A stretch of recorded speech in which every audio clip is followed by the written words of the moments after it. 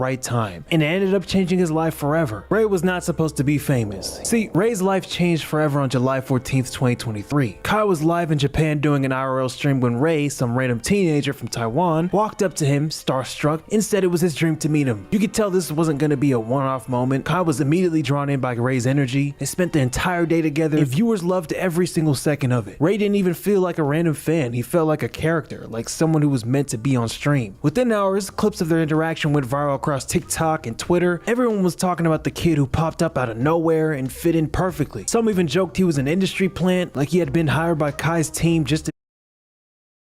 No, but I'm saying you got to think of the bigger picture. I don't get no comment. Y'all grown men. You feel like I'm saying? So what I'm saying is, why would he, if he say something about you, why would you take it serious on the internet? Like, why would you take it? You just said if you say something about your family. Oh yeah, for sure. If you say something, But why? That shit go through. It's just the internet. Oh well. But it's just like, I don't know, bro. Like, that's my family. So then when you see him in person and then it escalate to something different, and then both y'all in certain situations, then what? Like, was it worth it? Just because you had a point to prove? Because you talked about what you mean? What'd you say? Like, if you see him in person and then it escalate to something that's not good. Right? How do you like do it to where like y'all niggas. you can sense? Like, well, you didn't even grow up in the hood. You did grow up in the hood. What they say? I ain't gonna say what I can't explain it. Like, how can I explain to a nigga like it escalates not to something that it shouldn't be? Bro. Right? I don't even know what I just did. Click show me. It said click What I show just me. said is it escalates to something that it shouldn't be. Oh. It don't matter what it is. It's something that it shouldn't be. And then y'all in a position like it's not that deep. How do you like on YouTube when y'all saying like how do you make the shit like now what? come with a comment? How do you make your comment stand out? Oh, you might gotta pay for I that, just say don't take boy. nothing serious. Laugh, joke, have fun. That's what I'm saying. Like, okay, how do I do that? Oh, give the You sub. give the sub. Yeah, you can just give boom, boom, boom. Damn. Yeah. I came one out, cuz. Hey.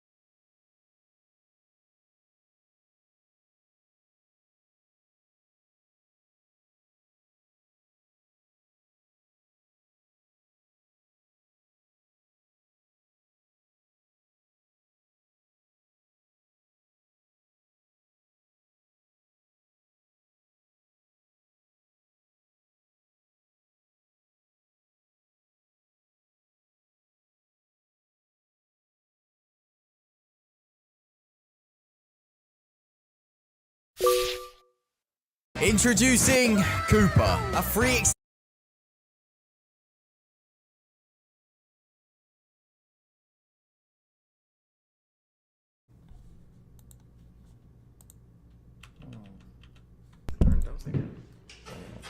Nah, it's good. Kai, you straight? You good? I'm maybe in LA time. It's like 9 p.m. I don't know why I'm so tired. Well, I only got 3 hours of sleep. That's why I'm tired. What time was your flight? My flight boarded at like 6 something. PM?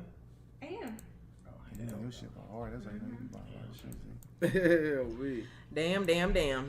But he's talking about Halo. See, you messy. You can't. I thought we was done. I'm not gonna lie, that's crazy though. Like, or he just letting it go. And I learned in this shit, you cannot win if you just let it go. Like, you automatically lose when you let it go. You feel what I'm saying? You automatically lose when you just let it go. That's a fact. That was a like, I method. really believe that. Nigga donated me, said $5 with the And I $5. hate How when your niggas keep saying screen, I Zeke? started it. We passed I'm it. finna use your It's 5 to pay principle for now. this. Like, stop keep saying it's over this and it's over that. It's strictly principle now, bro. Respect is respect, man. And it's like, I gotta keep going to get the respect in this shit, and that's what I'm gonna do, bro. I ain't sending $6, nigga. Mine was on Prime this show, like damn.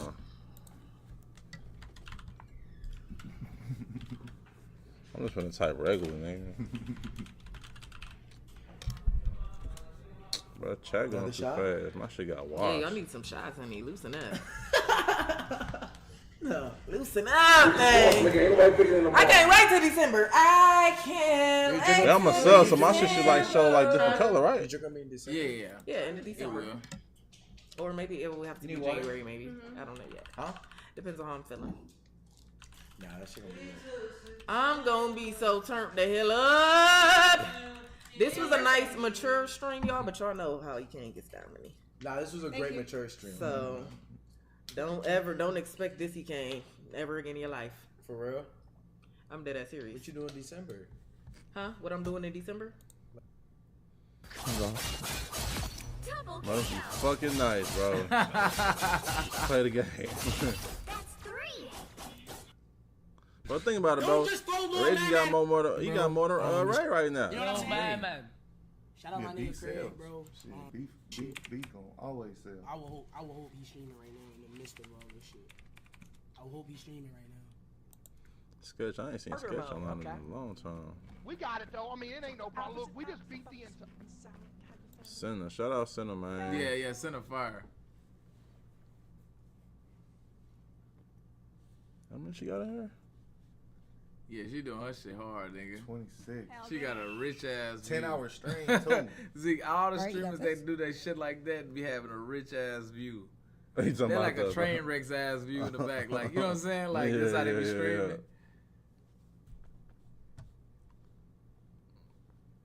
Hide my screen. I ain't gifting. Okay, nice. Ooh, that. Yeah, it was different, but see, it was like, I fuck with y'all shit. I'm like, damn. I thought she was more like on that Pogger shit. Is she a Pogger? I don't know. Chad, what is Senna? Is she a Pogger or is she WL? What's a Pogger? Man, that's like when motherfuckers be spamming them emojis and shit throughout the stream all day.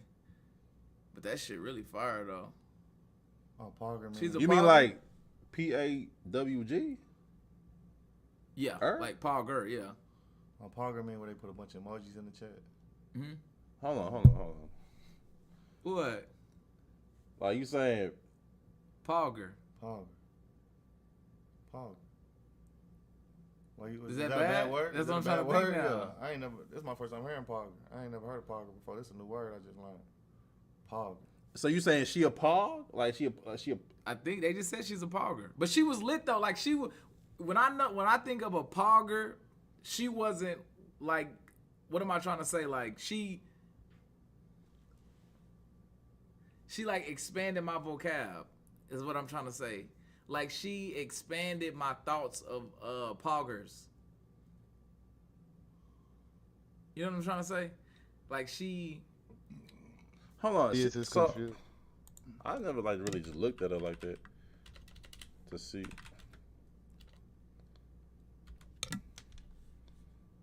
Get a full body. I like her name. That's a cool name. Yeah, Senna. Yeah. Like cinematic. Yeah, like Cinemax.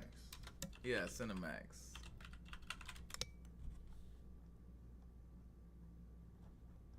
Zeke, she on your team, bro. But I never like really just paid attention. Like, you feel me? That shit got confused. I was like, nigga, she on your team, nigga. What the? You said she a Pog. So I'm like, what you mean? Like, I don't know what Pog mean. I don't know. I know Pogger. Like, bro, I heard that from like the WL community.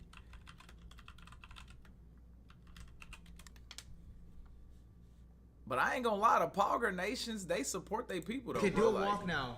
Wait, this is the moment of truth. What the Whoa. How did that happen? How did that happen? If I'm like, Yo, him searching Senna walking away is crazy. right now. He's walking normal. They move my screen, please. Oh, that's crazy. Okay, one of these. How's this? Has it always been there? Shout out Cinna, man. Has it always been there? Crazy. Okay, one of these. How's this? Has it always been there? Shout out Cinna, man. Nah, send on me, cinematic. No cap. She real cool, man. She got a real genuine, like, you know. Spirit. Ambiance. Yeah. Ambiance, yeah. Okay, Yeah, for sure. I know her. I just met her. No cap. She was cool though. I fucked with her. Mm-hmm. Focus on the heavy.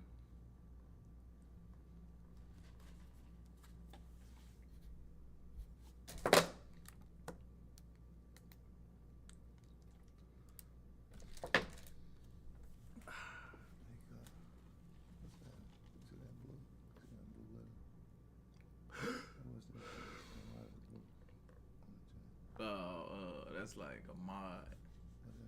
Like that's that nigga Dante. But it's like they what am I trying to say? That's like that nigga controls the chat. He's like the nigga like this. That nigga's doing this. He got the things on his fingers and he's doing this right here. Oh, y'all know him? Mm-hmm.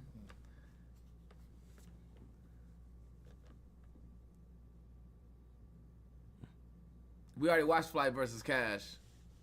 No count.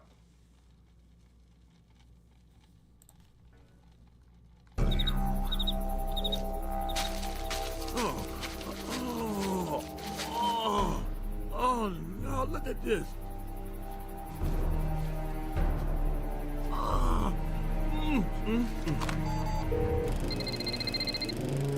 Nigga, what you want? I want you over my house cutting my grass like you supposed to be. Well, too bad for you, cause I just took another job. And even though they don't pay hardly nothing, working for white folks look way better on my resume. Damn it, this is the 4th week in a row you cancel on me. The yard looks like a jungle. The nigga said this is the worst thing on the resume. He says better for my resume. Hey, Doc. Hey, dude.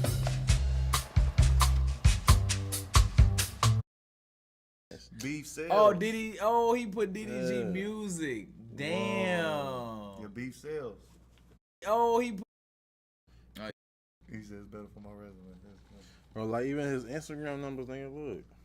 54 minutes, 80K likes, Oh my 5,000 comments. Beef sales. Oh, Diddy. Oh, he put Diddy G music. Damn. Whoa. Your beef sales. Damn. See, but he a funny nigga though. That's the thing. Like, how long you think this beef gonna last though? You said like I mean, a week. DDG saying like he gonna keep it going. No, I did see that. But I'm like, honestly, that's helping Reggie out.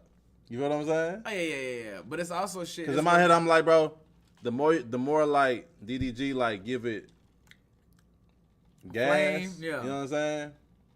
But shit, nigga, I know the more like looking at it every like, time Reggie get on, he gonna keep getting them numbers like 40K, 50K. But I like you it know though. what I'm saying? I like it though. That's why it's a method. Yeah, the method, because the method, nigga, you control the algorithm, nigga. Like I said, nobody gonna stop watching Reggie. Yeah. Because of anybody he funny, beat nigga. Funny niggas is hard to not like. Nigga, funny niggas be funny, nigga. So it's like, I don't know. You said Pablo the Method with hearts. I don't know if it was no crazy shit. Bro. Pablo the Method, what that mean? What method mean? The Castanet effect. They say J-Bo got an elbow. Is he facing it, or that's what did they actually send us him I yet? think he's facing it probably. Nigga say spin some shit. W chat, like, comment, and subscribe. Like, comment, and subscribe. We live on God. Oh God.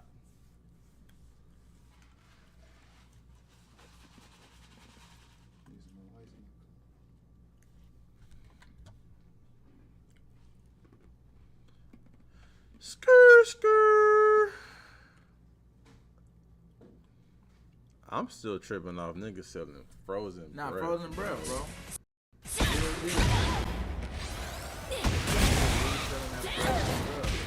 Oh damn, Zeke, did you get this right here? Trans, yeah. Yeah, I mean, I was like, shit. I didn't open it yet though. I mean, I saw the nutty. Yeah. Well,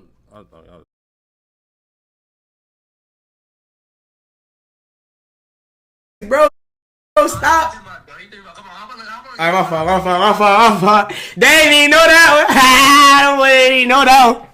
Them boy ain't even know that one. Nigga keep trying to drop the addy, bro. The address is public, mud. It been public, mud. Especially because, you know, after the AMP pool party, everybody was, you know, at our crib, of course, including DDG, the nigga who keeps saying he want to do all this shit. Like, he don't know where we stay at, nigga. Like, what the fuck? Then the same way he DM me after he try to go at a female that he wouldn't know if it wasn't for me. Always keep that in mind. That's a key element in this shit. I feel like I'm really one of them niggas who can get under niggas' skin. Niggas gotta realize that. And I don't be trying to abuse that shit. Y'all keep saying Q50 story, bro. That nigga's a real nigga, gang. I ain't gonna lie. That nigga's a real nigga, bro. No cap. As simple as that, mud. Bro said he fought with me, and then he addressed the other shit. You feel what I'm saying? It is what it is. That's respectable. His nigga can't do nothing but respect that shit. Dead ass. The fact that niggas is even tapped in with my shit, that shit is lit. All the way from the rack, niggas is tapped in. That's litty. No cap.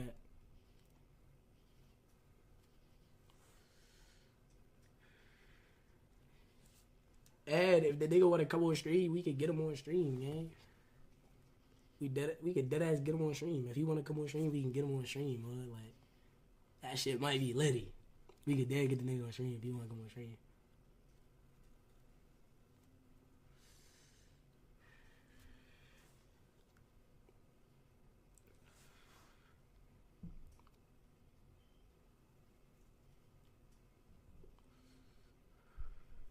Baby Chief too, bro. I fuck with the whole Chicago rap scene. I ain't gonna lie. If niggas really listen to the music, man, that shit be lit. Like, I hate when niggas act like they don't like drill music. That shit do be sounding hard, though. I know I ain't gonna go do some of that shit, but it sound good to hear, though. I don't give a fuck what no nigga say. That drill shit be sounding mad hard. Fuck what y'all niggas talking about. That shit be slide, nigga. I know I might be a little bit pussy, nigga, but that shit be slide, nigga. I don't give a fuck what none of y'all niggas talking about. When I hear a nigga come with the tracks, I'm like, ooh, that's that Draco. I love that shit, gang. I ain't gonna lie. Dead ass. I love to hear that shit. That shit be fire.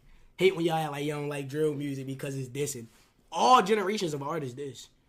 Keep that in mind, gang. And then I seen, oh my God, bro. I seen somebody say,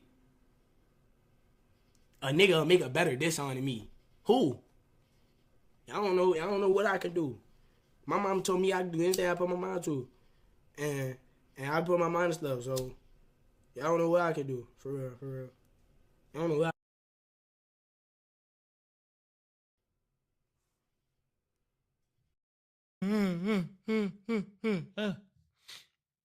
Yo, tripling up. I could confidently say that and chat could yap on the fuck.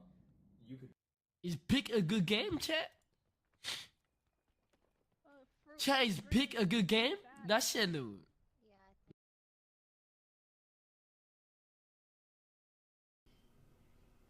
This my nigga King said.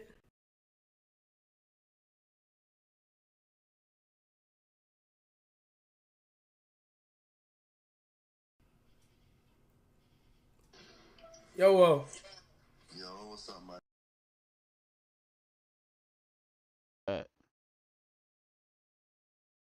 What's up, gang? Are you streaming? Yeah. Are you good? Hey, I'm smooth. What you on? Nah, I just got back to the crib, bitch.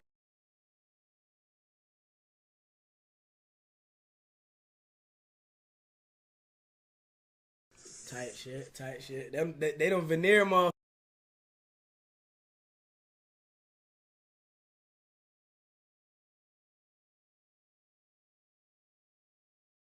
That's what niggas really be saying about. Can't go to. That's is dead ass be saying about me though. Niggas really be saying that. But my thing is, I swear to y'all, I just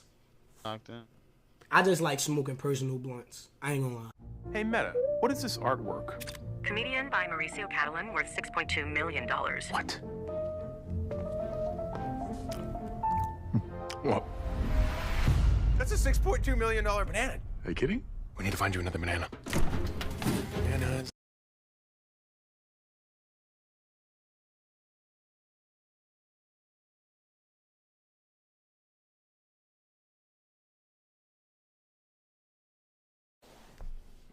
Niggas said understandable. And then Hey, Meta, what is this artwork? Comedian by Mauricio Catalan worth $6.2 million.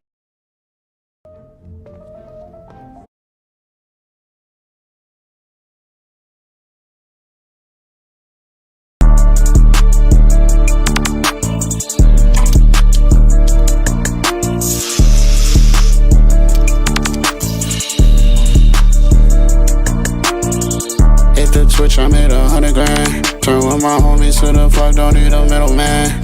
All your rappers is my sons, I need a minivan. I'm strapped in, pull up to your block, graduation steady clapping. It's a difference, I'm off the head, no.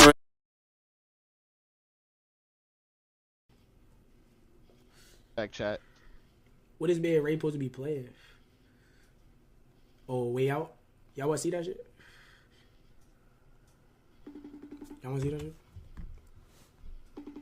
Discord. You in Discord? You in Discord right now?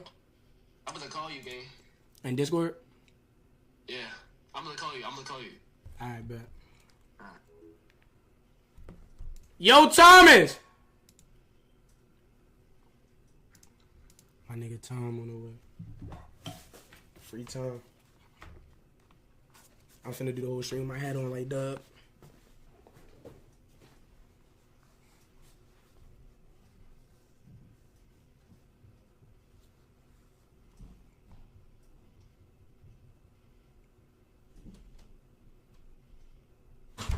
Nigga, did you run here? Yo. Shit. Finally. Yo, cut your 3 fucking hours! Cut your cam on. Gio still here? Nah. Damn, you don't know how I make it 2 screens, do you? Yeah, I know. That shit easier. He talking about that shit easy. Keep doing it for me, Mud. Nah, W production, bro. Wait, you say B or Thomas? Bro, stop talking to me, my nigga. My bad, gang. Damn, bro. Gang. I don't want no smoke with you, bro. I'm a bitch, bro. I'm pussy, bro. I'm from Taiwan, shit. I'm fucking Salvador, shit. What are you talking about, nigga? All I need is hop on the game, and we play the bitch and beat the game. That's all I need, bro. Cut your camera on. Hop on the game. Alright, hold on.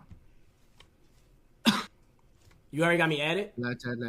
Yes, I got it added. I bet.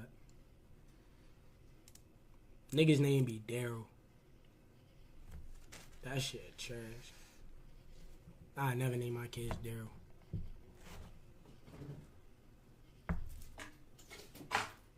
You see me, bro?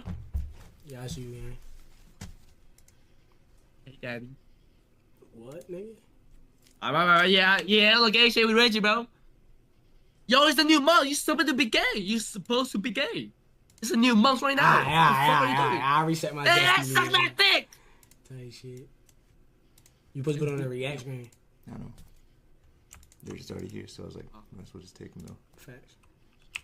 Shit, nigga, you the expert. Yeah.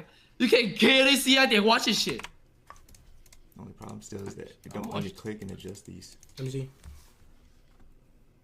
Just put virtual camera on OBS, and then you good. Watch your ass, my bro. My ass is good, twin. You want me to help you? I'm gonna go up right now. Yeah, you can keep it. Your camera. We should need to crop it actually. You want me to help you? It's easy. Come up here. Fuck. Be right in.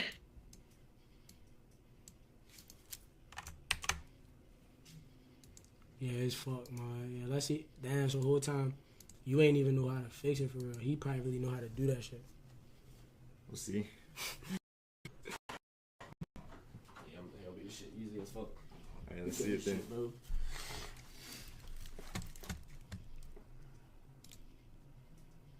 Oh, you good at?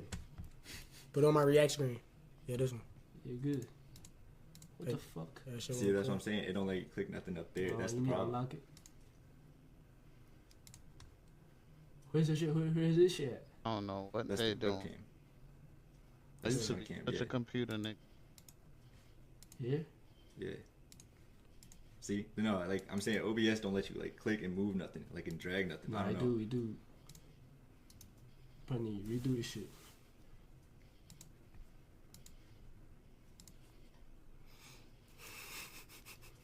How the fuck become a tech guy? Oh shit.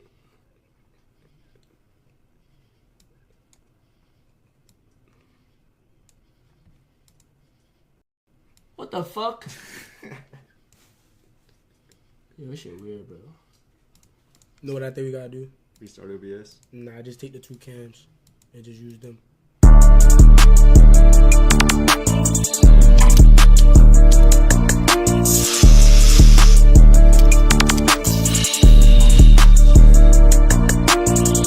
Hit the Twitch, I made 100 grand. Turn with my homies to the fuck, don't need a middleman. All your rappers is my sons, I need a minivan. I'm strapped in, pull up to your block, graduation steady clapping. There's a difference, I'm off the head, no writtens. I've been doing this since 16, last written 16, 2013. That's what I'm trying to say. This what I do. I put here, I open this shit mad big. And yeah, what the fuck? Oh, and fix it. You need Dragula if you can fix it. I got it. If you can touch it, like. Yeah, that's the only problem. If we could just touch it, then it'd work.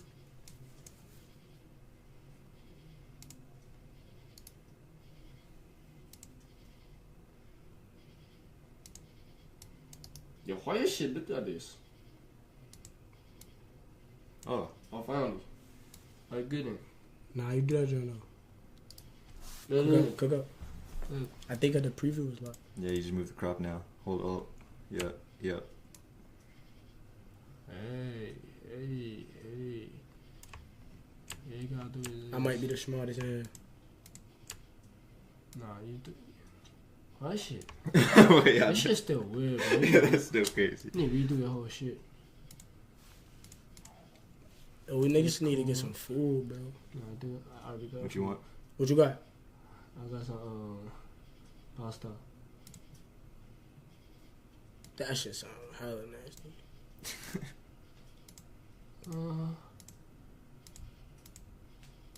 I don't know what the fuck I'm doing right now. Hold on.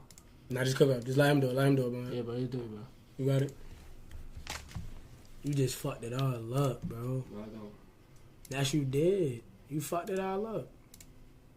Oh, yeah. Oh! Come on. Okay. Yeah. I'm dumbass.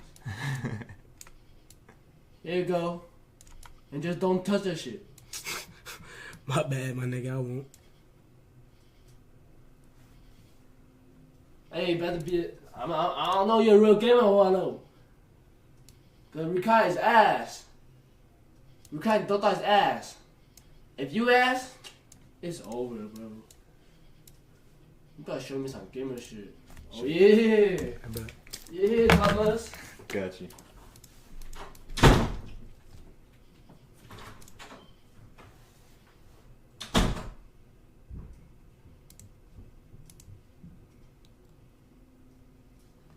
This nigga taking mad long. Nah, W fucking bro. Yo, where you at? Damn, you got down there that fast? Bomb. You got down there that fast? Yo, you heard me? You said what? I'm gonna hop on the game. A way out. You hop on the game? You hop on the game mode? Yeah, bro. Beat the game, bro. It's easy. It's easy. It's not a hard. I bet.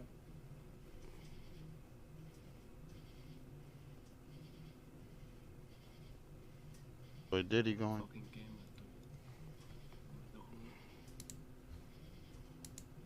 You on there? I never quit in that game. W sub, thank you for the sub, mod. I'm. Ooh. Oh, is it good? I never quit the game, bro. Y'all know I'm a fucking real.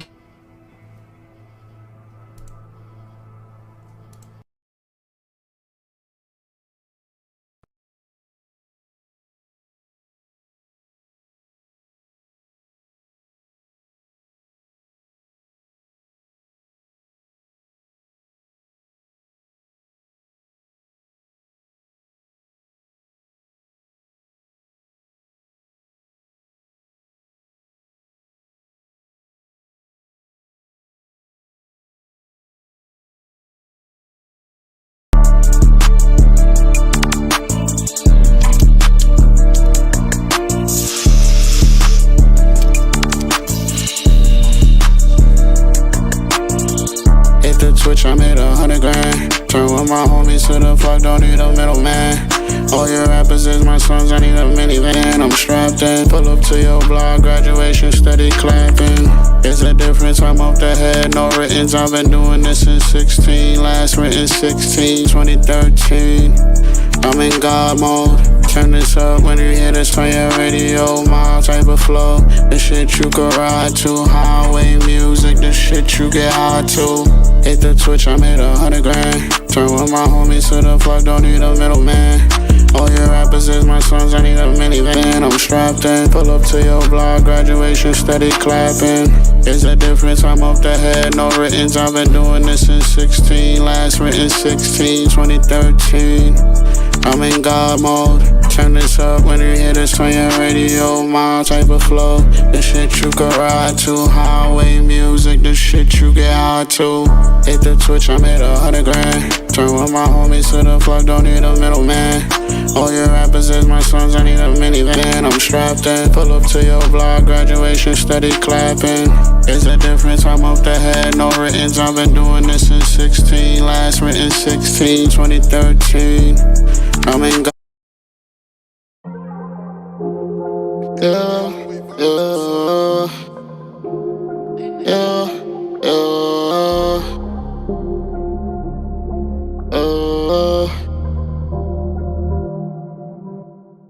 R.I.P. to my mom, I know she watching above, I'm blessed.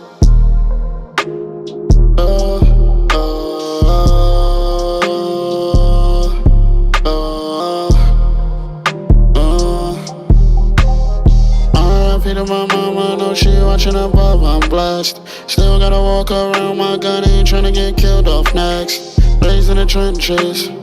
If you're not from it to you, it's a different dimension. Money and bitches bring tension. I'm the man to just stick to the plan. 40 bands in each one of my hands. She with me for the night, but tomorrow she back to her man.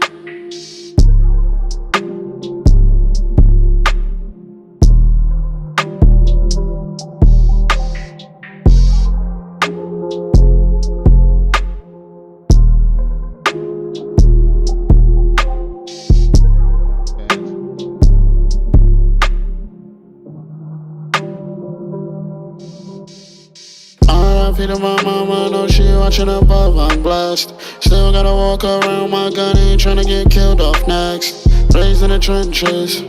If you're not from it to you, it's a different dimension. Money and bitches bring tension. I'm the man to just stick to the plan. 40 bands in each one of my hands.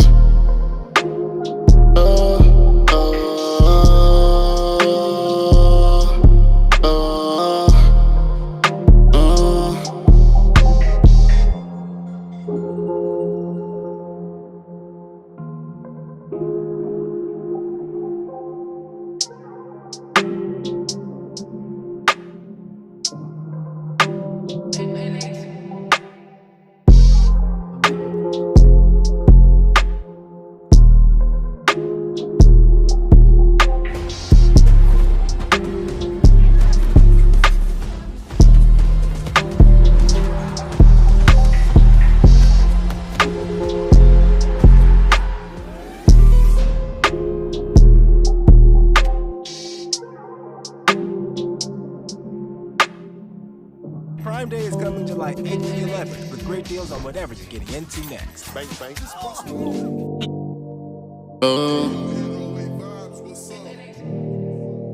You resign right now, Chad. I know you resign right now. I thought Light off. That's why that shit's so expensive, but I don't do it. This is where things come to an end. So long, my friend.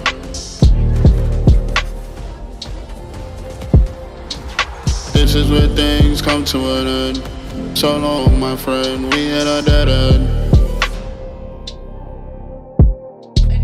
This is where things come to an end. So long, my friend. We at a dead end. Dead end. This is where things come to an end. So long, my friend. We at a dead end. Dead end.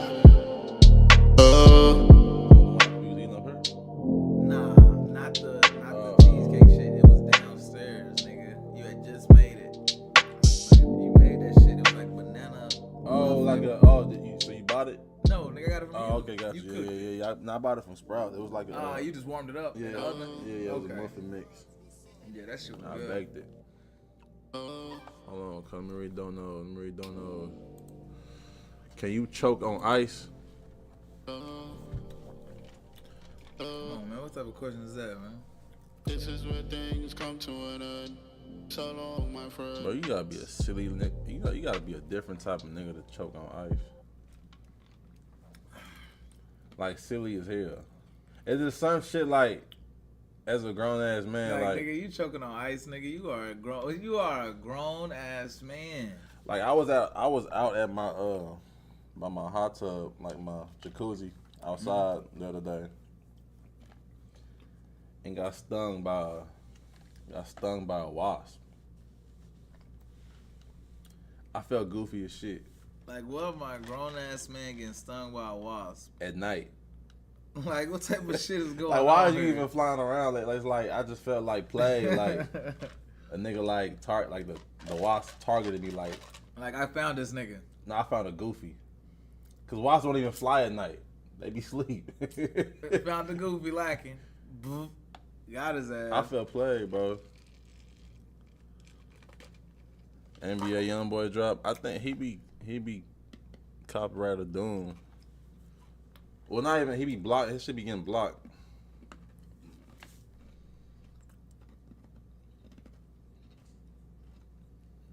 You finna get off, chat. Z, I wonder would niggas watch us like if we made like a separate like. What am I trying to say? Like we did experiments. Well, I don't know. Like a lab stream? Yeah, like a live stream, but also like niggas start doing some scientific shit on like another like I don't know. I think a lab stream. Would y'all want to watch a lab stream? When you like in the science lab?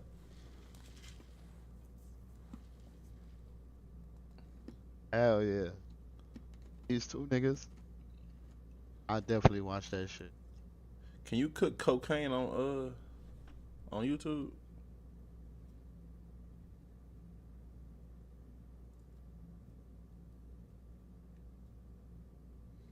Educational purposes, like. Nate, can you do what now?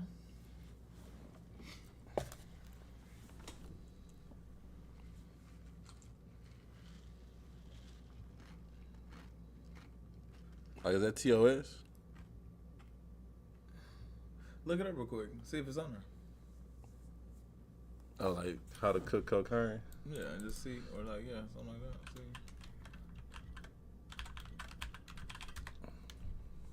Whoa.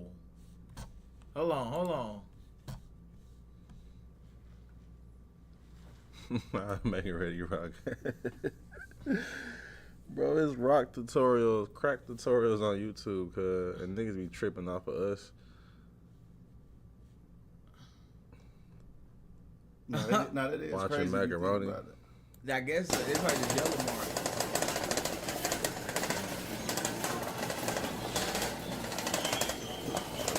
Oh boy. Ooh. Oh nah.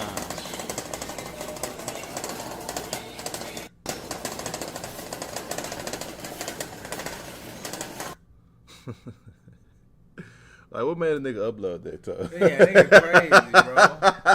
What made a nigga upload that to YouTube? This is bug.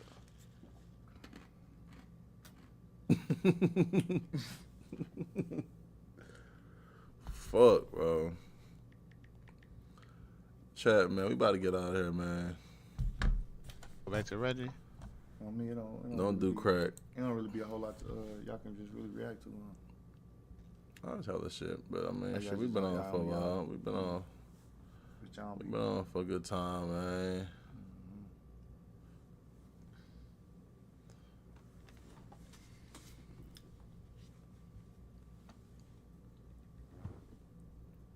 When was my oil change last? I don't even know. I just go whenever I remember.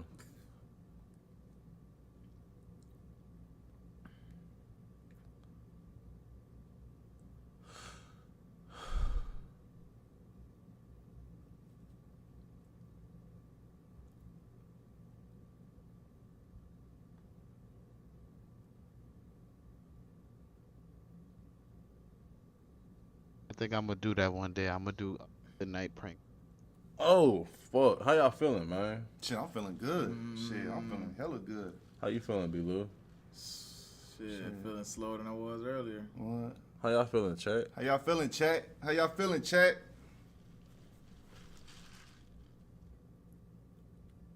Talk to us, chat. Say something, chat. I'm looking at the comments.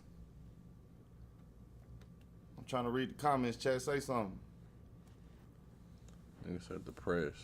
Man, we'll get up out that shit, dog. And once you get up out of it, don't never go back. You hear me? They said keep streaming.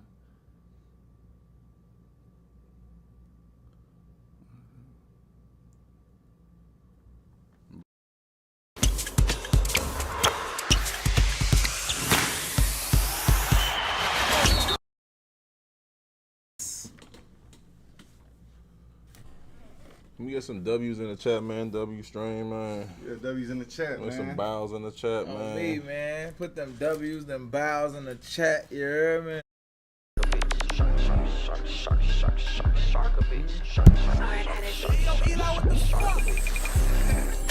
He's hyping like an NPC.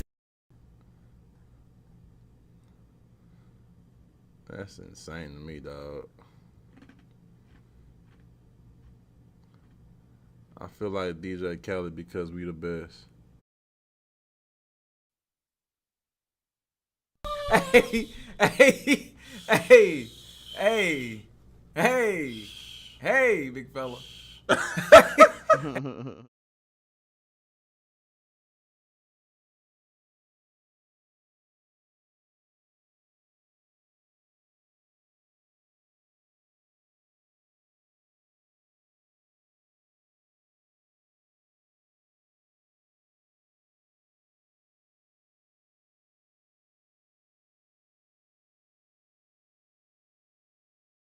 Bro. No idea.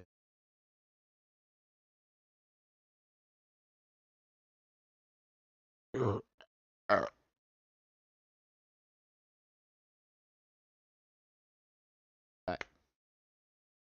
Back. I'm back. Out.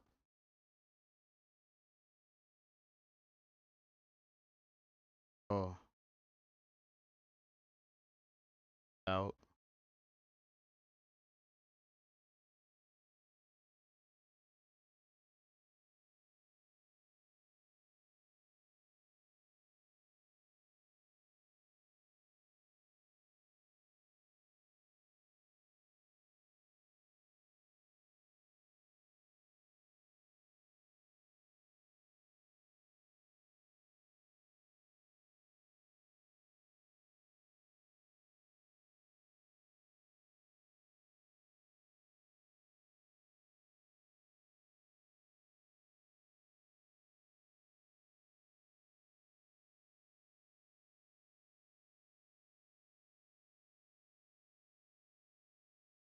Out.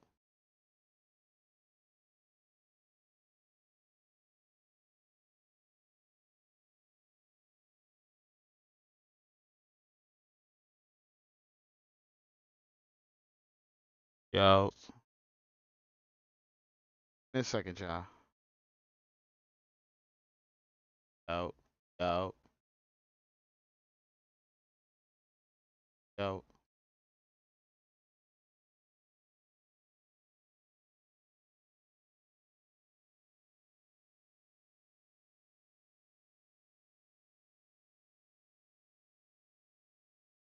Yeah.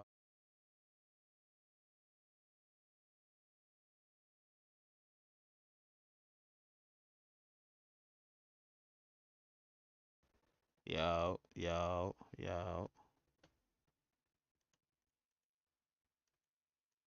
Dun, dun, dun, dun, dun, dun. You got your problems, baby, and I got mine.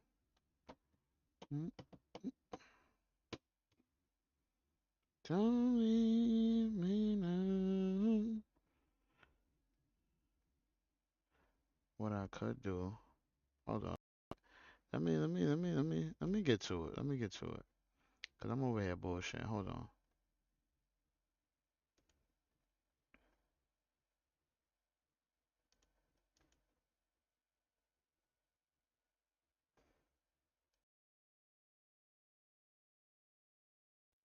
Oh, advance.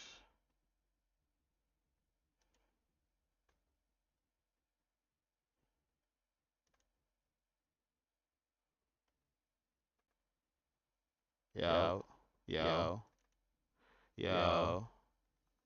Nah, I gotta be loud. Yeah. Yo, yo. Okay, so that's good. I can bring that down. Yo. Oh, that's okay. Let me see. Yo. Yo. Yo. Yo. Yo. Yo. Yo. Yo. Here we go. Is it good like that? Yeah. Yeah. Yeah. Yeah. Yeah. Yeah. Yo. Yo. Yo.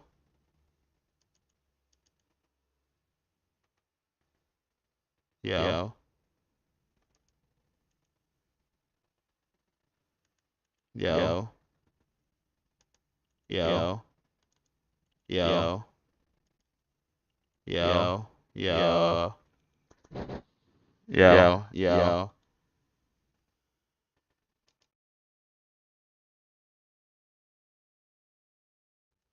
Yo.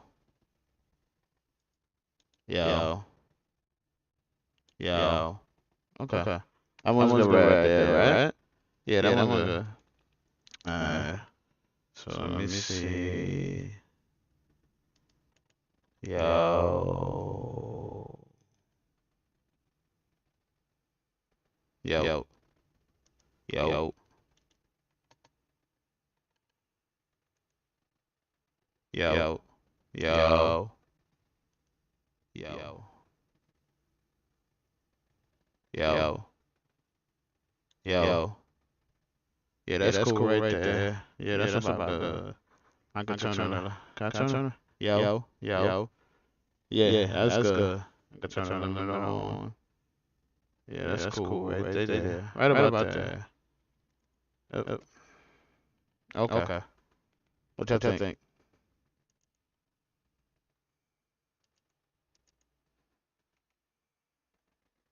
I think we go right there. What you think? Yo.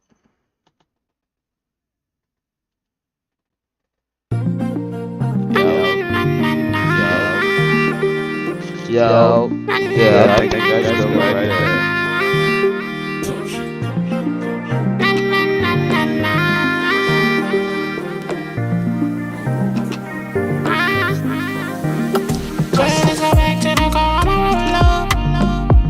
I think that's good right there. Yo. Yo. Yeah, I think that's right there. Right there. Right there. Right about there, right? Yo.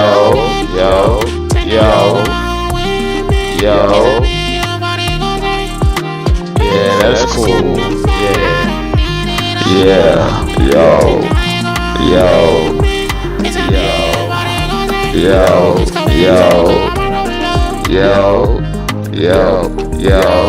There we go.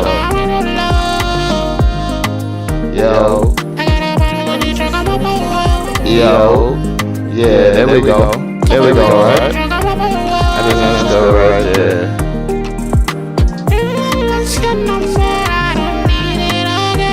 I think that's good. Right about there, right? Yeah, right about there. And that's good. Thank you.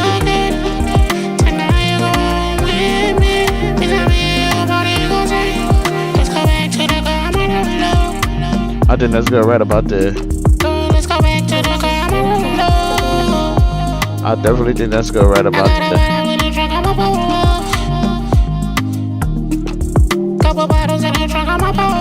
Yeah, I think we go right about there. Definitely think we go right about there. We could rock out. We could definitely rock out. We're good. Let's work.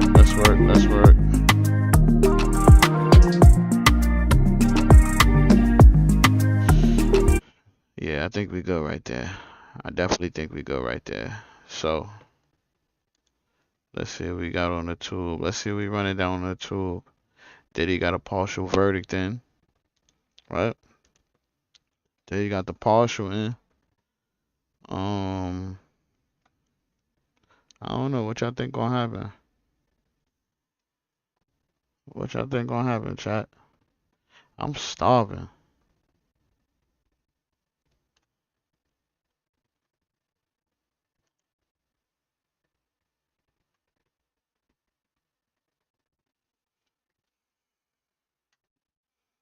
Starving, chat.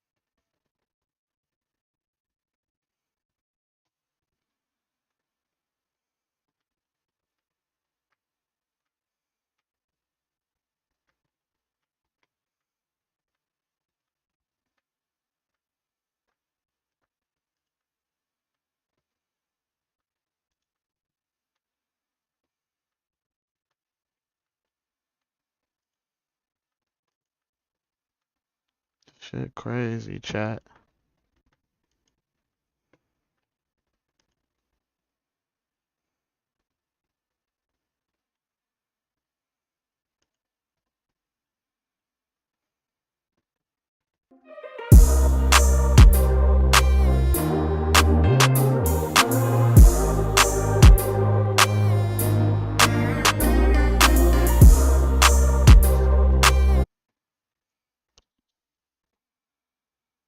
I guess I need chat. I'm starving. Looking for scholarships? Well, you came to the right place because Bold.org is the largest private scholarship platform in the entire United States, so you're bound to find a scholarship you're eligible for. So if you plan on studying in a US-based college, listen up because we are going to show you how you can unlock millions of dollars in exclusive scholarships all in one place. And on top of that, we're going to show you everything else Bold.org has to offer.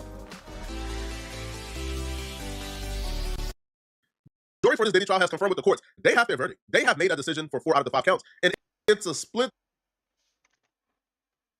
The jury for this Diddy trial has confirmed with the courts they have their verdict. They have made a decision for 4 out of the 5 counts, and it's a split decision for count 1. Social media right now is looking like a funeral for Diddy defenders because everyone is essentially going by the principles of if the jury is quick to deliberate and come back with a verdict, that usually means you're cooked. That means the prosecutors did a beautiful job in explaining and carrying out your guilt. If the jury goes and deliberates for a very long time, that means your defense did a very great job invoking reasonable doubt, and they are doubtful. And that usually comes back with a not guilty sometimes. So a lot of people is already carrying with the narrative that like it's over with for Diddy, is done for. But I think I watched Bradford Cohen, who defends a lot of high profile people, who's been in more federal courtrooms than probably anyone else. He actually came out and said that he don't think so. That he don't think this quick deliberation is a negative for Diddy. He actually believes this could quite possibly play out for Diddy and against the government.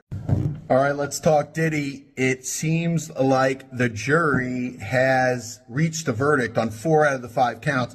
We got to see what count 1 is. I thought it was the racketeering. It could be wrong because there was a superseding indictment. So we have to see what count 1 is, but they are deadlocked at this point on count 1.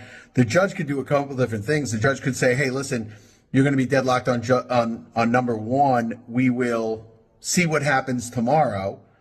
Or and read them an Allen charge that essentially says, hey, listen, best go back, let's see what happens.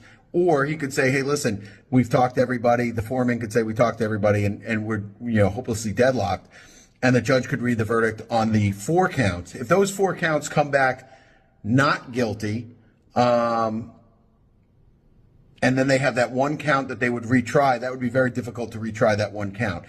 If it's a mix of guilties and not guilties, that will be interesting as well. This is a semi-quick verdict in this type of case. And people are saying, sometimes those semi-quick verdicts are for the government.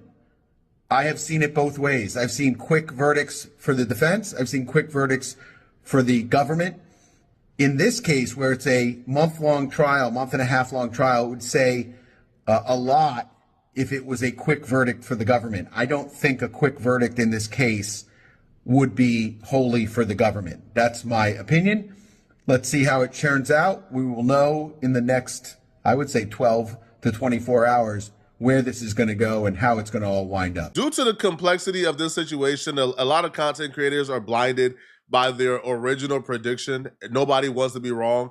So everyone is essentially going with their original prediction. If they originally predicted Diddy is innocent, he's not going to be found guilty on anything, they're going to try to peddle that particular narrative today. And if their original prediction was Diddy is guilty on everything, they're going to try to peddle that prediction today, just like Harvey and them. The charges and the prediction is complex, but this is not rocket science. I feel like people are trying to be brainiacs, bruh. They're trying to be quantum physicians. We're trying to figure this out. And when that's not the case, this is very simple. If you use common sense, the answers are usually within common sense. See me, I'm not a brainiac. I'm not a scientist, bruh. I'm a common sensist, okay? I'm going to tell you what's in plain sight. And when you look at the charges and when you look at what's been going on and what they're coming back with, the decision or what the verdict is going to be is hiding in plain sight. It's not hard to figure out. It took me about 10 minutes to look at this and tell you guys exactly what I think is going to happen. If you take a look at the charges and you're somebody with common sense, then you already know what's going on. Count 1, racketeering conspiracy. There's not a verdict on that because they have a split decision. They can't make up their mind on racketeering conspiracy. Count 2, trafficking by force, fraud, or coercion, Cassie Ventura. Count 3, which is the Mann Act, transportation to engage in prostitution, with Cassie Ventura.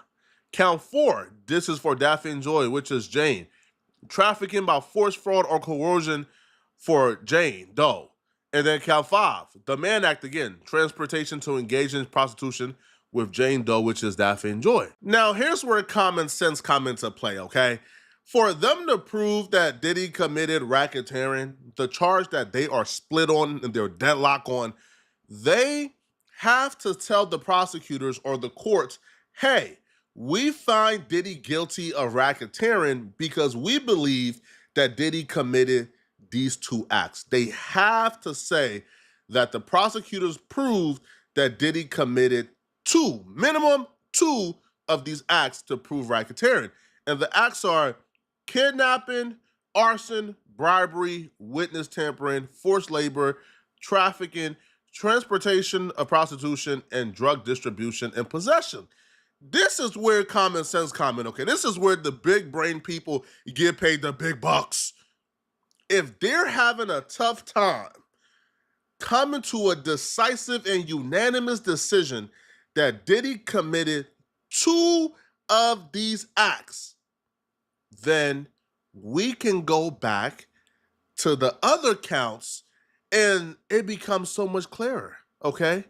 Common sense prevails here, people. The trafficking of Cassie is count 2, and transportation for prostitution is count 3 for Cassie. Count 4 is trafficking for Jane. Count 5 is transportation for prostitution. So if we're going with the narrative that Diddy was found guilty of trafficking and transportation of prostitution, then they wouldn't be having a tough time figuring out what 2 acts did Diddy commit that falls under racketeering. They would already have their 2 acts because they found him guilty of trafficking and transportation, which is the Man's Act. They found him guilty of those 2 things. The only reason why they would be stuck in a deadlock on the racketeering was because based on their verdict on count 2, 3, 4, and 5, they don't have the 2 acts yet. If they found Diddy guilty of trafficking and the Man's Act transportation, then they would have the 2 acts to find him guilty of racketeering. This is where common sense comes into play, people. That would mean they either only found Diddy guilty on 1 of these charges, which is the Man's Act, transportation, or trafficking.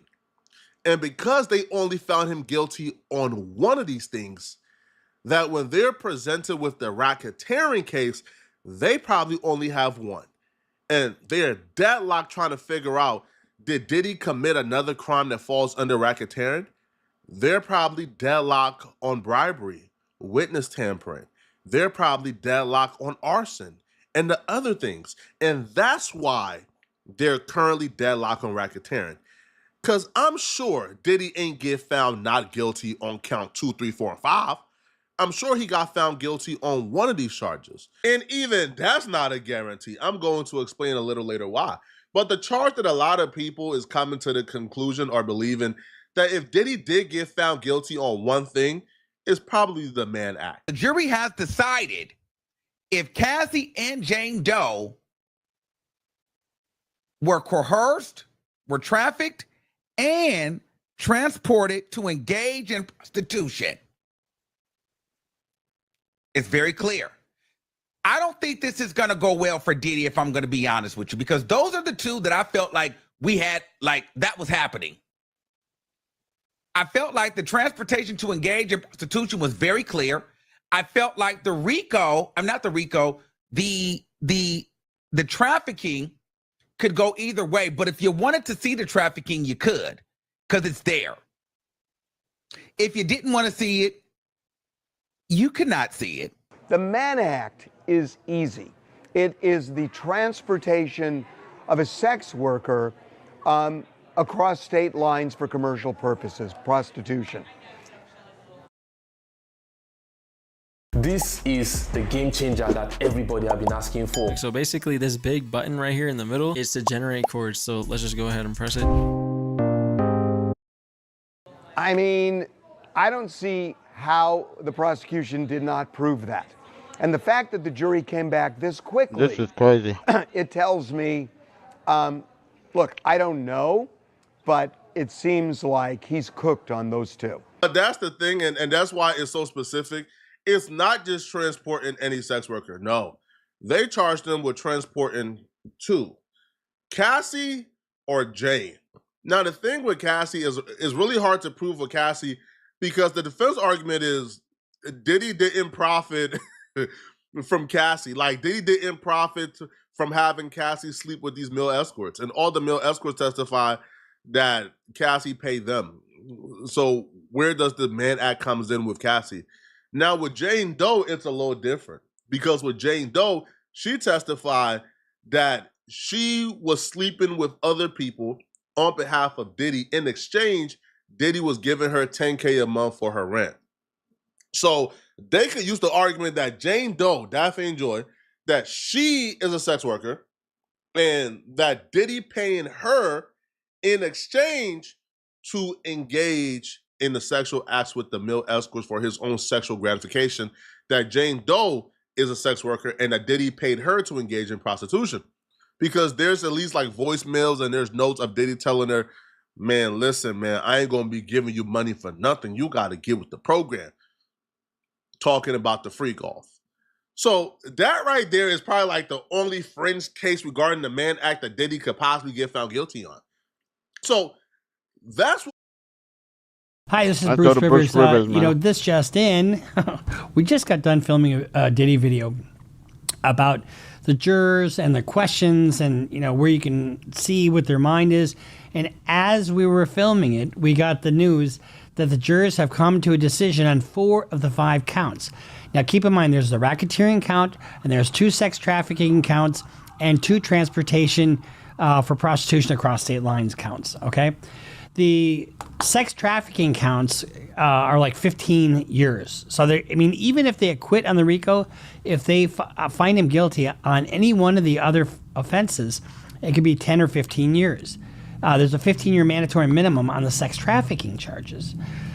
But we don't know. So what happened late this afternoon is we got news that the jurors have made a decision on 4 of the 5 counts that they are deadlocked on the RICO count. When you look at the rest of this video and you hear the questions that they've asked, keep those in mind when you analyze all the news coverage that you're going to get between now and tomorrow.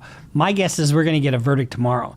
So what happened was the jurors came back with the note saying, you know, they've made a decision on 4 of the 5 counts, but they're deadlocked on this other one. In other words, we have unpersuadable minds on both sides of the aisle. So some people think he's guilty, some people think he's not. It could be 11-1. We don't know. It could be 6-6, could be 10-2, could be 11-1 for not guilty. I don't know. But so what the judge did was brought everybody back into the courtroom, and he gave them what's called an Allen charge, basically.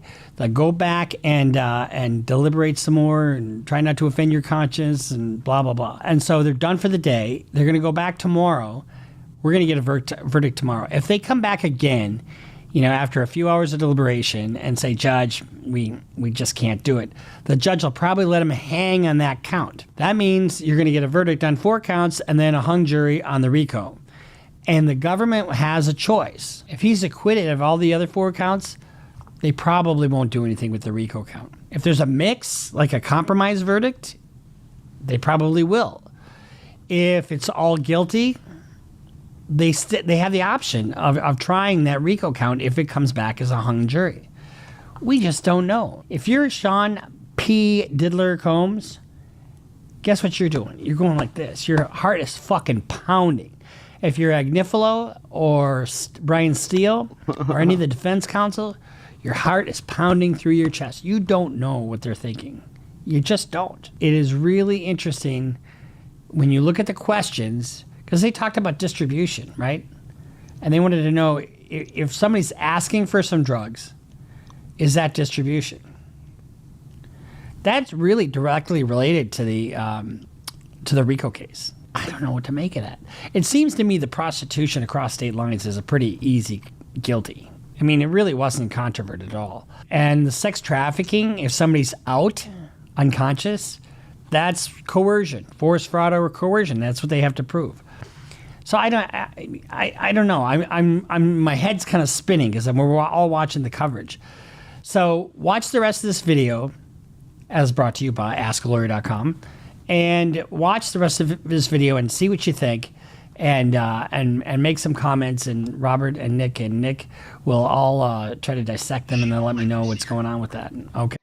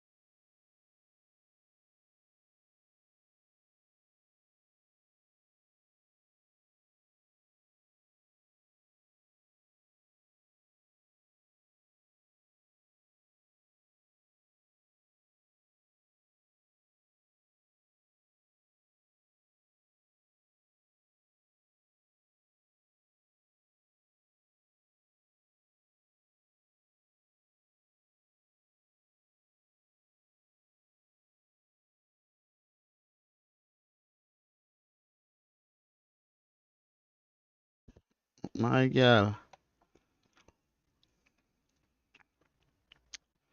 Make sure I'm tapped in, man. Be tapped in? Yeah, one day, excuse me, one day I'm gonna tell the whole story. You know? Everybody tell me, like, yo, tell your truth, tell your story, you know, like, don't let this chick just run with a narrative. And I said the time will come. You feel me? The time will come. But it's best to just stay silent and let people do their thing. Like I read your post right now. And I'ma only spend it's 126. It's 126. So she posted something. Instead of asking the mom, ask the right questions to the dad and leave her alone. Basically saying like, when's the last time the dad seen his kids? When the last time this? When the last time that? So my baby mom has a habit of bashing me on the internet, which is cool. You feel me? Because anybody that knows me that knows that 95% of the shit that she says is not true. And also she knows I'm not the type of person to do the internet stuff. So she could push out a narrative or she could push out things that she knows I'm gonna see to get a reaction out of me. But I'm the type of person like I know how to compartmentalize and I know how to ignore things and keep my mouth shut until the time is right, if there's ever a right time. You feel me? So my baby mom, she got two baby fathers. You feel me? Now the first one is not in his daughter's life at all. Not once has she posted anything degrading him or making him look bad or shitting on him for not being a father to his kids. Not one time. Not one time have I ever seen a post of her shitting on him or him being none of that. She never had to because I was around. I raised this nigga's daughter. You feel me? For 7 years I did that. She never had to even bother to post nothing bad because anything that little girl needed I gave like she was my own. You feel me? But now when I'm in that position now, all that go out the window and you get to talk about me on the internet and say what you want to say. But we all know the truth. And we could see the spiraling. You spiraling. You feel me? You spiraling. And I'm going to just keep it at that. We all know the truth. You could paint the narrative to whoever you want to tell the story to. That's all good. But I'm going to remain who I am and I'm going to be confident in who I am. I'm not going to let nobody words or narrative change me or have me second guessing myself. I know I'm a good person. I know I'm a good man. I know I'm a good father when given the opportunity to be. But one thing I tell everybody, because of the way I grew up, because of the trauma that I still suffer through certain things, I'm never going to kill myself to be in my kid's life. That's just something I'm not going to do. I shouldn't have to. I'm a good enough man and I'm a good enough father. And I do things that other fathers don't even do. And I know this because I know other fathers and I see the things that they do and they tell me, yo, Mundo, you do way more than I do. I do everything. You feel me? So one thing I'm not going to do is kill myself or have to fight forces to be in my kid's life. I'm not going to do that. That's not fair to me and that's certainly not fair to them. For me, I'd rather them hate me than to see me fucking stress and struggle. And that's real shit. I'd rather them fucking hate me. That's real shit. I'd rather my kids hate me than to see me fucking fight and stress and struggle to see them. So good. You just gotta chalk that one up and you just gotta eat it. But I'm gonna let this chick talk and I'm gonna let her do her thing, man. It's not bothering me. I love my kids and I know when given the opportunity, I'm the best father in the motherfucking world. Whether I got $1 million or no dollars, I still make this shit happen. Feel me? So that's how we gonna do that. So we gonna get back to what we was doing. I'm done. It's 1:30. I ain't talking about this shit no more. Let's get back to what we was doing. So, get your little, jug of wine. Get your you know what? I try to make myself more important than I am. Rock out. I say my fans are white wine drinkers, snooty. They're really box wine drinkers, aren't you? Just kidding. Get your popcorn and watch the rest of this video. We're gonna roll something up. We're gonna get it right. We're gonna roll something up. We're gonna get this shit right, man. Fuck everything else. Fuck everything else, man. We gonna get this shit situated. For sure. As soon as I find my filters, I'm gonna press play, chat. Give me 1 second. Let's find my motherfucking filters.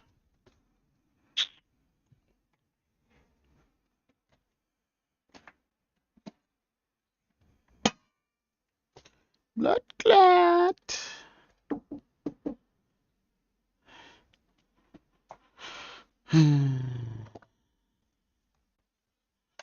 Life is crazy, chat. I'm not even gonna hold you. Life be really fucking crazy. Feel me?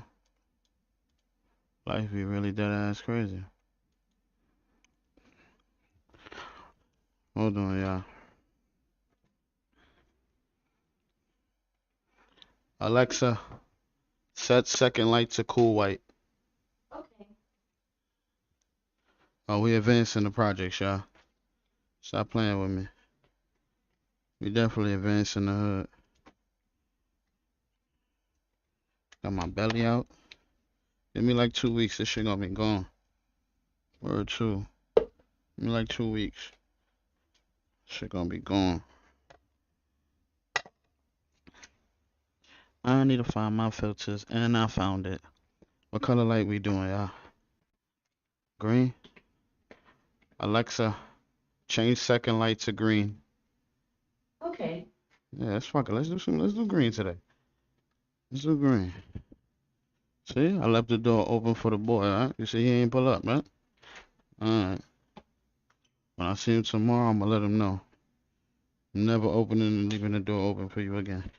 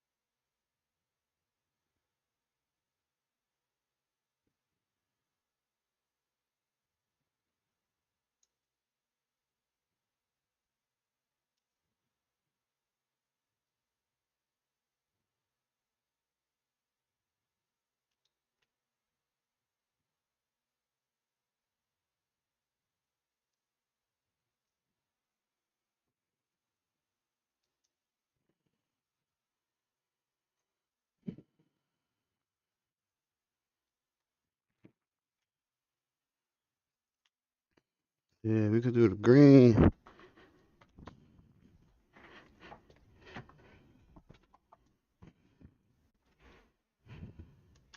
The coverage. Tell me what you guys think. I don't claim to have all the answers. I'm guessing just like everybody else. However, my guessing is informed by years of practice.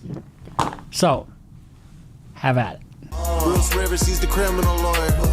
Bruce Rivers. Am I tweaking? I ain't just see the filters.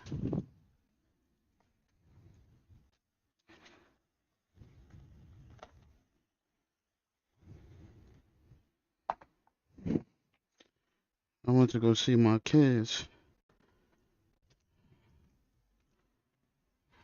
And my baby mother's mother told me if I want to see my kids go to court. Tell you something, man. I'm 37 years old, nigga. I ain't got time to play them fucking games, man. I'm not 22 years old no more. Feel me? I'm not 23 years old no more. I'm 37 years old. I'll be 37 this year. You either let me see my kids or you don't. That's it. You either let me see my kids or you don't. But if you think my grown ass got time to go sit down in court and fight for some kids that live 2 minutes away, I'm not doing that. You could just keep them and just raise them. Like, that's it. As much as the asshole as that shit sound, like, I just do too fucking much. I'm not doing that shit. Don't make no sense. Criminal lawyer. Bruce Rivers, he's the criminal lawyer. And what he do? And it's gonna react to all the self-snitching.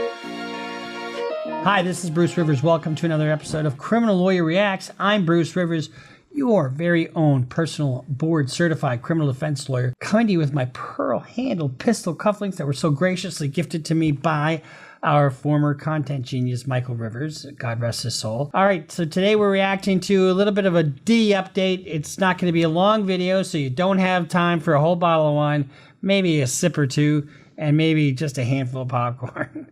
But before we get to that, as always, this is brought to you by AskALawyer.com. AskALawyer.com is a cheap way for any grandma in a basement to get not free legal advice, but $49. It's pretty reasonable. I mean, you come and see me, I charge a hell of a lot more than that. For $49, you know, one of the things that if you talk to a live lawyer, and that's what you're going to be doing, they can either lawyer.com for 4 channels. So we suggest you go there. In fact, I'm an e-signer as you speak because I just sent something off. Okay. So AskLawyer.com. Now, here's the deal. Now that I use Monday Service, AI makes solving tickets my form of meditation. Monday Service is a ticketing platform that helps us manage and automate our entire service operations with efficiency and with no code needed. IT, HR, ops, or any other department, everyone can manage ticketing their way and stay on the same platform, so we can create a unified experience. One time here, one time up here. Every incoming ticket is automatically categorized, and the repetitive issues get resolved. Whatever tickets are left get routed to the right available rep. Diddy, diddly, diddler, the diddler man. The man who likes to diddle with all kinds of oil. You know, I still can't get over all the fucking oil and all the damage that they did to these hotel rooms. I mean, what's wrong with it? Man on top, get it over with quick, let's have a snack. You know, I mean, you have to be a freaky to be a freak. Anyway, maybe I'm just too vanilla for you guys. Anyway, so remember what I told you? I told you to look at what the jurors' questions are when they send something to the judge, because they can ask questions of the judge. So today is Tuesday, so it's the second day of deliberation. They started yesterday. Within 70 minutes, they had a question for the judge, and it was, can we do something about this other juror who doesn't want to follow your directions? Here's the thing. The jurors have to follow the instructions that the judge gives them. So the jurors sent a note saying that they were concerned that one of the jurors could not follow the judge's instructions. Now, this guy had his PhD. And let me tell you something. I have a story similar to this. I was doing jury selection in a murder one. I had this juror who had, you question him one-on-one in a murder one case. So we're trying to see if they can be fair during voir dire, or some people call it voir dire. This juror had his PhD in computer science. He had a restraining order against him because the president of his unicycling club wouldn't return his affections. So you know right away when you hear this that you're dealing with a nut job, right? Well, I'm sitting there and the judge is talking to the juror and he spells his name Fuchs. And my God, this was the funniest thing that's ever happened to me in a courtroom. So the judge says, Mr. Fuchs, and he looks at her and he says, Fuchs. And Fuchs, Fuchs, Fuchs. And they go back and forth like this. And I'm dying laughing. This guy said Fuchs about 20 times to the judge. And the judge was just like, what? And every question that he was asked was weirder. His answers were weirder than the one before. And you could just tell he was going to be an absolute pain in the ass. We had questionnaires. He took 3.5 hours to fill out his questionnaire. Everybody else took like 20 minutes. And he bitched about the order of the questions. I suspect you're going to have something like that. And the defense would love to have this guy on the jury. But if he can't follow the directions and he becomes too much of a pain in the ass, guess what? There are alternates in the wings waiting. But it seems like that resolved. And then today they asked the judge for transcripts of several sections of testimony, including Cassie Ventura's testimony about the 2016 Intercontinental incident.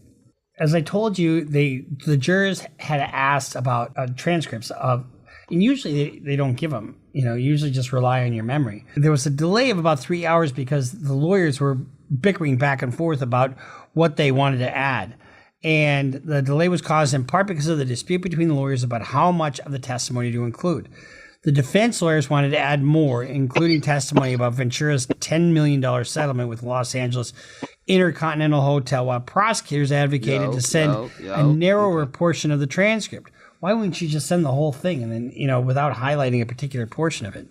After Judge Arun Subramanian, I know I'm butchering the name, suggested sending the jury the entirety of Ventura's testimony, which was what I would do, prompting Combs to visibly shake his head at his lawyers. And the defense lawyers relented and agreed to send a shorter portion of the transcript. Juries must have wanted to see a certain portion of the transcript. This tells you what they're thinking about. And from the defense point of view, that's probably a good thing.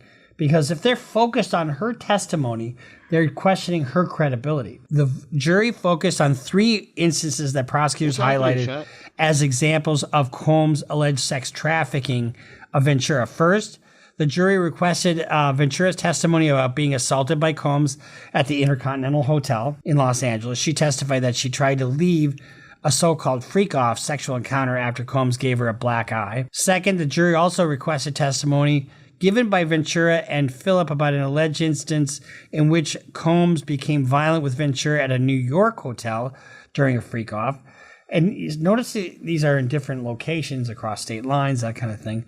The last portion of the testimony requested by the jury focused on a time when Ventura traveled with Combs overseas to attend the Cannes Film Festival in France. This is interesting. So, and the jury, you can really kind of dive into the mind of the jury when you read their questions.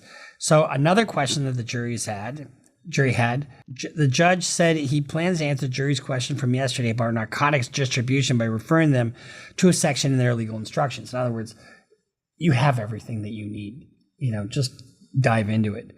The word distribution means actual, constructive, or attempted to transfer. To distribute simply means to deliver. That's the general gist of, to deliver, to pass over, to hand over something to another person, or to cause it to be delivered, passed on, or handed over to another. Distribution does not require sale. So if Robert and I are out there and I've got a bunch of ecstasy because I want him to take his shirt off, and I give him a bunch of ecstasy, and he does, that's distribution. Just handing somebody, you don't have to sell it. And in the third note, so this is a jury that's really engaged. So in a third note, the jury asked if a recipient wants, requests, or asks for controlled substances, and an individual hands over the controlled substance to the requester, has the individual who hands over the controlled substance distributed? Yes, the answer is yes. Just because somebody asked it doesn't mean it isn't distribution. So the jury is focused on deliberation and what does it mean. And Agnifilo objected to the judge's instruction, saying he doesn't believe it goes far enough to answer the jury's question. The court is about to make something that amounts to a mistake, he argued. Can I give Your Honor an example? No, the judge said. Can you do what I'm asking? The judge denied defense request to modify the language in the response, saying it would confuse the jury even further.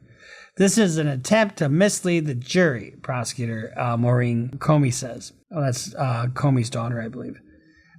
Combs stroked his chin and looked directly at the judge while the argument played out. When the judge denied the lawyer's request, he stared at Agnifilo. I don't think he and Agnifilo are getting along, to be honest with you. The structure of the verdict form instructs the jury only to consider the drug offenses and other underlying crimes if and only if they find Combs guilty of racketeering conspiracy. So, What does that tell you?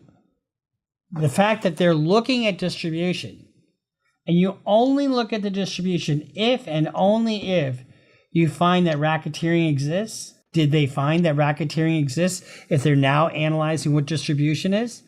You could probably argue that that's the case. And if that's the case, stick a fork in him. He's done. This is really interesting. But you know, this is all speculation on my part too, right? I mean, we don't know exactly what the conversations between the jurors are. So what we're doing is, you know, we're taking little nuggets here, little nuggets there, and trying to speculate. But it's probably pretty good speculation that, you know, they may have found racketeering and now they're discussing whether there's drug trafficking. And you can see from the other questions what they're focused on. And it seems like they're engaged, they're focused on the right things. The other part of the testimony that they asked for was a portion of Ventura's testimony about freak-offs with Daniel Phillip, a male escort who was also a prosecution witness. The jury further asked for Phillip's testimony regarding an alleged freak-off at the Essex Hotel in New York. Phillip testified that he saw Ventura completely passed out and slumped over at that time. What would that tell you? That's not consent. You know, one of the things that Nifolo said in his closing, take away the sex of this. Just ignore the sexual part of this. This is really a domestic case. Yeah, maybe he was a little abusive, but this is a wait. It's like, okay, take away the racketeering for a second. You know, you can't do that. Ignore the facts of the case, would you please? Just ignore the facts. So the jurors have sent it's got to be 3 or 4 notes to the judge. I think they're working through the elements of the crime. Let me see. They had a problem with one of the jurors, and maybe. Let me go back. Let me see what he has to say about the fact that P. Diddy had no defense. Let me see if they have it on here.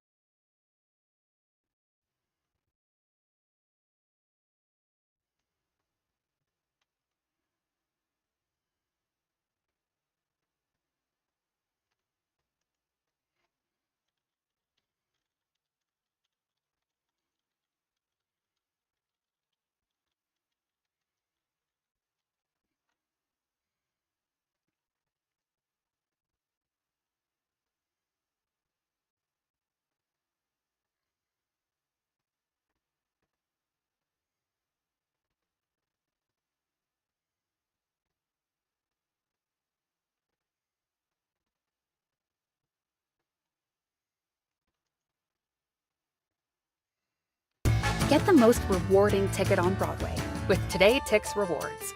Earn Tix Cash to spend on any show. Get real flexibility with our no questions asked ticket protection. Download our app and start earning today. Inside a Manhattan federal court, Diddy's prosecutor showed evidence taken from the FBI raid, including 18 cases of lube and drugs. Feel absolutely confident that there's reasonable doubt. Closing arguments are expected to begin Thursday. I think that the biggest obstacle for the prosecution is to show this distinction between it being an actual criminal enterprise as opposed to it just being. Welcome back to Stephen A. Smith Show. Now let's get to the latest on the Sean Diddy Combs federal sex trafficking and racketeering trial in New York City. After 6 weeks of testimony, the government today has started to present closing arguments in their case against the music mogul. Ooh, how the defense invasion should have been booked. Combs Ooh, we're as the gonna watch leader of a that. criminal enterprise. Y'all know I'm a And big that wrestling enterprise fan. We're gonna serviced watch Combs' that. personal desires through a pattern of, quote, violence, coercion, and manipulation, end quote. In addition to that, the feds allege Combs committed several kind of, to me, relates more to that Jane and Cassie were compelled to engage in commercial sex acts under fear of force or coercion. They're going to undermine that, the defense will, by saying, look at these loving. I think this nigga should walk, man. Everything I love, bro.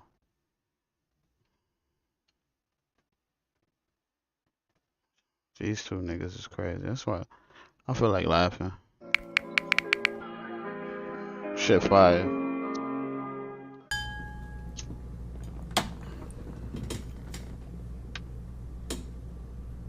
Yo. What are you doing, bro? Yo.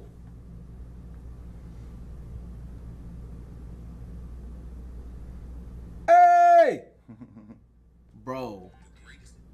No. Monkey balls.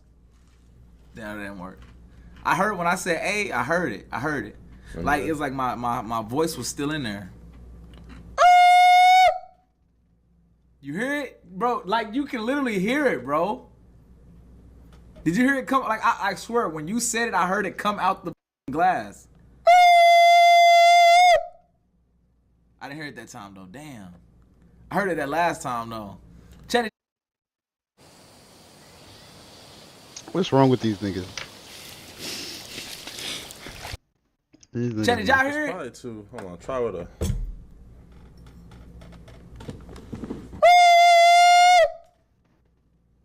It seemed like, I ain't gonna lie, that's what Yeah, for real. I seen it. I didn't see it. I heard it a little bit. Yeah. Did you hear it, bro? It's standing. It's like it's faint, but I hear it. I hear it though. It seemed like this was like. Did you hear it? Is it work? Is it like a bro? echo? You can hear it, bro. Paulo, try that shit, bro. You can really hear it, like. You hear like it's like I heard you can hear it. It's still trapped in there. Like your voice is inside of the. Yeah, your voice is trapped inside the cup. You think you could trap sound? I think you can. Huh? Like, but like, can you like? Cause we just letting it go. Now we letting it Can go. you We trap heard it. Hold on, Z. Keep it in there for a little bit. No. You need something like this, but close. No, I think this will work. How you gonna trap it like that? I mean, the same. That's what I'm asking. Do you think you could trap the sound, like? Bro, I wonder, can you trap the sound though? Like, I got something to tell you. You stupid bitch, blah, blah, blah. And you talking about hold it and then release it on the nigga. Release it on the motherfucker. Hold on. Bro, I ain't gonna lie, I hear it. Say some shit like, you stupid bitch, I hate you. Trap that, mail it. And then, you stupid bitch, I fucking hate you. That'd be hard, bro. Nah, that'll be a new way of saying you. That is funny, bro. Hold on, right? Hey, we might gotta invent No, that shit. no, I ain't gonna lie, bro. That might be. Hold on, let me see.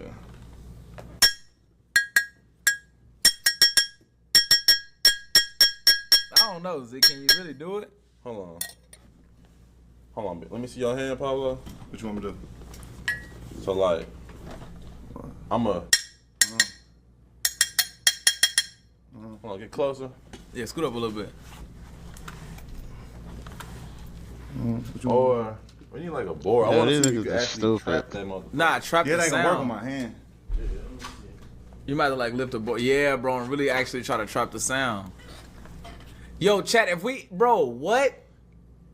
So, babe, I'm gonna knock it. Hold it sturdy, like hold it with two hands. Yeah, can't let the cup down. Cause right now I'm letting the sound out. Yeah, the sound is out. Sound everywhere. For sure. Hold on, yeah, scoot up just a little bit. Hold on, let them know the sound is out. This is a real experiment. I can hear it. Yo, these Trap niggas is it, clowns. Keep it in there for a little bit, And then release it. that. You feel what I'm saying? Yeah, I think you can. Nah, on me it's probably possible. We gotta test. So what I'm supposed to do? Nah, just hold it right there. You Just gotta hold hold it it. sturdy though.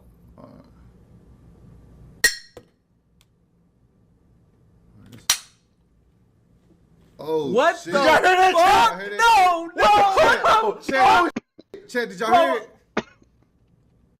Hear that? No! Oh, What shit. the Did y'all hear that? fuck? Chat, did y'all hear that?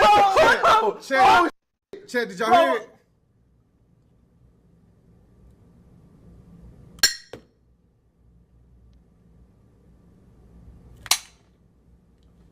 Bro, that's crazy, bro. What the?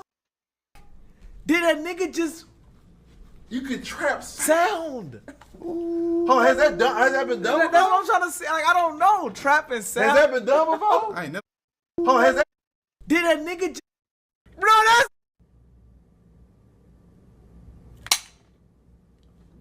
Bro, that's crazy, bro. What the? Did a nigga just? You can trap sound. Oh, has that been done? That's what I'm trying to say. Like, I don't know. Trapping. What the?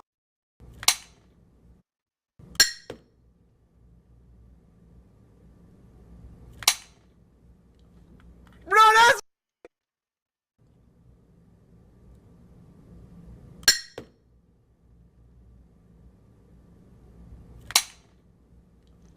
Bro, that's crazy, bro. What the? Did a nigga just? You can trap sound. Oh, has that been done? That's what I'm trying to say. Like, I don't know. Trapping sound. Has that been done before? I ain't never seen nobody do this before. Nah, trapping sound is crazy. Oh, I gotta look that shit up. Nah, we the Can first you ones to actually trap sound? I look that shit. Hey, we I the look first that ones shit to up. trap sound. I look Bro, that shit the up. first ones to trap sound. We trapping sound. You trap. Hold on. Nah, what, bro? Oh, we just invented. Hey, we just invented some shit, cuz. Hold on. While it's not possible to perfectly trap sound like physical object, the sound waves can be contained, or the energy can be absorbed to reduce their impact, creating a quieter environment. Let them see it, Zeke. Let them see it, bro. They got. Oh, hold on. Yeah. Absorption. But has it been done? Has somebody done it though? Before, bro? Hold on.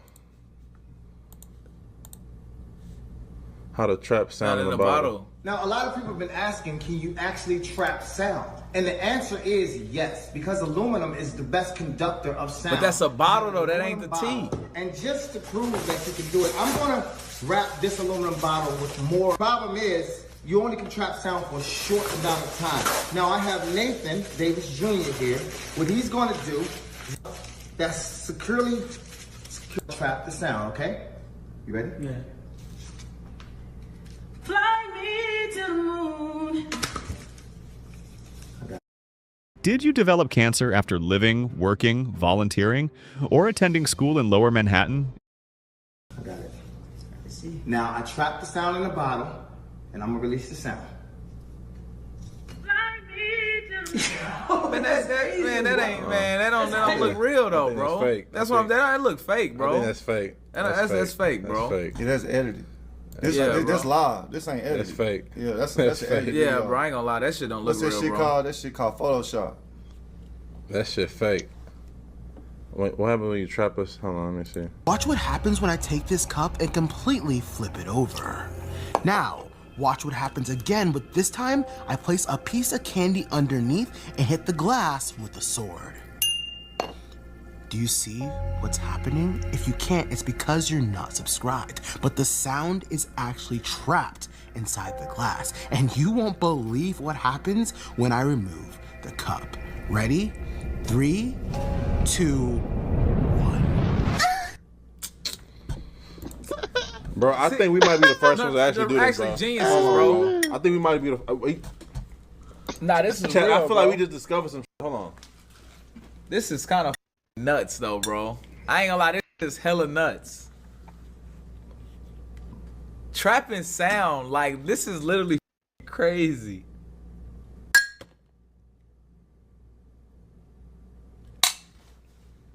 No, bro, this crazy, ain't it, Chad? Bro, this is what the fuck? I ain't gonna lie, bro. This shit is me up, bro. Man. Literally trap sound. Hold on, bro. Hold on, Chad. Hold on. That shit is insane. That shit is fucking nuts.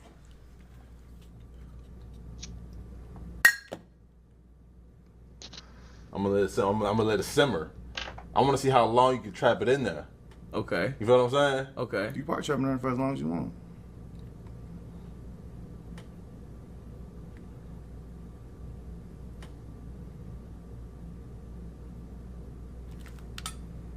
It was a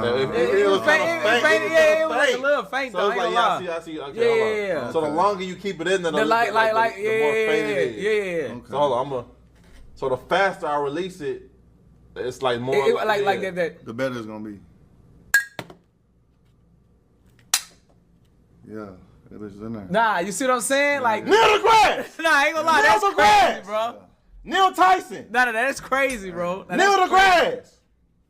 We just discovered some shit, nigga. Nah, that's crazy, bro. The grass.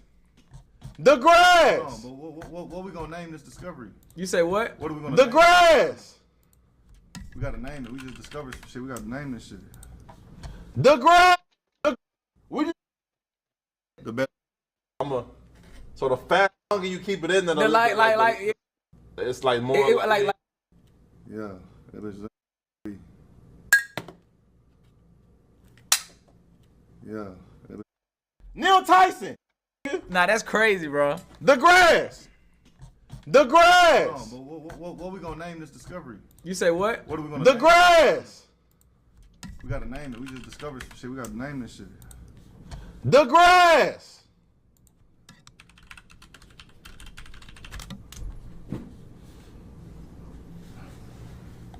The grass. Always a pleasure. All right, this has been yet another episode of Star Talk. Neil deGrasse Tyson, your personal astrophysicist. Keep looking up. Star Talk. Good show. Chet, what y'all saying I'm Good cheating show. for? Man, you back on your phone again? What? Yeah. It's What so is when and niggas what is so actually, funny? okay, that's crazy, Chet. What are you looking at? What? Oh damn. Okay, well, you got to show me what's going on. Okay. TikTok has a new feed that focuses on STEM, science, technology, engineering, and math. Very cool. And Star Talk.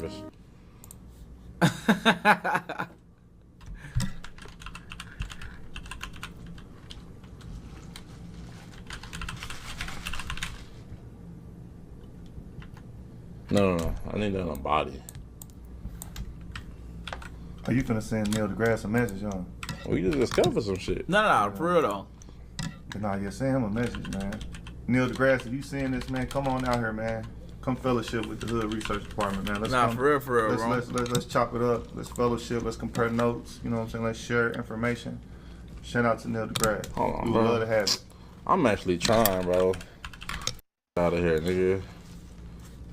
Nah, it's crazy to keep saying I'm cheating though, bro. I was literally just watching. Hold on, write me a email to Neil deGrasse Tyson as if I just made a big scientific discovery and wanted to share it with him. And of the discovery? Yeah. I just used a chord progression plugin that should probably be illegal. Some music producers will say that it. Exciting discovery I'll be honored to share with you. There, Tyson. I hope this message finds you well. But this shit crazy, bro. Well, this is fucking interesting, bro. I've been using ChatGPT so much lately. I'm not even proofreading this. I trust you, I Chat. ain't gonna lie, I don't even got to.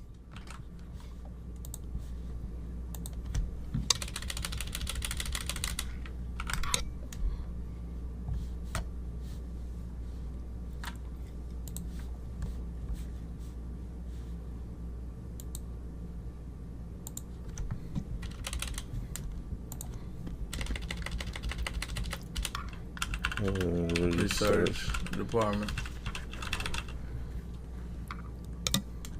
Chat, make sure y'all tag them, bro. And let them know. Hood Research Department. Scientific discovery.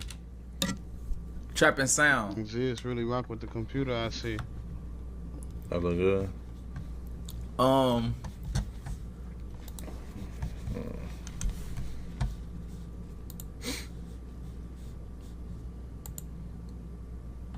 Merch date. Merch coming out soon, actually. We just finalizing the designs and shit. I think we got some dope.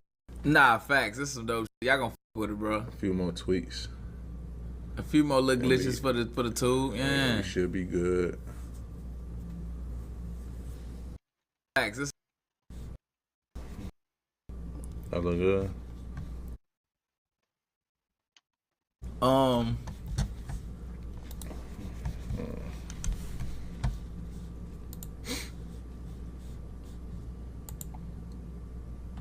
Merch date. Merch coming out soon, actually. We just finalizing the designs and shit. I think we got some dope. Nah, facts. This is some dope shit. Y'all gonna f with it, bro. A few more tweaks. A few more little glitches for the tool. Yeah. We should be good.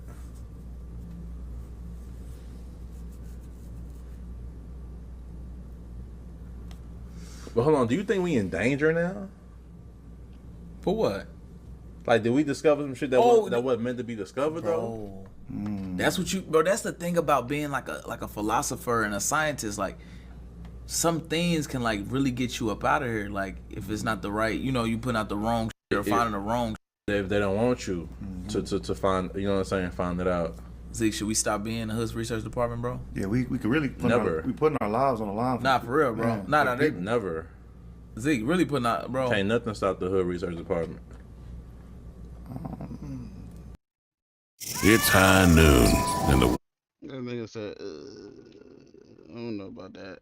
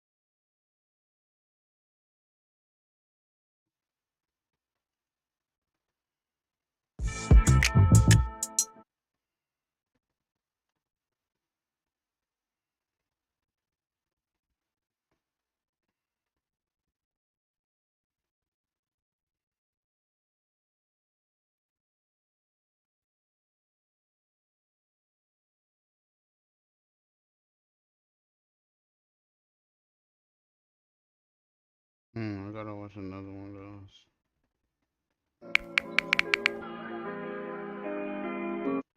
Reason Dirty dumped his prom date. Scams. She got paid for a promo. Hold on, why did Reggie dump the prom date? Cash App scams. She's scamming. What is it? What the f is a Cash App scam? That's what I'm trying to see. What is that? Oh, you mean like that little shit they be posting, like tap in some I forgot. I be seeing people post that. So like, that be real or be fake? She was using his name or something. She promoted or something. Mind your business, bro. Mind your business, gang. Focus on that trash ass music, man. You feel me? You feel what I'm saying? Damn, hold on. Where the f this shit Niggas stem say from, anything. though? Mind your business. It's not even your beef. Mind your business, gang. You 40 years old, man. Mind your business. I never heard a nigga say cut on that new DDG. I never heard a nigga say cut on that new DDG. I never heard a nigga say that. Mind your business, bro. Like, you're 30. So what? Was he trolling or was he serious? That's what I don't know, bro. Cause I thought I seen a clip where he was like, bro, them was like Almighty J, and he was like, yeah, and DDG my dog. But I guess shit can change quick. Reggie tweaking. I think Reggie be trolling, bro. You don't think he's serious? Nah, I don't think he be serious. Like, I think it's not the type of trolling that like make resonate with like the typical. I don't know what I'm trying to say, bro. Yeah. But I don't think he like dead. Like DDG music not trash, and he know that. Or he can. I think he just like, you know, like you be like, bro, your hairline crooked, and nigga be like,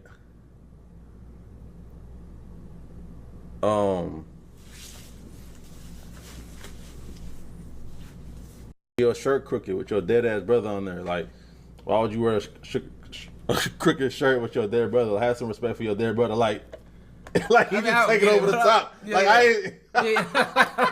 I don't get it, but I'm saying like he like go over the top with it. Yeah, like he take it real low. Like yeah. But like, because that's not no just. Yeah. Damn, bro, what? My dead brother. Respect my dead brother. He overboard. Oh no, bro. All right, what else you saying? Playing with niggas, bro. Like, I don't give a what be saying. Oh, he trolling. Oh, this bro. DDG He's response. trolling, blah, blah. No, bro, he's not. Like, stop. Y'all gotta understand when instantly jump to shit like this. Like, I done seen the clip before. You feel me? I done seen the clip of him saying some little slick shit before. But I'm like, I'm gonna just keep watching. Keep watching. Niggas, you feel what I'm saying? Mind your business. Say anything. Mind your business. It's not even your beef. Mind your business, gang. You 40. I tell you this. I don't give a about anything that you got going on. The clip got sent. I react to it just like I was about to say that too. Like a lot of times, y'all gotta realize, like, is when we be on stream, like this, a lot of the drama that we watch or react to, we don't be watching this shit because we give a. You just got sent. Be on stream and it's like nigga watch this something shit. to watch that the fans be sending, and it's content. You feel what I'm saying? So it's not like a just purposely trying to like insert themselves in some drama and some beef. It's just like on stream, watching what the fans sent. I don't give a damn if she scammed a million. I don't give a if. I don't give a what she did. I don't know your ex. I don't even know you for real. You feel me? Like, it's like, nigga, nah, this really shit getting serious, bro. What you think? Hey, when a nigga say I don't know you, bro, when a nigga say I don't know you, this is a little more serious. Nigga. Hey, when a nigga say I don't know you, I don't even know you for real. I ain't gonna lie, that sound like more That's like I ain't disrespectful, gonna lie, nigga. I don't know. Fuck you talking about my music. I don't know you. If you dumb enough to click on the damn link when say you get money, like you get money, you send me this and that, then you get $1 million back. It is what it is. And then I was on your side afterwards. So I just say this, Reggie. I'm not the you want to do this with. I don't give a fuck saying trolling, whatever. I don't play like that. I'm not the you want to do this with. Because I'm going to keep going, bro. Like, I don't want to do it with you. You feel me? So just don't speak on it no more. We got mutual homies and shit. Woo woo. You feel me? But you a grown ass man. Like, it ain't like you a little ass kid, bro. You a grown ass man. I'm not. All right, what's next? What's the next link? Is Reggie like 18, 19 or something? He relatively young. I don't know how old he is. I know he like on the younger side though. Because talking about DDG, in all honesty, I feel like you gotta understand, bro. Some things just be like, gang, you a grown ass man, bro. He love saying like, that why shit. you even worried about another man's relationship? Bro. This is principle situation. If your girl cheated on you, I'm not getting on here saying, oh my God, do y'all know that DDG and his girl got into a... I'm not doing that. So it's really just principle. But I also didn't have to say your music was ass. But you know what I'm saying? I did have to add a little bit of seasoning on the top because, hey, as a grown man though, sometimes you do gotta mind your business. I'm not gonna lie. Sometimes you do gotta mind your business. Not gonna lie, gang. Me personally, I would have minded my business. That's me though. That's me though. You feel what I'm saying? If a think that him disagreeing with me on any topic is gonna make me go back on what I initially stood on, then that make me less of a person. Like, why am I not standing on what I'm saying? You feel me? So it's just like, I feel like if you're doing that Cash App scam, bro, that is definitely beneath a person to do, bro. Like, I don't know no other way to word it. It's like, bro, if you're doing the Cash App scam and shit, bro, it's like, bro, that's bottom of the barrel shit. Like, I don't know whatever way to explain it. And this said, these were DDG exact words. Wait, where's the clip? Where the clip so I can play it? Then they said, bro, it's just a promo. Gang. It's just another business that you're on. Hey, bro, I don't know if you saw, some nigga in the chat said, he go by the name of Derek. Dude in the back can get pounded, and he put like the tongue out emoji. I don't know if you can see from back there. If you've never cashed a $42,166 paycheck, then I've got good news. My name is Lee Arnold, and last week I gave away 89 Fund Me packages, and at my next virtual event, I plan to give away 150. He would let you know. His name Derek, right there. I just had to let you know, okay? I know it might be hard to see the chat from back there, but the nigga said, dude in the back can get pounded. And he put the tongue out emoji. Ah. How you do it again? Do it again. No, let him. I can let him do it for you. I can let him do it for you. I can let him do it for you, bro. I'll let you know, bro. Kinda. You feel me? That's it, though. That's all I gotta say. All right, man. That shit not that deep. It's really not. In all honesty, I feel like. I mean, I get the. It's the internet, though, bro. Reggie brought it to the internet. You made it public. If it was like personal business, that it was That personal, part too. You I can understand. I can understand that point. But you brought it to the internet. The streamers, supporters sent shit for people to react to. He gave us 2 cents in. I don't think DDG gave us 2 cents because he actually gave a fuck. It's just he's responding in the moment. Shout out Reggie. Shout out DDG. Who was what? Look at the clip below that. Reggie says DDG better. Hold on. Even with DDG, like DDG actually do numbers. So even if a say DDG is ass, a can't say that he's the worst rapper. You feel me? DDG way over Max. No cap. Just for me to add a couple other in the beef. DDG way over Max. Hold on, how Max getting it? He said just for me to add a couple other niggas. But that's what made me think he's trolling though. Oh yeah. He said Max. Like he like rage bait. I think he just rage baiting now. Like it's like he just gave Max a straight. Let's just be real. DDG's way over Max for sure. You feel what I'm saying? But I don't know, gang. Like I feel like I would burn that DDG on the song. Don't want to do that. I feel like I'd burn that nigga on the song. Any of these, really. Yeah, he rage baiting. He rage baiting. Bar for bar, whatever. He rage baiting. That's what Bruce used to do, though. He rage baiting. Rage baiting. Break that down. Was it to get a rage? Yeah, you baiting niggas get mad on purpose. Any nigga. See you suck bridge. Only bridges. A bridge. Let it burn. I know how to swim on any nigga. Fuck a bridge. Only bridge I'm not burning is with my KC3, the biggest. Shout out to Big Bro. No cat. No with KC3. But it's a conversation for another day. That's the only I ain't going against. Any other I don't get no fucks. You ain't Clover, you not GG. I don't give a fuck. Ain't gonna lie. No back. It's really how I feel, mud. Well, I can't tell if he's serious or not, bro. I guess, bro. It's not that deep. They say his ego too high. I don't know. Shit. Shout out Reggie, nigga. Shout out DDG. Shout out Max. I hope you all good. I hope you good, bro. What's wrong with Max? What happened to Max? He been absent. He been absent, man. Pop out. Don't say too much. He gonna dish y'all next. What's that gonna make me do? Cry? We grown ass man. Yeah, he gonna say that too. Almighty J and hold on, what he said? What he do to Almighty J? That's what I'm saying. Damn.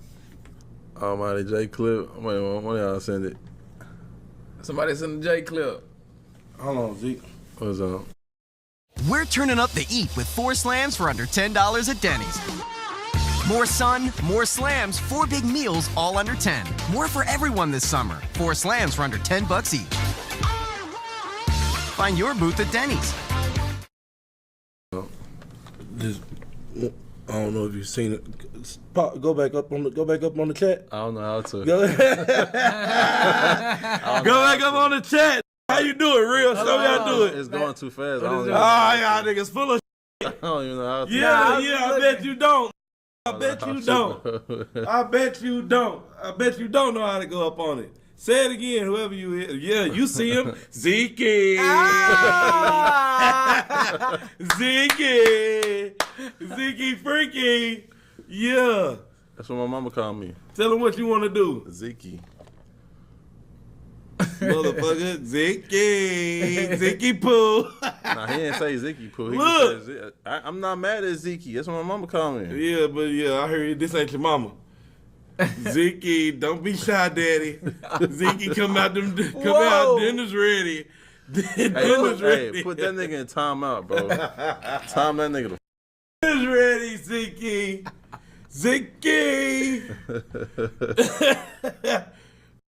Talk about. I've ever been in my life, but in order to even get noticed, you have to be doing something. You feel what I'm saying? So I feel like it's 50% true and 50% false. But I really think that a lot of people think that, and I don't think that I don't think there's nothing wrong with thinking that though. You feel what I'm saying? I don't think there's nothing wrong with thinking that. But me saying that your ass, it's actually statistically true. And I'm finna show you. It's statistically true because I actually checked your YouTube channel. Bro, you got 15K views. It took you a year to get that, man. You're garbage. Like look at this shit. Like, I'm dead ass. Like, this is statistically true, man. Like, you're dead ass garbage, gang. And it's not even me hating. Yeah. Like, you're statistically garbage, man.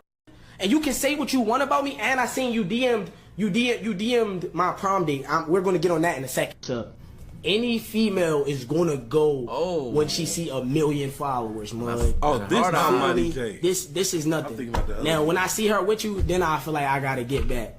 But she's only something to you because y'all see her with me. So that mean that in the end I still win. Cause every time y'all think of her, y'all thinking about me. But I'm glad that she even responded. You feel what I'm saying? Cause it's all fun and games. You feel what I'm saying? I'm glad she even responded. Because if like me, I'm type see this. Oh, did he pop? Tuh. I think he smashed already. Oh. Tuh. But nah, bro. But then they make me feel like it's real though, bro. Because if you bring some shit up like this, that shit real, bro. Like you said, you blasting the DM, nigga, bro. You serious? I never. But how did he start with Jay though? Like, how did that even come about? That's like, what I'm trying to say. I don't know. Dante sent something else too. Did he? Yeah.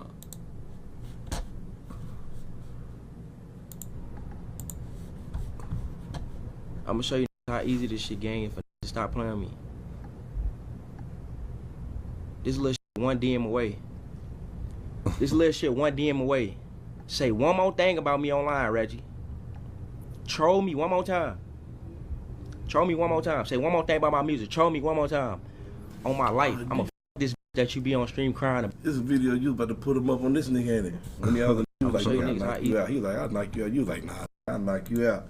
When y'all was backstage, wasn't that you and him? Y'all was backstage. We was trolling like a motherfucker. Y'all know y'all was trolling, but yeah. He like, yeah, nigga, I'll knock you out, B-Lou. Oh, you never had the chance to me. Let's get that straight. You text me about a paid collab. You was blowing my shit up at first. I finally responded, and then I was like, hold the fuck up. Let me go look this up. Boom, look you up on TikTok. The first video I see of you, the only relevant video you have to this day, you talking about somebody I'm associated with. So I stopped texting. And you still proceeded to blow me up after I stopped texting you. Get on here and tell them people that. And the only reason why I ever responded is because you was talking about doing a paid collab. Like, I really hate that you niggas get on this and start lying. I don't give a fuck about what nobody else got going on, but don't lie on me. It never gave you didn't even text you back. After I left you on red the first time, you still blowing my shit up. You sent me like 6 messages after that, trying to get me to collab. You're thirsty as you're a weirdo. Who she talking about? Jay. Almighty Jay? But where did all this come from? That's why I'm like, where did it stem from? That's like, it seemed like niggas just. Well, it seemed like, okay, DDG got in off a clip. That's how DDG got inserted. Yeah. And then I guess the J shit, when he said about you DM my what you call him. I think he was talking about Jay music, and that's what made Jay respond. Oh, and then he responded again after that. Okay. React to Funny Mike and Reggie. I seen clips of that, but they trolling now. Yeah, for sure. I know for a fact they trolling. Elon Musk, Mark Zuckerberg, and all the biggest names in tech are telling you AI is the future and how it's going to take over everyone's job. See, it's not just a buzzword. It's going to transform industries and even replace millions of jobs. Everyone is talking about how important it is to learn AI and stay ahead, but where do you actually begin? How do you gain the skills that companies are desperately hiring for? If you're tired of watching from the sidelines while others are leveraging this breakthrough technology to change their lives, this is your chance. I'm about to reveal the exact steps you need to master AI and get ahead of the curve and land a high-paying tech job in a matter of months. I'm David Bragg, founder of Front End Simplified. We help people like you land tech jobs guaranteed without needing a degree or previous experience. The tech industry is already one of the biggest in the world, yet it's still expanding by 20% year over year. And that is all due to the new AI revolution that we are currently experiencing. See, global companies with the budget to pay high salaries are desperate right now to find talent who not only know how to code, but also know how to leverage AI. Why, you may ask? The reason is simple. These companies have to adapt their products and services to the new AI technologies that are coming out so they don't get left behind. Which means one thing, they need people to build and support their new AI features and softwares. And the problem, there's just not enough people out there to pull from. Probably because they think AI coding is too hard, they think it takes too long to learn, or maybe they don't even know that this career exists. And that's why this is such an amazing opportunity. AI front-end development is the easiest part of coding to learn, yet the average salary is more than $10,000 per month, and that doesn't even include bonuses. And because of this difference in supply and demand, it's also the easiest field of tech to break into. After all, you don't need previous experience or a college degree to get hired. And I know this because I went from making $17 an hour working at a grocery store and being addicted to video games to landing a $160K front-end developer job at Canva without a degree. Or because I took action on 3 simple secrets that a beast coder from Google shared with me. And once I took action on his advice, I was able to finally land a 6-figure job in tech that not only gave me the financial freedom, but also location freedom, time freedom because I only was coding for like 2 to 4 hours per day, and fulfillment because I was finally working a job that I actually felt proud of. And when you click or tap the link below, you will discover these exact 3 steps that this Google coder shared with me. The same ones that caught the attention of Forbes and 100 other publications. So you too can break into the tech industry in a matter of months, the same way hundreds of our students have done it and changed their lives. Like Torrin, who went from making $56K a year in the military to landing a $120K job without a degree in under 5 months. Or Ryan, who started with 0 experience in coding, yet was able to land an $80K job after 6 weeks and then a $175K job working at Amazon in 6 months. Or Dina, who landed a $90K job for the first job she applied to by breaking into the tech field using our system. She's now making $150K per year. But listen, at some point, universities will see this gap and they will start teaching AI front-end development, so this opportunity to easily get your foot into the tech industry won't exist forever. If you're someone who's feeling trapped in an unsatisfying job, someone who wants to leave commuting and financial constraints behind, click or tap the link below to discover how to break into the tech industry in a matter of months. It is not an exaggeration to say that this could change your entire life forever, because it did for me and hundreds of our students. So don't wait, take a few minutes to watch this video, and if you don't have the time right now, at least click the link below and bookmark it for later when you do have a few minutes. Because who knows if you'll ever see this video again.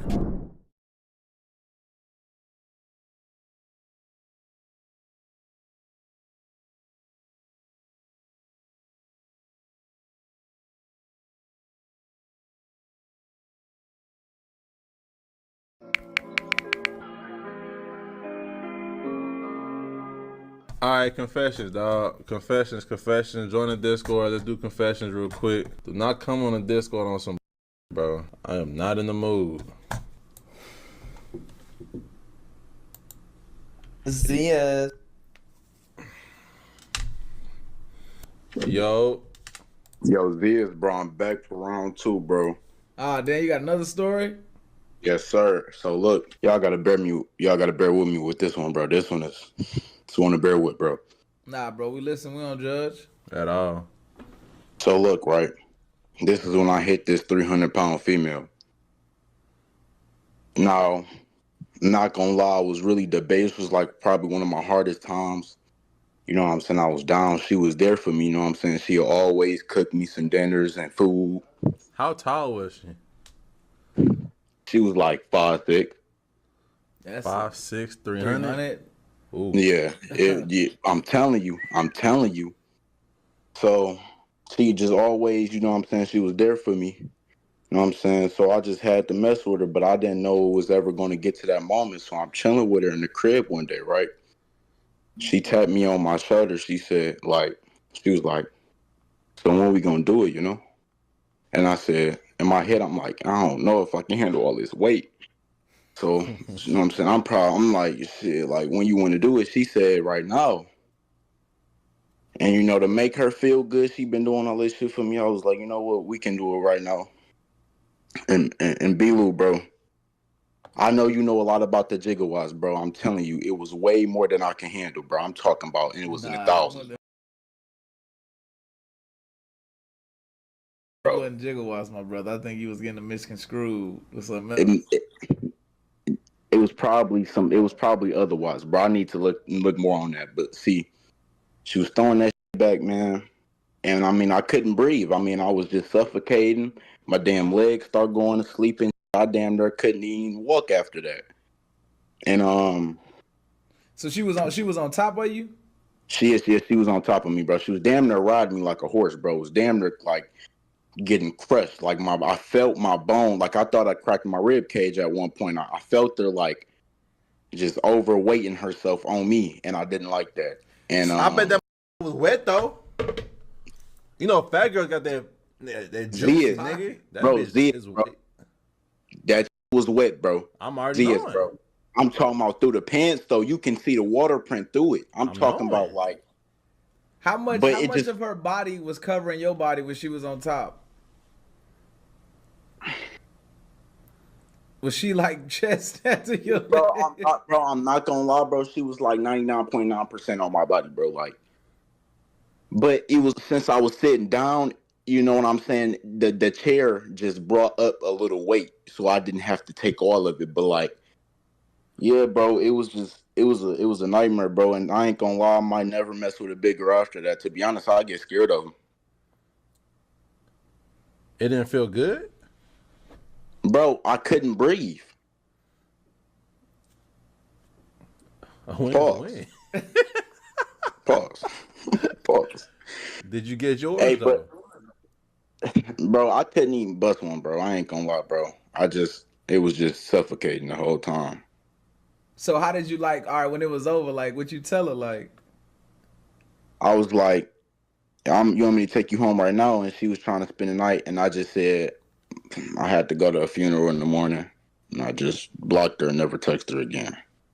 After all she did for you, bro? That's crazy, bro. I felt bad, bro. I was feeling bad, bro. I was feeling bad for some months, bro. I just couldn't get over the fact that she thought I could handle all that, bro. Like, I know in the conversations and the messages, you know what I'm saying, you start like, yeah, you know what I'm saying, I can handle that, but I didn't know it was like in person. It was just different, bro. It was shit, bro. It was too much. Yeah, man. And one more thing, though. I want to say one more thing. Hey, B-Lou, how the fuck do you not know that the world rotate, bro? Bro, that shit don't rotate, bro. Bro, this shit rotate, gang. That's how the moon and the sun be on the different sides of the world. All right, bro. I love y'all, bro. See y'all. Yeah, be easy, man. Be easy, be sure. easy. Oh, damn. I keep answering the phone call. You're... Oh, you been here before. I know you on. Nah. I got some.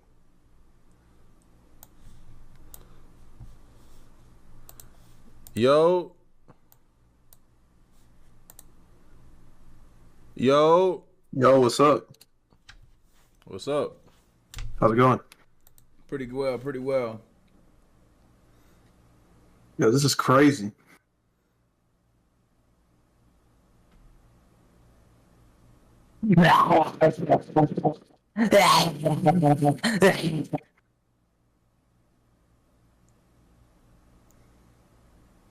Okay, like you just did that. Like, how do you feel about yourself? Like you just got in here and did that. Like, how do you feel internally? Like,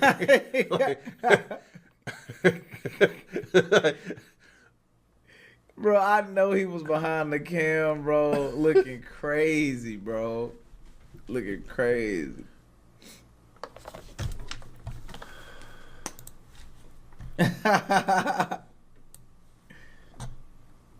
You're. Yo. What up with him? Yo, what up? All right, bro. All right, I'm gonna tell y'all. Y'all hear me? Mm-hmm. I'm gonna tell you how I got beat up by a black girl in 3rd grade. All right, y'all ready? Yeah. Yeah. So I was a young right back in 3rd grade. Okay, hold on. Yeah, let's see. Let's I slow was down. waiting. Okay, okay. Whoa. Let's slow down, brother. Let's slow down. Hey, No, right what's now. up, bro? What's up? Hold on. Just Just a little bit. Just take this. back up. We got stuff from the top. I think we got stuff. I think we got to go back. Cause turn your camera off real quick. Just turn it off. Yeah. Turn it back off. Turn off. Yeah. Y'all don't want it on? Cause No, I want to know. Cause you said turn it back off. Turn it back off for just a second. Turn it back off. All right. No, I got you. Cause he said black girl, Yeah. right? So I'm like, okay, what I was gonna ask, what was the significance of her being black? Yeah. Okay. Then he said, No, bro. Listen. That's what you don't nigga. So I'm understand. like, You don't okay, understand. so why does it matter if she was black or not? Because I'm thinking he's black. That's my thoughts. But then the camera cut on. Turn the camera back on. You want to see me?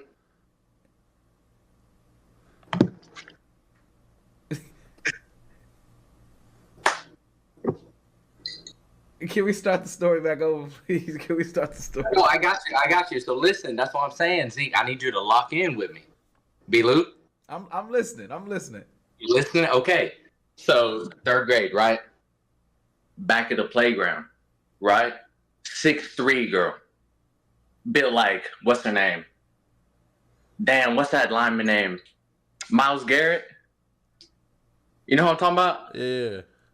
Yeah, built like, bro, I'm trying to tell you, bro. Back there, 3rd grade, right? No teachers in sight. So she get me back there one-on-one. I'm thinking she me whole time. I guess not. And then one thing led to another. Bro, she starts stomping me out. You said one thing led to another. Like, what was the thing that led to the other? I don't know. Like, it was me. It was this one little girl. It was her. But she did. All I know is she just started stomping me out, bro. Over what? Like, what did you do to lead to that? Did you tell her like you was a young or something?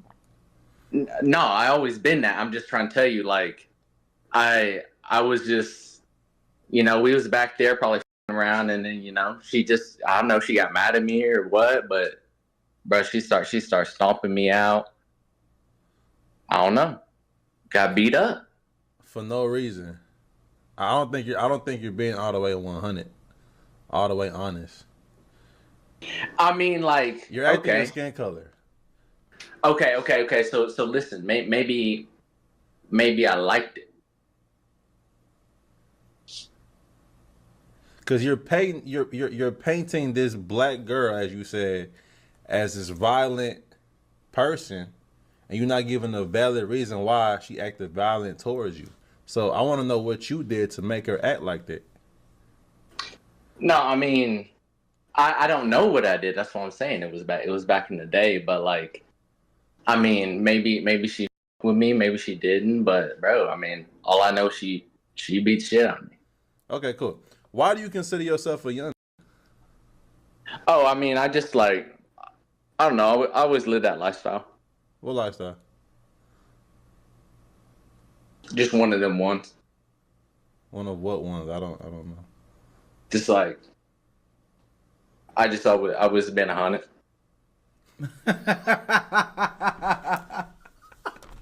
Oh, wait, man, Where you from, bro? Oh, wait, man, I'm from here, bro. I live in Broken Arrow.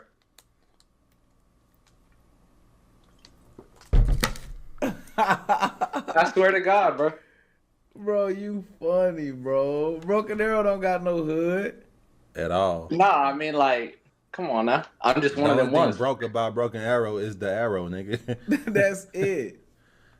What are you trying to say, Z? You live 30 minutes from me, bro. Yo, so I'm saying, what you trying to say? I'm not trying to say nothing, bro. Squabble up. Do they one more time? Nah, I can't, bro.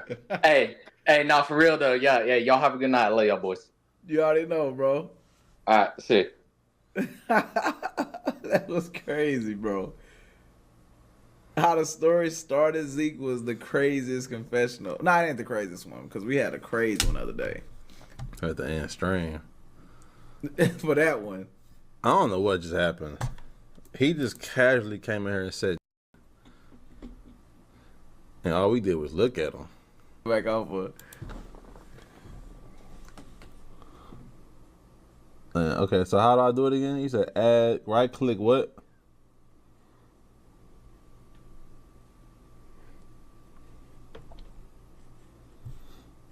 Oh, move to the yard. Oh, this is a faster way of doing it? Yeah. Or remember, like, I was trying to drag it up with my every time, yeah. Yard. Yo, hold up. I'm gonna keep it a buck. I fucked my cousin and my dad joined in. That's all I'm gonna say.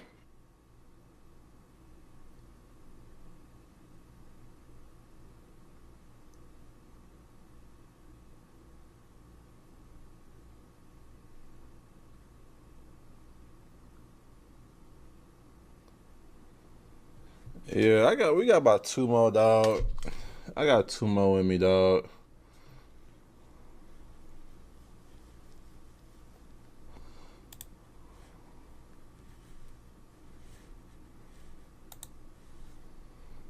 Yo. What up, my? What up? What up, my nigga? Turn your camera on. Why, man? Turn your camera on. No.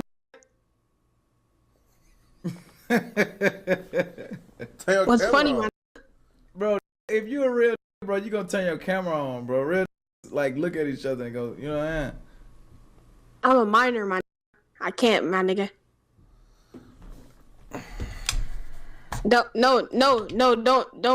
Don't kick me. No.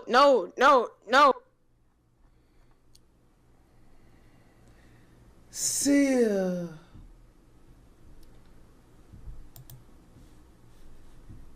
Chat, these is getting crazy. These confessions they start to get crazy now, bro. What am I, nigga? All right, I can't turn my camera on. You don't got to. I'm on the phone with Nah, we fine listening, shit. don't What's judge, good, man. y'all? It's a safe What's space. good, y'all? Okay. Yeah, my confession is about to be crazy. I ain't gonna lie.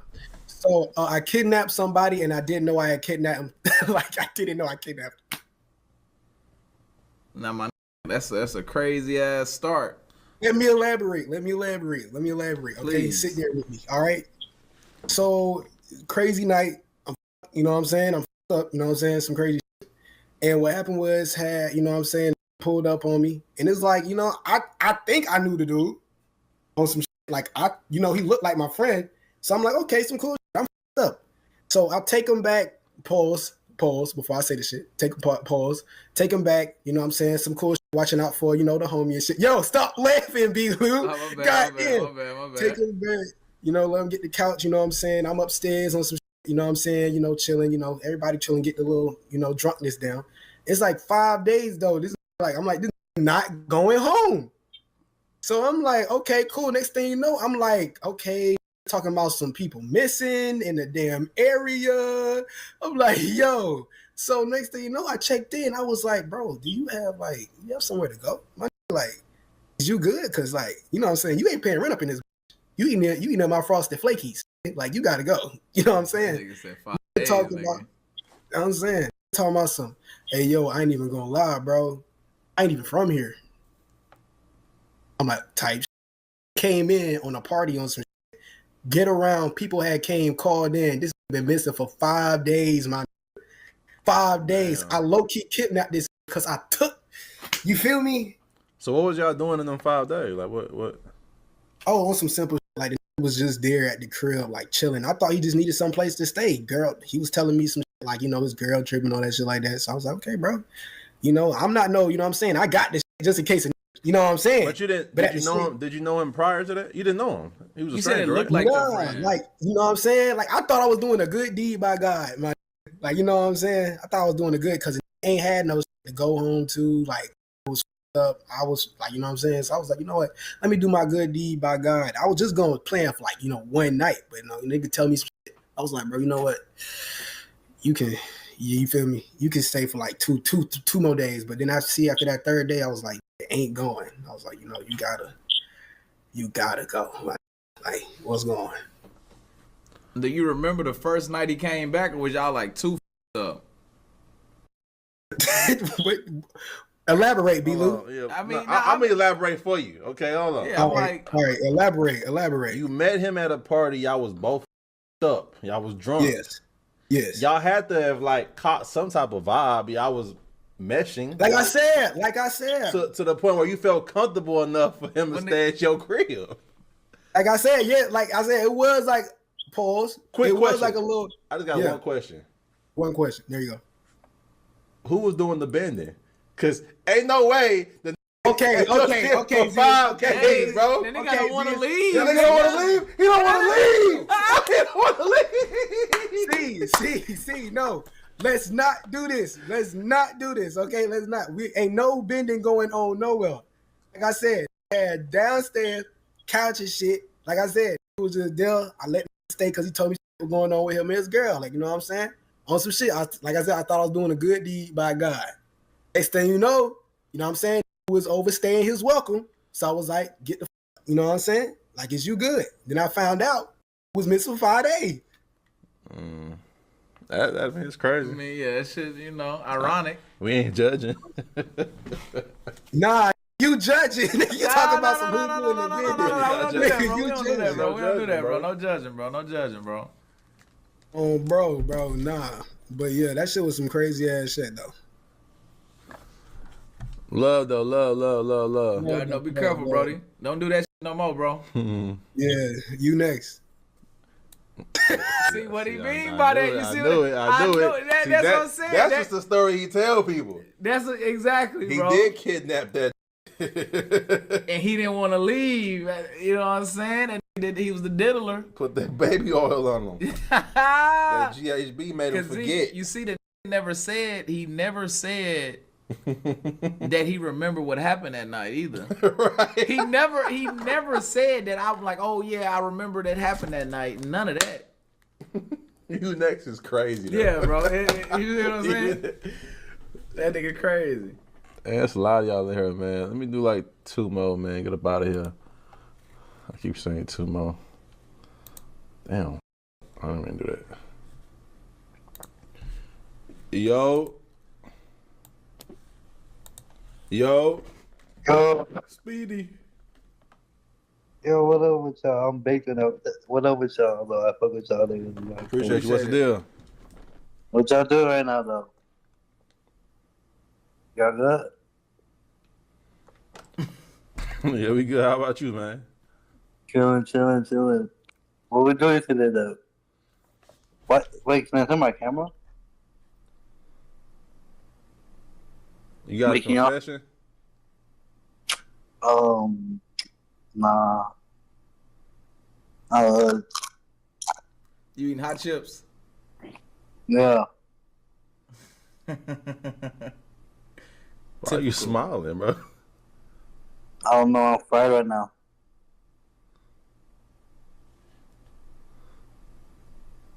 I can't smile or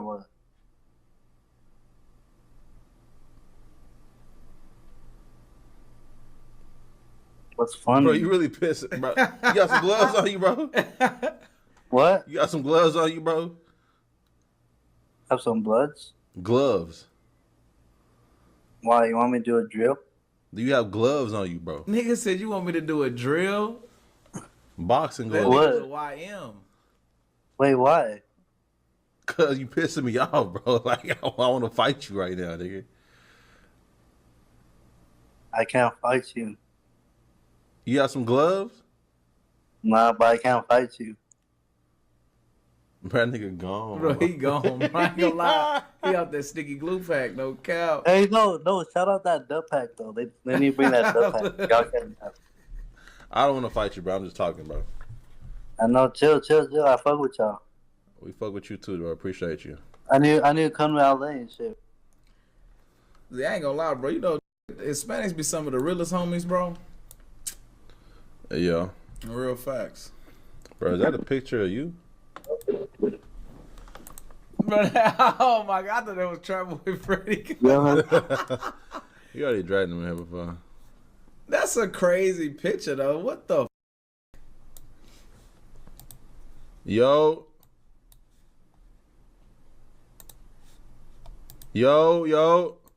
what's good? Bro, I ain't gonna lie. I thought that was Ari. I thought that was a girl name. I said, nigga, lie, I make that motherfucker clout.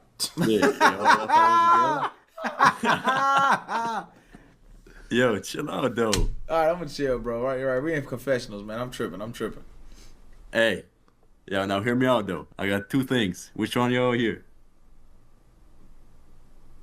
One's about a teacher and one's about... Nah, Loki forgot the other one. Let's do the teacher one. Okay, we listen. We not judging.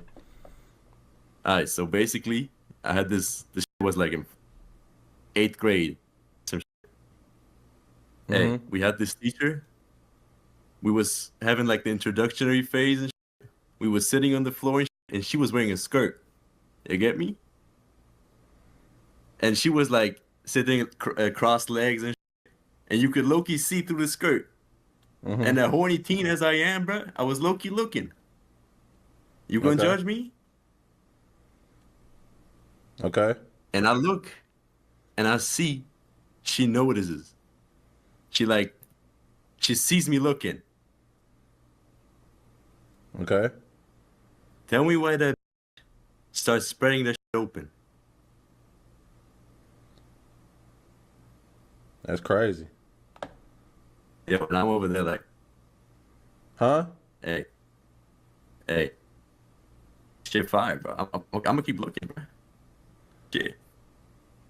Well, that same teacher, she got kicked out of school next year. Fuck it.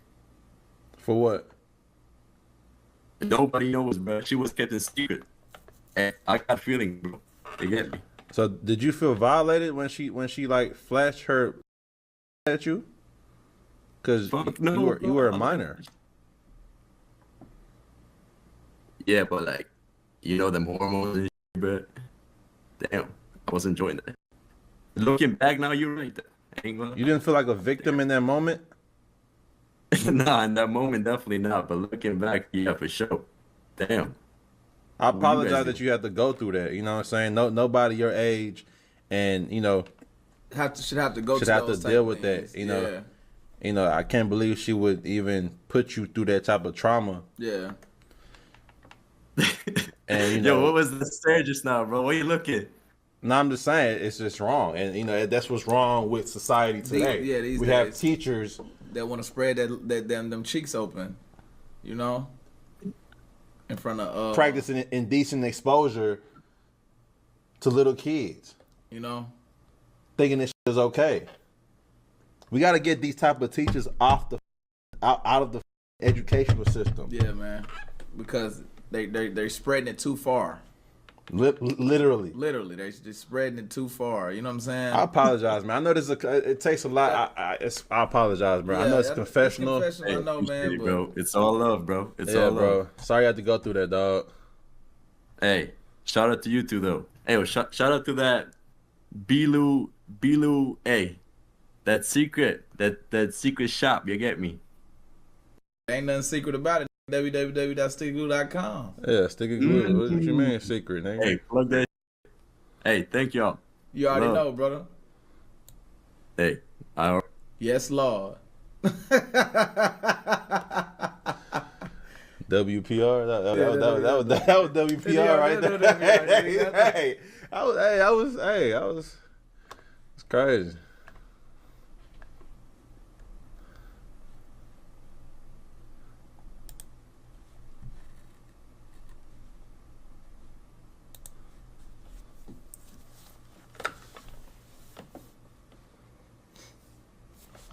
Yeah, they won't post that though. They won't post that. I clicked on. Hold on. Yo, what's good, Marie? Jody. So, we listen and we don't judge, right? Oh yeah, 100%. Never judging. So let me lay some foundation first, all right? I had got my nipples pierced. They weren't even, so I took them out and they healed, right? I got them re-pierced, and it was in scar tissue, so it didn't heal very well. Like, it took longer to heal, right? I was this guy. He was sucking my nipples. Tell me why a scab came off in his mouth, and he and I have never told anybody this because it's so embarrassing. So Duval, if you're watching, my bad. He choked on your dead skin. Yeah. For how long? Did it? No, it was fast. It was fast, like if you got like a gnat in your mouth or something. But did he continue afterwards though? Of course, but still. Hey, you gotta see that through.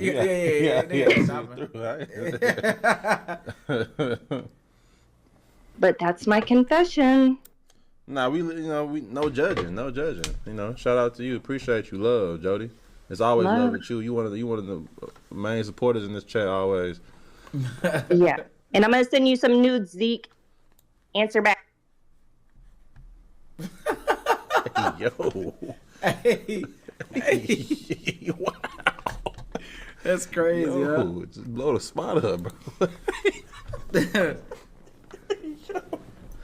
Hey, chill. You federal cut.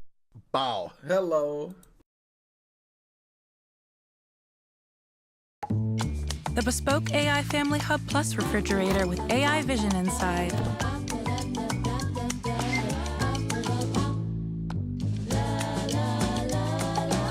Even smarter with smart things.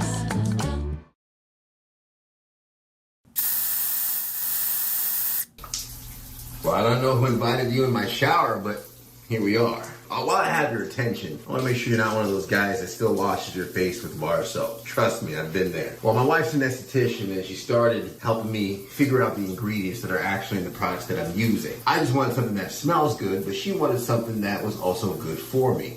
Luckily, we found a compromise. Mando. I got their whole starter kit, not just the body wash, but the deodorant and everything else. That way I'm not stinky when I get out of the gym. There's nothing more awkward than coming home and your wife running away from you. This is also kind of awkward, so I'll see you guys later.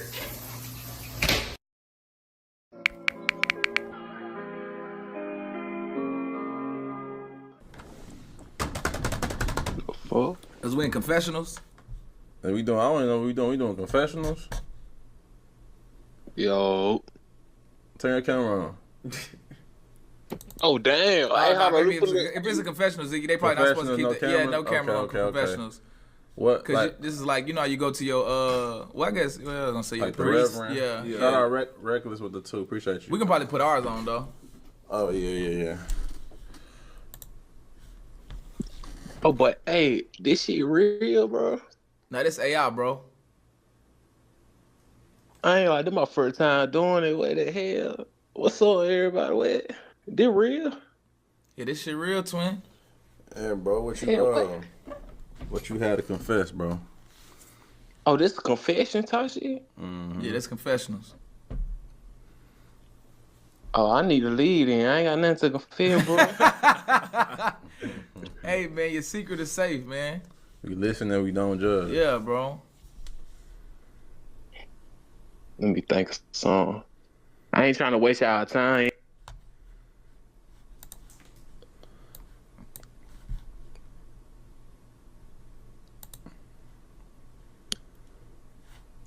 Yeah.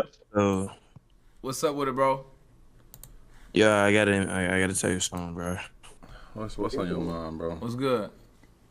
So when I was like 12, I got caught.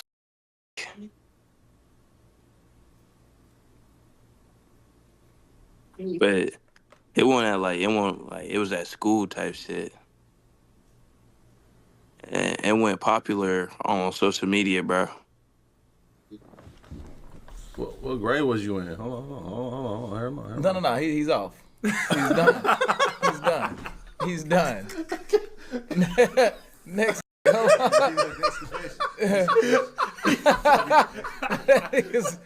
done. Niggas out of here.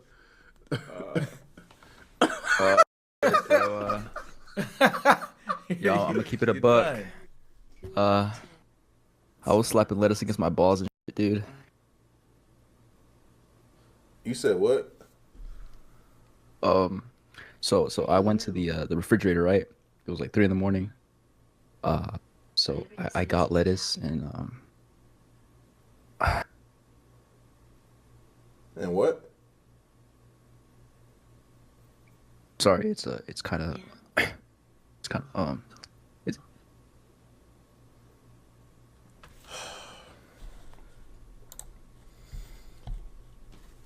Nigga slap lettuce again. That's nuts, bro. I was like, this nigga's insane. Sound like he was doing that shit right there. Yo, what up, Z? We listen and we don't judge, man. Hey, man, first thing first, you don't love your girl until you cheat on her. Let's get that, out the way. That's law. That's law. But confession, man, I remember one time, we all got that one moment, we see a bad, we might fuck around and say some dumb shit. We gonna fumble, or whatever, right? So how about I was chilling with this girl, we was in, the mall parking lot just chilling.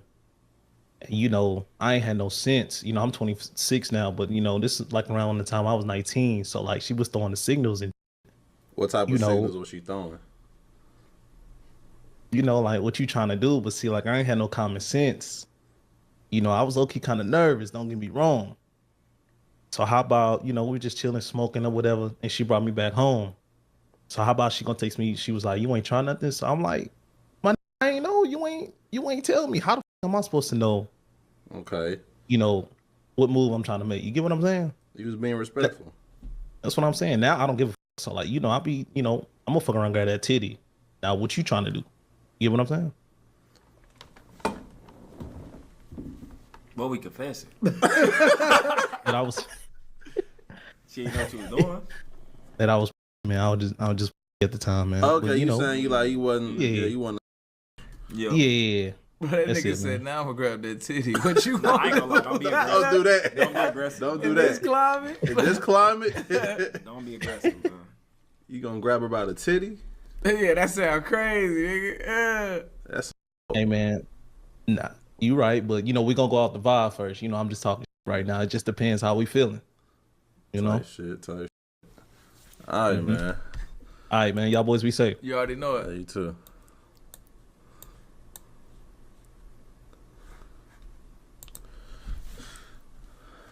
Young Nick, man. We listen and we don't judge. What's good, Zeke? Real quick, Josh, let me get your top 5 running backs in the league right now, excluding yourself. We already did that. And bro, I wasn't tapped. Yeah, you had to go back and watch it, but we already did that. He already said that. Was Breece Hall on it? Nah, he wasn't. Nah, you just drag him out. Oh yeah, I'm like shit. He's still in there. You gotta drag him. Oh, go ahead, bro. I ain't know fucking shit. I like Breece game though. Breece nice. Yeah, Breece is nice. Mm-hmm. My bad, the drag is way past that. Yo, what's Ever since we got here, it felt like some kind of force didn't want us here. The boy is mocked. Terrible things can happen to those of us careless enough to disrespect our ancestors. Something new at Tropical Smoothie Cafe? Well, cheers to that. Our new Mango Monsoon and Tropical Dragon Passion smoothies take refreshing to a whole new level. Sipping superfruits has never been so fun. You're on Tropic time now. What's that word, Blake? What's good with you, man? Hey, fam. So basically, I'm just gonna break down this story. You feel me? My little first time eating Shorty John. Okay, be specific. When you say John, like what? No, eating that gang. Okay. But it's just more than that, gang. For real, for real. You ate the butt So too? boom, right? Now listen, gang. Listen, just hear me out, B-Lou. Hear me out, Lou. So How boom. old was you? I was 18. I was 18. And this just for you gotta just for make- content reasons. I don't want to know your minor stories, my Oh, nigga. bro, just for I was 18. And Okay. So me and the guys, you feel me? I was still living with my pops and shit. These niggas went out of town, so we had the crib to ourselves. So we invite 3 over, gang. Now we thought they wasn't coming because they was taking hella longer, but they got there. Now I see short fine. She like 4'3", look like Mini Stallion. Y'all know who Mini Stallion is? I ain't familiar. Perhaps. Like, you know. Perhaps. What that nigga called a mini stallion? You know. I ain't gonna lie. If y'all know who Mini Stallion in the chat, it's elite ball knowledge, gang. Can't fake it. So boom, like she's short as hell. I'm like, instantly start rising. I'm like, all right. So we get to break it down talking. Me and the guys, we setting up a plan. I'm like, all right, so full court press right now. Everybody in this nervous. We need to break this shit down. We get the separate into the room. I'm in the kitchen with it. Me and 4-3, fine. We talking, chopping it up. We go upstairs now. Now, gang, like, I realized this was a slut because it just happened so quick. You feel me? And mind you, I'm capping. I ain't never had at this time. You feel me? Yeah, but I'm telling the guys, like, I'm like, so they thinking, like, you feel me? I'm hella experienced, but I ain't gonna lie, my ass lying on my. I ain't never touched before, gang. So she bend over, twin, and she like, eat this. Now me, gang, like now that I'm experienced, I'm knowing like I should have got some head first, you feel me? Because that slow played. Now, gang, tell me why. Eating her from the back, twin, and my nose go a little too far up. Z, don't make that face, Z. I'm listening. I'm not judging. I'm listening. Look, so my shit get to go too far up. Boom, I'm in now. Gang, I get an unfamiliar smell. I'm like, what's that? Like my face got to scrunching up a little bit. What's that? What's that? So I back up a little bit. I get to observing the area like meatball, gang. Fam, why this hoe got dinkleberries in her shit, gang? Boo-boo residue. Like just like shitty booty gang. So you was Like, getting I'm shit like, before you was getting. like type shit. So you know what I did? I threw the condom on and went crazy, gang. I can't fake it. I was not backing out of that. I had to see it through. I can't knock it. But like, You gotta that see shit it was through. just crazy. You gotta Shorty smell came it over through. with- You gotta smell it through. Gotta sniff it through. You gotta sniff it through. Oh, bro, that shit, you feel me? Nigga just ate some shitty ass before. On accident, you feel me? On accident? I don't know about that one. On accident. See, I wasn't eating ass that young. Just don't clean the ass right. It ain't. That's what I'm saying, gang. I'm gonna keep it a stat, gang. Like, so you was eating ass motherfucker, at hold 18? on. Like, hold on, gang. Don't take what I say about, bro, niggas gonna clip the out this shit. Like, when I like was eating the and I went to that, the taste, like, that shit was good as They got a shitty combo. Like this shit was good as fuck. Like I can't fake it. Oh, yeah. Besides, that's really it for What them. it taste was like? just eat some ass. Like it tasted like skin, but like like I think this bitch had on like some Victoria's Secret shea butter vanilla lotion or some shit. Like that bitch tasted like. I don't know. I can't even explain the flavor. I can't even explain the flavor to that game, but that was busted though, and I just until I start smelling that shit, I licked off the lotion and shit. That shit wore off, and it started smelling like shit. Nigga had boo boo butter. But that's crazy. What? You probably took a fresh one too, a little earlier today, a few hours ago. No, that shit was hard, man. That shit was hard. Like I could tell it wasn't no newly. She probably took a shit before she slid on the nigga. Then wipe her ass, right? But shit, shit happened. I don't blame nobody. Yeah, definitely happened. Shit for real, bro. Shit happen every day, bro. For real, bro. Sometimes, nigga, yeah, bro. It be deep. Sometimes you just gotta let a motherfucker. Yeah. Nah, man. Yeah, bro. That sounded like a situation, bro. Yeah, we ain't judging though. Yeah, don't judge it There ain't no judging. All right, bro. Fuck y'all, bro. I've been watching y'all niggas since I was little. Love, bro. You already know it. That's love. For the ones who get it done, the most important part is the one you need now. And the best partner is the one who can deliver. That's why millions of maintenance and repair pros trust Grainger, because we have professional-grade supplies for every industry, even hard-to-find products. And we have same-day pickup and next-day delivery on most orders. But most importantly, we have an unwavering commitment to help keep you up and running. Call, click Grainger.com, or just stop by. Grainger, for the ones who get it done.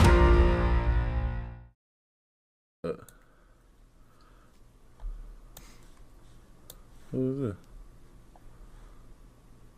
You know what it says, nigga. Janky, bro. What's up, bro? What's up? What you want, Rondo? No, let me turn the camera on real quick. You coming to confess some? Yeah, you know what? I could do a little quick confession. Hold on, where's my camera? I can do it's that boy Nigga Jacobs in the back. You said who? Well, my nickname for him is Nick. I'm gonna keep it up. That boy, John. That boy Josh. Hey, but look, Redskins crazy. But look, I ain't gonna lie. Hey, so look, I got a story time when I lost my virginity type shit, right? Now, I ain't never tell nobody this, but so basically, long story short, this whole day. Now, this is the 9th grade. I'm probably like around like I want to say 13, 14, maybe 14. And this girl, I ain't gonna say her name type shit, but she was one of the ones that she was on my type shit, but she ain't wanted to be known type shit until I text her, right? Yeah. So random ass day, we got a substitute teacher at health, and like I'm on some around shit. Like she mid type shit, but I'm on some shit like I ain't gonna let nobody know I'm texting her type shit. So I'm like, all right, I'm gonna talk to her.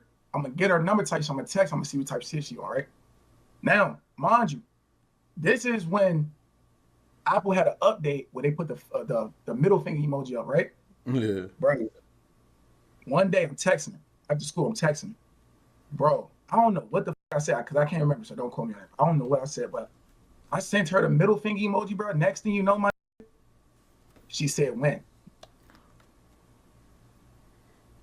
Soon as I off the middle finger, crazy.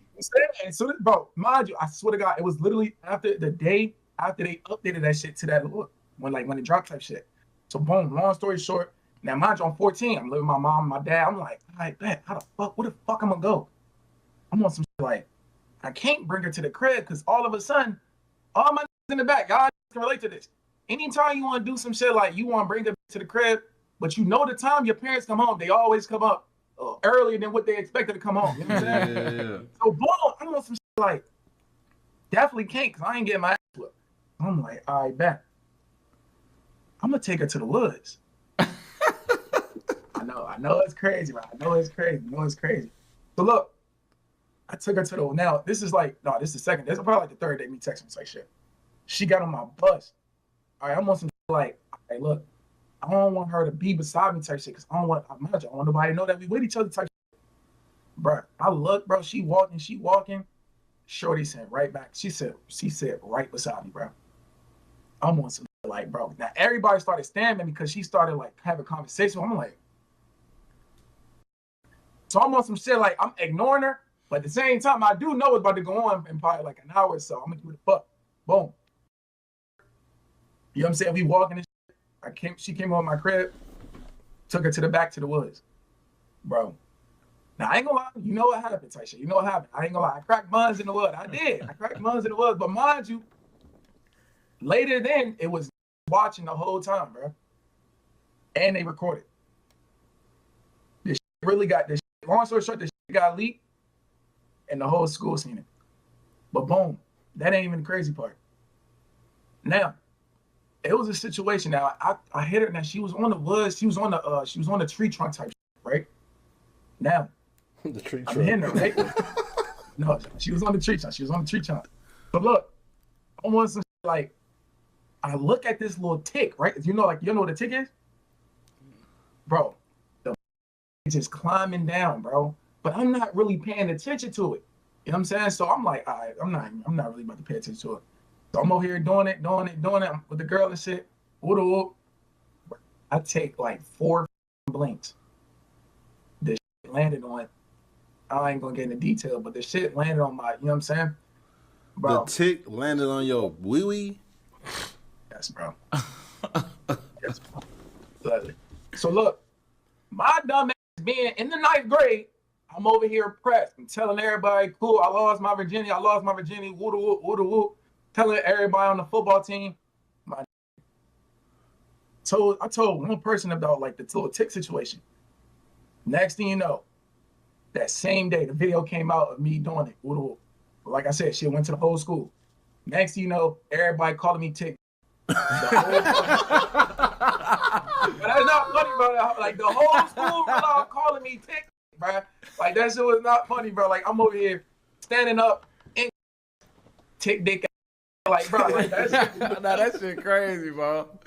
Real shit. But nah, that was my quick little confession. I ain't want to wrap your heads up shit. So I try to make a long story short, but yeah, that was about it though. Nah, that shit funny. Dude. Man, I need my rematch too, nigga. I ain't forgot. Hey man, let me know, bro. Let me know. Hey, bro, you got nobody say that me and you look alike, bro? Nah, I think they said that before. I think I seen that before. I don't see it though. I don't see it here, bro. That's all I get, bro. I'm gonna keep the buck. But nah, hey, look, I'm gonna get out your face though. Y'all stay safe, all right? Hell yeah, Rondo. I'm gonna tap in. All right, bet. That shit was elongated, bro. They got a nigga tick dick. Tick dick. Wow, that ain't no good name to have though, tick dick. That shit funny. Damn, hold on.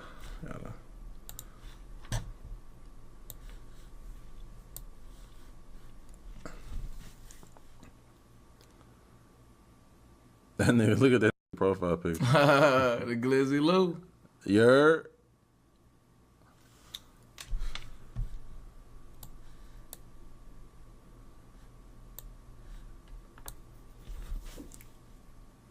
The Discord link is pinned. You heard? Yo. Yo. Can you hear me? You a little low? Turn that shit on. Yeah. Can you hear me? Say it again. Am I up? Yo. Am I up? Can you hear me? Yup. All right, I'm gonna just get straight to the point, right? Yup. So I was 18, right? I was a little virgin. I think everybody could reminisce with this, right? Virgin. I was a little horny, you know what I'm saying? So there's a little party going on down the block. I put up with my boys, right? And I'm just trying to get straight to the point. I'm trying to get my shit going, you know? Everybody else clowning me, right? So I go to the bathroom, right? There's a bathroom upstairs with a bunch of stalls in this house. I don't know why. There's some stalls, and there's a hole cut in the little stall, right? And the other side, there's this hold on. bitch. Can you hear me? Hold on. You said there's a hole in the stall? There's a hole in the stall. You know where I'm going with this. You don't need to. You know what I'm saying? Bro. There's a you know what I'm talking about. So there's a hole in the stall, right? I was just trying to take my leap, but it's just like, right? I heard people going up there, getting their thing going. I heard it. I heard it some decent shit, right? So I go, right? I'm nervous as shit, right? I'm getting nervous saying this shit, nigga. I ain't ever said this shit before. Like, am I supposed to say? Put my shit in the hole. This the best top I ever had in my life. I promise you, twin. I'm talking about some shit that had me shaking, nigga. Like, I'm talking about crazy shit, right? And I'm going crazy, going stupid on my shit, right? There's nobody else in line, right? I'm like the last one of the night, the party getting shut down, whatever. I get my shit off, right? I hop out, right? The gotta go because it's getting shut down. Oh, it's part of the. It's like it's planned. Like it's like so you was. It's like nah, this shit wasn't planned. This shit wasn't planned. Like so niggas was going up there on the other side. Yeah, huh? What'd you say? I'm saying you say you was in line though. So like, was it a line of you niggas just like going put y'all weeby in? Nah. So was saying that there was a bitch upstairs doing shit, right? Oh, okay. Nobody really knew about this. It was just word of mouth. So I go upstairs, I do my little shit, right, and I get done with it. But the shit getting shut down at this point. So I'm starting to leave. The bitch got to go too, right? The shit getting shut down. So I leave the stall. Walk out, right? I'm like, I look at him, and I'm like, yo. Oh, you said him. Some ain't. Nah, like I'm looking. I'm like, some ain't right. I'm looking up and down, up and down. I'm like, it look like a, but some ain't right. I look down, nigga. Well, I see a straight boner. Oh! Oh! I see a straight boner. But hold on, bro. I look up, I look down, I look back up. I'm like, hold on. Bit kind of bad. I'm like, see, I pay attention to details, y'all. The said, bro, I got the best head I ever got in my life. I swear to you, I kick you out. So you saying to this day, like fuck the. I ain't gonna lie. To this day, like. Hey, you can ask anybody that was there. I didn't even put that together, bro, until you just said that. I look up and down. I'm wondering what the f is wrong with this. Yo. I grabbed her by her hand. I walk out with her, get her a little snap. And, it was a little sneaky link for like a couple more years, and then I had to let that bit go. But yeah, that shit, I'm telling you. Yeah, bro, that nigga ain't years. That nigga. I'm like, you say years. Yeah. So is you bi? Am I bi? Oh hell no! I don't that. Yeah. Nigga, I ain't gay or nothing, but I don't roll that way. You know me? You just like man mouth. I like, man, what? Why you playing with me? I don't that, bro. Nah, I'm about to. What you mean? You like man mouth, like. Where you get that from? Anything I just said, twin? We not judging, bro. You know what I'm saying? Living your truth. That's all. I never. Nah. I just like good talk. There's a difference. He sounds like good talk. It don't matter who it's from. It don't matter what it's from. Oh my god, bro. Nah. Y'all. Hey. I know that. Who's that right there? Oh yeah, I know that B-Lou got me. You know what I mean? Good talk. Yeah, bro, drag him out. You're done.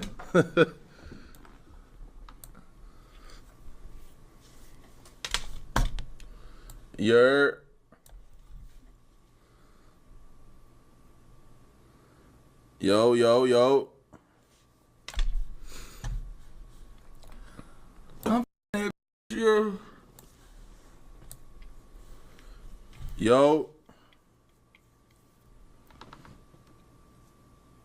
Yo. Yo. Yo, can you hear me? Yo. What's up? How you say it like that? Alright, I'm about to tell y'all the story of how I found my ex cheating on me, and I got my get back. Okay. Alright, so boom, young nigga was. I lived in Cali at the time. You feel me? Mm-hmm. So I'm cooling this. I'm in my little area, So this girl, my homeboy was trolling. I seen her and she looked hell. So, I asked her to put me on. At the time, my homeboys are known troll, you feel me? So we get to talking, me and the drunk get to talking, yo. My fault, yo. This shit got me tight. But look, long story short, the day I asked her out, some slid in her DMs talking about some, me and my cousin are in your area. We trying to have a threesome. And so I keep that in mind. I'm an overthinking ass nigga, yo. So peep this.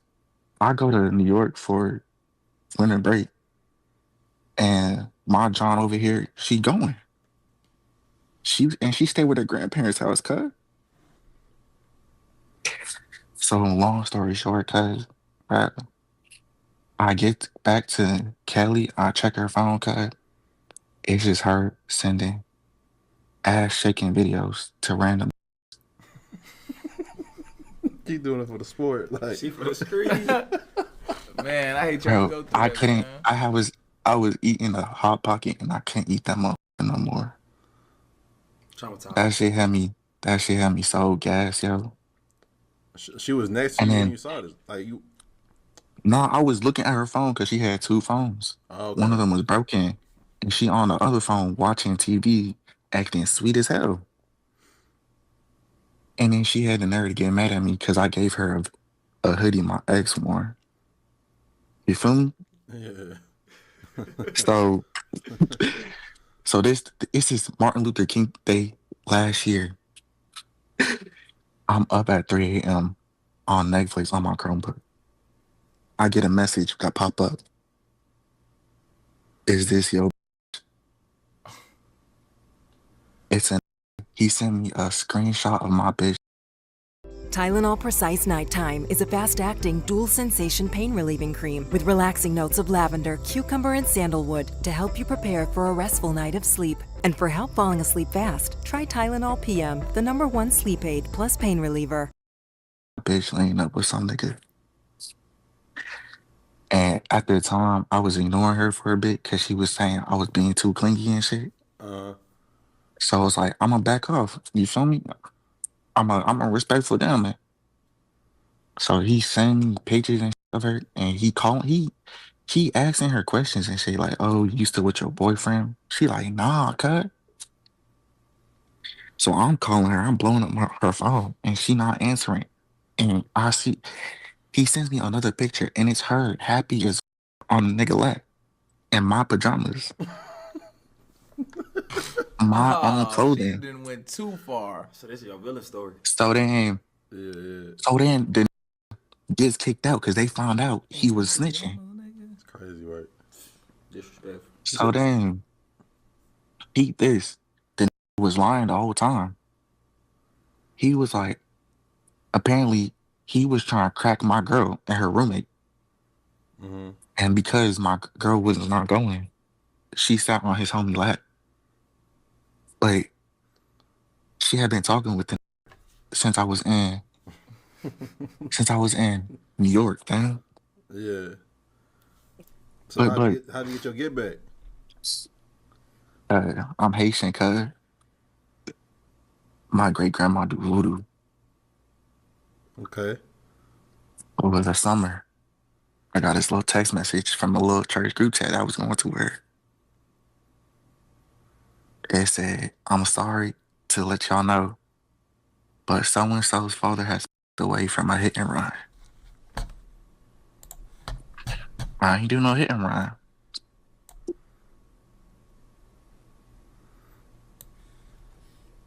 Yeah. Yo, hello? Yo. Yo, can you guys hear me? Yo. Okay, yo guys, man, I'm a big fan first of all, I gotta say that, but I gotta, you know what I'm saying, I got some to say, man. Yeah, bro, we listen, we don't judge, bro. So, I'm 19 right now. This was like during high school. I was like a sophomore, junior. So, it was like during the summer, and it was nice. It was good outside, you know what I'm saying? I wanna grab my ball. I wanna go hoop. You know what I'm saying? To this park, and as I'm going there, you know, this woman just walking past me with her dog. You know what I'm saying? She was fine, but I just walk. You feel me? I just move on. I just keep going. And as I'm going to the park, you know what I'm saying? I see 3 YNs. I walk past. I keep going. And I go to the park. I'm hooping for a cool minute. You know what I'm saying? I'm still hooping. And then one of them, right? One of those YNs managed to bag that girl. You with me? Yeah. Okay. One of them managed to bag her. And then, what's it called? They come towards my way. You know what I'm saying? They come towards my way. And, he's coming towards my way and we start hooping and she's watching. You know what I'm saying? Boom, boom, boom. I beat him, you know, at like 30 minutes type shit. I beat his ass. And then, what? I get it. Huh? Go ahead, keep going. Okay, sorry. I'm nervous. I feel your aura, you know, through this screen. Sorry. But wait, give me a second. Okay. Sorry. Wait, okay. So boom, right? I beat him, right? I beat him, and then there's this wood place right here, right? They go towards the woods and it's getting late. So I'm like, all right, bet I'm gonna hit. You know, I gotta shoot one more. I'm sorry. I gotta shoot one more shot before I head out. You know what I'm saying? That's the basketball rule. You know what I'm saying? Yeah. So I shoot it and it breaks, right, and it has that one downhill where it goes down, and I want to go grab it. I'm trying to go grab it, and I hear like some in the woods. I don't think nothing of it. You know what I'm saying? So I go down there, and then I see those two. They're just doing some stuff. You know, like they're, I think, having sex. They were like fully naked. So he saw me. He was like, come here. Come here. Sorry, I'm traumatized by this incident. So he's like, I guess, there in the woods. And then he tried to like help me. Sorry, he was like, yo, like, let me give you some tips, like let me try to help you out. And then and that day I ran away, and yeah. Bro, you just hurted my brain, bro. A whole lot of nothing. Bro, literally, bro. So sorry, I'm nervous. Like I said, I feel your aura through the screen. You know. Love, man, love. Appreciate you, dog. So wait, I have one more question. Yeah, I know it's gonna be some. Bro. You probably do like 2 more. Yo, can y'all hear me? Yo. What's the deal? Yo. I can't hear shit. Yes, you can, bro. What's up? Y'all think young boy? Yo.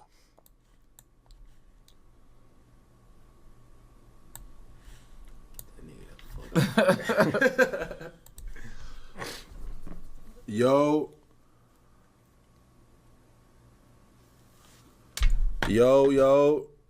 You're.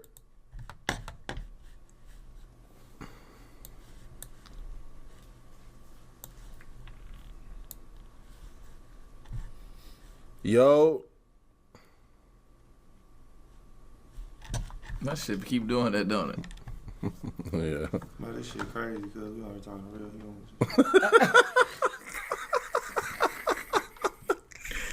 Bro, that's gonna be saying the funniest, bro. Bro said we over here talking to humans and shit, bro. Bro, it's hilarious, bro. Yo.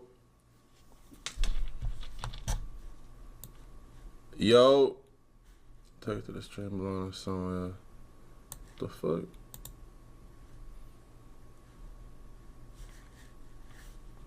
Probably that one. Yeah, you know, copyright shit. But I don't really say that. Do it. Yo. Y'all nigga shy or something? Moose. Probably ain't got no mic. No, it's from the phone, so it's an automatic mic. Yo. Oh my God. Oh my God, bro. Hello? What's the deal? Hey, so y'all know DeMar Hamlin, right? Yeah. So you know how he had that little Yeah. like that homo shit, right? But what if I tell you like that's B Lou's brother?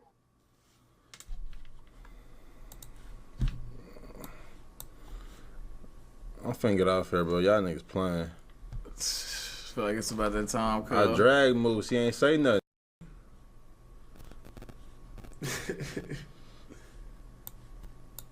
Yo, what's good? My fault. Moose. Can y'all hear me now? What's the deal? What's good, bro? It's a pleasure to meet y'all. Oh, that's love. It's a pleasure to meet y'all. What's up, man? What y'all up to? What's the word? I just popped in. What are we doing? We doing confessions. Okay, bet. Confessions. Shit. We not judging either, like, you know, shit. So. I mean, shit, I've been through the ringer, bro. I ain't gonna lie. But let's talk about it. Matter of fact, there is no better place to do this than with Zias and Bilu. Put it like this. I was in a 7-year relationship. You feel me? Graduated out of college. Stuck with her. But a lot of shit happened. You feel me? And that's Are you Jewish? No. I have a big nose, but You got a nose on you. Yeah. I'm Arab, actually. Okay, for sure. Shout out to I'm Middle Eastern. I'm Middle Eastern. Yeah, Anyway. go ahead, my bad. I kind of look crazy. Damn, bro. This is a big crowd, bro. Let me look right. Hold on. Moose. Yo, this is really, like, this is tough. Y'all don't understand. Like, y'all are like at the, hold on. Let me get this off. Y'all are like the Rushmore, bro. Y'all understand, like, y'all the GOATs. Love. In the YouTube shit. Yeah, that's love, bro. That's tough, man. I feel honored. Anyway, so I was in a 7-year relationship, and when I was in college shit happened, you know. And I don't want to say names, but you know, shit happened where I got involved with a dark-skinned girl. Mind you, this is my first time in that world. I was with a you know, Latina Dominican girl, but she wasn't no dark skin. Anyway, this girl was in my crowd. She was Muslim as well, so I was, you know, I'm Muslim and stuff. So we got along. Damn, I'm really exposing myself right now. And it's Ramadan, bro. What am I doing? Anyway, this is the past, so I'm just like letting it go, you feel me, for the sake of content. We'll just say that. Anyway, this girl, you know, at first it was just some calm shit, but then shit escalated very fast because she looked good, bro. And I'm not gonna lie to you, bro. When you go to college, you start really seeing like ass. You really start seeing like body. Like in high school, you see what you see because you get your own little small pool. But like you don't really know what it's like till you get to college or like other places. Anyway, I got to college. This joint, bro, I'm not joking when I say, bro, there is nobody you with that's as natural as the joint I'm talking about. This look good from head to toe. Her body was pristine, bro. And I was bamboozled, honestly. And so I ventured in, you know, one thing led to another. I crushed. Mind you, she was a virgin. So you took the virginity. Took the virginity. Even the girl I was with for 7 years, like I was with her, I was her first. I ain't gonna lie, I'm a virgin taker. That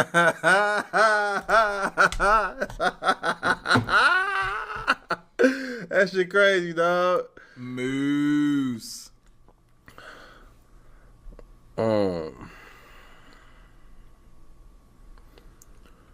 Perk 30. We're gonna do one more, bro.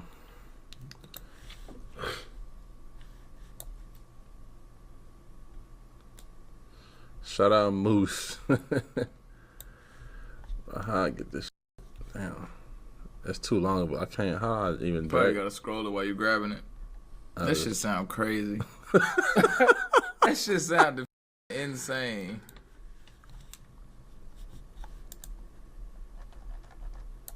I guess I gotta grab from the top. How many people can you pick from? I could get them all in here, but shit, it's gonna be crazy. That shit gonna be crazy. I'm saying, how many people is on there to choose from? Shit, so probably like 50. Yeah.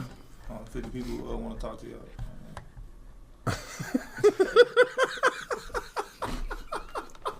Hey.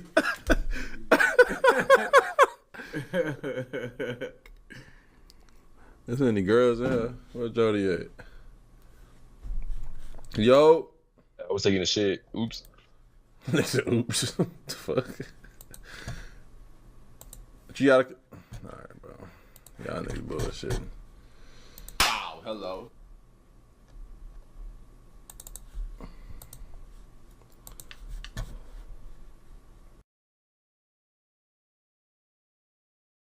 In 2014, Forbes released their most valuable NBA franchise list, and at the very bottom was the Milwaukee Bucks. Nobody's going to Milwaukee. I just stayed at home until they traded me. That's how bad it was there. You really want to be in Milwaukee?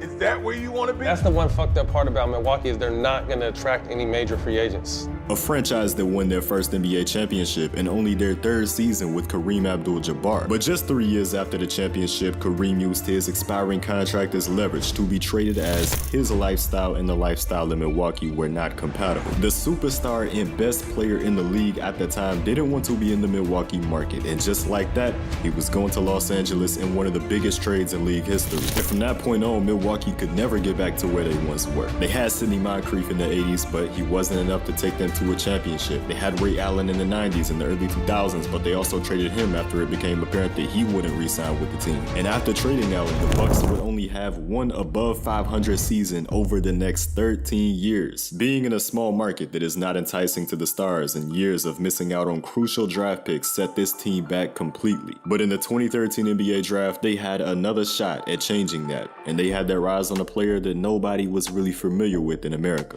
My name is Jansen Lukumbo. What kind of basketball player are you? I'm an all-around player. I can jump, I can shoot, I can pass the ball. I can do everything in the court. I started playing basketball 2008, 5 years. What is your goal for your career? I want to be NBA player. Here comes the commissioner with the Bucks pick. With the 15th pick in the 2013 NBA draft, the Milwaukee Bucks select Giannis Antetokounmpo from Athens, Greece. He last played for Fil Athleticos in Greece. Think of this young man, Milwaukee Buck fans, as a McDonald's All-American that needs a development program. We're looking down the road, but a great talent with a great feel for the game. This kid has as much upside as most anybody in this draft. John Hammond and the Bucks have got to have a good development plan for this young man because he's going to need some strength, some development in terms of a player, but they've got a guy for the future. A lot of teams liked him. Who was going to take him first? Milwaukee at 15. Well, with me, the youngest player in the draft, Giannis Antetokounmpo. Yeah. Going to the Milwaukee Bucks. You haven't spent a lot of time in the United States. What's it mean to suddenly know that you're in the NBA? No, it's a wonderful feeling. I can't describe how excited I feel, you know. It's a dream come true. From Europe to the NBA, from Division 2 of the Europe. Not even in the Division 1 in Europe. Division 2 to the NBA. It's wonderful. Very excited to get drafted at number 15 of the first round, you know. And I will give 100% for the team. And when the coach called me to play, I will give everything the court. Early on, the Milwaukee Bucks could tell that they had something special in Giannis. A young kid with all the potential in the world with his physical gifts, but also all the work ethic you could ask for as well. He was a raw prospect, but there was clearly something there. And if this franchise was going to be revived, it would all ride on somebody like Giannis. You know, I'm 18 years old. Nobody believes in me. Nobody thinks I can make it. I'm going to work extremely hard every single day. I'm going to wake up every day with a goal in my mind. For his rookie season, it was a possibility that Giannis would go back overseas for a year to develop himself a bit more before taking on the NBA challenge, but Giannis wanted to take that challenge on. You have your choice now. You can stay in Europe and maybe come to the NBA later or come right away. What are you going to do? Right away, in the NBA. Straight in the NBA. Well, congratulations. You made it. And Giannis was in for the 2013 to 2014 NBA season. After all, he wanted to make sure that he could help out his family back in Greece and get them to America, as every time he got a paycheck, he would send over the majority of it to his family. Giannis said that this was the one point in his life where he actually felt lonely as he didn't have them by his side. Yeah, I had nothing to do. You know, I was in the gym all day. I was sleeping in the gym.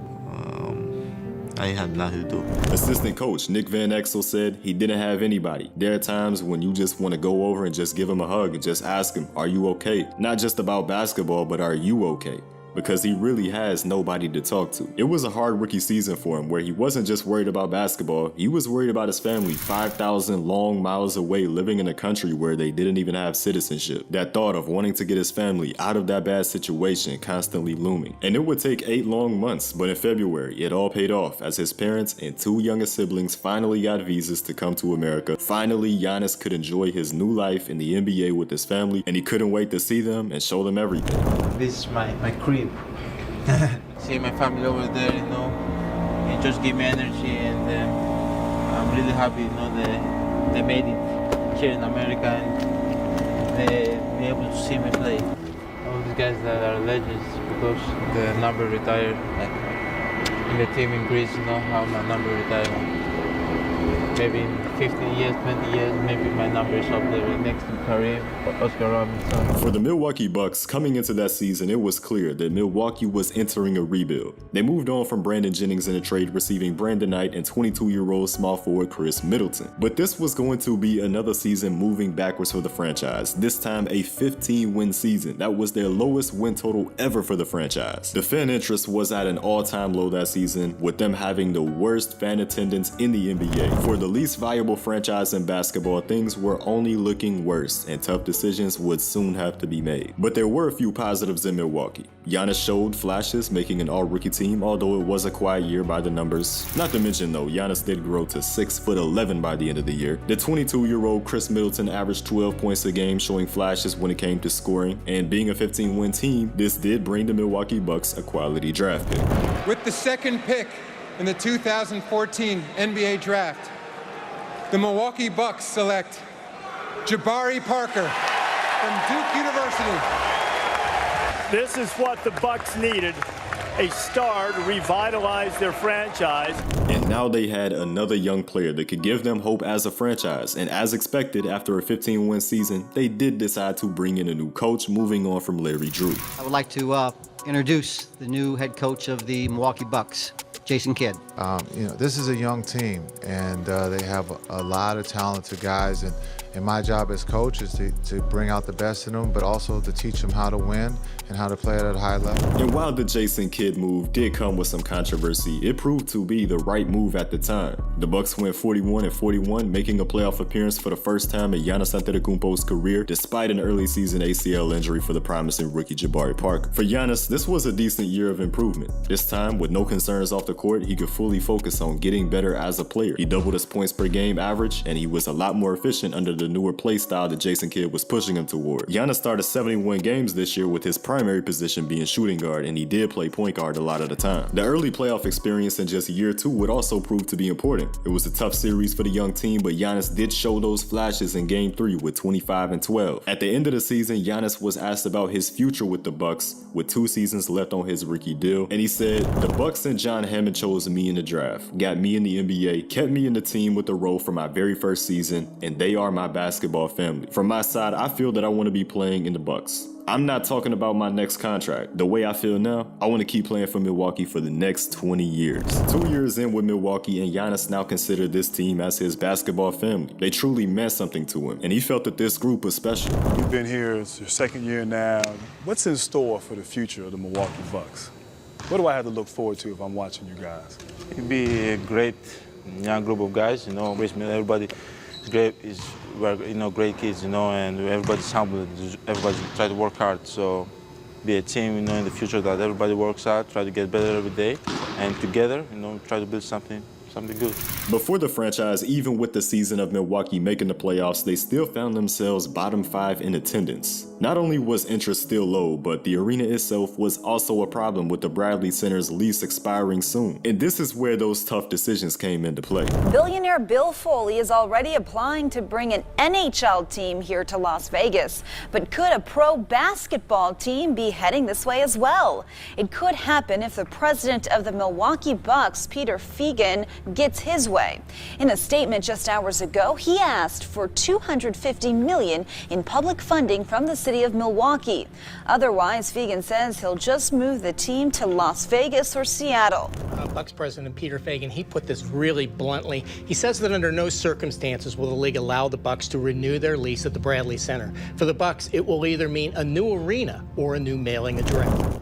The NBA will enforce the ability to buy back the team at a $25 million premium. And that's it. Our owners no longer own the team, and the team will move to Las Vegas or Seattle. So the Milwaukee Bucks needed $500 million to build a new arena. Bucks ownership was ready to contribute $150 million. Former Bucks owner Herb Cole was ready to contribute $100 million, which left $250 million unaccounted for. If the Milwaukee Bucks could not get that $250 million from public funding, the Milwaukee Bucks would be no more. This was potentially the end of the franchise. But look at the direction this franchise was trending in. It was a young team growing together with a new young coach in Jason Kidd. Giannis, Middleton, Parker, Michael Carter-Williams, all 4 promising young players at this point, 24 years old and under, and they wanted to grow. Why turn back on this project now? Why not give it a chance? And in August of 2015, Wisconsin Governor Scott Walker approved the $250 million in public funding for a brand new Milwaukee Bucks arena.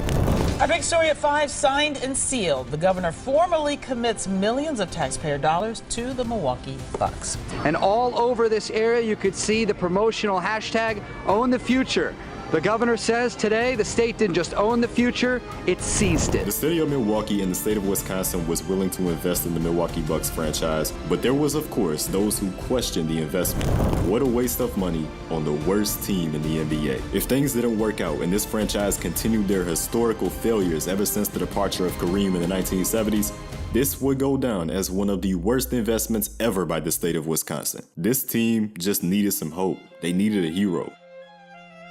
Hero, a person who is admired or idolized for courage, outstanding achievements, or noble qualities. A definition that would resonate with a young player like Giannis Antetokounmpo. Not because he wanted the glory of what came with being a hero, but because he wanted to deliver for those who took a chance on him and believed in him in the first place. That simply meant everything to Giannis. And entering year 3 of his career, he continued that same hard work to make sure that he didn't let this team down. Giannis knew that he could be the one to deliver for the city of Milwaukee. He had that belief in himself, even when others didn't show that same belief in him. The 2015 to 2016 season would be another year of significant individual improvement for Giannis. This season, Jason Kidd played him at point guard primarily, where he would increase his numbers in all 5 major statistical categories for a consecutive season. For Milwaukee, it was a down year, winning just 33 games, but the jump from Giannis, an 18-point-per-game season from Middleton, and a healthy comeback season for Jabari Parker showed promise for the franchise. And Giannis's improvements as a player were really starting to get recognized. He finished in 3rd for most improved that season, but that was just scratching the surface of what was to come. Because the 2016 to 2017 season would be an even bigger year for Giannis. A massive leap from the year prior propelled Giannis to his first All-Star appearance, his first All-Defensive appearance, and his first All-NBA appearance. He did it all and led the Bucks to a playoff appearance for the first time as the team's best player. It was in this season where he managed to lead his team in all 5 major statistical categories, an unbelievable accomplishment in just year 4 of his career. In the playoffs, Milwaukee fell in 6 to the Raptors, but Giannis established himself as the best player in that series. And of course, the leap of this season won him his first ever award, winning the NBA's Most Improved Player. You wanna try it? I'm gonna let you take that one. It's all you. Giannis Antetokounmpo. Back-to-back seasons finishing in top 3 in Most Improved. He's showing rapid growth as a player. And Giannis didn't want to rule out the possibility of winning the award a second time. You know you won't be Most Improved again because you're an all-star starter, right? You probably won't win that award again. Why? I might be the MVP this year. I said Most Improved. MVP you can win. Okay, but if I win the MVP, I can win the Most Improved.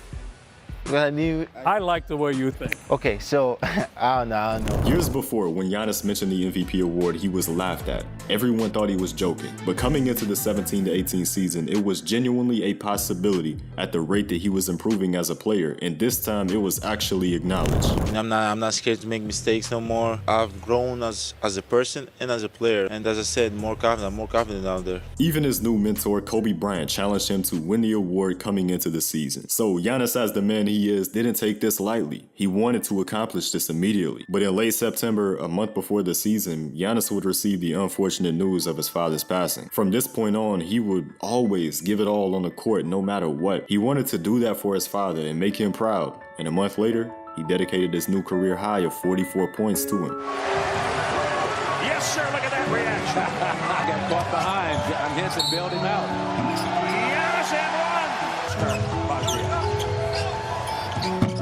Giannis, yes.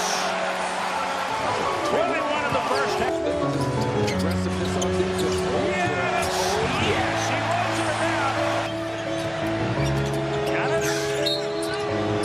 Yes, and one. Giannis up to McCallum. That piece of his jersey, no whistle. Take it away. Giannis from Brandon. Giannis in the dribble. That's 44 in the lead. 110. Brandon and Henson.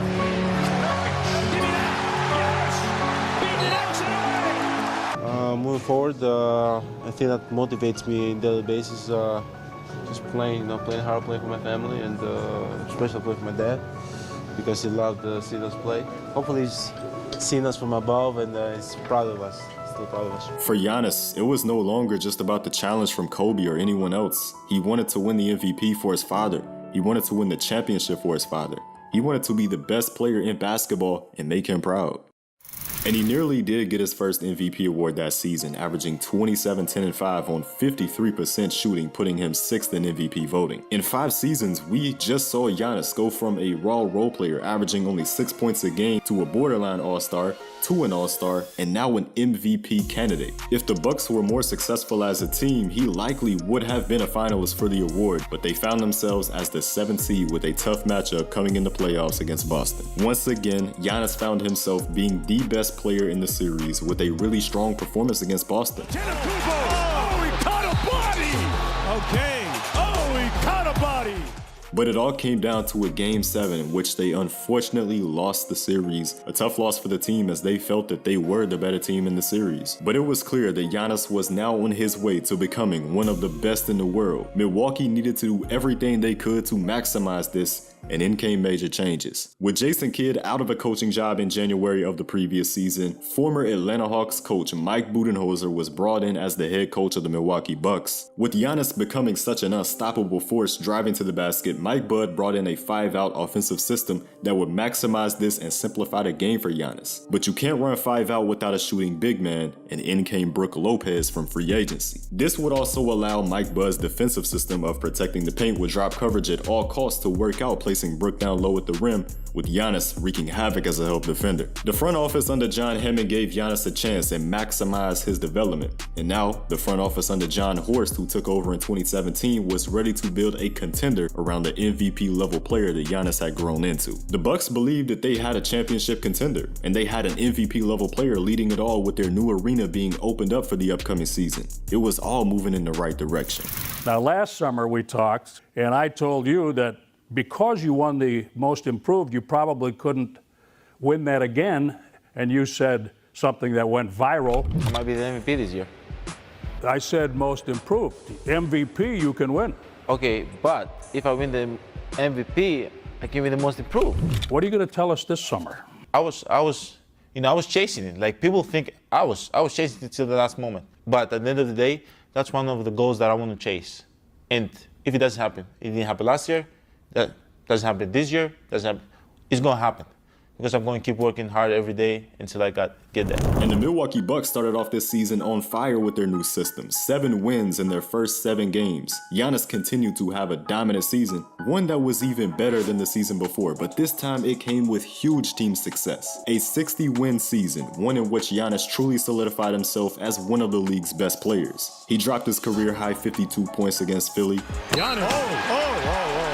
Oh, man. He had Simmons on lockdown. And averaged a career-high in points, rebounds, and assists on incredible efficiency. The 5-out offensive system had truly unlocked Giannis Antetokounmpo, and just over a year after Kobe Bryant challenged him to win the MVP award, he was named a finalist for the award with a chance to bring it home to Milwaukee.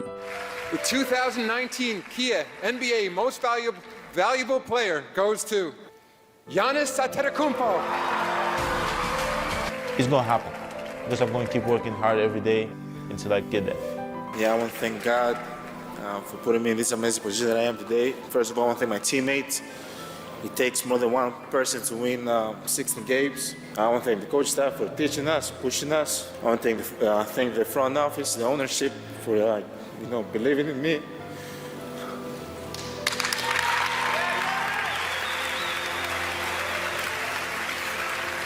I want to thank the front office, the ownership for believing in me. And I was 18 years old back in Greece. They allowed me to lead this team. I want to thank my dad. Obviously, my dad is not here with me, but 2 years ago, I had the goal in my head that I'm going to be the best player in the league, and I'm going to win the MVP. And every day that I step on the floor, I always think about my dad, and that motivates me and it pushes me to play harder. And I want to thank my amazing brothers. I love you guys, man. And I want to thank my amazing mom. My amazing mom. At the end of the day, this is just the beginning. This is just the beginning. My goal is to win a championship. As my dad told me, always want more, but never be greedy. My goal is to win a championship, and we're going to do whatever it takes to make that happen. Thank you, guys. Giannis knew that the next objective in his career was winning an NBA championship in Milwaukee, and Kobe Bryant even set that out to be his next challenge. The ending to the 2019 season was bittersweet after taking home the MVP because the Bucks were sent home in the Eastern Conference Finals after falling to the Toronto Raptors in 6 games, a series in which they were 2 overtimes away from taking a 3-0 lead after dominating the first 2 rounds of the playoffs. All they could do was run it back the next year and try to be better, and early on, they were dominant.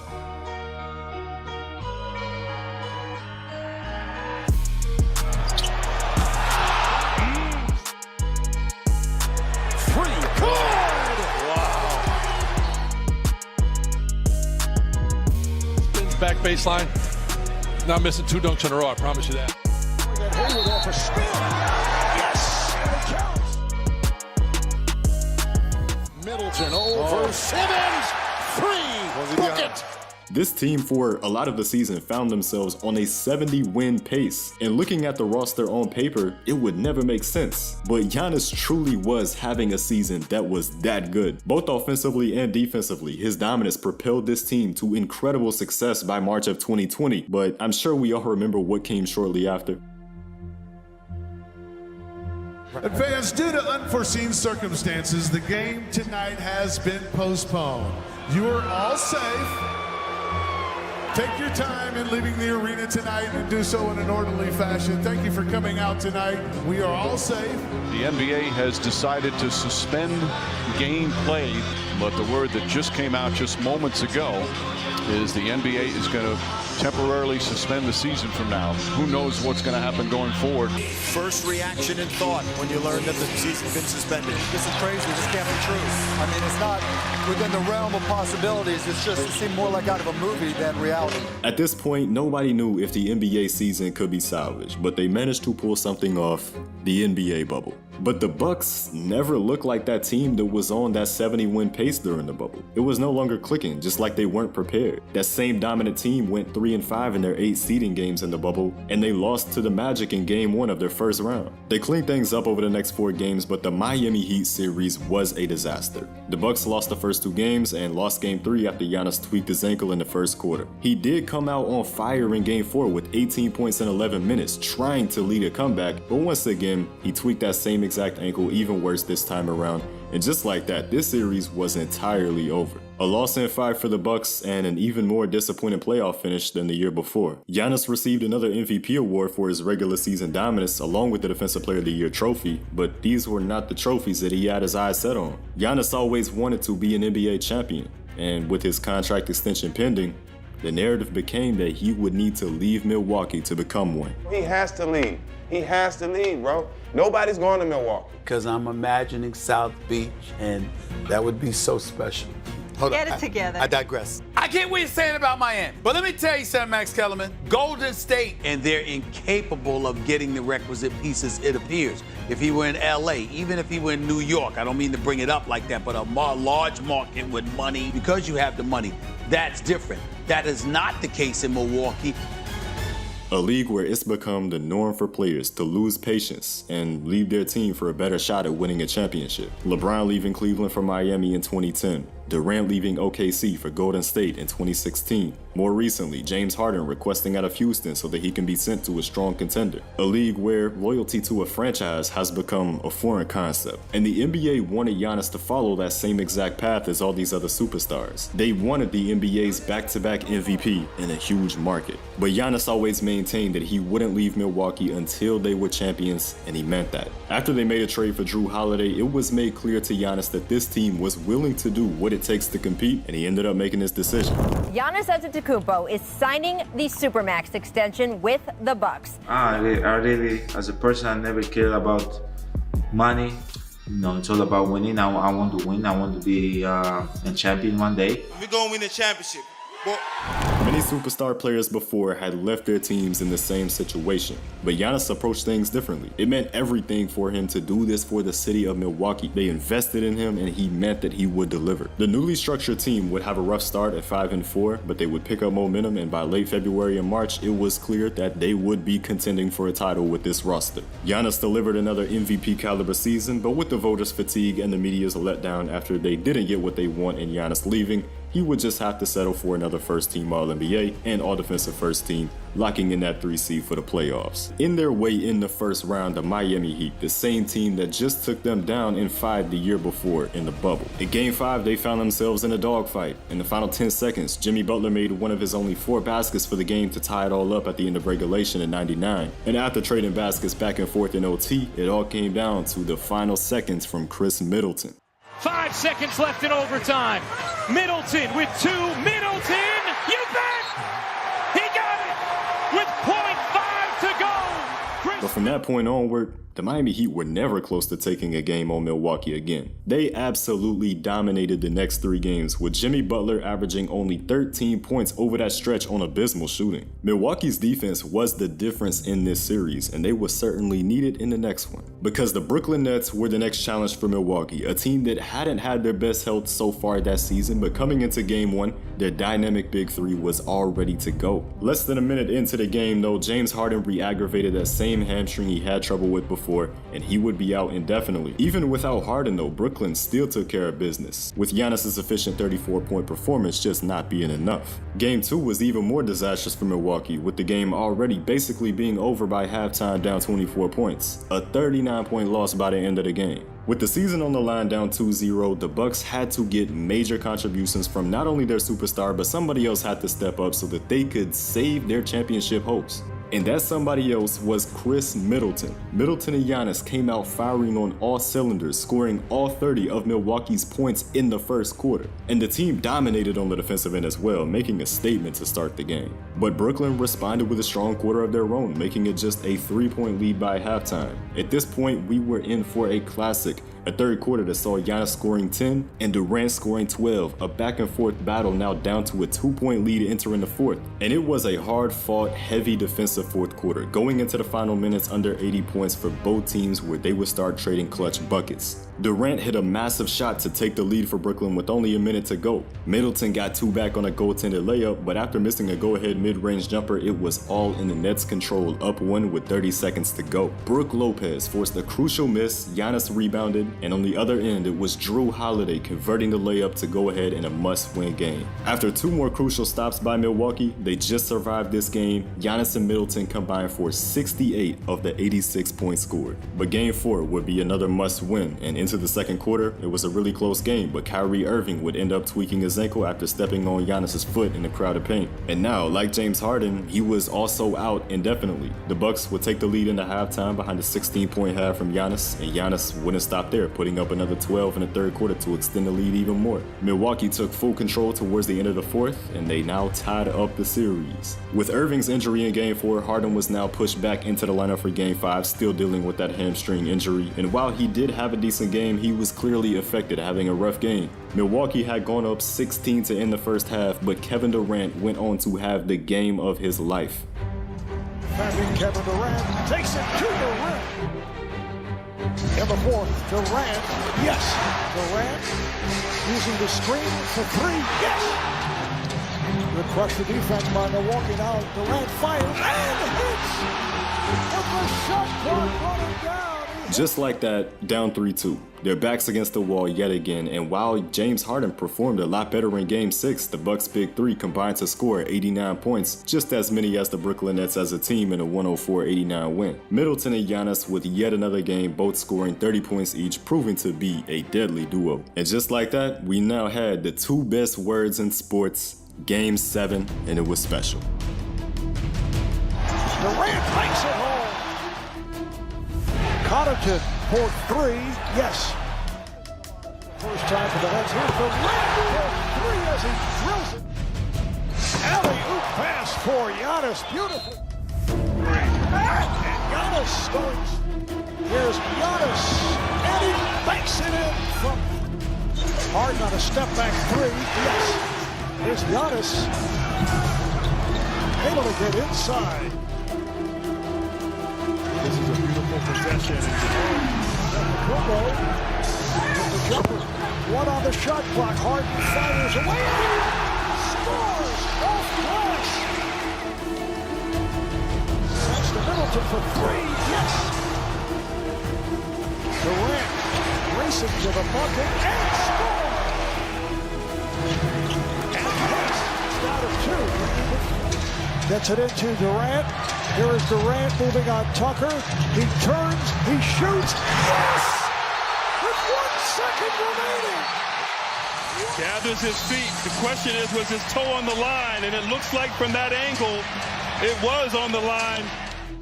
Giannis with a shot way off and turns, flips it, and it carries in.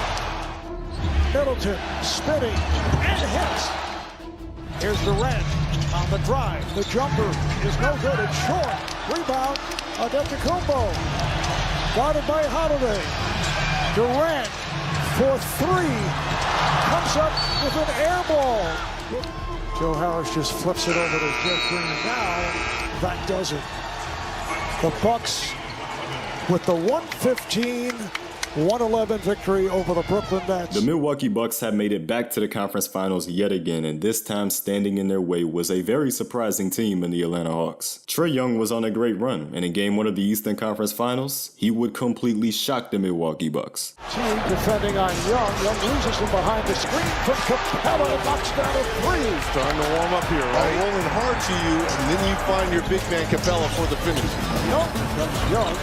Herter with a nice Young goes right at Portis and scores.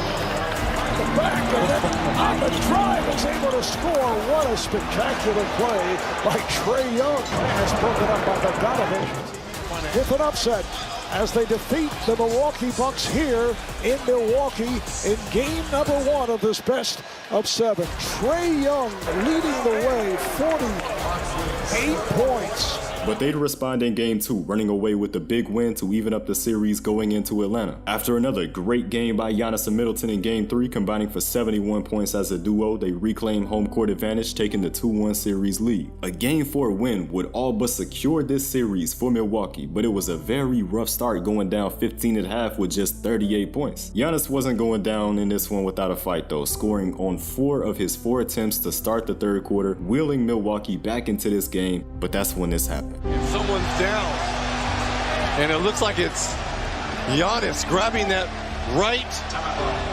that left knee. Oh, you can see the hyperextension. Yep, the left knee.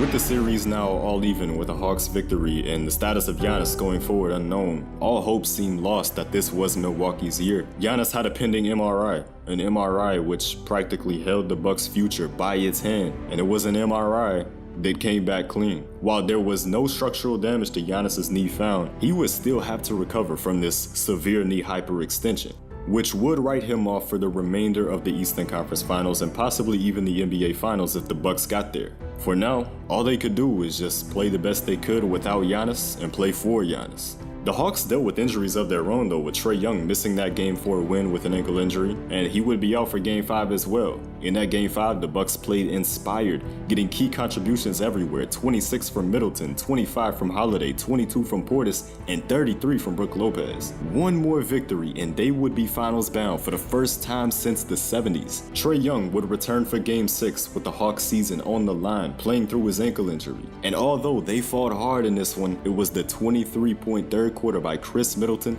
that really put this game out of reach. The Bucks were now on their way to the finals, but their main guy that got them all this way was still a question mark.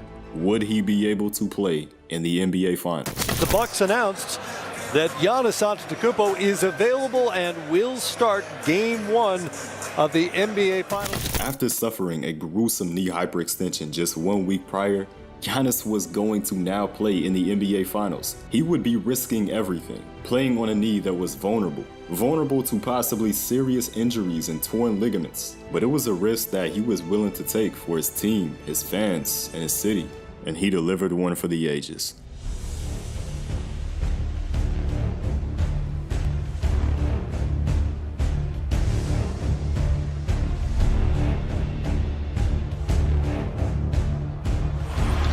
Booker, nice move, gets inside, layup off the glass.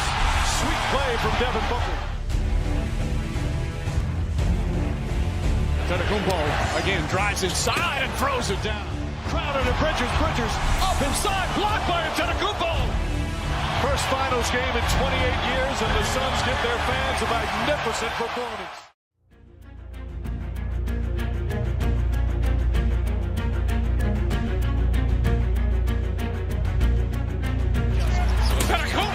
With the strong finish. Booker to Crowder. Connects on a three. Bridges, three-pointer.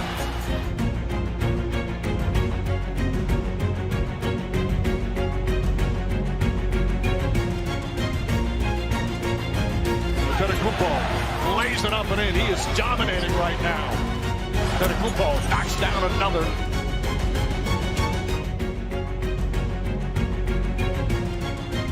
Shoots and scores. 34 now for Giannis. Paul for three. Bang! Phoenix Suns are now 2 wins away from their first NBA championship.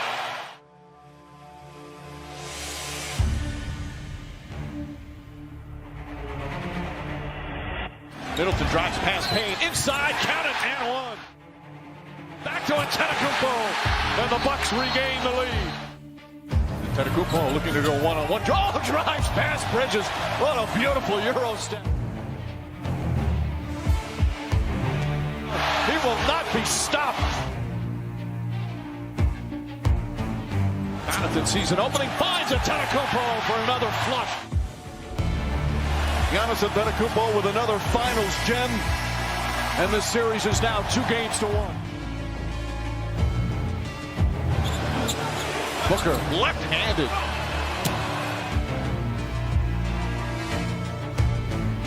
Tough shot from Booker. He's got 16. Hits a three and ties the game. Down on the board, Antetokounmpo on the steal.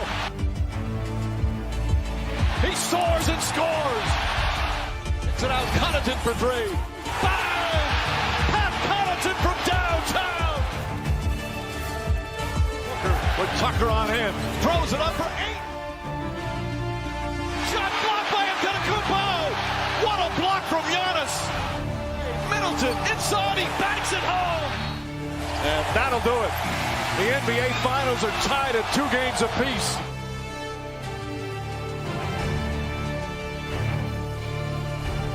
Bridges steps into a three. Antetokounmpo goes inside, goes right at 8, and layup is good. Paul makes his move, gets inside, the running layup is good. It's a 1-point game. Knocked away and stolen by Holiday.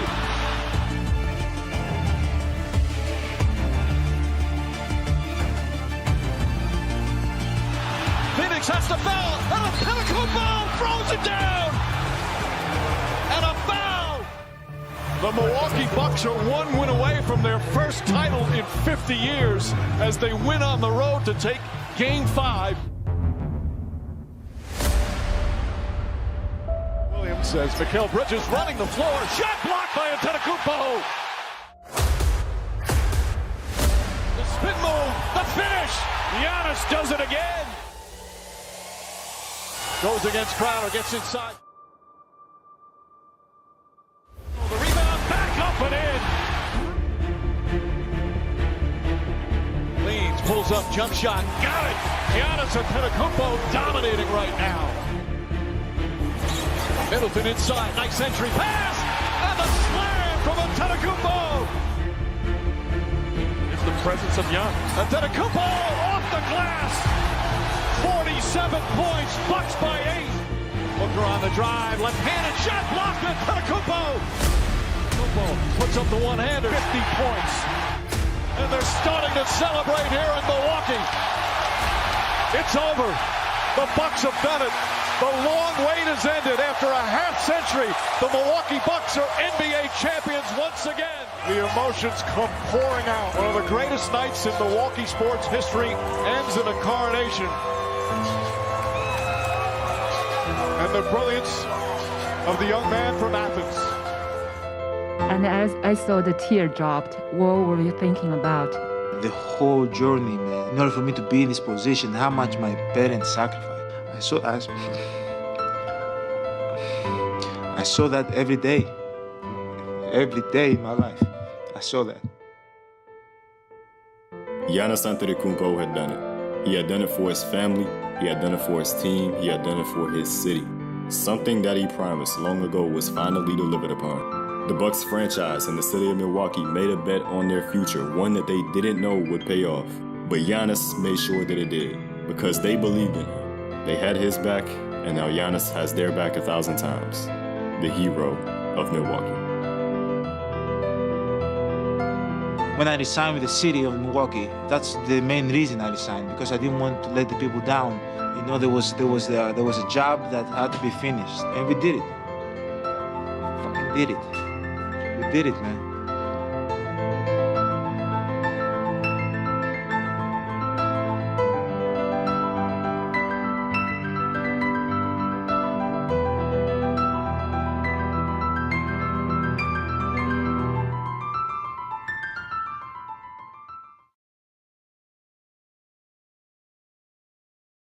The Boston Celtics were crowned as the 2024 NBA champions, having a combined record across the regular season and playoffs of 80-21. Only 12 teams in league history have done better. But having won 19 games by at least 25 points, the most by any team in league history, this Celtics team had a historical run to their championship, obliterating their opponents by an average of 10.7 points per game, the 5th highest mark in NBA history, only behind 4 other historically great teams. These 4 teams all had one thing in common: some of the greatest duos duos in NBA history leading the way. But this Boston team was much different. Their duo of Jaylen Brown and Jason Tatum don't stack up to the other four whatsoever. So how were they able to construct a roster capable of dominating the NBA and place themselves so high up in the record books? This is how the Boston Celtics created the most unique super team we have ever seen. Paul Pierce is out of the game. And again, will it be Pierce's final game as a Celtic? He hopes that's not the case. What's going to happen with the Boston Celtics? Paul Pierce, Kevin Garnett, Celtics got some big decisions to make this offseason. With the start of every era, another one comes to an end. After receiving Kevin Garnett in a trade back in 2007, the Boston Celtics had made 2 finals appearances, including the 2008 NBA Finals where they won the franchise's 17th championship and their first in over 20 years. But with Pierce now 35 years old and KG 36 years old, their future on the Celtics highly questioned entering the 2013 offseason. But with the departure of head coach Doc Rivers, who was now heading to Los Angeles, this was the nail in the coffin for the Pierce and Garnett era. It is the night of the 2013 NBA Draft, and the Boston Celtics front office are looking to move on from Kevin Garnett and Paul Pierce to officially enter their rebuild. One of the big potential suitors for the 2 aging stars was the Brooklyn Nets, who saw Pierce and Garnett as their missing pieces into championship contention. Over the next 60 minutes, a phone call between Boston's general manager Danny Ainge and Brooklyn Nets general manager Billy King would take place in negotiations. The initial offer from Brooklyn would include Gerald Wallace, 4 other players from the Nets, and 1 first-round pick. Ainge brought this offer forward to Wyc Grousbeck, owner of the Boston Celtics, who told Ainge to go back and get another first-round draft pick. Grousbeck was well aware of how desperate the Brooklyn Nets were to make this trade happen, and he knew that they could get more off them in this trade. Billy King, who was on the other end of the phone representing Brooklyn, had already overpaid for Gerald Wallace years prior, giving up a 2012 draft pick in the deal that became Damian Lillard. But the big shot caller wasn't King, it was Dmitry Razumov, the right-hand man to Brooklyn's Russian billionaire owner Mikhail Prokhorov, who was hardly ever around the organization. But Prokhorov brought strong ambitions with him to Brooklyn in 2010 after taking over, predicting a championship would come in just 5 years. The man in charge in Prokhorov's absence, Dmitry Razumov, was well known as a star chaser who had no experience in basketball or running a professional sports team. With the Nets ownership being convinced that bringing in Garnett and Pierce would make them title favorites, the men on the phone, Billy King, did not want to let this deal fall through, and Grousbeck knew that all along. So Ainge pushed for more, and he came back with a counteroffer that was even more than what Grousbeck requested. Brooklyn was now throwing in 2 more first-round picks, making it 3 in total with the 2014, 2016, and 2018 first rounders. Grousbeck could sense the desperation, and he told Danny Ainge to go get 1 more. But this time, Brooklyn did not fold. They were not throwing in a 4th first rounder, so instead, Ainge pitched the idea of a first-round pick swap in 2017. With this pick swap giving Boston the right to swap picks with Brooklyn in the event that they had a worse draft pick than them in the 2017 draft. With Brooklyn expected to be contenders for years to come, and with 61% of pick swaps ultimately ending up worthless in the NBA, the Nets agreed to the terms. Boston's front office had pushed the limits on this deal, and they were very satisfied with what they had brought in for their aging star players on this 60-minute phone call, but the media and the fans did not feel the same way. I thought this was 35 cents on the dollar. There's no guarantee that any of those picks will get in the lottery. They did get some draft picks. Now, those picks, some of them at least, will not be very good picks because the Nets team should be one of the top teams in the league, so those picks will be low. Okay, you can argue that the Celtics have 9 draft picks in the next 5 years, but let me ask you a question. Why gamble with something that you're hoping to be great when you already have greatness in your possession? Maybe it's something I don't know. Celtics fans were devastated by this trade, not just because they lost 2 pieces that brought them a championship, but they had lost them for what seemed to be nothing. Meanwhile, the Nets were declared big winners in this trade, their fans overjoyed that they now had a roster built to contend for an NBA title. All those picks sent out to Boston expected to be outside the draft lottery with how great this team looked, and the 2017 pick swap that was thrown in at the last minute was hardly being mentioned at all. Nobody cared because the Celtics were expected to be worse in 4 years than Brooklyn. But before we continue to see how this trade plays out, I want to thank Manscaped for sponsoring today's video. Of course, we talk basketball on this channel, but a lot of y'all be worried about the wrong balls. Let's be real. Now, Manscaped has got y'all covered as the global men's lifestyle brand that is really changing the game in men's grooming. There's already over 10 million men, and by rough estimation, that's like 20 million balls that have confidence in Manscaped worldwide. Their latest grooming and hygiene bundle is the Perfect Package 5.0 Ultra, which includes the Lawnmower 5.0 Ultra electric trimmer. This trimmer takes precision to a different level with next-gen dual skin-safe blade heads. This dual blade system allows you to start your trimmer session with the trimmer blade and then pop it off to attach the foil blade and get down to the skin level. I mean, you're basically getting 2 trimmers for the price of 1, and the best part is, it's waterproof. But that's not all for this package that makes sure your package is straight. You also get the Crop Soother and Crop Preserver. The Crop Soother provides you with comfort after shave, and the Crop Preserver ball deodorant is a key addition to your routine. Your underarms are not the only place that needs it. And you also get a free gift as well when purchasing this package. This travel bag comes in clutch when you're on the go. So head on over to manscaped.com to get your hands on the Perfect Package 5.0 Ultra, where you can use my code WillSoTrue for 20% off your order, plus free international shipping, plus a free gift. Take care of your balls and they will thank you, of course. But enough about balls, let's get back to this sport where they play with balls. And everyone in Boston dreading what they expected to be a really poor upcoming season. A team used to playoff success now officially in a rebuild with some light at the end of the tunnel because potentially a shot at an upcoming prospect viewed to be the next big thing, Andrew Wiggins, aka Maple Jordan. They call him Maple Jordan, which is really stupid. He was by far the most coveted prospect coming out of high school, and that was during his junior year. All of the hype. The cover of this magazine, cover of GQ. Some have dubbed him the next LeBron James. With the beginning of this new era in Boston, they needed a new head coach, and in came Brad Stevens. Stevens had no experience coaching in the NBA, but he had a very successful tenure at Butler in Division I college basketball. With many successful college coaches coming to the NBA and ultimately failing, the Celtics were willing to take a chance here on Stevens, and only time would tell if that decision would pay off. The Celtics entered the 2013-2014 NBA season with only one man remaining from their big four that won them a championship in 2008, that being Rajon Rondo, but Rondo would suffer a torn ACL during this season, which resulted in him only playing 30 games. The most common starting lineup that Boston ran was Avery Bradley, Jordan Crawford, Jeff Green, Brandon Bass, and Jared Solinger. Clearly not a good team at all, which resulted in Boston finishing with a 25-57 record, tied for the 4th worst in the league. Over in Brooklyn though, their first season with Pierce and Garnett was disappointing, finishing with the 6th seed in the East, a rough start for them with very little time to work with. Confidence in Boston was beginning to grow. They owned the 17th pick in the 2014 NBA draft, which came from the trade with Brooklyn, but they were more focused on their own pick, which had the 5th best odds to turn out as the #1 overall pick in the NBA draft lottery. Their eyes on that high prospect Andrew Wiggins. But even the top 3 pick here would be a huge win for Boston to have a shot at selecting bright stars in Joel Embiid and Jabari Parker. Their fate would be decided by the bounces of ping pong balls. This is what they blew it all up for, and this is what it got them. Pick number 6 belongs to the Boston Celtics.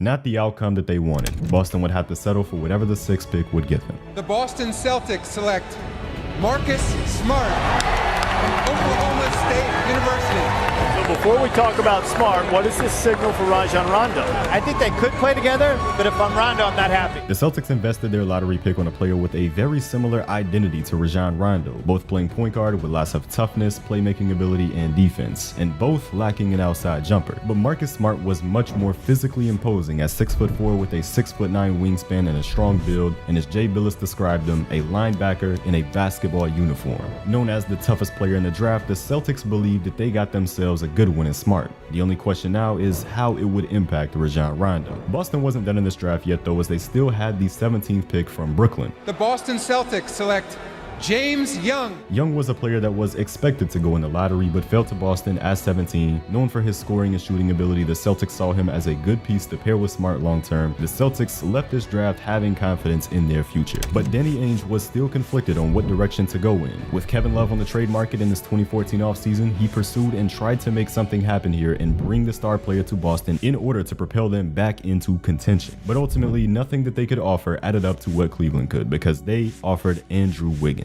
Missing out on Kevin Love would definitely impact this team moving forward, whether that be for better or worse, to be determined. After starting off the 2014 to 2015 season with a 9-14 record, Ainge finally pulled the trigger on a trade sending out Rajon Rondo to Dallas. After shopping Rondo, the best offer available came from Dallas as they received Jay Crowder, Brandon Wright, Jameer Nelson, with Dallas's 1st and 2nd rounders in the 2016 draft being the return. But Boston was expected to remain active in the trade market, not only with the pieces that they just received, but also with Jeff Green, and they they made 4 different trades in January alone, most notably a 3-team trade where Boston sent out Jeff Green and came away with a 2020 first-round pick from Memphis, Tayshaun Prince, and Austin Rivers. Boston would eventually end up flipping all of these players in other trades, with the final move eventually landing them a 20-point-per-game score in Isaiah Thomas. The new look starting lineup for Boston post-trade deadline being Marcus Smart, Avery Bradley, Evan Turner, Brandon Bass, and Tyler Zeller, with Isaiah Thomas coming off the bench. Still not a great team, but it was enough to propel them back into the playoffs with a 40-42 record, good enough to be the 7th seed. But they would be facing LeBron James in the first round, who had Boston's number ever since 2011, and of course, it was the same case here with Boston getting swept by Cleveland, ending their season quickly. But the Celtics were now looking back on their trade with Brooklyn and expecting huge returns. Paul Pierce was already gone, and Kevin Garnett had put up the worst season of his career, with the Nets finishing as the 8th seed,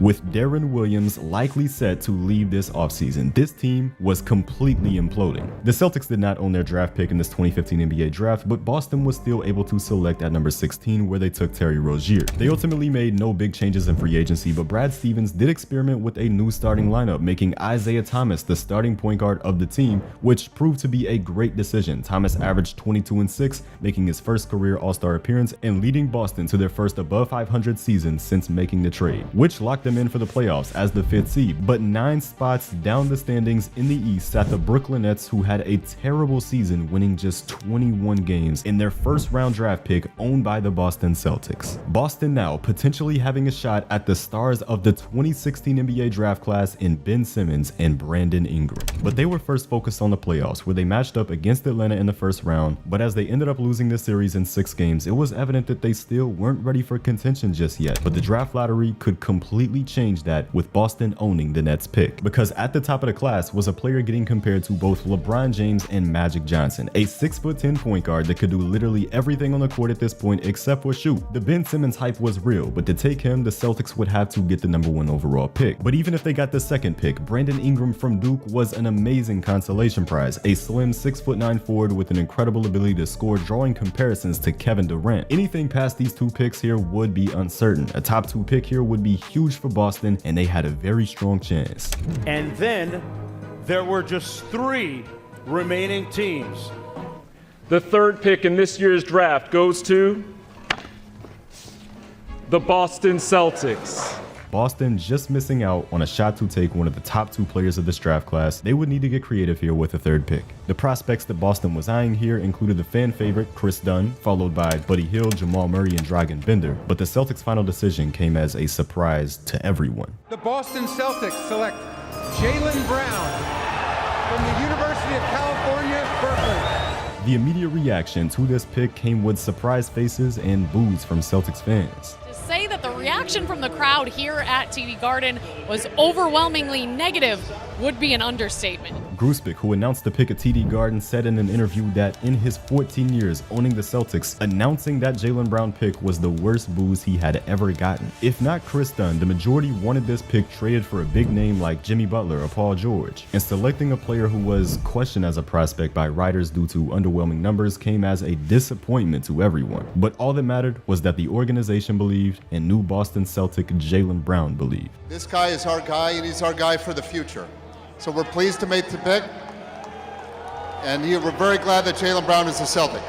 Thank you very much. The Boston Celtics made a new signing during the 2016 free agency period, bringing in former All-Star Al Horford on a 4-year deal. They also felt that Brad Stevens had proven himself over the last 3 years with what he was able to do with underwhelming rosters, and he would receive a contract extension, securing his job for the long run in Boston. And the starting lineup that he would run this season was much better thanks to the improvements made by the front office, with Al Horford and Jay Crowder now making the lineup. And this would be the most successful season by the Boston Celtics since the Pierce and Garnett trade so far, led by now 2-time All-Star Isaiah Thomas, who scored his career high of 52 points against the Miami Heat in December, including a franchise record 29 of those coming in the 4th quarter. You were unstoppable.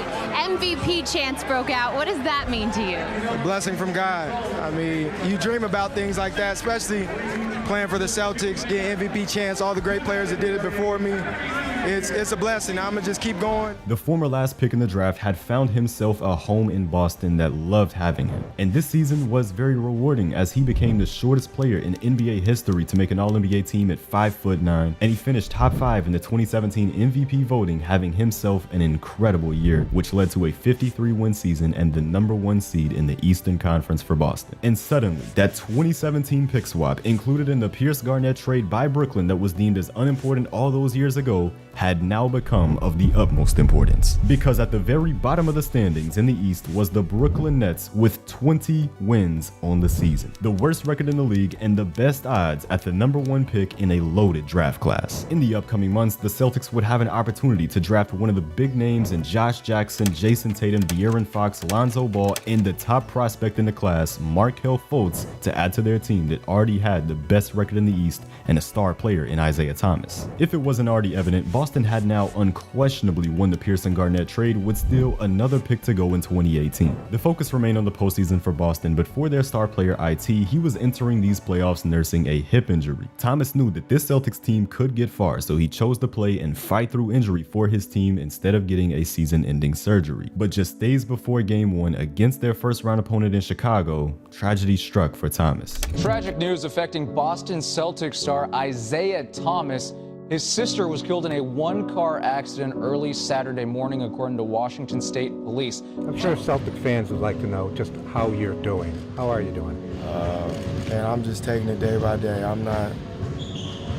Some days are better than others, but I'm not here, man. Like, it's never gonna be the same. Already having to battle through injury, Thomas now found himself in a dark place after the tragic loss of his youngest sister, who was just 22 years old. But Thomas was nothing short of a warrior. Despite going down 2-0 to the Bulls to begin the series with everything that he was going through, he led them back with Boston winning 4 straight games and their first playoff series since 2012. Their next opponent in the second round would be much tougher in the Washington Wizards, but Thomas went on to score 33 points in a Game 1 win where he lost a tooth after taking a hard hit. And Thomas's heroics continued into Game 2 of this series, where Boston found themselves playing from behind throughout nearly the entire game. But 44 points in regulation by IT, including the final 2 from the free throw line, would send this game into overtime, where Thomas only needed 4 shots to outscore the Wizards by himself, all 4 shots falling and finishing the game with 53 points. This game simply meant more to Isaiah Thomas. Isaiah, where is this coming from, man? Where is this coming from? It's my sister. It's her birthday today. Happy birthday. She would have been 23 today, so everything I do is for her, and she's watching over me, so that's all her. My sister wouldn't want me to stop. The only thing about it is once I leave this gym, I hit reality, and she's not here. The entire NBA world found themselves rooting for IT. It wasn't going to be easy for Boston, as Washington came back to win 2 straight games and eventually forced the Game 7. But the Celtics would take Game 7 behind 29 points from their hero, Isaiah Thomas, leading them to the Eastern Conference Finals. But sadly, the run would be short-lived, as Thomas's hip injury was beginning to catch up with him. It was getting to the point now where he was even struggling to walk, let alone play basketball. He could only make it through 2 games of this Cavs series, which saw Boston losing in 5 games. The season was over, but IT had proven himself and fought through so much to bring Boston back to the conference finals. Now it was all about rehabilitation in his hip, and for Boston, they had a big draft lottery via Brooklyn that would be deciding a lot of their future. The final 3: the Philadelphia 76ers, the Los Angeles Lakers, and the Boston Celtics. The third pick in this year's draft goes to the Philadelphia 76ers. The second pick will be made by the Los Angeles Lakers. And that means that the #1 pick in the 2000 NBA draft goes to the Boston Celtics. In the last 2 years, the Celtics had now gotten both a 3rd and 1st overall pick in the NBA draft, all thanks to Brooklyn. A move that was originally questioned back in 2013 was now looked at as genius. The 1st overall pick in this draft was highly expected to be Markelle Fultz out of Washington, the same college as Boston star player Isaiah Thomas. But Boston actually had their eyes set on another guy, which led them to trading the 1st overall pick with the Philadelphia 76ers, receiving now the 3rd pick in the draft and a 2019 first first rounder. It was unknown what Boston was doing here, but Danny Ainge was always up to something. And the draft went exactly as expected, Philly now selecting Markelle Fultz first overall, and the Lakers taking Lonzo Ball at number 2. The Celtics were never interested in these players though, as they were up at number 3 and selected the player that they wanted all along. The Boston Celtics select Jason Tatum from Duke University. Tatum was considered the best offensive player of all the remaining prospects, a 6'8" forward with a great isolation scoring game. The Celtics now had themselves a very interesting team, and that continued into free agency as they signed NBA All-Star Gordon Hayward, a core that now consisted of young talent like Marcus Smart, Terry Rozier, Jaylen Brown, and Jason Tatum, but also 3 All-Star caliber players in Gordon Hayward, Al Horford, and Isaiah Thomas. However, this would not be the team that they entered the next season with. When Danny called me, I missed his call. When I got back to Seattle, I missed his call. He texted me, IT, give me a call back. Called him back, then he asked me how I was doing. I was like, I just got back to Seattle. He knew I was on my anniversary. He knew I was in Miami, so I said, I just got back to Seattle, I'm chilling, headed home. And then like it got a little quiet. He broke it to me, he's like, well, IT, I just traded you. I was hurt just because everything that I've done for them, everything that I went through and continue to do for them, when I could have just called it quits and went home and ended my season. And then I got hurt for them. Like I hurt myself even more. I gave my heart to that city and that organization. It's too bad to say bye to him. He averaged 29 points a game. And the new player is only averaging 25. And that new player averaging 25 that Boston traded their hero for was Kyrie Irving, who had requested a trade out of Cleveland after the season ended as he wanted to have his own team rather than being in the shadow of LeBron James. The fan base was conflicted. They just got an NBA champion and 4-time All-Star, but traded the fan favorite hero that everyone in the city loved after he had just given everything that he had. The Celtics also sent out Jay Crowder to Cleveland in the deal and the 2018 Nets pick, meaning Boston had officially turned their haul of picks from the Brooklyn Nets trade into Jaylen Brown, Jason Tatum, and Kyrie Irving, a masterclass by the front office. But at what cost would it be? On the opening night of the 2017-2018 NBA season, the Boston Celtics brought out an impressive starting lineup against Cleveland, headlined by the All-Stars in Kyrie, Horford, and Hayward, with 2 bright young players in Brown and Tatum. This team had high expectations, but these expectations ended in just 5 minutes after Gordon Hayward suffered a gruesome leg injury that would put him out for the rest of the season. And this misfortune would continue for the Celtics later into the season, as in March, Kyrie's knee that he injured in 2015 was re-aggravated and needed surgery, now putting him out for the rest of the season as well. Boston had the 2nd seed in the East at this point, and they held that down without Irving over the final month of the season, winning 55 games. In the first round of the playoffs, the Celtics found themselves in a tough series with the Milwaukee Bucks led by Giannis Antetokounmpo, a very strong 7 seed that took this series to 7 games before Boston could finally close them out. Horford led the team in scoring, but the second-year player Jaylen Brown scored 18 a game himself, and the rookie Jason Tatum averaged 15 a game. These 2 young players already doing very well for themselves in the playoffs. In round 2, Boston faced another young star in Joel Embiid, but the young star that shined brightest in this series was the rookie Jason Tatum, averaging 23 points per game, leading Boston to a series win in just 5 games. They were heading back to the Eastern Conference Finals once again, where once again LeBron James stood in their way.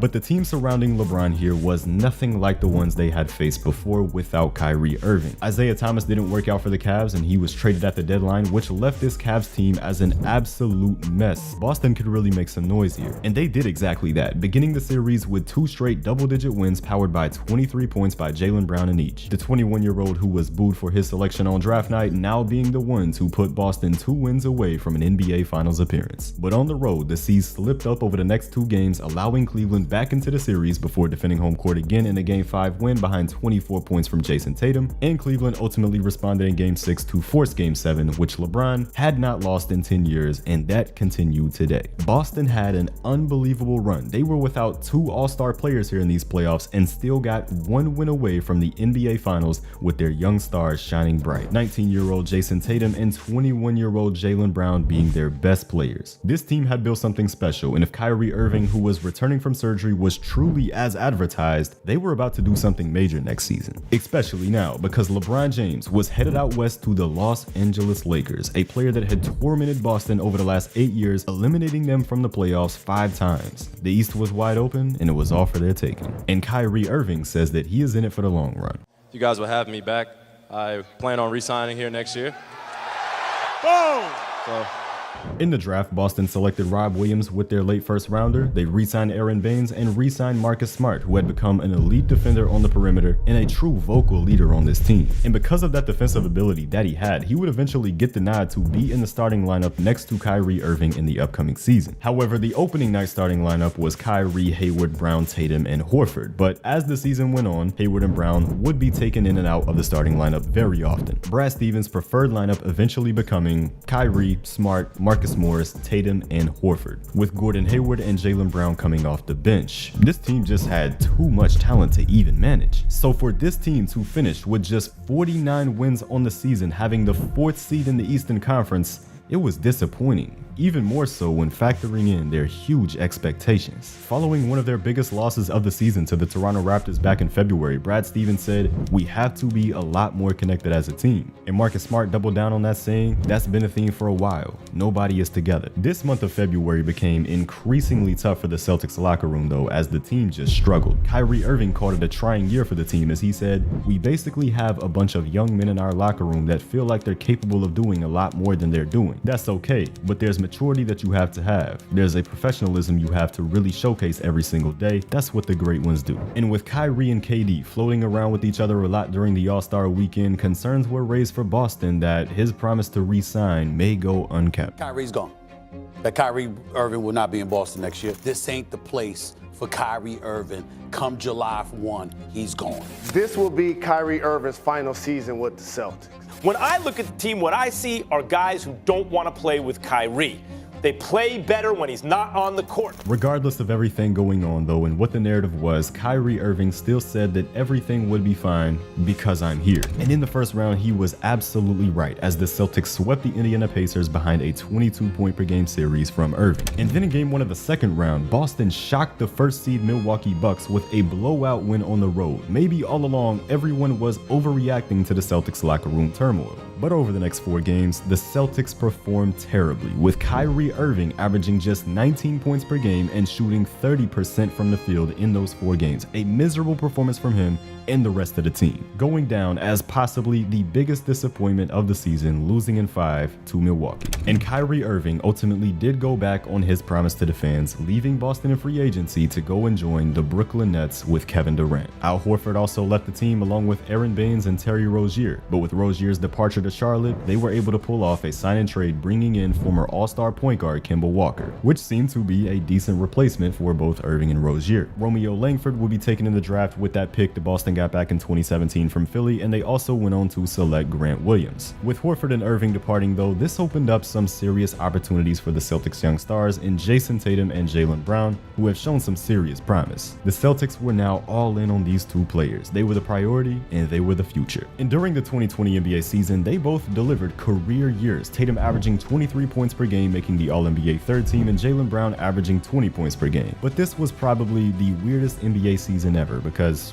you know. Breaking news from the NBA is they announced that a player on the Utah Jazz has preliminarily tested positive for the coronavirus. The affected player was not in the arena for the game tonight. The NBA is now suspending gameplay starting tomorrow until further notice, and the NBA says they're going to use this hiatus to determine their next steps for moving forward in regard to the coronavirus pandemic. The NBA season was saved by the NBA bubble, where the Boston Celtics finished as the 3rd seed in the Eastern Conference, a better finish than the year before with Kyrie Irving. The Celtics entered the first round of the playoffs against the Philadelphia 76ers, who had their former All-Star Al Horford, but being without Ben Simmons, Philly was completely outmatched and was swept in this series. Jason Tatum, Kemba Walker, Jaylen Brown all averaging over 20 points per game in the series, looking like a well-oiled machine. This domination continued into round 2 as they took a 2-0 series lead over the Toronto Raptors, and it was looking like it was going to be 3-0. Walker dishes tight with the dunk with 0.5 left. Anybody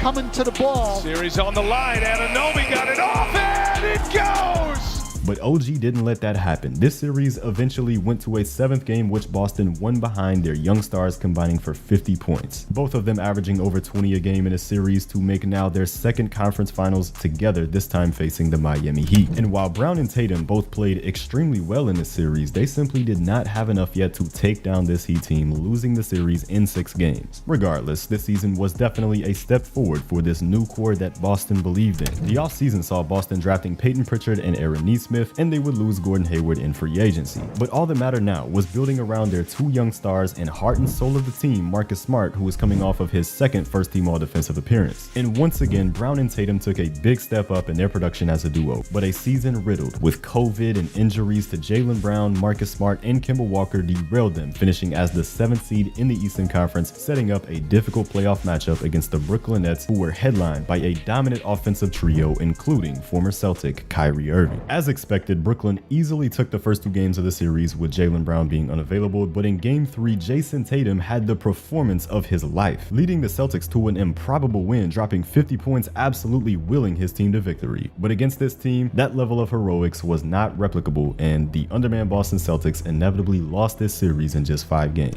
And to make things complicated, a lot of changes will be happening at the top in Boston here this offseason, because the Celtics GM since 2003, Danny Ainge, was announcing his retirement. As one of the best executives in the NBA, this left a void in an important place for the Celtics. But it didn't end there, as Celtics head coach since 2013, Brad Stevens, came into the office to tell Wyc Grousbeck that he would be stepping down as he had become completely worn down from coaching over the last 2 years. Now down a head coach and a president of basketball operations in Boston, but Grousbeck had a fast solution to one of those vacancies. He told Stevens, "You've got a great basketball mind. You've been in the drafts the last 7 years or so with Danny. You've built teams at Butler. You know personnel. You know everybody in the league. Do you want to think about being the GM?" Stevens thought about this proposal overnight and accepted it the next morning, becoming the new GM of the Boston Celtics. But the next step was replacing Stevens' former position at the head coaching spot. Darvin Ham and Chauncey Billups were considered as top candidates for the position, but it was Ime Udoka, an assistant coach on the Brooklyn Nets staff, who was hired as the new head coach of the Boston Celtics. Udoka had worked under NBA coaching legend Greg Popovich for 7 years as an assistant and was well respected around the league. And Stevens made his first trade as the GM of the Celtics, sending out Kemba and a first-round pick to bring back Al Horford. So a new season was beginning, with lots of question marks around this Celtics team and how they would look.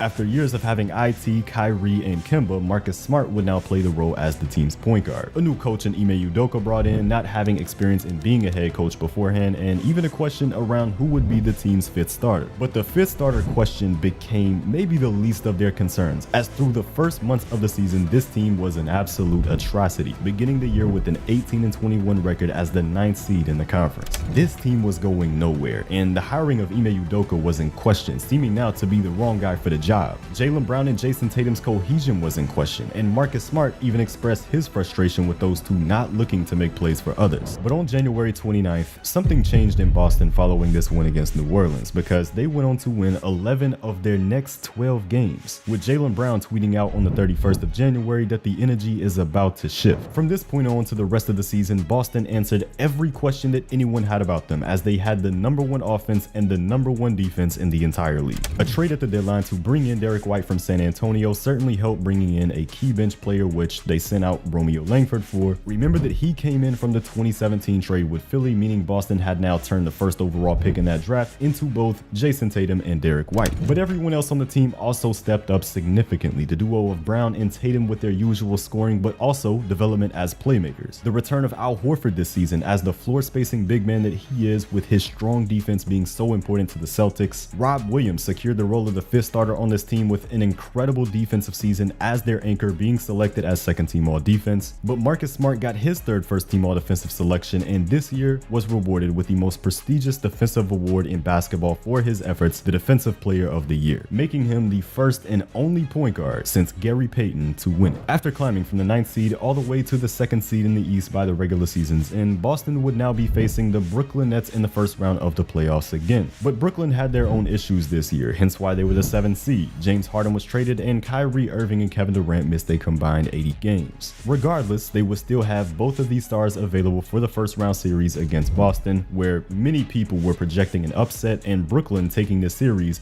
with Rob Williams still recovering from an end of season injury. But the Celtics Celtics proved everyone completely wrong here as they dominated this entire series, winning in a sweep where Kevin Durant was shut down by Boston's defense. Tatum and Brown outplaying the opposing star duo to avenge last season's result. And Boston was looking to continue their revenge tour as they were taking on the Milwaukee Bucks in round 2, who had embarrassed them back in 2019. This time, there would be no Chris Middleton to worry about, but they still had to have an answer for the best player in basketball, Giannis Antetokounmpo. Despite a lack of help, Giannis pushed this one to its absolute limit, averaging 35 points per game in the series, bringing the Bucks to a 3-2 lead. But in Game 6, in Milwaukee, Jason Tatum had his signature performance to force a Game 7, a massive 46-point game from him. And as far as this series was pushed by one man, it wouldn't get any further for the Bucks. The Boston Celtics secured another conference finals appearance with a blowout Game 7 win headlined by 27 points from Grant Williams, who had stepped into the starting role for the injured Rob Williams. But in the Eastern Conference Finals, it was another team that had their number in years past, the Miami Heat, who took them out in the same position just 2 years ago. But Boston would have to begin this series without their Defensive Player of the Year winner Marcus Smart, who was dealing with an injury, and they gave up 118 points in a loss, the most points allowed by Boston in the entire postseason run. Smart made his return in Game 2 where he put up a near 24-point triple-double in a blowout win. Miami got one back and Boston responded, taking 2 more, including a pivotal Game 5 win to take a 3-2 series lead. A heroic 47-point performance by Jimmy Butler then forced the Game 7, which was an absolute nail-biter, but the heroics by Jimmy Butler came to an end. Boston was now moving on to the NBA Finals. After starting the season with an 18-21 record, they completed maybe the most impressive midseason turnaround that we have seen in NBA history, from the 9th seed in January to 4 wins away from an NBA title. And they would be facing off against Steph Curry and the Golden State Warriors, Curry seeking his 4th NBA championship and his first Finals MVP of his career. But this Celtics team was looking to deny him of that, a massive 40-point fourth quarter in Game 1 shocking Golden State to begin this series. But Golden State had championship DNA, blowing out the Celtics for a huge response in Game 2. The Celtics then responded with a convincing win of their own behind another dominant fourth quarter and 77 combined points from Smart, Brown, and Tatum, now 2 wins away from an NBA championship with the advantage. But the Warriors' championship DNA and Steph Curry was an even bigger advantage than the 2-1 series lead, the Golden State Warriors winning 3 straight games by double digits to close the curtains on this NBA Finals. The Boston Celtics had come so far this season, but just not far enough, watching their opponents lift the championship trophy on their home court. We've been through a lot this year as a team. You know, it's tough. You know, every obstacle that was thrown in front of us, you know, we prevailed and triumphed through it. Came up short tonight. 2 wins away from a championship, this team was clearly almost there. So in the offseason, they looked to make some improvements to get them there, bringing in Danilo Gallinari from free agency and Malcolm Brogdon from a trade, adding 2 pieces to a team that was already championship level. But in September came something completely unexpected in Boston. As you know, Ime Udoka has been suspended for the upcoming season for breaking team rules. I won't be able to offer many additional facts or circumstances around what occurred and why the suspension is in place. It eventually was reported that Udoka's year-long suspension was for having an intimate relationship with a female member of the Celtics staff. Udoka would later have a full exit from his Celtics job, and the vacancy would be filled by Celtics assistant coach Joe Mazzulla. With a new head coach, we weren't exactly sure how the Celtics team would perform, but they didn't miss a beat. 57 wins to secure the 2nd seed in the Eastern Conference, with Jaylen Brown making 2nd team All-NBA and Jason Tatum making 1st team All-NBA. And Derek White took a starter role this season with Rob Williams being injured. Additionally, their offseason trade pickup Malcolm Brogdon also had his own injury issues too, which slowed him down, but they still entered the playoff with their full team ready to make another run to the NBA Finals. But this entire playoff run was full of underachievement, beginning with a matchup with the 7th seed Atlanta Hawks, where the series was stretched to 6 games, and then immediately after finding themselves down 3-2 to the Philadelphia 76ers, one of those games they lost with Joel Embiid out. And with their backs against the wall in Game 6, things were not looking good, entering the fourth quarter with Jason Tatum only having 3 points on 14 shot attempts. But when they needed him the most, just like in Game 6 last year, he delivered. Here's Tatum, fires over Embiid, got it! They get the switch, Maxey on Tatum now. Little quick sit dribble, Tatum, that's 2 in a row. Tatum slips out, fires the 3, made 2 in a row, make it 3. It's starting to feel like this one is really over now. Yeah, Doc was trying to get them to foul. Tatum with the 3, that one falls. 16 points in the fourth quarter. A rough night for Jason Tatum, but he stepped up when he was needed to force Game 7, and while this fourth quarter performance of his was excellent, his Game 7 performance was even greater, because he would make NBA history, scoring 51 points, the most ever scored in a Game 7 where the Celtics blew out the 76ers, overcoming another 3-2 deficit like last year. And the parallels continued as their conference finals opponent would once again be the Miami Heat. But this was a Miami Heat team that had gotten there as the 8th seed in the conference and not nearly as good as they were in 2022. However, Boston's underachieving would continue, as through the first 3 games of the series, they had no answer for this Miami Heat team, putting themselves in an impossible hole to get out of. But Boston's vocal leader and heart and soul wasn't giving up. Feel very good about tonight. Don't let us get one. I'm sorry. No, just don't let us get one. And Miami did let them get one, with the Celtics having a big second half to win the game by 17 points, but they didn't stop there. Boston got another one to force the Game 6. Marcus Smart's message was inspiring this locker room to keep pushing and overcome this deficit. They let us get 2, so don't let us get another one. And in Game 6, Boston found themselves up by 7 points entering the fourth quarter, just 12 minutes away from forcing that Game 7. But Miami was storming back, having the game come down to a final possession.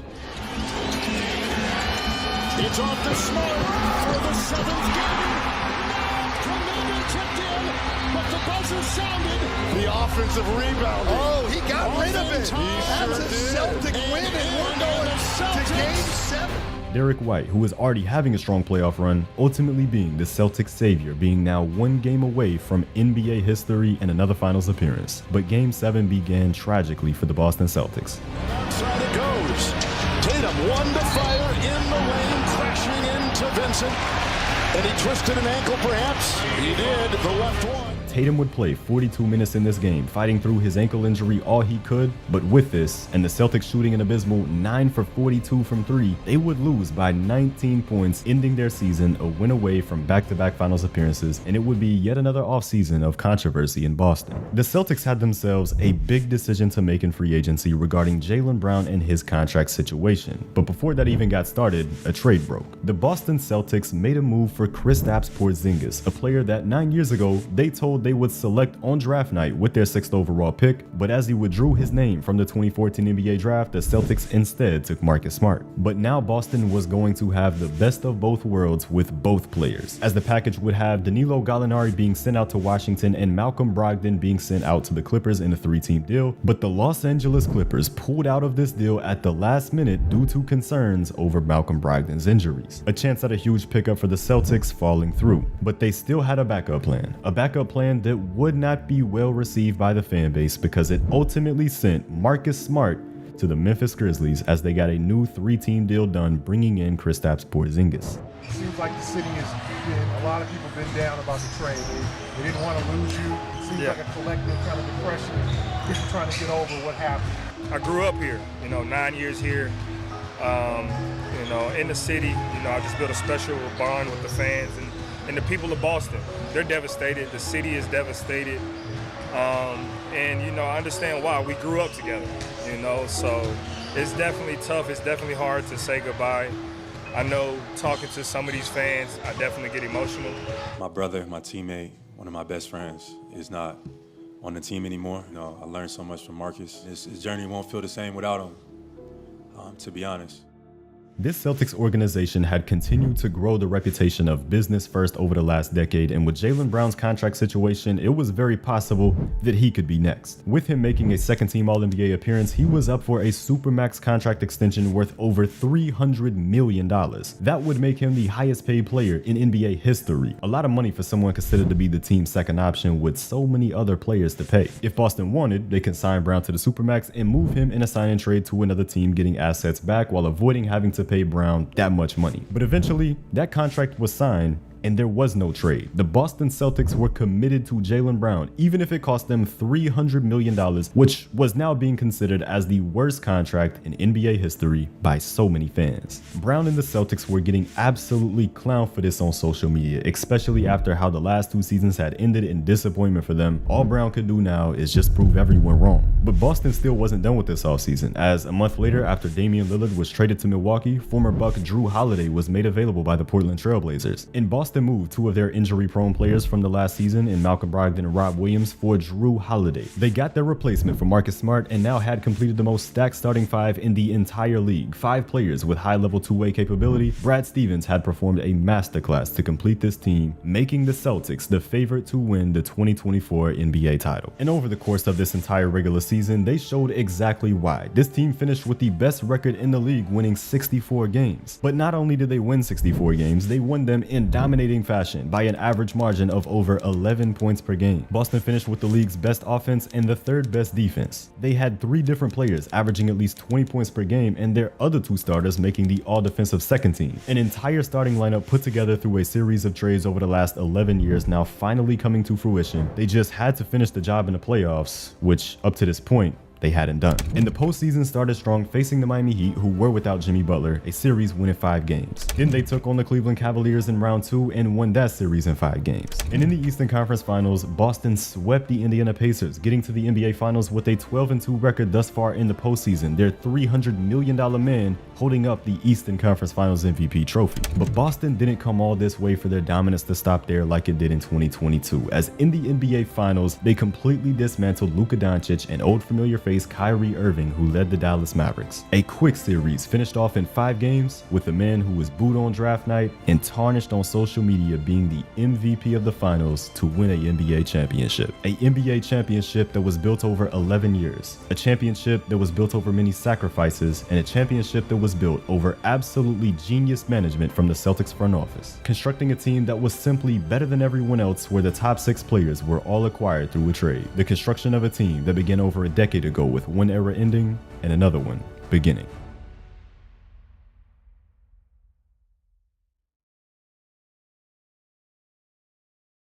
The 2023-2024 NBA season was one of the craziest, weirdest, and funniest seasons we've ever seen. What's going on with that? Wow. Zion Williamson, he looks fat. He looks fat. If you take his brain out and you put it in the bird is going to start flying backwards, okay? You got that, Joe Mazzulla. I called him a TikToker. I got a tech.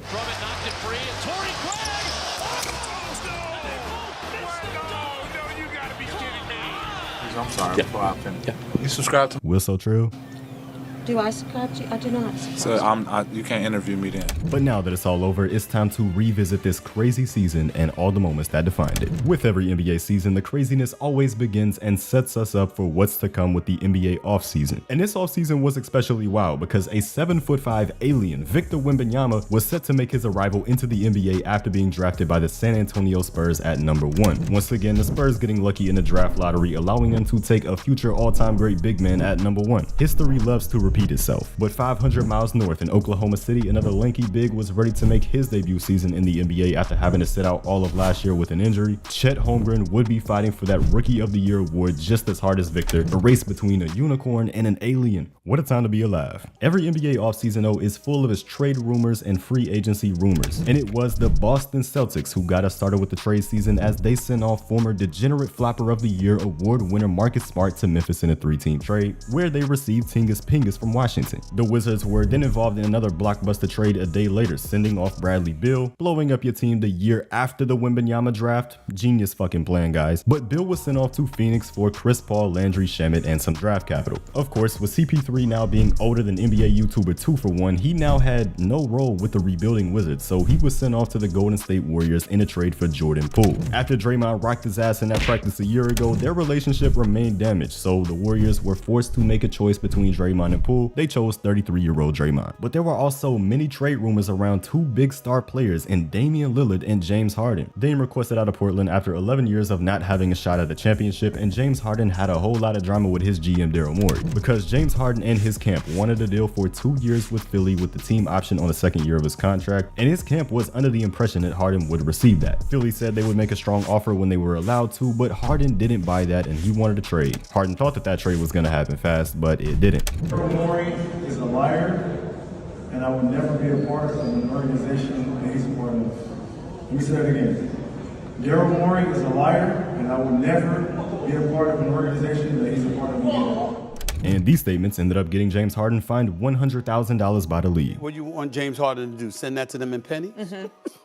He don't care. It's $100,000. That ain't nothing to James Harden. But still, there was no deals going through for these two players. Instead, we saw a couple smaller moves like Obi Toppin getting sent to the Pacers, the Mavericks getting Grant Williams, and the Hawks trading John Collins to Utah after they realized that they don't want to pay a Trae Young alley-oop merchant $25 million a year. And free agency itself wasn't all that eventful, with the biggest name Kyrie Irving choosing to return to Dallas after playing alongside Luka Doncic after rumors of him potentially joining the Lakers or the 76ers. And the Boston Celtics gave Jaylen Brown a new contract, which now gave him the richest contract in NBA history, $57 million a year, and everybody was talking about how bad this was. But just under a month before the season was about to get started, the big name star trade market finally heated up. 88 days ago, Damian Lillard requested a trade out of Portland, and today our Adrian Wojnarowski reports that he is on his way to the Milwaukee Bucks. Finally, after months of waiting, a trade was made for Damian Lillard in a 3-team deal. The Bucks sent away Drew Holiday and draft capital to Portland, while the Suns also got involved, sending DeAndre Ayton to Portland as they got Grayson Allen from the Bucks and Yusuf Nurkic from the Blazers in return. And then in a crazy plot twist, the Bucks rivals Boston Celtics then traded for Drew Holiday just a few days later. This becomes even more awkward because before Milwaukee traded him, Drew came out and said that he wanted to be a Buck until he retired. Either way, James Harden is sitting at home upset that he is still waiting to be traded. It should have been me, not him! Now that wasn't all from this wild offseason. Ja Morant got a 25-game suspension after he showed off his fire yet again on a live stream. Victor Wembanyama already had an entire music fan base hating on him just a few days after coming to America because of this Britney Spears incident. LeBron James came to the realization of how old he is. LeBron James is the oldest player in the NBA. Your reaction? And then Jimmy Butler became emo. This is my emotional state and one of my emotions. Yeah, that's enough of this shit, man. Let's get to the season. Now, before we get into the chaos that is this NBA season, I want to show you how to get the best deals on tickets to your favorite sporting events using today's sponsor, SeatGeek. With over 28 million downloads, SeatGeek is the #1 ticketing app out there. I've personally used SeatGeek so many times as recently as a week ago. I had to go see Leo Messi play, man, of course, in the Copa America versus Canada, which was just so incredible to witness him play in person. And of course, I'm fully expecting the GOAT himself to lead Argentina to that Copa America final, which is in Miami. And as you see here, these are the tickets available, which they pull from all across the internet to make sure you're getting a good deal. They also rank tickets for you on a 1 to 10 scale of how good of a deal that you're getting. So you want to look for the green dots, which indicates a good deal, and a red dot indicating a bad deal. And SeatGeek is actually the only site that also allows you to return your tickets before your event using swaps. There's so many big sporting events coming up to witness, such as the Copa America, baseball season, and of course, the NFL schedule is out as well. And y'all know that I'm coming through for y'all because you can use my code WILSOTRILL for $20 off your first purchase on SeatGeek. Download the app using the link down below in the description and don't miss out on the best deals to go see your favorite players and teams play live in person. Thank you to SeatGeek again for sponsoring today's video, man, but let's get to the chaos. The 2023-2024 NBA season was officially set to begin here in late October, and it began with the Western Conference doubleheader. The Lakers and LeBron James taking on the Denver Nuggets in the Western Conference Finals rematch. Much like that series, the Lakers didn't put much of a fight in this one, with the Nuggets winning the game. But Phoenix versus Golden State would bring us a matchup between Kevin Durant and Steph Curry, although it was mostly Devin Booker versus Curry, with D-Book having 32 in a close win. However, neither of these matchups brought in the viewership of a battle in Texas between Dallas and San Antonio. This would be the debut of Victor Wembanyama. He had a fairly quiet game, putting up 15-5, but the basketball world was tuned in to see this guy play. Just shy of 3 million average viewers, and it peaked just shy of 4 million viewers, more than the actual opening night games from the night before. And the Spurs actually found themselves in position to win this game, but Luka Magic was ultimately the dagger. But the NBA script really started to cook as we finally got a LeBron versus KD matchup for the first time in 5 years. Kevin Durant scored 39 in this game, being a mid-range assassin like always, and LeBron only put up 21, but he still made the plays down the stretch to be the one coming away with the win. And on that same night out in the East, Damian Lillard would make his debut as a Milwaukee Buck against Philly, scoring the most points ever for a Buck in their debut with the team, 39 points and some clutch plays in the fourth quarter to win the game. You already know that it's Dame time. Also, no James Harden in this game, of course. He has refused to play again for Philly. Oh, and that Luka Magic we saw earlier, yeah, that continued into his second game of the season. Keep shooting. Right back at you. Shot clock at 5 seconds. Flip it over to Luka. Stare down three. It's on the money again. 14 out of 23 for the floor. Looking for his 8th three. He got it. He got it. 4 seconds. Got it from Kleba. Again late in the clock. In desperation. He breaks it up. And that is Luka Magic right there. I mean, what the hell is that shot? Sometimes there's nothing you can do, and there was nothing Brooklyn could have done with this 49-point game by Luka, cementing himself as a big early season MVP candidate. And staying in Texas, we had another matchup of Texas teams with Houston and San Antonio. Rockets fans really wanting this win after Wembanyama celebrated during the draft lottery after realizing that he would not be going to Houston. But Wemby gave Rockets fans nothing to celebrate as he made some massive plays late in the fourth to force overtime where the Spurs won the game. And Wemby taunted Dillon Brooks after Brooks said before the game that he's just tall. Yeah, NBA players hate this guy because look at what Steph did to him in the next game. This is screens to get Brooks off of him. Oh, he crossed him over. Let Brooks fly by. A new scenery this season, but yeah, everybody still hates Dillon Brooks. We'll definitely be seeing more of that. But something crazy happened on Halloween, and I'm not talking about Victor Wembanyama having the most accurate Slenderman costume of all time, or Giannis being the Hulk. Did you find yourself channeling your inner Hulk tonight? Yeah, at times.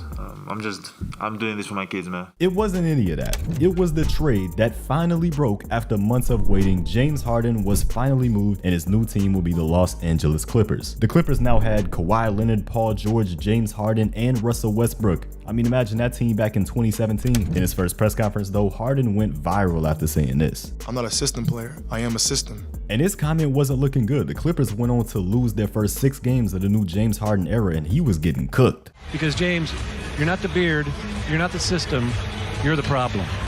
By the way, this guy went on an entire 2-minute yapathon about James Harden and how he's the problem. I know this is a long-ass video, but look at the time that I'm saving y'all. That wasn't the only hating going on in the media though, because Shaq wanted to push his damn Wembanyama Bobo gimmick. He's never seen a guy like Wembanyama. Yes, you have. His name is Bobo. You think Bobo? Let me finish my point. They both black or something? No. Then in Wemby's very next game, he went on to drop 38 points on the Phoenix Suns while Bobo sat on the bench the whole game collecting a DNP. Looks like somebody done took this one personal. And soon enough, we got our first shameless officiating moments of the season.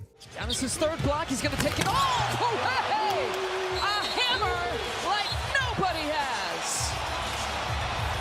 If they called a technical foul on Giannis, that's his second, and he would be gone for the game. And he's out. He's gone. He's gonna sit down in the front row and watch. They really ejected this man over a stare down. Launch an investigation on this white man right here immediately. Giannis obviously couldn't believe it. I mean, look at the guy. Just at least let him watch the game courtside. But on that exact same night, Anthony Edwards got himself a tech for the exact same thing. Finding Edwards, driving. Oh, get out the way!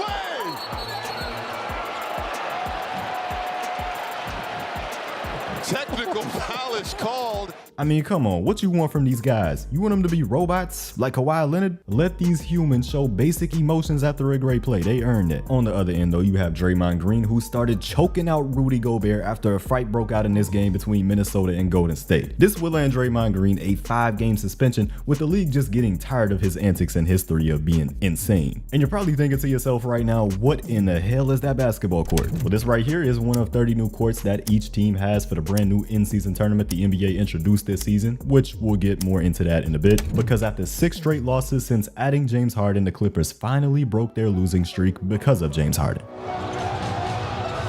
Harden. This is for the lead. Oh, he put it in! Counted on a foul! Oh my goodness! A big-time shot by James Harden against one of his former teams, but another player was set to play their former team, Drew Holiday, against the Milwaukee Bucks as a new member of the Boston Celtics. Drew came to the Bucks locker room before the game and everybody was happy to see him, and despite shooting 1 for 8 from the field, Holiday's Celtics did come away with a 3-point win. But the Celtics were blowing Milwaukee out for a lot of this game. It wasn't until the 4th quarter where they started turning up to make this a close one. But that was a trend so far for this Bucks team. They just played terribly through 3 quarters, then suddenly become the greatest 4th quarter team of all time. Such an interesting basketball team. Down in San Antonio, there was another star facing off against his former team, this time Kawhi Leonard versus the Spurs, who didn't have the best exit from San Antonio, so fans still felt some type of way about him as they started booing him at the free throw line. Then Greg Popovich had a +1 respect moment. Excuse me for a second. Pops on the mic. Stop all the booing and let these guys play. It's got no class. It's not who we are. Knock off the booing. Pop telling the fans to lay off Kawhi Leonard. But now in Phoenix, we visit a classic rivalry. Obviously, not the Suns versus Warriors. I'm talking about Chris Paul versus Scott Foster. Even though it's really not much of a rivalry, Scott Foster kicks his ass every time, and he did it here again. This has been going on for a good 45 seconds. This has been going on. And now for a technical 13 foul. years. Scott Foster had enough. Different than maybe he. Oh, he's going to get tossed. There it is. Scott Foster says goodbye. He said this has been going on for 45 seconds. This has been going on for 19 years. We had a situation some years ago, and it's personal. The league knows, everybody knows. And this right here would conclude a wild first month of the season with so much more craziness yet to come. And December got started with some big games out west. The Clippers starting to get back on track after another clutch shot from one of their stars. Shot clock is dark. They're down by 2. George wants it all. The 3. Oh, my goodness. Hot damn. Paul George puts the Clippers out in front by 1. Yeah, this team is way too talented to be below 500, and they were beginning to hit their stride. The Mavs and Thunder faced off as well, two teams that look like strong playoff contenders so far, but Dallas was getting blown out of this game, down by 24 points in the fourth quarter. But this three right here started one of the most insane runs that you'll ever see. They put on a masterclass over the next 8 minutes of play, a 30-0 run, ending off with a two-way play by Luka Doncic. Longest run in team history. Oh, straight. Luka just picked the pocket of Chet Holmgren. 30 in a row. 30 in a row. But basketball is a game of runs, of course, and over the final minutes of the game, OKC went on their own run, ultimately winning the game. Remember that in-season tournament though, the group stage games were finally all played over the past month, and the winners of each group made it to the knockout rounds. These 8 teams competing for the title of NBA Cup champion, which would mean receiving this trophy, and of course, everybody's favorite, some money. We're gonna get at least $100,000, so that'll make it easier. Are we getting money now? We got some money? That's a surprise to you. The rich get richer. And Giannis' shot at that money became more likely as the Bucks took down the Knicks to make the semifinal, while the Indiana Pacers made it out from the other side, beating Boston. Out west, the Lakers would defeat the Suns, and the Pelicans got past the Kings to set up the final 4 of the tournament. The Pacers and Bucks game was a close one late in the game, but a run by the Pacers ending with a Tyrese Halliburton dagger was it, and this right here was his celebration afterward.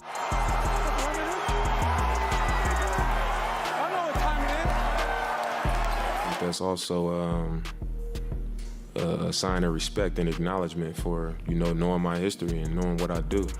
When you having your moment, it's important to be careful and to be humble when you having your moments, because you just never know how the tables turn and when they're gonna turn. Then out west, the Lakers completely blew out the Pelicans to reach the finals against Indiana, setting up the first ever in-season tournament final. And it was here that the Los Angeles Lakers eventually took control of this game behind strong performances from AD, LeBron, and Austin Reeves. The champions of the in-season tournament given their medals and some extra hardware for LeBron James with the MVP of the tournament. But from this tournament came some crazy discourse around Zion Williamson and his weight. I saw the brother go to the free throw line. He looked like he had a belly. You got chefs in New Orleans who love him. They're looking for him. Every chef there wants to meet him because they know he'll show up to their restaurant. The word out on Zion Williamson is that he'll eat the table. I'm quoting. He'll eat the table. He'll eat the table is crazy, but yeah, Zion has some weight issues now more than ever before. It's become a serious problem, and it's a reason why he's been unable to stay healthy. And Draymond Green was also becoming a guy unable to stay on the court, but for completely different reasons. Bro just swung on Yusuf Nurkic out of nowhere. This man, donkey, whatever he is, he's out of control. What's going on with him? I don't know. Personally, I feel like that brother needed help. I'm glad he not trying to choke me, but at the same time, and nothing to do with basketball, man. Never seen that before on the basketball court in the NBA game.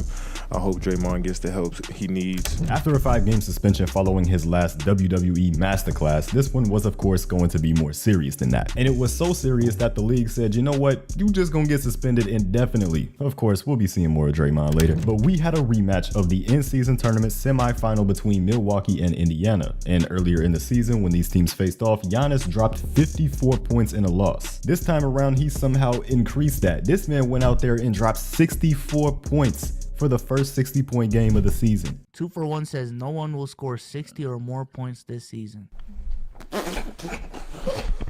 And he did this without making a single three-point shot. Like, look at this shot chart right here. Nothing but pure dominance, man. I love it. But the main storyline from this game was a huge dispute over the game ball. Giannis wanted the game ball after scoring his career high and breaking the Bucks single game scoring record, but the Pacers had taken it for themselves to give to Oscar Tshiebwe, who scored his first career points. Who the fuck is Oscar Tshiebwe? Giannis ran into the Pacers locker room and there was a big argument between everyone, and Giannis ended up getting a ball back. Can you confirm that you have the game ball from tonight? I have no idea. I'm not gonna lie. I have no idea. I have the ball, but I don't know if it's a game ball. It doesn't feel like the game ball to me. Yeah, we were witnessing potentially the start of a new rivalry here, but Giannis was averaging 51 points per game on this squad through 3 matchups so far. Unbelievable. That defense simply has no answer. A couple nights later, we had 2 game winners in the same night. 2 seconds left. Butler step back for the win. Yes! Jimmy Butler delivers the victory. Probing, piercing, spinning, hanging for the lead, and SGA knocks it down. Shea was leading this OKC team to a pretty strong start so far as the 2 seed out west, possibly another strong MVP candidate. But finally, after over 50 days, fans across the NBA got what we had been waiting for, the return of Ja Morant. And it was electric. He dropped 34 points in the game with many of his sensational acrobatic finishes in a game that went down to the final possession. For a chance to win it in his return. Here goes Morant. He spins. Morant scores! And the timer expires. Count the basket. I'm a dog. I put work in day out.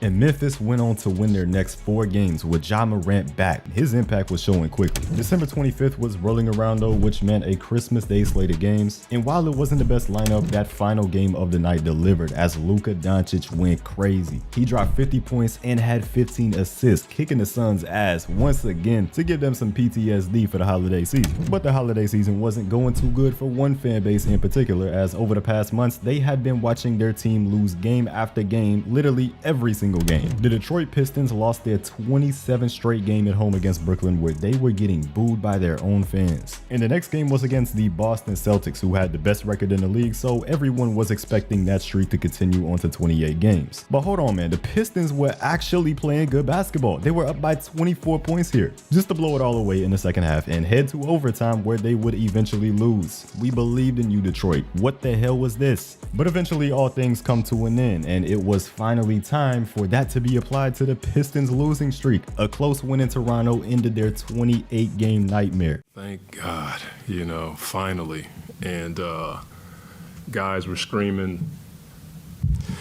I was almost in tears. This loss for the Raptors also came on the same day that they decided to trade OG Anunoby to New York. They'd have Emmanuel Quickley and RJ Barrett coming into the team in return. But to end off the calendar year, Ja Morant gave rookie sensation Victor Wembanyama and the fans what he called a late Christmas gift. That's what everybody wanted, so my gift, late Christmas gift. But January was set to be an even more wild month in the NBA. Things were only beginning to heat up. Scoring was about to get ridiculous. 2 great offenses started us off in a new year between Indiana and Milwaukee, that brewing rivalry in the Central Division. This time, Giannis only scored 30 points and the Bucks lost the game. And only 2 days later, they had their chance at some get back, but they let the Pacers score 142 points in a game. Ridiculous. 272 points scored between the 2 teams. And now the Bucks were 1-4 on the season against Indiana.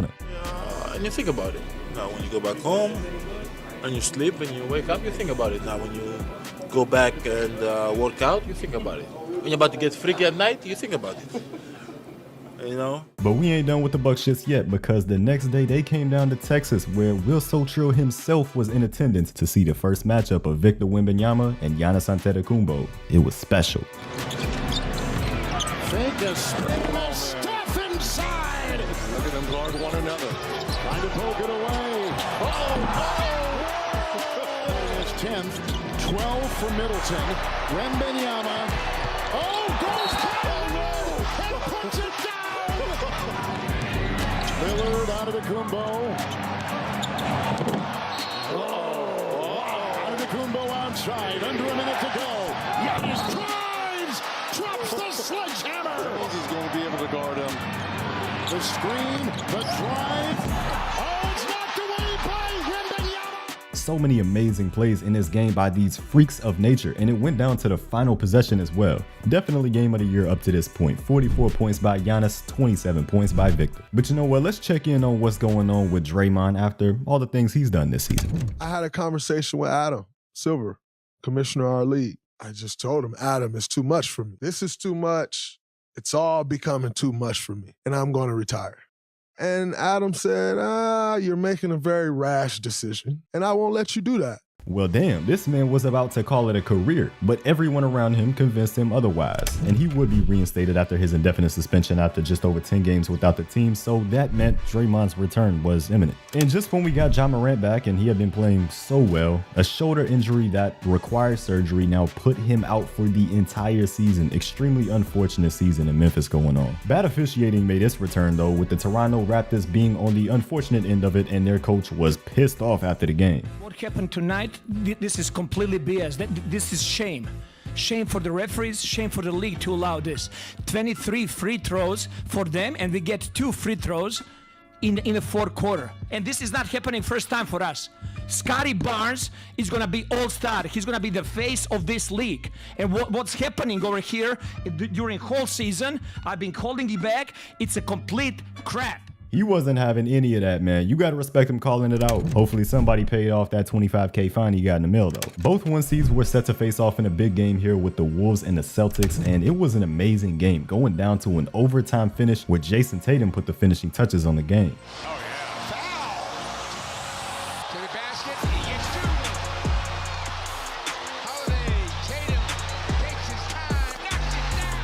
A statement win by Boston, and they had a chance to make it too, with the Milwaukee Bucks up next on the schedule. But to put it as lightly as possible, they got their ass kicked, man. It was already 73-38 by halftime. This game was over to the extent that Boston didn't even play their starters in the second half. They just waved the white flag after 24 minutes. I mean, the game got so bad that TNT had to make the executive call to get that shit off of the broadcast. They couldn't have this game up. The Bucks took this momentum into the next game, beating the Warriors before having a very eventful game versus Sacramento. This game was already extremely high scoring. Both teams just decided to say forget defense for the night. And then Mike Brown completely lost his shit on the sideline. He was pissed off with the referees, leading to an ejection, and we'll hear more of why. But this game went into overtime, and it ended in typical Damian Lillard fashion. 3 seconds, Dame pulls for the win!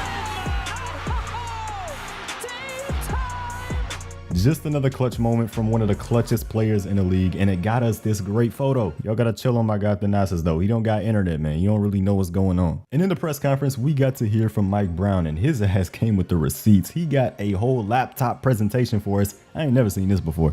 Fox barely puts his hand on Dame's hip. Okay, incidental contact. He didn't push him or anything. He barely puts his hand on there, and they give him 3 free throws. Over in Memphis, without Ja now, they definitely had to have some more guys step up for them, and the youngest player in the league, Gigi Jackson, did that with 23 points off the bench in a win versus the Warriors, and he had the opportunity to get interviewed after the game, which gave us a wholesome moment. Gigi, Shaq here. I don't have any questions. I just want to say congratulations, young fella. You played a hell of a game, and if people didn't know who you were, they know who you are now. Well, yes, sir, it's an honor to get to hear your voice. Appreciate you. Under a month away from the trade deadline now, we saw the Raptors make another trade, this time sending off their star Pascal Siakam to the Indiana Pacers, a big move for Indiana that could definitely push them into the playoffs. This month of January would be so full of big-time highlight plays and huge performances as well, starting off with Anthony Edwards, who can fly. Edwards! The explosion to the rim! On that same night, we also had 2 game winners. Murray, 3 seconds, 2. DJ for the win. Got it! Bridges comes out with Simons. Here is Simons for the win. Drives into the lane, running right-hander. And DeJounte wasn't done yet. This was in the very next game. Here comes Murray. A 3 for the lead. He made it with 2 seconds left. DeJounte Murray. And on this same night, we saw one of the NBA's most entertaining superstars get real creative. Fun game here in the Twin Cities. Look at the moves by Edwards. Swashbuckling and slamming. Which gave Joel Embiid some inspiration. Going right hand Batanze. I think Embiid might have been watching Ant Edwards play a little hoop last night. In Joel Embiid's next game, he would get his first look at Victor Wembanyama, and bro couldn't believe how tall he was. What are you looking forward to the most with this being the first time Joel is taking on Victor? We're going to hammer his ass. Yeah, Joel Embiid wasn't fazed at all. He went out there and dropped a new season high for any player with 70 points. 16 of those 70 were scored on Wemby himself, but this now made Embiid the 9th player to ever record a 70-point game in NBA history. He was solidifying himself as the MVP favorite. And on that night, there was another big man who had a career game. Karl Anthony Towns went off having a 62-point game. Yeah, we had entered that stretch of the season where everybody just starts scoring like crazy, and it wasn't stopping because Devin Booker had his own 62-point game against the Indiana Pacers. Everybody's running up the numbers on this team, but somehow they won the game, meaning Devin Booker now has losses in 2 games, scoring over 60 points. That's wild. But that wasn't even the highest scoring game of the night because Luka Doncic had to outdo that man, and he even outdid Joel Embiid, a 73-point game on the Atlanta Hawks. Just pure insanity. Now, of course, there was already a lot of craziness around the Milwaukee Bucks season so far, but it got even crazier because after starting the season with a strong 30-13 record, they fired their head coach Adrian Griffin, who had apparently lost the locker room. With his departure came in Doc Rivers. The Bucks did all the NBA fans a service by getting this man and his raspy-ass voice off the microphone. Well, it was a one-time thing, but when I was in San Antonio... Don't nobody want to hear that shit, man. Over in San Antonio, Victor got his first look at their bat problem. He'll be getting used to this, and I wonder if he'll knock one out the air like Manu did that one time. But this extraterrestrial later shocked everyone by beating the Defensive Player of the Year favorite Rudy Gobert with a sham god. A 7'5" player doing a sham god. We're in the end game, man. This basketball shit is over. This Timberwolves team was balling though. They had the 1 seed in a big matchup coming versus OKC, who was the 2 seed in the conference. Despite 37 points from Shea, the Wolves did come away with the win, continuing to be the top team in the conference, but Anthony Edwards was not happy with the officiating in this one. All around a team effort in this. I'm going to take the fine because the refs did not give us no calls tonight. And he did take the fine for that, but $40,000 is crazy. A matchup between the Warriors and 76ers got us the world record for the fastest foul, and of course, it had to be Draymond Green doing this. Come on, man. But Joel Embiid suffering a knee injury was the story of this one. The MVP favorite now likely out for a decent amount of time, meaning that MVP award would become impossible for him to win with the new rule of a 65-game played requirement to qualify for all the awards. Very tough break for Joel Embiid. But these events right here would wrap up the month of January with lots of crazy plays and high-scoring games, all leading into the All-Star break. And the month began with the announcement of the All-Star teams with 4 new faces all in the Eastern Conference. Scotty Barnes, Paolo Banchero, Tyrese Maxey, and Jalen Brunson, which led to an emotional moment for Jalen Brunson. The night started with you being named to your first All-Star game. Talk about the journey you've been on, MVP chance, and you're going to the All-Star game.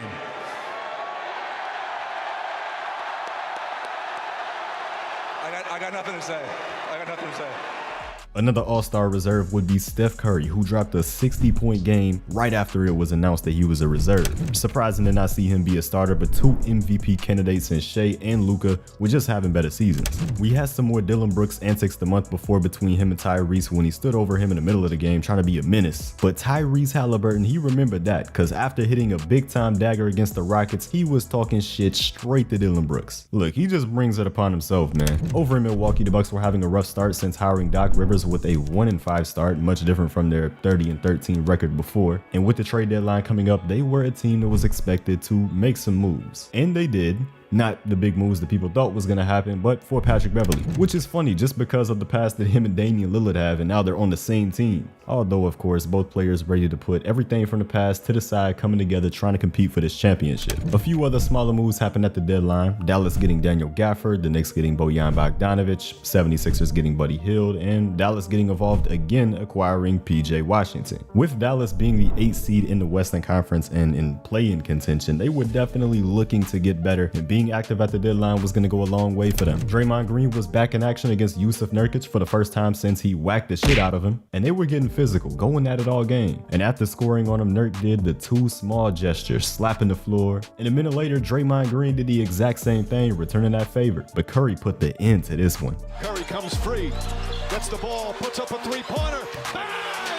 Steph Curry nails the three-pointer! That's just a Curry shot. There's not much you can do about that. Checking back in on Victor Wembanyama, he was going crazy against the Toronto Raptors, recording 10 blocks for a triple-double with block shots. He's simply just not real, although still in a tight race with Chet Holmgren for Rookie of the Year with all the winning going on in OKC, but Victor was going to have something to say about that later this month. Now it was time for the All-Star festivities in Indiana, beginning with the celebrity game where these NFL stars took over the game. CJ Stroud was balling, but Micah Parsons put the broomstick on the other team to win the game and the MVP. And then we had the Rising Stars Challenge between these four teams. Obviously, one of these looking completely overpowered, but they somehow lost to the G League team. Those guys were trying their ass off out there, man, but they did lose in the final. The Skills Challenge took place between these three teams, and Anthony Edwards came out there trolling. This man was taking shots with his left hand. Of course, his team lost the challenge immediately. Scotty Barnes had his funny moments, and it was the hometown team winning the Skills Challenge. The three-point contest had a wild first round with a four-way tie between Trae Young, Tyrese Halliburton, Karl Anthony Towns, and Damian Lillard at 26 points. It was Halliburton who was eliminated in the tiebreaker round, and the final round was Dame time. He scored 26 once again to win it. Then we had something new, the three-point challenge between the NBA's best shooter Steph Curry and the WNBA's best shooter Sabrina Ionescu. Sabrina shot first and she lit it up, man. 26 points, matching the highest score that we have seen in the three-point contest before. But the GOAT shooter came through to defend his title, 29 points to win it. The dunk contest was the usual disaster that it has been these last few years. I mean, terrible judging, underwhelming dunks. Like, are we serious, Jaylen Brown? You are jumping over 5'4" Kai Cenat, who is sitting down in a chair. But at least Mac McClung came through and put on a show, just like last year, eventually winning after jumping over Shaq, not Kai Cenat sitting in the damn chair. And the next night, the All-Star game was basically an extension of the three-point contest because these guys scored a total of 397 points, the most ever scored in NBA All-Star Game history. Cat had the quietest 50-point game ever, and Dame got the All-Star Game MVP with his 39-point performance in the win, which included 2 half-court shots. What an all-star weekend from this man Damian Lillard. NBA action later returned and we got straight into the chaos with a fight breaking out between the Pelicans and the Heat where 4 different players got ejected, and then the Detroit Pistons had the worst 2-game stretch of luck ever. He'll go to work, step back, over Durant, shot is up. Banchero drills it out to DiVincenzo. 10 seconds ago, he throws it away. Ball loose, picked up by Brunson. Brunson inside the Hart. The absolute worst call of the season. No call. And enough's enough. We had a chance to win the game, and the guy dove into Asar's legs, and there was a no call. And I got nothing else to say. We want a fair game, and that was not fair. I'm done. And then the Dallas Mavericks also got really unlucky. They have to go 94 feet. Strus from midcourt. Oh! Do you believe this? But to end off the month, we had the battle for the Rookie of the Year award between Chet Holmgren and Victor Wembanyama. Up to this point, the Thunder had blown out the Spurs both times they had played, which played into Chet's case for Rookie of the Year, having much more team success. But Victor, averaging 20, 10, and 3, was having the much better individual season, and it was all going to come down to this game. Where in the first half, what we usually saw was a 180. Chet's team was losing, but he had better numbers than Victor, and then Victor woke up. Put 2 or 3, putting it underneath the arm of the defense. And then Vic drains a 3. He fires. He scores! Vassell back to Victor. Another 3. Get out of here! Holmgren trying to answer. He is stopped and taken away. Yeah, this shit was raps. The better performance, the win, and the block being the signature play. I mean, that was basically him rejecting Chet for the award. Wembanyama was going to get that Rookie of the Year for sure, and the odds were reflecting it because we were getting into the final stretch of the season. A whole lot will be going on here. Bad officiating got started in March after Tony Brothers gave DeJounte a tech on the bench for ignoring him. It don't matter if he talk or not. Tony Brothers is still coming for him. And that's definitely not going to be the last that we see from Tony Brothers. But it was time for a big moment in NBA history, brought to us by LeBron James. James against Porter, drives, spins, gets inside. It's good. It's 40,000 for LeBron James. And LeBron James, first one ever It's a 40,000 point. Over in Boston, the Celtics were having themselves a great season, holding the best record in the league, and their winning ways were set to continue against the Cleveland Cavaliers, up 22 points in the fourth quarter until Dean Wade happened. 93-71, Wade, that's a three. Wade down low. Cut, Wade. Garland kicked. Wade, is he feeling it? Oh yeah! Cavaliers trying to move a little closer. Again? Yes, sir! Jared Allen on a kick. Wade, splash! Dean Wade of all people giving you 20 points in the fourth quarter is crazy. I ain't never seen him act like this before. This really the best D Wade Cleveland ever had. Checking in on the other one seed out west, Minnesota was in a close one against Indiana. Pacers have a chance. Up ahead, Neesmith blocks. Edwards getting up, and good night. This athleticism is just ridiculous. He almost gave himself a concussion. And in their next game, Cleveland also gave them some problems in a close one where Rudy Gobert clearly wasn't happy about a call by the refs. They ended up handing him a $100,000 fine for that gesture, and I just want y'all to remember this moment come playoff time. Remember this, okay? And that same night, Jalen Green bodied Anthony Simons on what was potentially the dunk of the year. And then we had another one of those days with 2 game winners, the poor Detroit Pistons. Get it off! Bam for three! Irving for the win! Oh my! A southpaw finish from Kyrie Irving! Just a ridiculous shot. The ability of both Kyrie and Luka in the clutch is unbelievable. This team right here is starting to climb up the standings in the West after their trades. And who would have thought that a game between the Raptors and the Magic was gonna make headlines? But anything is possible with Black Dick. And speaking of, Anthony Edwards laid it on John Collins. Edwards gets it back. Now that's gotta be dunk of the year, but minutes later out in Los Angeles, Jalen Johnson had his own. Austin Reeves getting a mouthful, ain't it? And staying out west, James Harden made the best defensive play of his career on his own teammate. Fair enough, James. We got some more scuffles here between Houston and Chicago as Dillon Brooks stood up for his teammate after a hard hit by DeRozan. Clearly, Ayo Dosunmu wasn't entertained by none of this. And then shit popped off in Houston again with Jabari Smith and Chris Dunn. The NBA is just getting crazy. Like even the referees were getting into it with the players. Chris Paul got a second technical foul called by Tony Brothers after they were talking back and forth, and this is what caused him to be ejected. He's talking to me, I talk back. I called him a TikToker.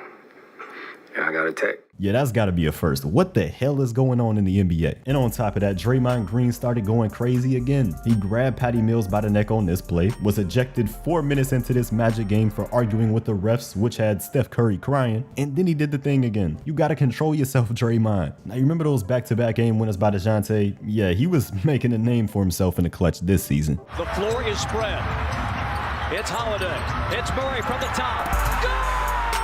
But after possibly the most chaotic 30-day stretch so far this NBA season, it was time for the final month before the playoffs. One team out in the Eastern Conference that had themselves in good position was the New York Knicks. But to kick off the month, they had a rough start, losing to the San Antonio Spurs in a game where Brunson scored 61. This game was spoiled by Wemby, who had his first ever career 40-20 game while also throwing Brunson's career high game ball into the stands. Of course he got fined for that. The Mavericks were continuing their late season run where Luka put this game away against the Kings, and after, he waved goodbye to the Kings GM sitting courtside and yelled, "He should have drafted me." Luka's becoming a real deal trash talker. You gotta respect him. And against the Houston Rockets, he hit this ridiculous scoop layup from 20 feet out while blowing them out. Yeah, this team's getting hot just in time. But these two teams faced off again a week after, this time going down to the wire.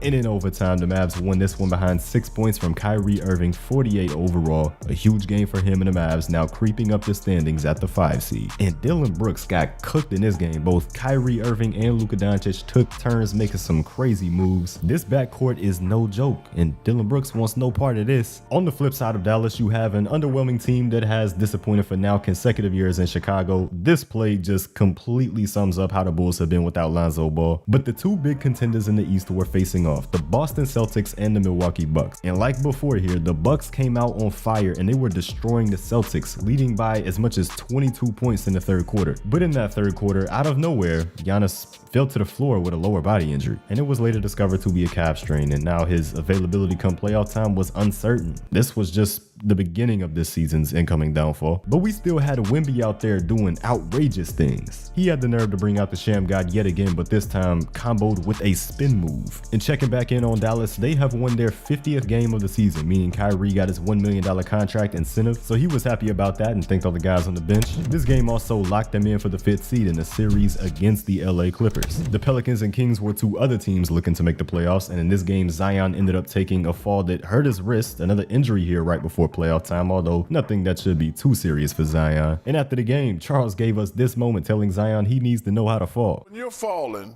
right, and you know, a lot of guys fall and they try to catch, no, you just, you do that. Yeah, there you go. You don't do that. You don't try to catch yourself. During the last few days of the season, though, there was going to be a big-time race for the 1 seed in the West, with Denver, OKC, and Minnesota all having a chance at it. And Denver had the best chance at securing the 1 seed, taking on the Spurs and blowing them out by halftime. But Victor Wembanyama led an improbable comeback, scoring 17 points in just 3 minutes of game time. A player that has impressed us all season, and he just continues to get better and better each month, man. The league is in trouble. And the Spurs eventually went on to win the game off of a Devontae Graham game-winning shot, becoming the team that kept the Nuggets from getting the 1st seed in the Western Conference as the season ended, with OKC on top in the West and Boston on top in the Eastern Conference. But it was all about playoff basketball now. We're playing basketball, which the Lakers have found themselves playing once again, this time against New Orleans. Zion Williamson was dominating this game after all the criticism he had faced earlier this season about being fat, scoring his 40th point on this play right here to tie it up late, but the trend was beginning. Here on this play, Zion suffered a hamstring strain that was set to keep him out for weeks. The Lakers closed this game out to advance to the playoffs as the 7th seed, taking on Denver in the first round, while New Orleans would have one more shot. And that shot would be against the winner of this matchup between Sacramento and Golden State. And the Kings won this one convincingly, while Klay Thompson put up 0 points on 10 shot attempts. This man is completely washed. We talking Celtic Shaq levels. And of course, the narrative now is that this might be his last game as a Warrior. How do you view your future with the Warriors heading into this offseason that feels obviously pretty unknown? We don't want to talk about the season first. You want to talk about the future. In the East, the Miami Heat and the Philadelphia 76ers will be fighting for the 7th seed in the battle of play-in heavyweights. Shortly into the game, Joel Embiid flopped while taking a free throw. Man, I fell down to my knees when the law came. And once again, another injured star player, Jimmy, sprained his MCL on this play, meaning that he would miss multiple weeks as well with this injury. Without Jimmy playing, the 76ers had an easier time in this one and eventually got the win, although they did almost have a crazy choke at the end of the game. But Miami could still make the playoffs if they beat the winner of this Hawks-Bulls matchup, which also had its own injuries as Alex Caruso got taken out by his own teammate, Andre, again. Regardless, Chicago won the game, setting up a matchup between them and the Miami Heat for the final playoff spot. You would think that without Jimmy, the Bulls might take this one, but no, they are the Chicago Bulls, heating the Celtics in the first round. And New Orleans will secure the final playoff spot without Zion, taking down the Kings to set up a matchup with OKC in the first round, meaning the playoff bracket was now set, and it's time for the 2024 NBA Championship to find its home. The 1st seed in the West, Oklahoma City, was heavily favored in their matchup with the Pelicans without Zion, but game 1 actually went down to the wire, CJ McCollum having a chance to win it, but the shot didn't fall. But the rest of the series would not be so interesting. I mean, blowout wins for OKC in the next 2 games and then a closeout game for a win, advancing to round 2. Not much to say here. And OKC will be facing off against the winner of this Dallas Mavericks versus Los Angeles Clippers series. Kawhi Leonard would be unavailable for game 1. Yes, another injury. He had an inflammation in his right knee, but that didn't seem to matter for the Clippers because they held on to a double-digit lead for the majority of this entire game to take the 1-0 series lead. Leonard was back for game 2, but it was the Mavericks leading late in this one. Doncic lines it up. It goes! He is that guy! The Mavericks defended their home court in game 3, where we got some extracurriculars leading to Russell Westbrook's first playoff ejection. 2-1 series lead now in favor of the Mavs, with the Clippers looking to avoid the 3-1 deficit. And in that game 4, PG was going crazy, giving the Clippers a comfortable lead. The Mavs got back into the game where Kyrie made this unreal finish. I don't even know how he got it off, but Harden and PG closed it out without Kawhi Leonard, who is now out for the series. And this play by Kyrie summarizes how the rest of this series went. Irving dancing, prancing, pulls up, three-pointer, bang! And a foul! The Dallas Mavericks now on to the second round of the playoffs. The Suns versus Timberwolves would be a matchup between one of the NBA's most surprising teams this year and one of the NBA's most disappointing teams this year, and it played like it. Anthony Edwards wanted all the smoke with Kevin Durant, 33 points and a huge win against Phoenix. That's my favorite player of all time, so that was probably one of the best feelings ever in my whole life. Game 2 was another big win for Minnesota, and we saw Jaden McDaniels outplay Kevin Durant. You know, they got KD, but we got Jaden McDaniels. And Game 3 saw another blowout, once again led by Anthony Edwards with this time 36 points, a huge game for him, and he was feeling it being up 3-0. But Minnesota was looking for not only their first sweep in franchise history, they were seeking their first playoff series win in 20 years. Anthony Edwards was here to deliver. Edwards. A signature slam. A 40-point game to close it out and complete the sweep, and was letting them know about it. That Bradley Beal shit ain't work out too well for Phoenix either. He has 6 points and 6 turnovers in this elimination game. You cannot be doing that. The T-Wolves opponents in round 2 would be determined by this last series in the West, the Lakers and the Nuggets. But in the series with LeBron James, this one was all about Jamal Murray. Makes a move. Now, unlike last year's Western Conference Finals, the Lakers actually delivered and pulled out a single win to avoid getting swept, but they still were not going to avoid that man Jamal Murray. Screen Murray to try to break the First ever in-season tournament champions, first round exits. Let's see what they got going on in the East. Another conference finals rematch was happening here in the first round, but the Miami Heat being without both Jimmy Butler and Terry Rozier for this entire series. They made it semi-interesting by winning game 2, but Boston clearly had them outmatched. They won the series in 5 games. In game 4 though, yet another injury to an important piece in these playoffs, this time Kristaps Porzingis, going down with the same injury that Giannis suffered a couple weeks before. Boston's second round opponent would come from this year's NBA TV series. This was probably the most uneventful 7-game series ever. The first 4 games all decided by double digits before we finally got a good finish in game 5 with this Evan Mobley rejection. Game 6 was another close one with Donovan Mitchell dropping a 50-piece in a loss, feeling like LeBron in 2018. But in game 7, a huge Cavs second half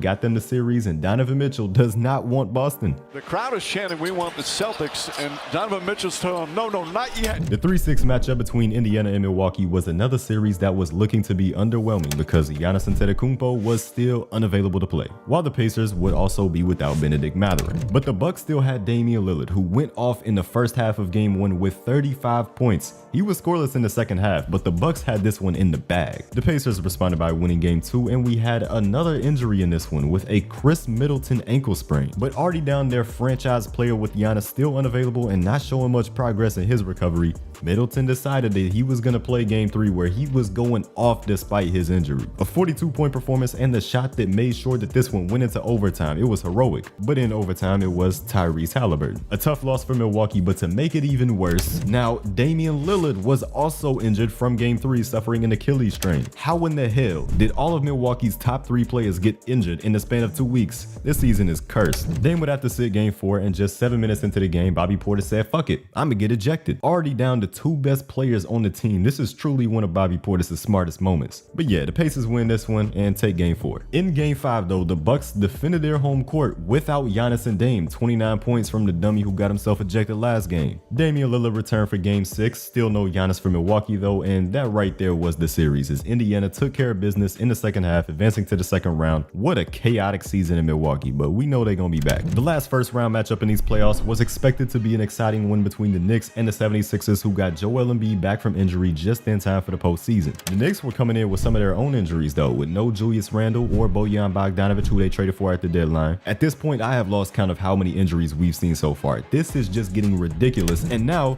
it got even more ridiculous. For the Knicks. Oh, Joel Embiid off the backboard, but he's holding on to that left knee. I mean, this is brutal. He just got back from injury, and now he was hurt again. On top of that, playing through Bell's palsy. But when nobody expected it, this man was right back out there for the second half, so I guess he's good. Either way, the Knicks took this game 1, and they ended game 2 with a chaotic series of events. Hardenstein with an offensive rebound. Another chance here. DiVincenzo. He's got it. The Knicks now up 2-0 after that, and the 76ers needing to win to stay alive here in game 3, but Joel Embiid almost got his ass thrown out of the game with this play. What in the world was he thinking? But really none of that mattered because Embiid only got a flagrant 1 foul and went on to score a playoff career high of 50 points. But go ahead and add another injury to the list because Mitchell Robinson had to leave this game in a walking boot after re-injuring his ankle shortly after the play he was dragged down by Embiid. Embiid earned himself a real dirty reputation in this series. He was coming for everybody on the Knicks. This man reckless as hell. But New York got their revenge in game 4 behind a 47-point game by Jalen Brunson, a commanding 3-1 lead for the Knicks. Tyrese Maxey kept Philly's hopes alive, scoring 46 points in game 5, which included this wild logo 3 to force overtime. They desperately needed this performance, but the first round ended here. The New York Knicks winning game 6 behind another 40-point performance by Jalen Brunson. Despite being down 3 rotational players, they were fighting to get through these playoffs. And game 1 between Indiana and New York was a good one. This man Obi Toppin had the nerve to throw down a between the legs dunk in the middle of it. But Jalen Brunson's heroics continued. He dropped 21 points in the fourth quarter alone to lead the Knicks to a win. 43 points altogether in this one. He ain't playing with nobody. But in the first half of the next game, Brunson suffered a foot injury that took him out until halftime. Another injury in this postseason is crazy, but he came back in the second half to drop 24 of his 29 points to lead New York to another win. And Josh Hart let Reggie Miller know on the call that Knicks fans weren't messing with him. But late in the game, the Knicks suffered another injury. OG Anunoby strained his hamstring in the third quarter, so they would be without him for some time. The Pacers had to defend home court in game 3 to keep their season alive in another close game. Double team, shot clock at 4. Nembhard's got to put it up. Step back, his three-pointer. Nembhard knocks the 3 down.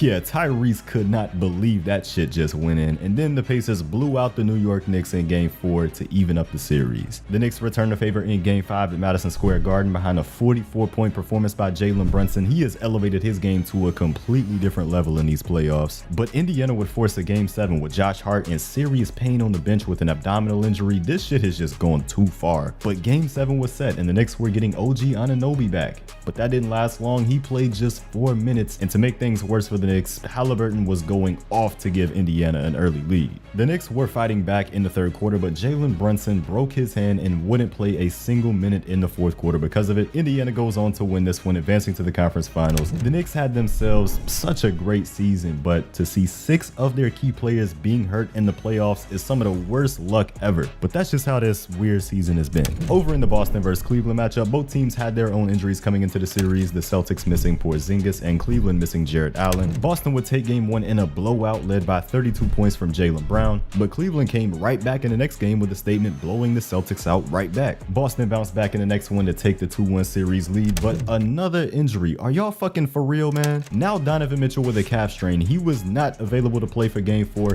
which of course the Boston Celtics took with a commanding 3-1 lead. And with no Donovan Mitchell in game 5 for Cleveland as well, it was time to hang this one up. Another series win in 5 for Boston. They're heading to the conference finals again as expected. Fresh off a sweep in their last series, OKC started off on fire in this one against Dallas, blowing them out to take the early lead in the series. They were looking great, but Dallas bounced back in game 2 with their trade deadline acquisition, PJ Washington, playing like a child support payment was due. 29 points and 7 threes from him. PJ did it again in game 3 with 27 points this time, but it was Kyrie Irving that delivered a tough dagger. Dallas now in control of the series. Game 4 also went down to the wire where Luka Doncic had 2 free throws to tie the game, but he missed the first and Dallas could not recover. We have a 2-2 series here, and there's also reports of Luka playing through a knee sprain here. Yes, another injury. But he dropped a 31-point triple-double in game 5, including a clutch block on Shea in transition to lead Dallas to a pivotal 3-2 series lead. Game 6 would be incredible with these two teams going back and forth late in the fourth quarter, hitting some ridiculous shots. This was just amazing basketball on display, but it came down to a final possession for Dallas with a shot at the win, and PJ Washington was fouled on a 3-pointer, meaning this game could be finished at the free throw line, which it was. Dallas moving on to their second conference finals with Luka Doncic. The defending champion Denver Nuggets would be taking on something that they did not see in their entire playoff run the year prior in the Minnesota Timberwolves here, which was a 50-win team. And this 50-win team apparently had the second coming of Michael Jordan. Anthony Edwards was in his bag so far in these playoffs, and 43 points in game 1 was certainly a way to set the tone, although it couldn't be said completely how Ant wanted because these referees gave him a tech just for staring down Reggie Jackson. But to start game 2, Michael Malone storms onto the court and throws a tantrum at the referees and does not get a tech. Anthony Edwards is just staring in disbelief at what he's witnessing. But that didn't stop Minnesota from destroying the Nuggets without their Defensive Player of the Year Rudy Gobert, who was not at the game because he was seeing the birth of his child. They blew this team out, and Ant was really starting to play into these next Michael Jordan narratives. But Jamal Murray's antics in this game was crazy. He threw up the money sign towards the refs, and then later in the game threw both a heat pack and a towel onto the court during live play on different occasions. What in the hell is he doing? Many thought that this called for a suspension, but Adam Silver couldn't risk his guys going down 3-0 in this big series, so the league just handed him a $100,000 fine for throwing multiple objects onto the court. So let's get this straight. Rudy Gobert throws up the money signs and gets a $100K fine. Murray does the same while also throwing shit onto the court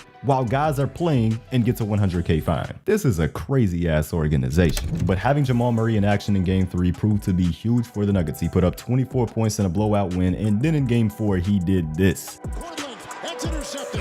Murray, good at the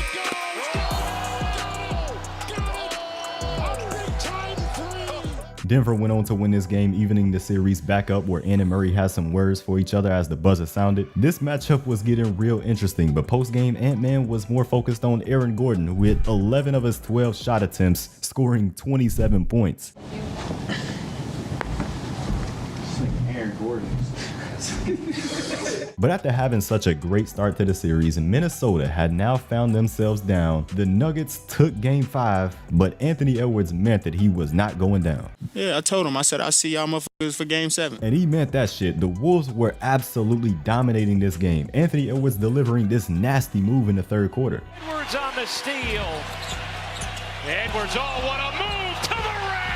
A dominant performance by the Timberwolves. This meant game 7, just like Anthony Edwards said it would happen. But Denver came out and they took control of this game early on, leading by as many as 20 points with 10 minutes to go in the third. But a 15-1 run over the next 5 minutes had them right back in this one. Minnesota wasn't quitting yet. Ant said it was time to get in his bag, and he hit a huge shot to end the third quarter with the Wolves facing a 1-point deficit now. And this seemed to be a momentum shifter for Minnesota, as well as this ridiculous shot from Rudy Gobert to beat the shot clock, because from there they took a lead and they never looked back. Minnesota moving on to the conference finals, and Anthony Edwards letting that Nuggets crowd hear about it. A 20-point blown lead by Denver, the largest blown lead in the history of game 7s. New op pack in the air, this gas or what? He'll still be alive right now if you niggas ain't gas him up. Now we had a Western Conference final to be excited about, the Dallas Mavericks and Minnesota Timberwolves. In the last series, Ant took pride in his defensive efforts against Jamal Murray, and he said he was ready to take on Kyrie the same way. But Kyrie took that personally, dropping 30 points in that game 1 win, while Anthony Edwards was completely exhausted. And game 2 was another one that was set to have a close finish. Gobert's out there. Doncic maneuvers for the lead. Got it! What a shot! Luka Doncic hates this man Rudy Gobert. That's a 2-0 series lead to the Mavericks, a bad spot for Minnesota to be in heading into Dallas, but they were in a winnable game 3, especially with a momentum shifting dunk like this one right here. But down the stretch in this one, Dallas made all the big plays, securing a 3-0 lead, which has never been overcome. The Timberwolves avoided a sweep by winning game 4, but Luka Doncic was not having that shit in game 5. He went out there and dropped 20 points in the first quarter alone, but that dominance was continued. This was a complete blowout of a game. With Snoop right now. The Dallas Mavericks now moving on to the NBA Finals, with Luka holding that Western Conference Finals MVP trophy. What a run by this team, and shout out to Anthony Edwards and the Timberwolves. We greatly appreciate your services this postseason. Now the Eastern Conference Finals was not expected to be all that interesting. A great all-around team in Boston against a team who is definitely lucky to be here in Indiana. But Indiana was surprisingly holding their own in this game 1, potentially 8 seconds away from taking it. Brown fakes, fires up the 3. Bang! Bang! That's a massive play by Jaylen Brown to force overtime, and the Celtics went on to win in that overtime period. Game 2 was more of what we expected, with Boston being in full control throughout, but late in the game, Tyrese Halliburton suffered a hamstring injury, adding yet another name to this unbelievably long list of injuries this postseason. I don't even know what to say anymore. But Boston closed out this series in a sweep after winning 2 more close games in Indiana, Jaylen Brown getting recognized as the Eastern Conference Finals MVP as the Celtics advanced to the NBA Finals. I wasn't expecting mean that at all. You know, I'll never win shit, so. But Jalen, you really got a chance to win some shit in this one, especially since Boston now had Kristaps Porzingis back, who absolutely took over the first quarter of Game 1 of the NBA Finals, and the Celtics maintained this dominance all the way through. They won this game convincingly, showing that they were the favorite to win this title. But Game 2 was closer, and it went down to the final minute. Washington drives, blocked by White.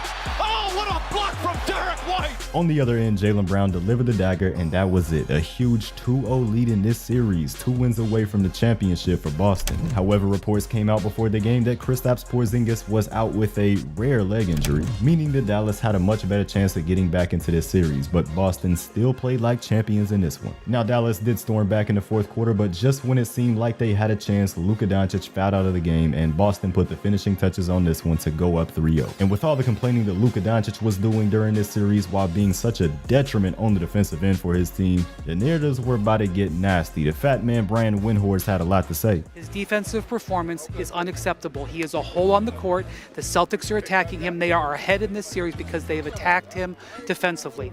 And you've got a situation here where Luka is complaining about the officiating. They have begged him. They have talked with him. They have pleaded with him. He is costing his team because of how he treats the officials. His performance in this game is unacceptable, and the reason why the Mavericks are not going to win. He's got to get over this. And the fact that he came out after the game and blamed the officials showed me he's nowhere close yet. So maybe over the summer, somebody will get to him, because nobody with the Mavericks or anybody else in his life has. And that's where the Mavericks are at this point. They're never going to get to this tunnel with the trophy if he doesn't improve those aspects of his game. But Luka bounced back in Game 4 with the Mavericks winning in a complete blowout. Surely there isn't actually hope of a comeback right here, right? Of course not. The Celtics blew their ass out in Game 5, man. When Peyton Pritchard is hitting a shot like this, you just gotta wave the white flag. That shit is over. The Celtics really meant business. Like, even up 20 here, Derek White was diving for a loose ball and he chipped his tooth. They were sacrificing everything out there. I think it's time for Dylan Does Basketball to make another one of them videos. The Boston Celtics have sold their souls and Derek White's tooth. And that concluded the 2023-2024 NBA Finals with a new champion crown and some good old Jason Tatum plagiarism. We did it. We did it! Anything's possible. Anything's possible! What they gonna say now? What they gonna say now? What are they gonna say now? What are they gonna say now? They saying that Jason Tatum want to be everybody but himself, man. That shit is crazy. And y'all better put some respect on Jaylen Brown now. All that talk in the offseason about no left hand, worst contract in NBA history. He's holding that Finals MVP trophy now. I'm not gonna lie though, these are some of the worst stats I've ever seen by a Finals MVP, but we just gonna act like y'all ain't see that. Well shit, man, that's finally it. What a damn season. Grainger knows that if you're a lineman in charge of keeping the lights on, you go to great lengths and sometimes heights to ensure the power is always flowing. Which is why you can count on Grainger for professional-grade products and next-day delivery, so you have everything you need to get the job done. Call 1-800-GRAINGER, click Grainger.com, or just stop by. Grainger, for the ones who get it done.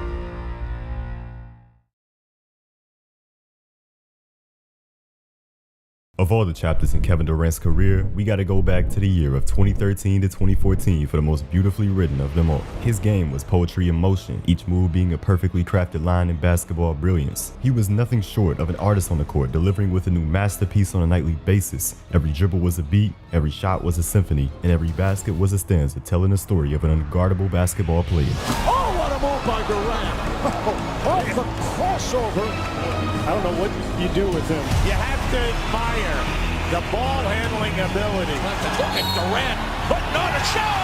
Anything he wants. But none of this came easily for Kevin Durant. His road to this moment came through great disappointment because the 2013 playoffs ended in heartbreaking fashion, the Oklahoma City Thunder losing in the second round to the Memphis Grizzlies in just 5 games. Durant folding under the pressure without his star teammate Russell Westbrook out with injury. I'm not satisfied just, being in this league and losing. The only way I can go is up, Durant was the NBA's fastest rising star, winning his first scoring title and finishing second in MVP voting at 21 years old and making the NBA Finals at 23 years old, leading the Thunder to second place. But now at age 25, this was becoming the theme of Kevin Durant's career, always finishing in second. The state of the NBA was that LeBron James was number 1. He was at the throne of this league and Kevin Durant was viewed as the number 2 who could never steal the crown from the king. ESPN.com's top 5 player rankings confirming this outlook with James at 1 and Durant at 2. Here's the bottom line. Here's the biggest problem with Kevin Durant. Kevin Durant is playing around the same time as LeBron James. I think it's clear that Kevin Durant is number 2. I've been second my whole life.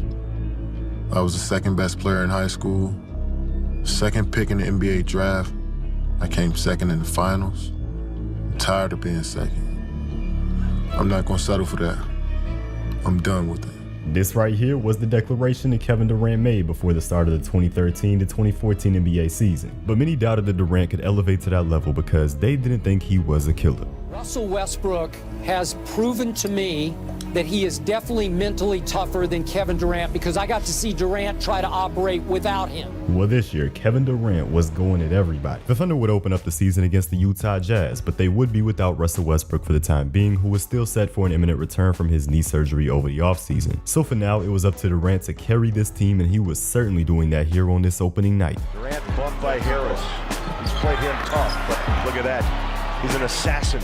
Durant continued to add to his scoring total from the mid-range area. No matter the contest, he was still hitting these. OKC got the season started with the win, Durant with 42 points. But the following game was a miserable outing for both the Thunder and KD. They were blown out by the Timberwolves, with Durant scoring just 13 points. Of course, a very underwhelming total for a guy with 3 scoring titles. Now y'all know what month it is. It's the most exciting month in college basketball right now, which brings me to today's sponsor, DraftKings. Now's the time to get locked in with your picks because they're extending an offer to all new customers, which is $200 in bonus bets instantly after betting just $5. Download the DraftKings Sportsbook app now, sign up using code WillSoTrill, and y'all can get started. With all the craziness that comes with college basketball this month, you can stay in on the action using your $200 in bonus bets. DraftKings same game parlays also give you a shot at an even bigger payout as well, combining multiple bets together from the same game. And one of my favorite features is being able to bet on live in progress games as they happen. This brings a whole lot of excitement to the game that you're watching. If sports betting is not yet available in your state, you can still join in on the fun too with DraftKings Pick 6 and have a shot at winning some cash prizes. Y'all download that DraftKings Sportsbook app. New customers use my promo code WillSoTrill and bet just $5 on any wager to get $200 in bonus bets instantly. Promo code WillSoTrill, only at DraftKings Sportsbook. But help was on the way for the Thunder as Russell Westbrook was returning.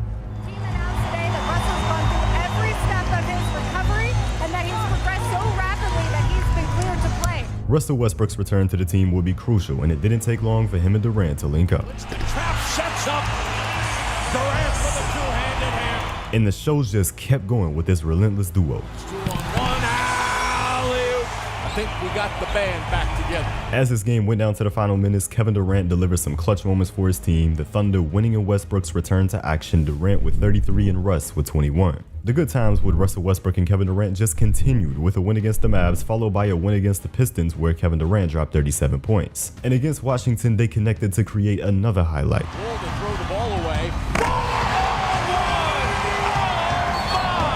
But into the fourth quarter of this one, the Thunder trailed. Durant, refusing to lose, was leading a comeback, with it eventually all coming down to one shot. Durant crossing over. Straight away down I-35. It's KD for 3.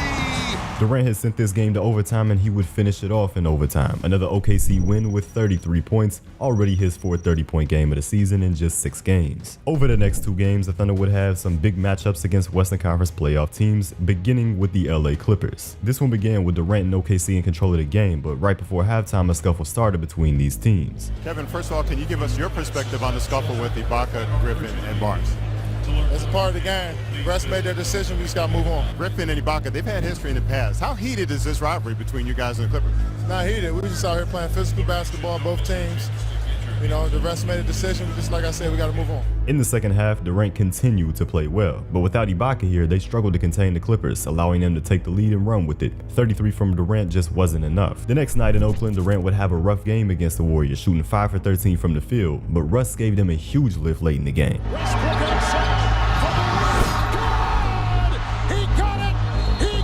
A huge shot in the clutch, but it was Golden State who would be getting the final chance.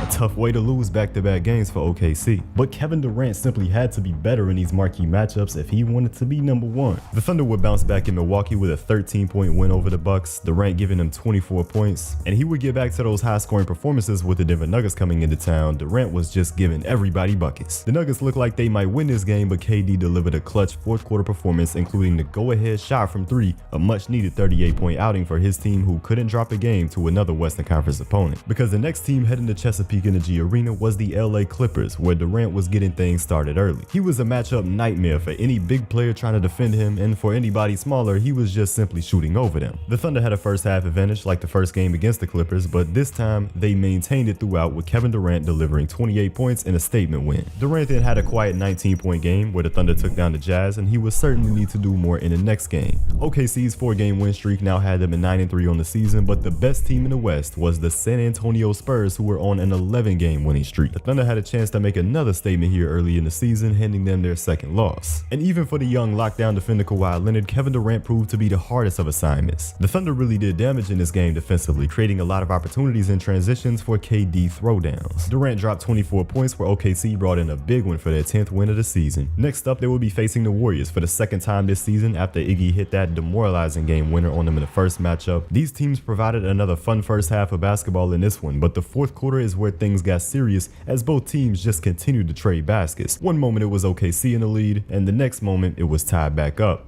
Golden State even was taking a lead on a few occasions in this back and forth final quarter. It eventually all came down to one final attempt in regulation for OKC to win the game, but Kevin Durant could not convert. In overtime, this game continued to deliver with entertainment, with the Thunder eventually being in a position to tie or take the lead here on the final possession, where Durant again missed the decisive basket. But as the ball went out off of Golden State, they would get one more hysterical chance.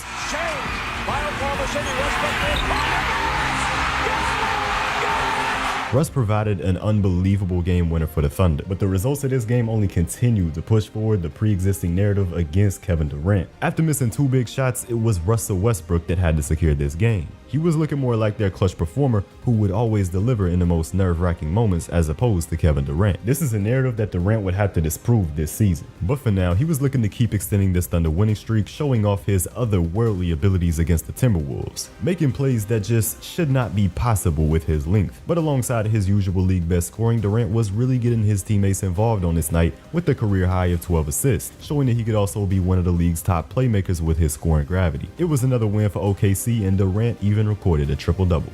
60 points, a career high 12 assists, and 10 rebounds. And the Thunder's win streak just kept on going, now up to 8 games behind a 27-point, 11-rebound performance from Kevin Durant. The Thunder were now 13-3 on the season, but there was still another team in the West with a better record than them, the 15-3 Portland Trail Blazers. This was another huge matchup for OKC, one in which Durant was cooking early on, giving Batum buckets from every single level with the 17-point first half and OKC Thunder lead. But in the second half, it was the Portland Trail Blazers and LaMarcus Aldridge who asserted themselves, as Aldridge completely took over the game with 38 points and 13 rebounds. Oklahoma City handed their 4th loss of the season in one where Durant had 33 points, but it was clear that LaMarcus Aldridge had taken this matchup. Versus the Pelicans, the Thunder had a chance to get back in the win column, and with Durant shooting over every single defender that they had with ease, this one was never going to be in question. The shots that he made look absolutely effortless were the ones where his defenders were fighting for their lives on the perimeter. And don't commit too hard, because this unicorn of a basketball player has the ball handling that will make you pay.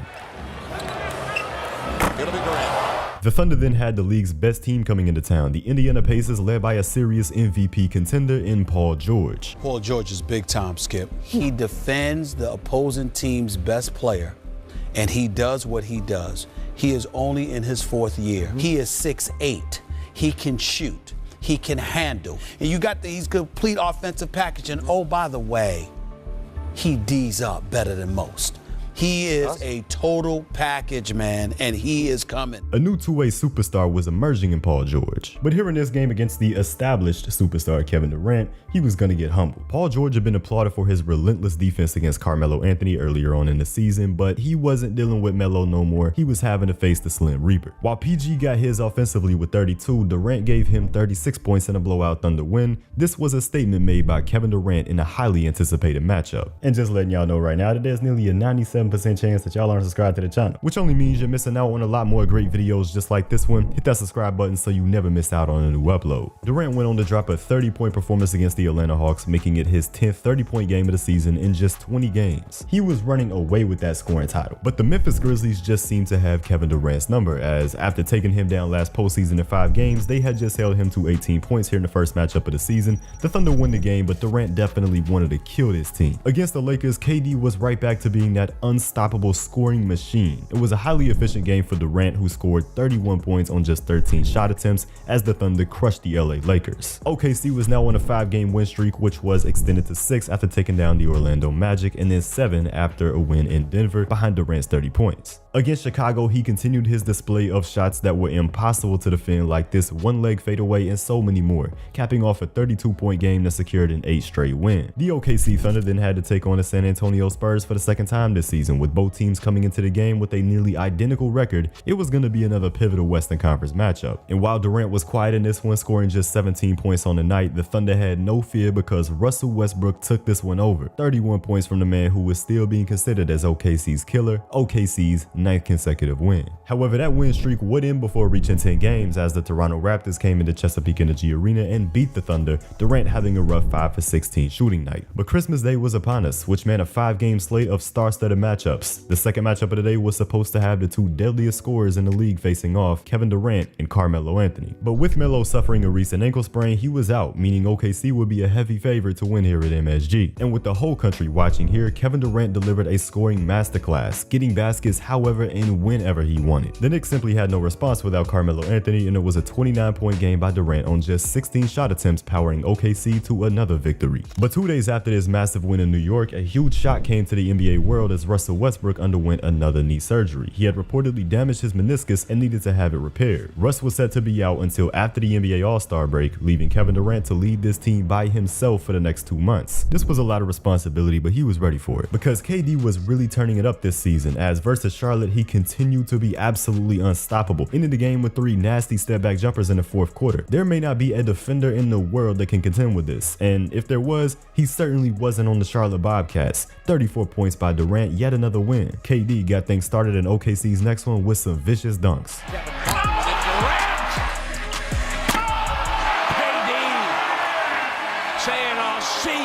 But more impressive than that was his ridiculous display of ball handling in this one, pulling out moves that we could never imagine coming from someone nearly 7 feet tall. And he was giving it to his former teammate James Harden. OKC dominated the Rockets, and Kevin Durant had 33 points. OKC was now 25-5 on the season and heading into town with the 24-7 Portland Trailblazers not far behind. OKC had lost this matchup earlier in the season, and Durant was looking to get one back. He started off this game hot, scoring 36 points in the first 3 quarters, on pace for a special night and a win against their Western Conference competitor. But Durant had a miserable 4th quarter, going 0 for 5 from the field. With Lillard and Aldridge both having strong performances, this one was a comeback win for the Blazers. OKC now 0-2 on the season against this team. And for just the second time this season, OKC would suffer consecutive defeats after falling at home to the Brooklyn Nets. Against Minnesota, it was looking like they could suffer 3 straight losses. Kevin Durant and the Thunder having to play from behind throughout this game, KD was simply refusing to lose this one. Durant buries the triple. Durant pulls up for another 3 and has another 3. And we're going right down to the wire, it looks like, here at Target Center. Durant getting a screen from Lamb. Durant, fade away, buries it. Step back jumper, this trademark move of Kevin Durant moving left. Impossible to block, impossible to defend. Kevin Durant on a mission this night, impossible to beat with 48 points. The Thunder then won another one against Boston by 23. They were right back on track. And just 3 days after scoring 48 points against the Timberwolves, he was doing it again versus the Jazz, absolutely torching their defense on this night, but to no avail, as the Thunder played from behind all game and had suffered another defeat, which only fed into more narratives. When Bron scores 48, the Heat win by 48. 48 points and beaten by the Jazz. People need to realize it ain't points that wins games. LeBron all day, every day. But of course, there was people on the other side that had great respect for what Durant was doing, and the national media was reflecting these divided opinions. If you were talking at the end of that discussion about simply winning scoring titles, I'll take Kevin Durant number 1 overall. He's averaging 30 a game because he just went 48 and 48, and I don't love him.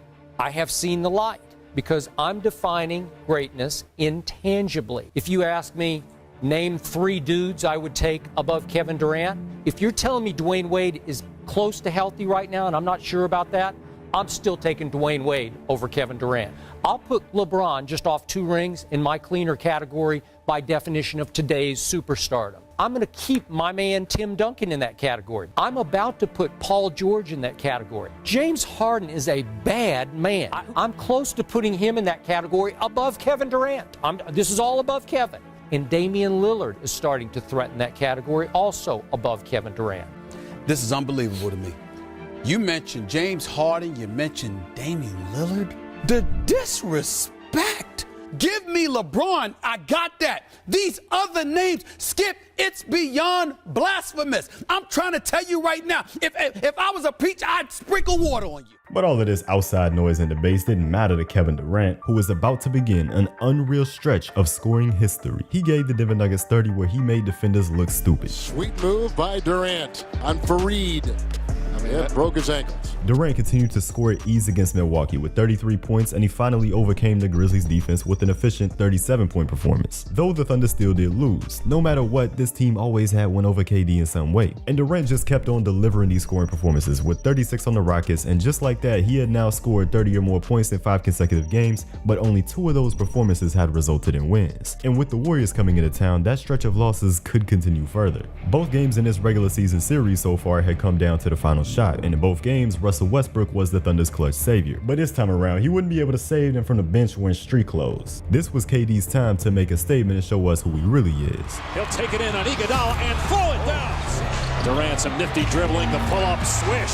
Here's Durant for 3, you bet. Kevin Durant began this game on fire, scoring 39 points in the first 3 quarters on 20 shot attempts. This looked like the statement game that KD was looking to have, but he was going to have to finish it. And as the Warriors gave it all they could to come back and be in the spot to win this game, Durant just kept pushing OKC further ahead. You got to double team this guy. Here we go again. And again, Durant. Durant lets it go. No. 50 for Kevin Durant. Durant to the elbow, falling away. Of course.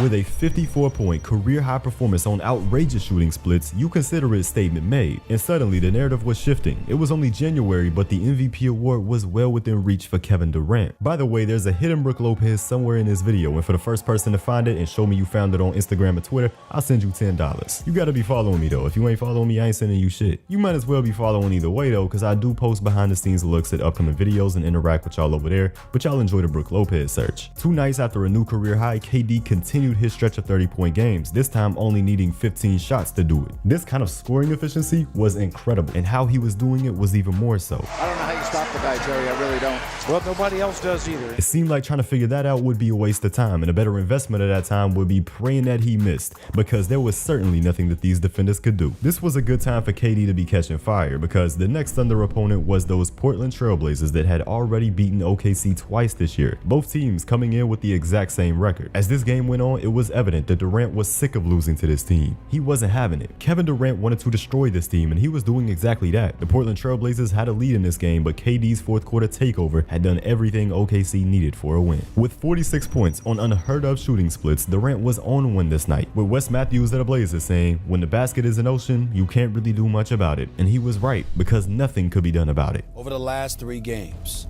Kevin Durant is averaging 43. He scored 130 points in the last 3 games on 67.6% shooting. He has scored plus 30 over the last 8 games. This dude has the opportunity and the chance, if he wants to, Skip, to eclipse the great legendary Kareem Abdul-Jabbar as the greatest scorer in NBA history. He is simply that automatic. This dude right now, as far as I'm concerned, is the clear-cut favorite for league MVP honors. Last year, he didn't show up like he was supposed to against Memphis in the playoffs. And I think as a result of that reality, Kevin Durant is on a mission. Just one night after taking down the Blazers, OKC had a tough second night of a back-to-back in San Antonio. The Spurs back to having the best record in the conference, but OKC looking to claim that. On this night, Kevin Durant faced Tim Duncan drop coverage, and he saw food every single possession. The way he scored appeared to be so effortless, but there was nobody else that could do it like this. Another efficient 30-point game, and the Thunder were now the best team in the West. And his stretch only continued. This was becoming historic as Durant scored 32 points on 70% shooting against the 76ers. His 10th game in a row with 30 or more points. 42 points on the Hawks pushed it to 11 straight games. Everybody knew Durant was on a tear and everybody was trying to stop it. The Hawks thought that they might be able to overcome Durant's performance and get out of OKC with a win, but they thought wrong. Here's a double team by the Hawks. Durant pulling up, firing and scoring! With 1.5 seconds left, he's done it again! Kevin Durant was on an absolute scoring outburst, and it couldn't come at a better time with one of the most anticipated games of the season on the calendar here. The Oklahoma City Thunder at the Miami Heat, the two best players in the sport facing off, with Durant looking like this could be the year that he takes the crown away from LeBron James. And there was no doubt that LeBron would get his in this game. He would end up with 34 points. But when defending Durant one-on-one, he was completely overwhelmed. LeBron was coming off 5 consecutive years of making the all-defensive first team, but watching this game, you would never be able to see why. Because he couldn't do anything about this 25-year-old superstar that was coming for his #1 spot. 33 points from Durant, but most importantly, a blowout win over the Miami Heat. It's gonna take a Jordan-esque kind of performance to stop this brother, because there is no one that can check Kevin Durant one-on-one. It is simply impossible. Against the Brooklyn Nets, Kevin Durant's 30-point streak would end here at 12 games, but that was only because he would take 12 shots in a blowout win over the Nets. With these 12 shots, he still hit 10 of them on his way to 26 points. This man was simply unguardable. OKC had now won 10 games in a row. In a stretch of the season where Russell Westbrook was out with injury, Kevin Durant carried the team to what was now the best record in the league. They would drop the next game against Washington, but bounce back with 2 more wins against the Western Conference opponents before dropping 1 more game to the Orlando Magic, which left 3 more games for the Thunder before the All-Star break. The first of these 3 featured the New York Knicks. Back on Christmas Day, we didn't get to see the league's 2 top scorers face off in this matchup, but Carmelo Anthony was back for this one. But while Melo had a rough start scoring just 15 points, Kevin Durant was on a tear. Not only did he score 41 points, continuing to prove that he was unquestionably the NBA's best scorer, he finished an assist shy of a triple-double, once again taking down the Knicks, this time with Melo. And for the final time here this season, the Blazers and the Thunder would match up, Durant giving them another display of unstoppable scoring, just like the last time out with 36 points in this one, and a dunk that had a little more ferocity to it than usual. After splitting the season series 2-2, Durant said after the game, "We don't like them and they don't like us." Aldridge responded by saying, "We don't care to like them. We're not trying to make friends out there. We're trying to win games." Potentially an interesting playoff matchup between these two teams in a few months. To close out the first part of the season, KD torched the Lakers with 43 points, yet another masterful scoring performance. He was putting together a season for the ages. Entering the All-Star break, Kevin Durant was averaging 31, 8, and 5 on near 50-40-90 splits. He was the heavy MVP favorite, looking very much like LeBron James would be dethroned, at least in regards to that award. And after All-Star festivities, where Durant of course scored a game-high 38 points in the All-Star game, LeBron James was going to have something to say against Kevin Durant. James scored the first 12 points of the game for Miami and was giving it to Durant the same way that Durant gave it to him. He was getting the best of the second matchup versus Durant, showing him why he held that title for the best player in the world.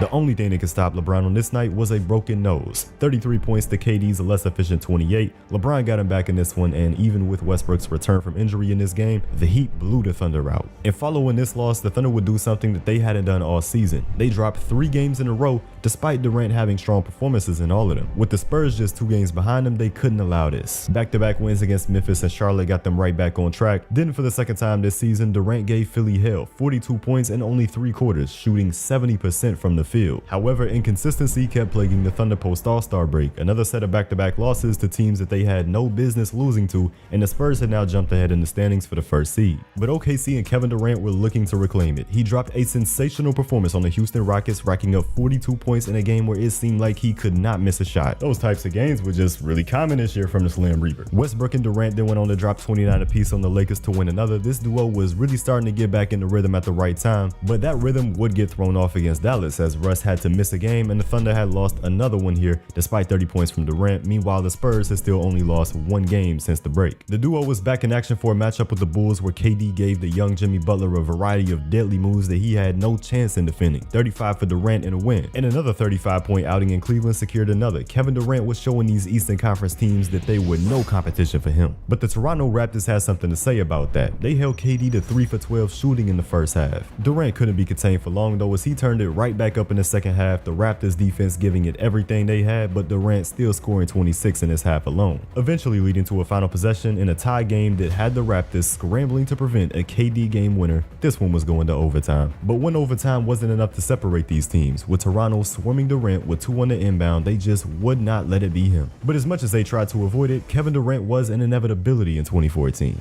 I'm getting deep, KD way outside for three. He's got it! He's got it!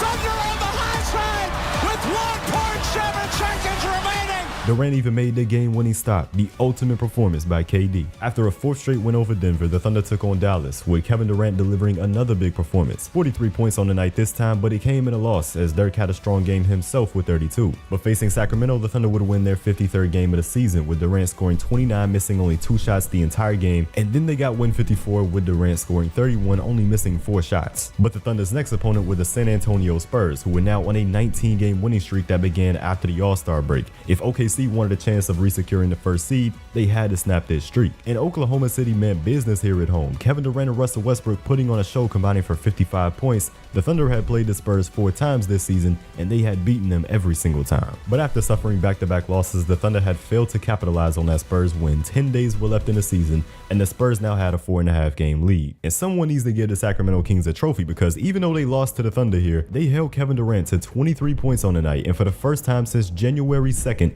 Kevin Durant had scored under 25 points, with a streak of consecutive 25-point games ending at 41. The longest streak in a single season, surpassing Michael Jordan. What a run. Go ahead and MVP this man. Over the final 6 games of the season, the Thunder went 4-2, with Kevin Durant having some more big scoring performances across these games. The Oklahoma City Thunder secured the 2nd seed in the Western Conference. Durant delivered an unreal season, averaging 32 points per game to win the 4th scoring title of his NBA career. But more importantly, he was the favorite to win the NBA's MVP award over LeBron James. Time would tell if the voters would agree with this or not, but most importantly, above everything, the Thunder had their eyes on the NBA title, where LeBron may just be waiting for them in June. But the first obstacle was an opportunity for revenge for KD, because the 7th seed was the Memphis Grizzlies. Last season, this squad embarrassed Durant and the Thunder in round 2. But this time, they had a healthy Russell Westbrook, which seemed to be a big difference for OKC. Durant dropped 33 in game 1, with Russ adding 23 more as the Thunder jumped out to a big early lead that was too large for Memphis to overcome. A dominant game 1 win, showing Memphis that they weren't messing around. In game 2 though, the Grizzlies were looking to steal one, having a lead before OKC stars made some big momentum shifting plays. Now Durant will take the 3 and his first field goal made in the 4th quarter is a triple. The 5th block for Serge Ibaka on the Russell Westbrook 1-point game. Westbrook, a 3-pointer for Russell Westbrook. They get it, and that's going to be a no violation. They're going to let it play. Durant. But no matter what OKC did, this Memphis team just wouldn't go away. And just when it seemed that this game was out of reach, amazing happened. Somehow Durant lets it go.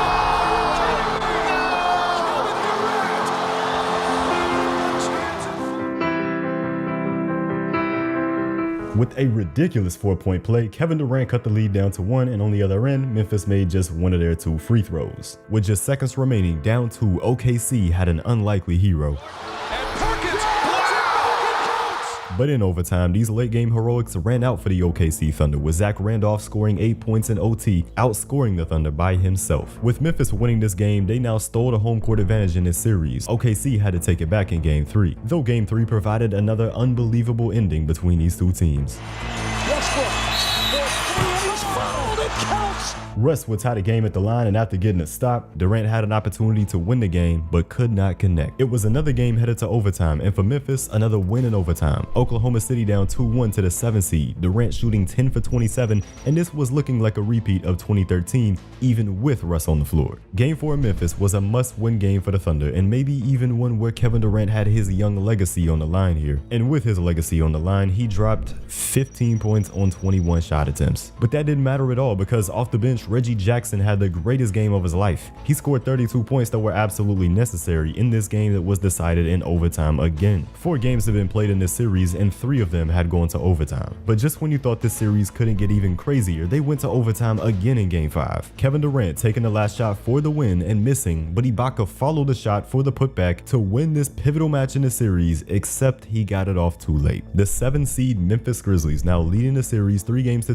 OKC on the brink of elimination, with Durant Durant having another poor series. On the cover of the Oklahoma newspaper after Game 5 was Kevin Durant with the headline, Mr. Unreliable. OKC's coach Scott Brooks defended Durant, saying there's many things you can say about him, but unreliable wouldn't be one of them. But through 5 games of the series, this certainly had been a postseason meltdown for Durant, averaging 28 points per game on poor shooting splits, and he was even averaging as many turnovers as assists. All season long, Durant was paraded as the league's MVP. He couldn't go out like this, and he wouldn't go out like this. Durant reliably dropped 36 points on a night where he returned to MVP form. Kevin Durant was playing with anger, and his teammate Russell Westbrook followed suit. A 20-point blowout win to keep the season alive, forcing Game 7. In this one, Durant kept it going. He only took 18 shots in this game, but that is all he needed to score 33 points. The hyper-efficient scoring Kevin Durant that we all knew from this season was back. Memphis gave them some serious troubles, but in the end, Kevin Durant would prevail after being slandered as Mr. Unreliable. While it was a huge relief to get past that Memphis team in a 7-game series, the Thunder now had to face a more talented team in the LA Clippers. And this talented team was destroying the Thunder here in Game 1. Chris Paul putting on a crazy first quarter performance with 17 points,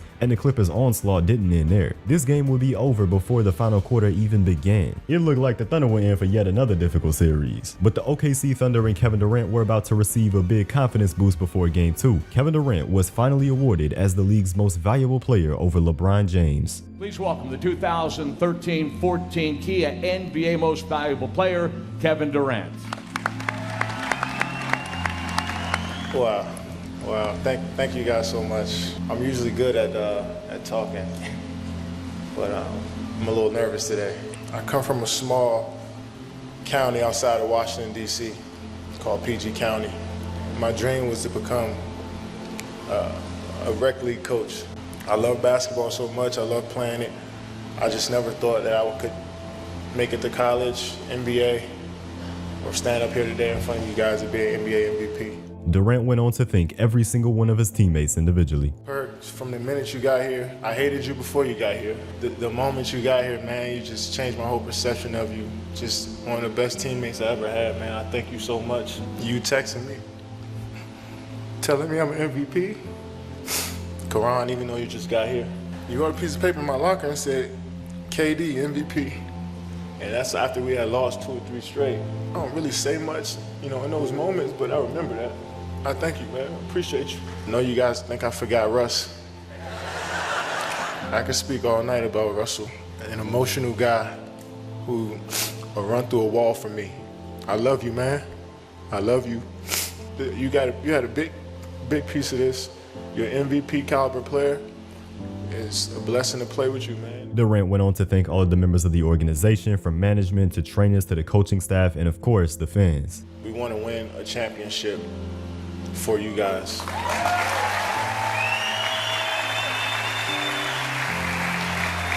Last but not least, my family. My brother, Tony, I love you. I always wanted to follow in your footsteps. My little brother, Rayvon, I always want to set a great example for you, man. Thank you for all the support. I love you. And last, my mom. I don't think you know what you did. You had my brother when you were 18 years old. 3 years later, I came out. The odds were stacked against us. Single parent with 2 boys. By the time you were 21 years old, everybody told us we weren't supposed to be here. We moved from apartment to apartment by ourselves. One of the best memories I had is when we moved into our first apartment, and we just all sat in the living room and just hugged each other, because that's what we thought we made it. We wasn't supposed to be here. You made us believe. You kept us off the street, put clothes on our backs, food on the table. You sacrificed for us. You the real MVP. After delivering one of the most impressive seasons we've ever seen, KD brought home the MVP and delivered one of the greatest MVP speeches we've ever seen. Ahead of Game 2 in the Western Conference Finals, Kevin Durant accepted that MVP trophy in front of the home crowd and went on to deliver a crucial 32-point performance, finishing an assist shy of a triple-double to power the Oklahoma City Thunder to a win, tying up the series heading into Game 3. Here in Los Angeles, the Clippers would have their own award winner honored, with Jamal Crawford winning 6th Man of the Year. But the MVP winner outshined him, another big performance by Durant, scoring 36 points in this this one, and the Thunder had reclaimed home court advantage. Behind another lights-out scoring performance from Durant, the Thunder had a chance to take a 3-1 advantage in this series, but the Thunder defense collapsed in the fourth quarter, allowing 38 points in that 12-minute period as the Clippers came back to win this game by 2, a huge missed opportunity for the Thunder. This made Game 5 ever so pivotal, but Kevin Durant was having a horrible outing in this one, 3 for 17 from the field in the first 3 quarters, and the OKC Thunder losing the game entering the fourth quarter. And the Clippers were still building upon their lead, Crawford hitting a 3 to put the Clippers up 13 points with 4 minutes to go. But Westbrook and Durant refused to go away, combining for a 7-0 run over the next 2 minutes. OKC was storming back. Pass deflected, recovered, Reggie Jackson. But following a Blake Griffin missed free throw on the next possession, the Clippers got themselves an extra possession and a deadly mid-range jumper from Chris Paul. The lead was back up to 7 and time was running out. The MVP had to go get those points back. Here's Durant for 3, yes! And running in transition, he cut the lead down to 2. But it was Russell Westbrook's steal that made this comeback possible, a huge play to take back possession immediately, and after being fouled on the three-pointer, Russ hit the free throws to take the lead. With the big-time defensive play by Serge Ibaka, the Thunder had escaped in an improbable comeback. Now with a chance to send the OKC Thunder to the Western Conference Finals, Kevin Durant would not let his team down, even trailing by as many as 16 points in the second quarter and having Serge Ibaka leave the game with injury. Durant persisted and dominated the LA Clippers. He finished with 39 points, propelling his Thunder to the next round. Waiting in the conference finals were the San Antonio Spurs, a team that OKC had swept in their regular season series. But in the first 2 games where the Thunder would be without Serge Ibaka, who had a calf injury, they were completely outmatched, losing games 1 and 2 by a combined margin of 52 points. But as Serge came back and the series shifted to Oklahoma City, the Thunder responded by getting 2 games right back to even up the series at 2 games apiece. But in Game 5, the Spurs blew out the Thunder yet again before officially closing this one out in Game 6. This was not how the Thunder wanted their season to end, but it was Kevin Durant's emergence as the superstar that he was. This was a season where he very well could be considered as the best player in the world. He was playing the game in a way that we had never seen before, and as the years went on, we would see more and more players come about that were inspired by Kevin Durant. Without Kevin Durant, we don't have a Victor Wembanyama. But that right there was a season where Kevin Durant completely took over the league. A season even crazier than that one though was Steph Curry in 2016. So check out that video right here, man. Just click it, it's right there. Just click that shit.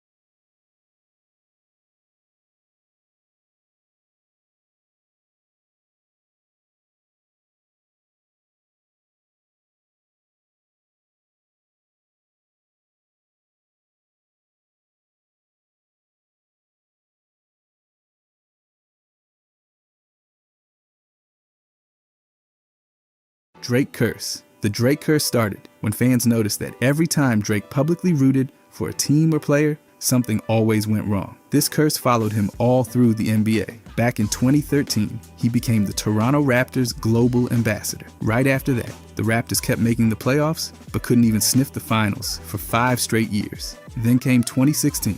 Drake reportedly dropped $60,000 betting that the Warriors would beat the Cavaliers in the finals. That was the same year the Warriors won 73 games, but they ended up losing in 7 games. Then in 2019, Drake tried to break the curse himself. He showed up wearing Sixers shorts during Game 7 against Philly. The Raptors won on a buzzer beater and went on to beat the Warriors in 6, grabbing their first title ever. But the curse wasn't dead yet. In 2024, Drake bet $500,000 on the Mavericks to beat the Celtics in the finals. Dallas lost in 5. That was his biggest loss ever. Between 2022 and 2025, Drake made 13 total NBA bets. He won 7 and lost 6. He wagered $3,860,000 total and made about $1,790,000 in profit. His biggest win came when he put money on the Nuggets to beat the Heat 4-1.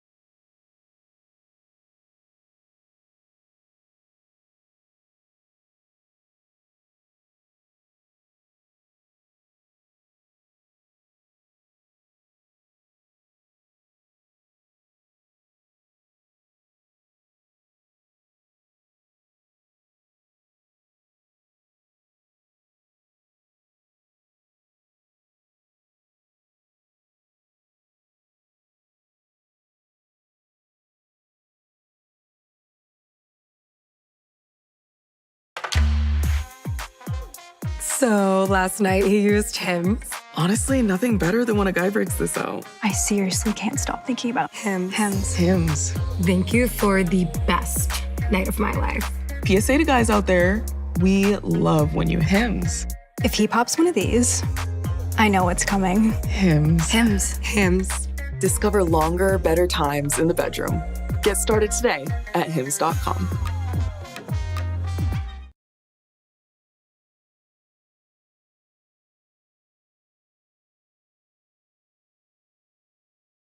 If your child has used Roblox, you might be owed significant compensation from a lawsuit currently underway. Find out if you qualify. While marketed as safe for children, Roblox has allegedly become what investigators Well, you know what I mean, though? You feel me, though?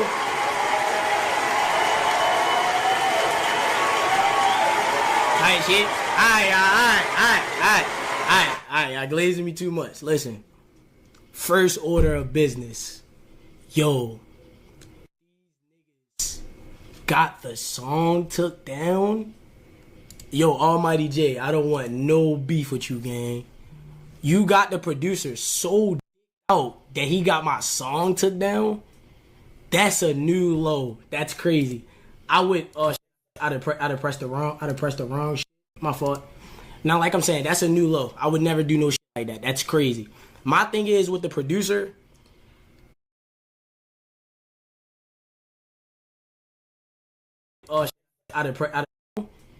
that's a new low. That's crazy. I would my song to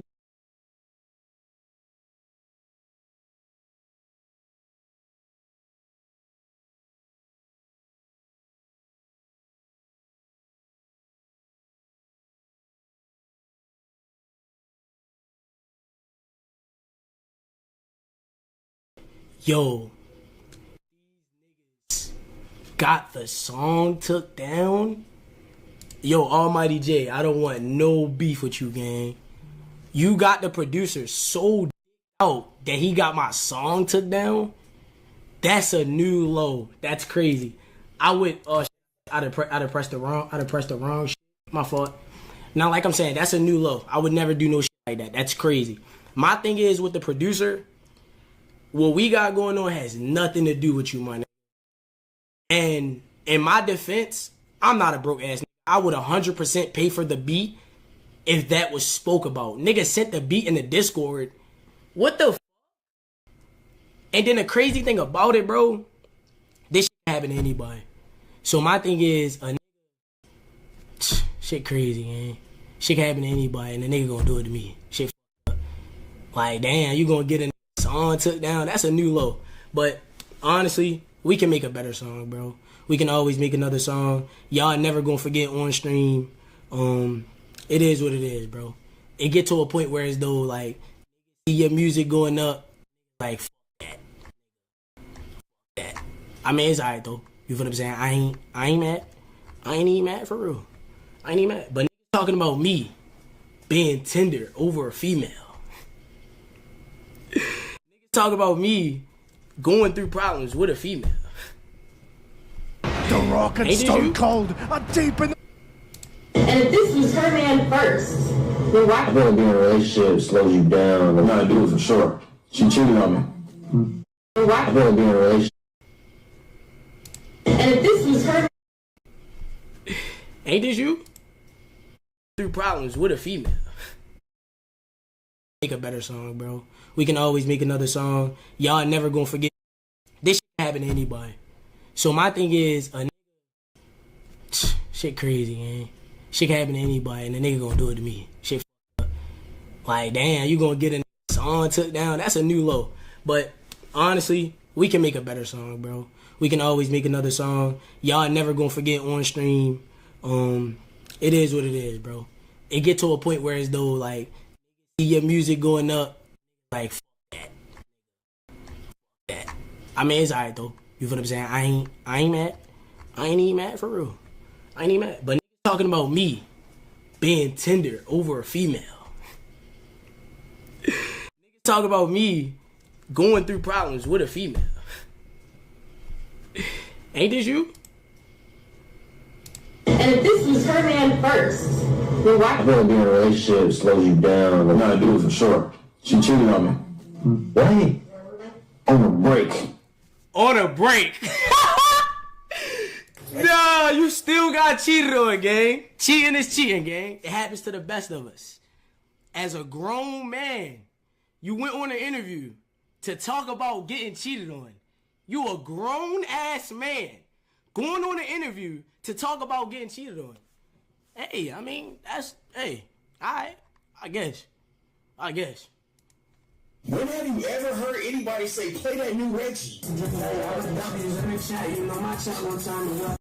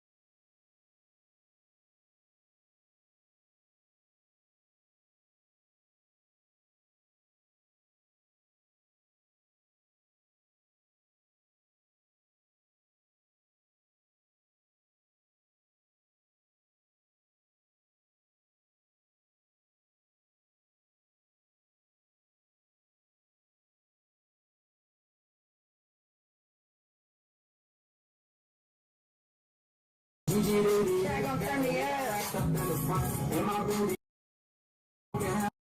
heard anybody say, play that new Reggie? Yes. When have you ever heard anybody say, play that new Reggie?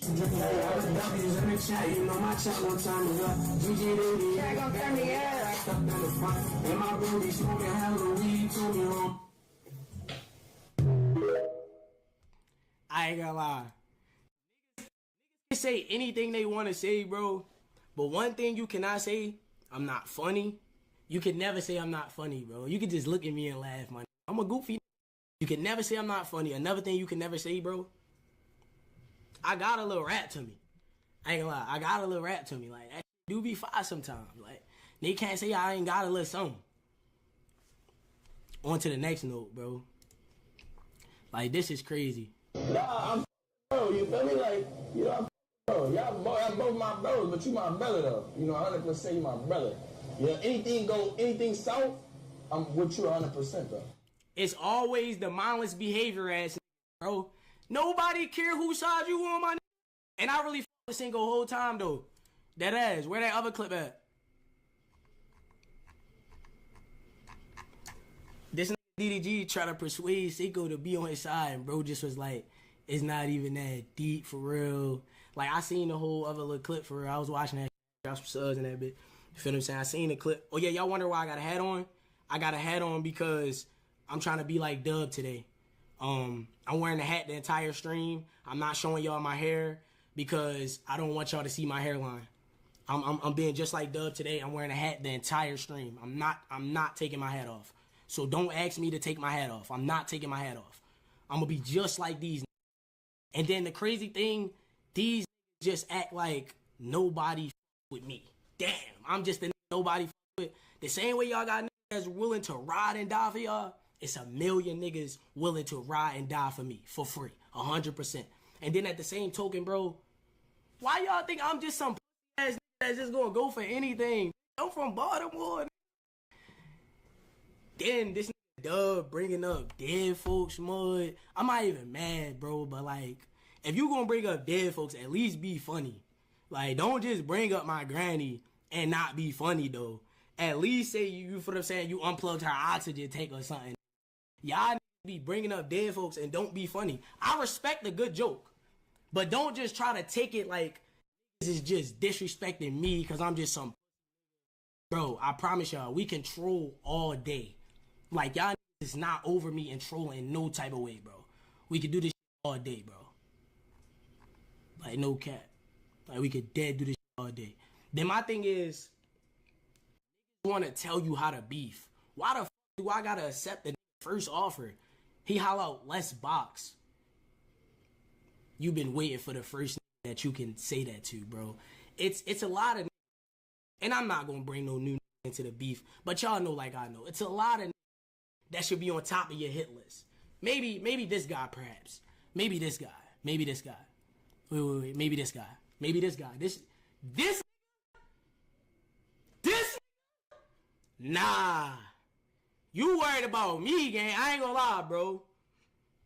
You gotta live with this for the rest of your life. Like, you gotta live with this for the rest of your life, my nigga. Shade Room posted this.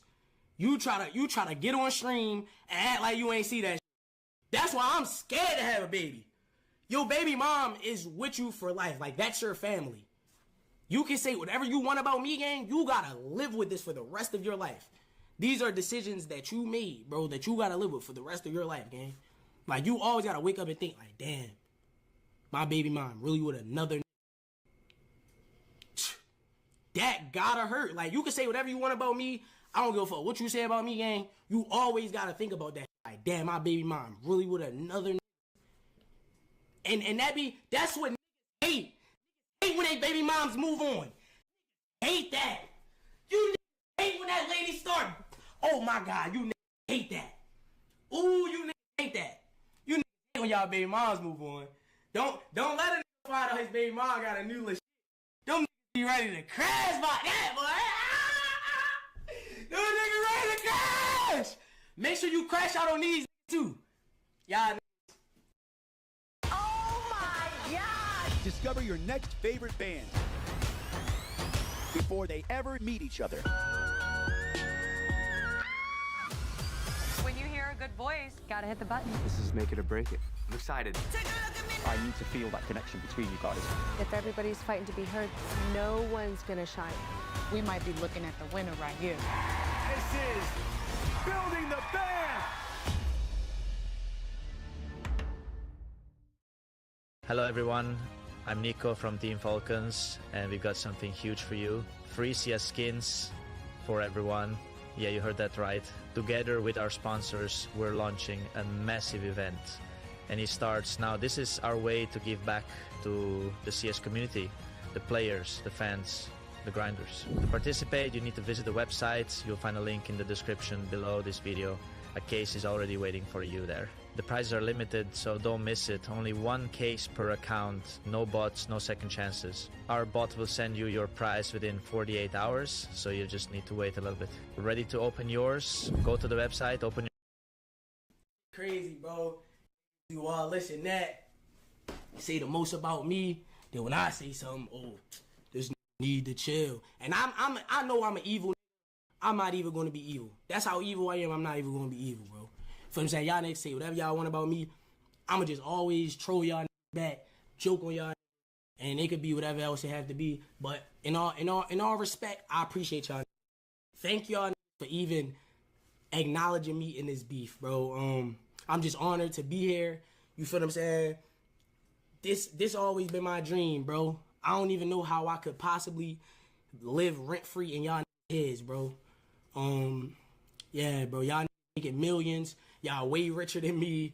I don't know how I could even somehow be inside of y'all brains that y'all... My Hurricane just text me what you say? That's what I'm saying, mud. That's what I'm saying, mud. On me, mud. They got us all took down, mud. They took us down. They took us down on YouTube, bro. Them niggas trying to hit a nigga where it hurt. It's cool though. We still up on all platforms, bro. Y'all can never stop what God got for a nigga, bro. Y'all can never stop that. And I just want the people to understand that these are going low. And I'm not mad. You feel what I'm saying? Do what y'all gotta do. But make sure it's worth it. In all honesty, make sure it's worth it, because I feel like a lot of y'all are not benefiting off of this. I'm not gonna lie. A lot of y'all are not benefiting off of this. And it's sad. Y'all gotta benefit off of this. If we gonna internet do this shit, y'all niggas do this for real. Shout out all my niggas who been riding for me though. Like y'all. Shout out my niggas for them saying. Shout out my nigga Craig. Turn up. Don't say too much, twin. We been had this shit a lot. Nigga. GG for life. My nigga Craig, solid. I love you, bro. I ain't gonna lie, gang. I love you, gang. I ain't gonna lie. I love all my niggas. My nigga Craig, you really stand on business behind me, nigga. That's why I love you, nigga. Oh, I tripped over dude garbage. Nah, dead ass Craig, I really love you, gang. Like, you really stand on business behind me, bro. Cause niggas know what's going on. Dead ass. No, shout out the whole Baltimore. Feel what I'm saying? Shout out my Philly. I seen a couple Philly really ride hard for me. Shout out my DC. Shout out all my wherever y'all at. Shout out my Atlanta. A lot of my Atlanta tapped in with me. Shout out my Atlanta, bro. Dead ass. Shout out my Atlanta. No cap. Shout out my from all over though. Shout out my Detroit, Toronto. Damn. Connecticut. Damn, I got this in Connecticut. Nah, all over. Nah, W100 gifted my Hurricane to drop. Stop playing with us, nigga.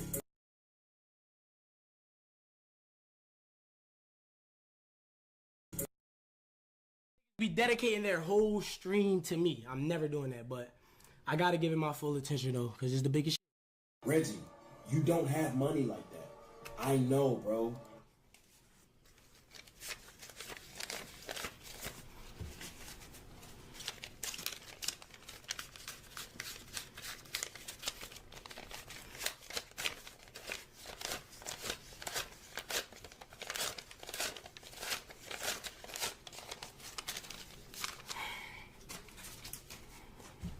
And I got a couple thousand in my Cash App. What you talking about? I can look at your VODs. I can see how much. Your haircut. You got all this money, you ain't got no haircut. You cut it. Cut it. That nut ass cut. You cut nutty as shit. Cut it. Dickhead. You got thousands on your neck. You ain't got no haircut. You talking about your haircut? You ain't even got no cut. What you talking about? You get all this money out, you looking bummy as shit, just like me. That shit you had on for prom, that shit was dirt. You need to start telling you about y'all stuff. Y'all niggas got all this money, you dress like a bum. What you talking about? Real shit though. Hey, let's be real. You dress like a bum. How much money you making, bro? You're barely touching 100 a month. You're barely touching 100 a month? Barely. Not even if you did, you maybe touched it once or twice. Okay. How is that an insult, bro? $100,000, $100,000. How many say they made $100,000? No flex or none of that. Cause I never even told y'all that. He telling my business. That's crazy. Once again, he in another business. That's all he do. That's all he do. He don't go at no real that's really gonna, y'all know. And all my that's backing me, they willing to really go. He don't really want to do this. And he know this. Like, I don't even know why he playing. Like, he know this. Like it's not consequences behind playing with me. Like, none of these been in the churches longer than me, and this is not a flex at all. But don't make it seem like I'm some who really faking all this shit. I've never been through nothing. I don't even get on this everyday act tough. I vibe with my niggas. But I want niggas to understand, y'all not gonna play with me. I don't give a fuck what a nigga say, bro. I'll play with myself before I let y'all play with me. And yes, I'm talking about being my meeting. I never let y'all play with me, bro. That's the principle that y'all not getting. And every nigga will always remember, like, damn, every time them niggas said something, he said something. And it's gonna always be that. And niggas know too, though, bro, like, y'all niggas talk all this violence. Step into Wix Studio, the platform for agencies and enterprises. Kick off projects in a workspace that's designed for your workflow. Work seamlessly and experiment freely. And design complex layouts with intuition and precision to that very last pixel. Structure and populate dynamic content fluidly and manage rich content with elegance and efficiency. Accelerate responsive design with AI, optimized for every screen. Create and customize interactions, from subtle movements to advanced behaviors. If a nigga do something to me, y'all not gonna hear the end of it. And I'm gonna leave it at that. This is that simple, and y'all know this. Like, and I hate that the people be stirring it up to make it seem like I'm just some nigga who ducking a fade. If the nigga fade me and I lose, why the would I even come back to streaming, bro? I gotta end my career after that. You feel me? I have to. Like, I dead ass gotta end my career after that. It's principle, bro. Like, that's what the nigga really want. Why would I give this nigga what he want, gang? I'm gonna beat him at his own game. He think he's the top troller on the net. You're not.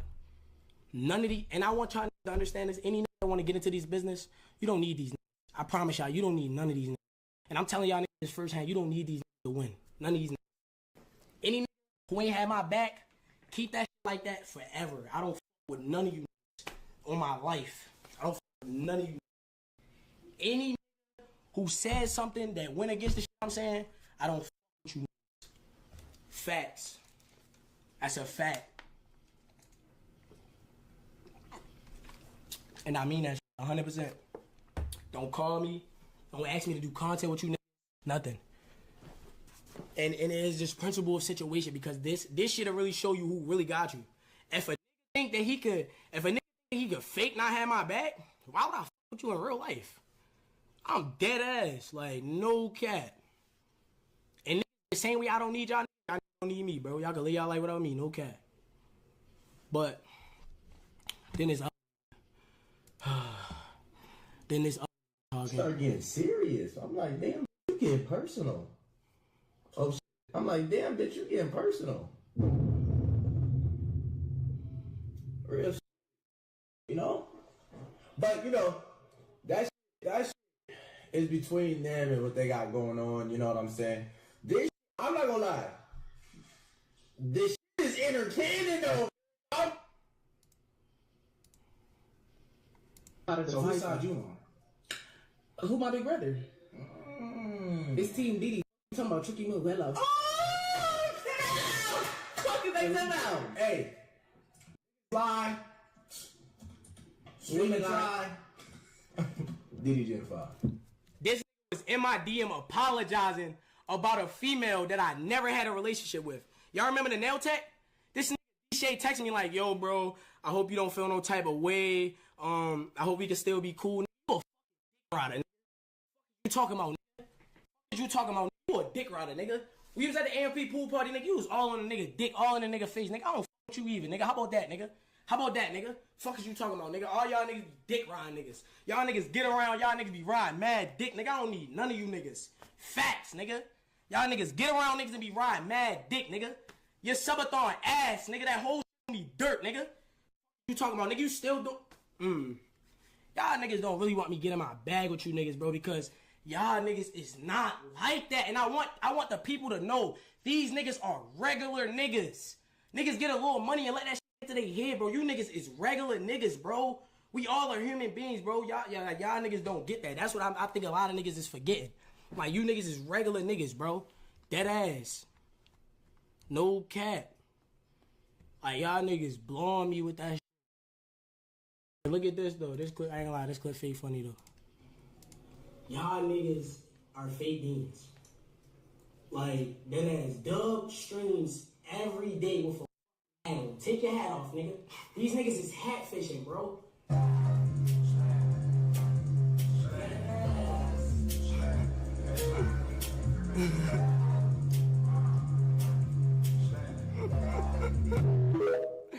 I ain't gonna lie. That was funny though. I ain't gonna lie, that was funny though.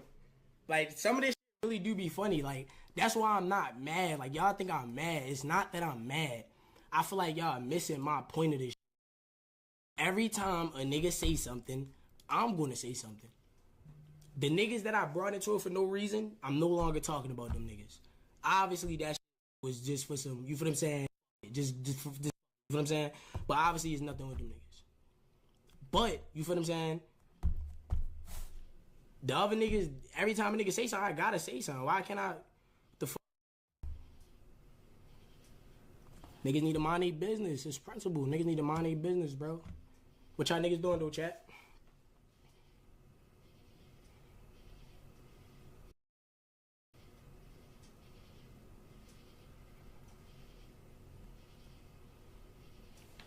Niggas said none of them took you serious. I got news for you, buddy. Niggas putting me in their title, so I have to return the same energy. It's clout chasing when I do it, but when they do it, they think they bullying a nigga. Bro, I used to get bullied back in the day. Not around here, partner. Not around here. Not around here. It's back in the day, bro. We can't go for that. We just can't allow that. We just can't allow that. You know you got a nigga mad when a nigga bring up fighting, though. Like, any nigga in the hood know this. Once a nigga say something about you and you just be like, I'm finna steal off on this nigga. That's when you know you got a nigga mad. If you ever want to get under DDG skin, just say his music ass. And I know it's a lot of different shit that I can say, but I'm not trying to stoop low. Unless a nigga really say something that I feel like really hurt my feelings, then I'll stoop low. But these niggas not really hurting my feelings, gang. Really say something that I feel like really hurt my feelings, then I'll stoop low. But these niggas not really hurting my feelings, gang.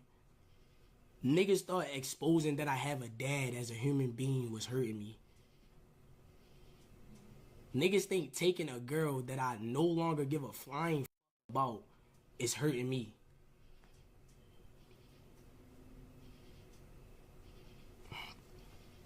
Shit crazy, bro. Crazy.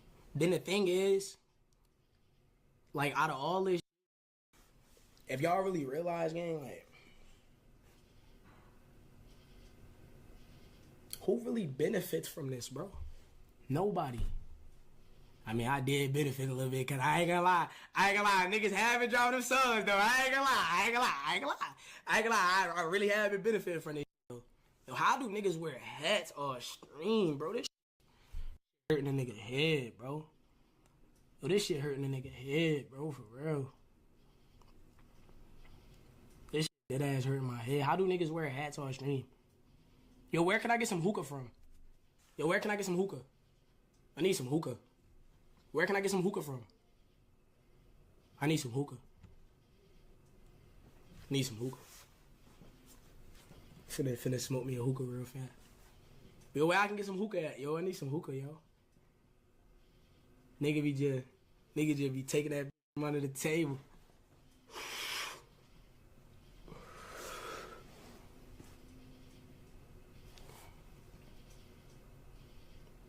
Only niggas who supposed to be smoking hookah,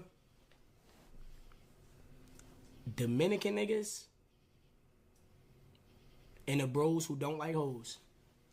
Shout out to my niggas who in that community. We don't discriminate. Shout out all my real niggas. Nah, facts. Niggas really be smoking hookah as grown men. Nah, that's crazy. Nah, that's crazy. Niggas dad be blowing the hookah. So what's y'all zodiac signs, chat? I just want to see if niggas Aries like me. My zodiac sign is Aries, bro. What's y'all zodiac signs?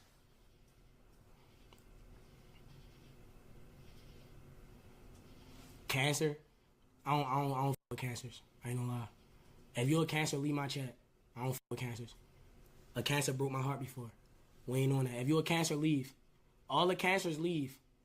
Dead ass. Like, I don't fuck with cancers. Cancer dead broke my heart before. I ain't been the same. I ain't been the same, bro. I ain't been the same since I got my heart broken in middle school. Now it's really DTB. Like, no cat. Yo, when I was, I seen niggas posting on the TikTok and shit. Y'all seen me with the little diamonds and shit in my hand. I'm finna get some bust down grills, bro. My nigga Mo Diamonds, he was gonna make me a free grill. You feel what I'm saying? But I'm like, nah, I don't even feel right getting a free grill, because I know how that shit is. It's not gonna be how you want that. So I'm like, I just pay for that. Mind you, it's the same week I sent my mom $20K. So I'm finna get a bust down, you feel what I'm saying? VVS, like that. Like that, you feel me? So when y'all see me with the girl, just remember nigga said I was broken. You feel what I'm saying? Finna buy my mom a crib this year. That coming so soon, bro. Like, once I get my mom that crib, I'm belt ass. I'm traveling. Can't wait to meet all the supporters. I ain't gonna lie, I really can't wait to meet my niggas and smoke a blunt with y'all niggas, bro. Like, once I come out with my own strain, I ain't gonna lie, my own strain will be crazy. Imagine if I make a weed strain called Doo-Doo Garbage. Nah, that's gonna be fire. But whole time it's some Zato. Like, dead ass. Nah, imagine I make a weed strain called Doo-Doo Garbage, but whole time it's some Zato. Nah, that'd be insane for real. I might do some shit like that. Depending on how far this shit go, I might do some shit like that. That's how you really one up a nigga. Then another thing, bro, last but not least, niggas gotta remember, DDG, you're an older guy in this game. You know what I'm saying? I'm a younger nigga. I still got time, bro. I still got time, my nigga. Ain't no telling what I'm be doing by the time I'm your age, nigga. Hopefully, I'm not on Twitch beefing with niggas. You feel what I'm saying? I'm trying to take care of my family and shit. But, I don't know. Then niggas keep talking about how I don't have a dad. Nigga, where your son at, nigga? Nigga, where your son, nigga? Nigga, where your son, nigga? Nigga, where your son at, nigga? Focus on the shit that you got going on. Dead ass. Everybody got their own problems, gang. Niggas be worried about the wrong shit. Niggas definitely be worried about the wrong shit, gang. Y'all niggas just focus on the shit that y'all got going on, gang. Niggas keep saying, do it for Craig. No, nigga. Do it for Halo. Dead ass. Be sad, bro. Like, niggas crazy. Like, niggas dissing me for not having a dad. It's a lot of niggas without dads. Fatherless niggas, we reunite. We reunite. Know what I'm saying? Fatherless niggas, we unite.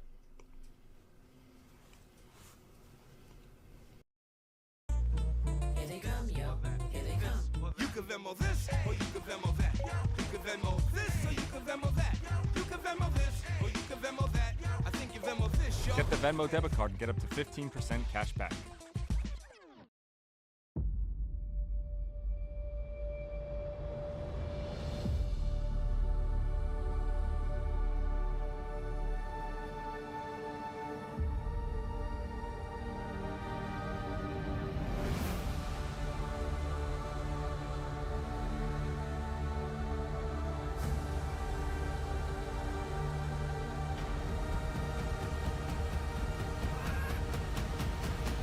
Vibe that you probably shouldn't be opening this. What makes you say that? That. Do not open. Come on, that's just a suggestion. Stop. Stop it. No. Don't!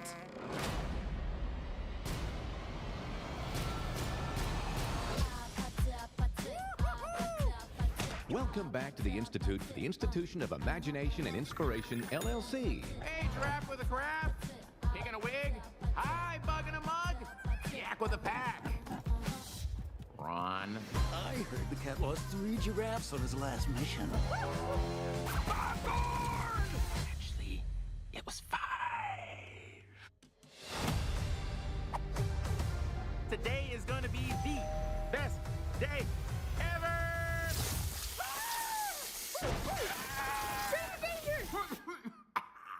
Go to the montage. Let's light it up. Cat? Cat? Cat in the Hat, you have gone too far. Did you say toot fart? I did not. I said too far. Toot fart? Too far. I heard toot fart again. So, I'm just gonna leave some things here. Okay, bye.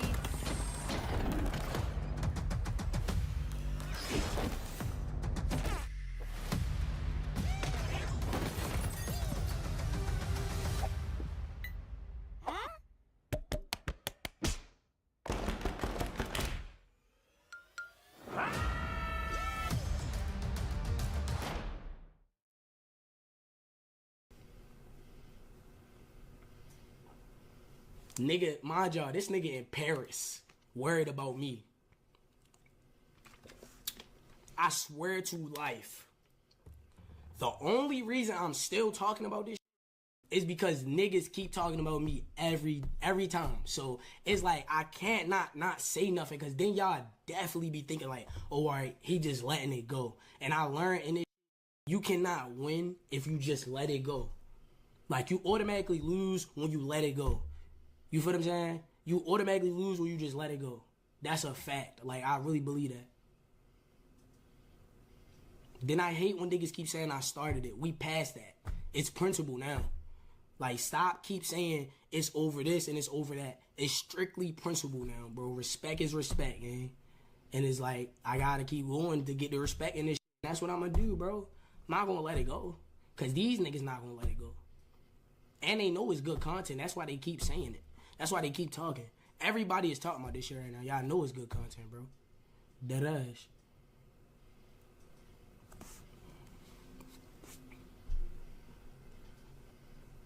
No cap. And everybody can pick their sides. Like, I want y'all to know that. Everybody can pick their sides. It don't matter. Y'all can support who y'all want to support. It don't matter. None of this shit don't matter, bro. At the end of the day, all this really is entertainment. No matter how far it go, it's still entertainment, bro. At the end of the day. No matter how far it go, it's still entertainment. And y'all help my niggas. Y'all helped a lot of my niggas get seen the right way, though.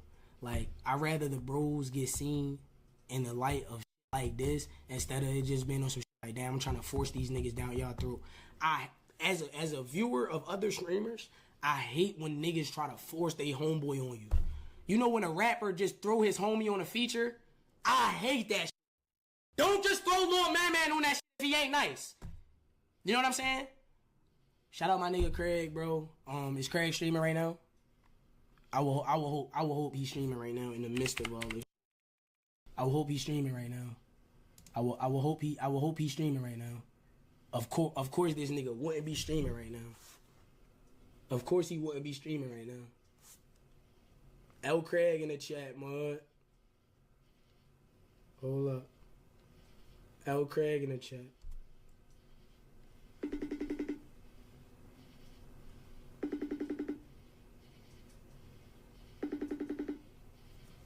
And I'm finna, just because niggas pop and shit, I'm finna do the most this month. Watch.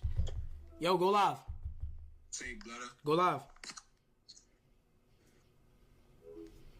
Go live, nigga. Nah, just cause niggas brought it up, I'm finna do the most. And y'all niggas gotta know my heart. Like, any nigga who can kind of feel my personality through this screen, bro, y'all niggas know I'm one of the few genuine niggas left in this shit. Like, this shit never been about the money with me.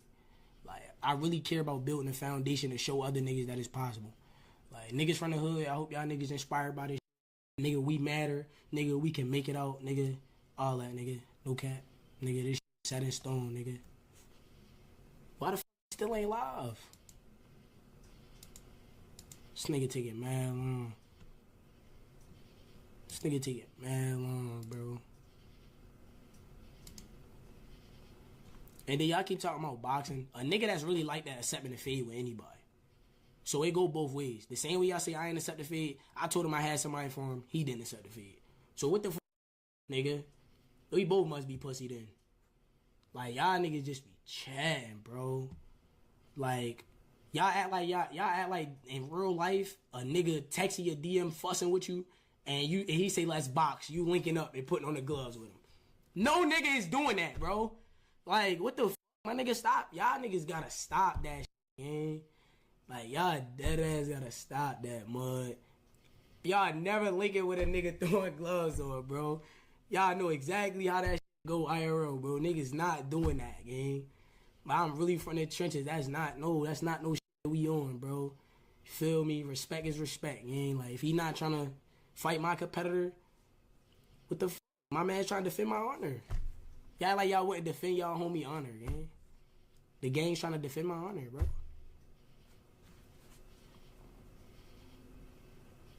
My nigga just went live.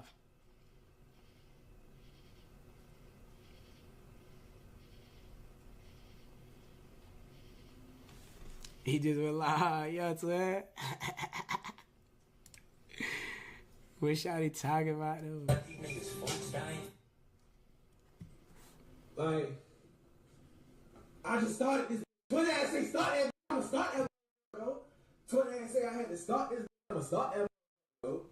Yo, I don't even know what the topic of the conversation is right now. I wasn't in the stream, but I'm gonna just start off by saying, once again, these niggas just be saying anything from the outside looking in, bro. It ain't no nigga I ever met on this earth that's more realer than Reggie. I've never met one nigga on this earth that I never met. I don't got one, bro. There ain't one nigga out here that I know I can call on some genuine more than Reggie. Like, dead ass. And it be like the shit that niggas not gonna say is, right? This nigga talking about I'm streaming in this room. How about you use your brain, you dumb? How about you realize, bro said go stream in a legendary room. The room is legendary now that he done made it out there. You stupid. And now I done ran up 10K followers in a month just by being in the room. And you talking about a nigga not doing shit for me. God forbid a nigga don't want to be known as a background nigga. God forbid a nigga don't want a handout. God forbid we trying to show the industry is still niggas that really want to grind and really be hungry for this shit and stand on their morals and principles. And then it's like, alright, my nigga, you glazing too much. Let me call him. He glazing too much. He glazing way too much. I'm finna call him.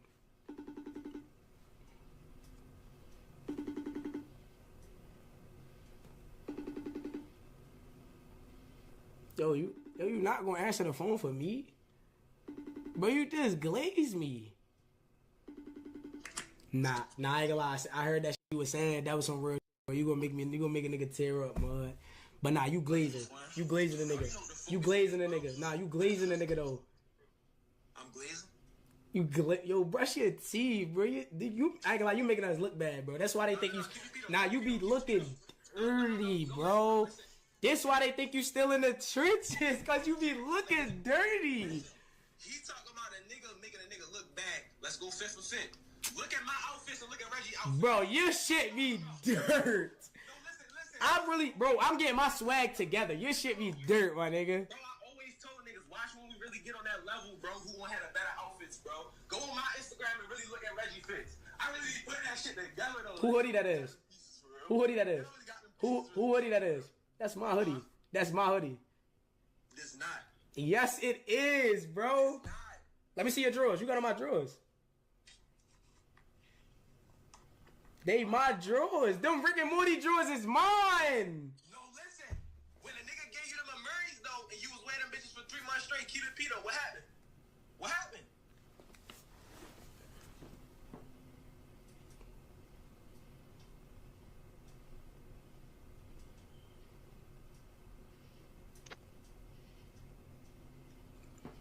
I dare. What happened? What happened? Them Murrays, though, and you was wearing them bitches for 3 months straight, keep it Pito, what happened? What happened?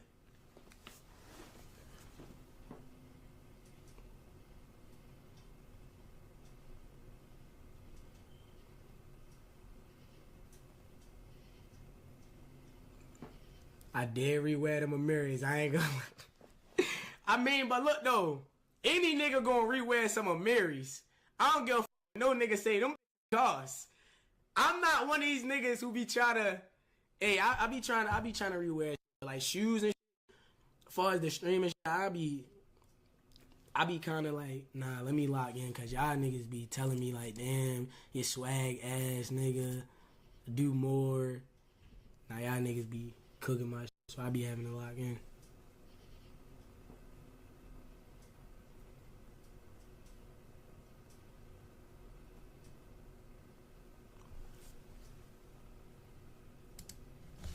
Nah, the fact that niggas f me though, I f with that.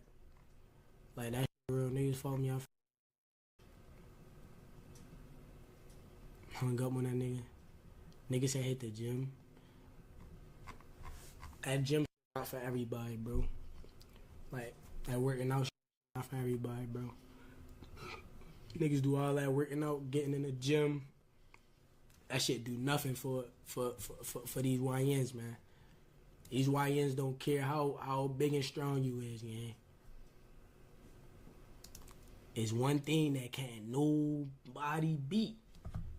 Is one thing that can't nobody beat in this world. No cat. Ray calling me?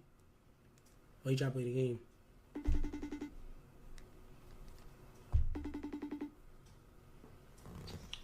Yo. You said what?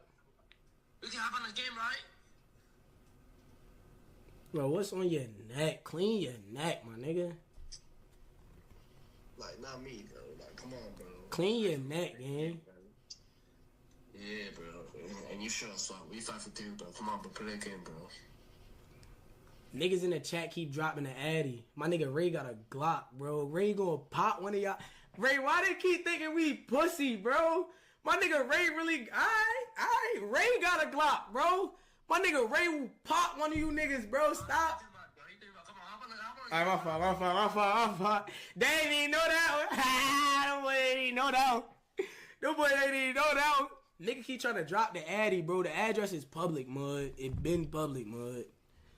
Especially because, you know, after the AMP pool party, everybody was, you know, at our crib, of course, including DDG, the nigga who keeps saying he want to do all this shit, like he don't know where we stay at, nigga. Like, what the f? Then the same way he DM me after he try to go at a female that he wouldn't know if it wasn't for me. Always keep that in mind. That's a key element in this shit. I feel like I'm really one of them niggas who can get under niggas' skin, and niggas gotta realize that. And I don't.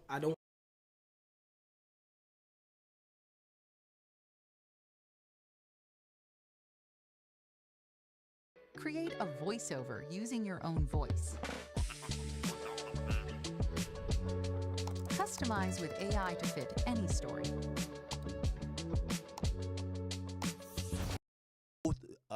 sex trafficking counts.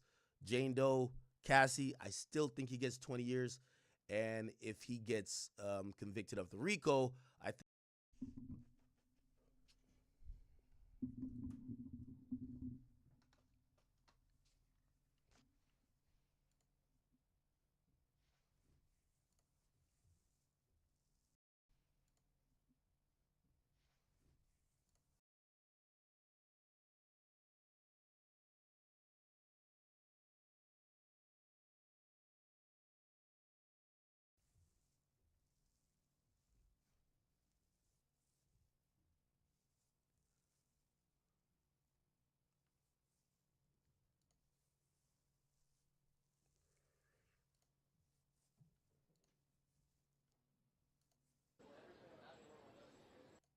This client, but as in terms of the other witnesses, we didn't see Jane, or we didn't see Mia, we didn't see Vanna, we didn't see Cassie Ventura, we didn't see Deontay, we didn't see a number of the witnesses, maybe outside of the paralegals, or I don't think I saw Special Agent Joseph Cerciello either, but who knows, for the big verdicts, for the big V, they might actually come down into the courtroom, but we don't know that just yet.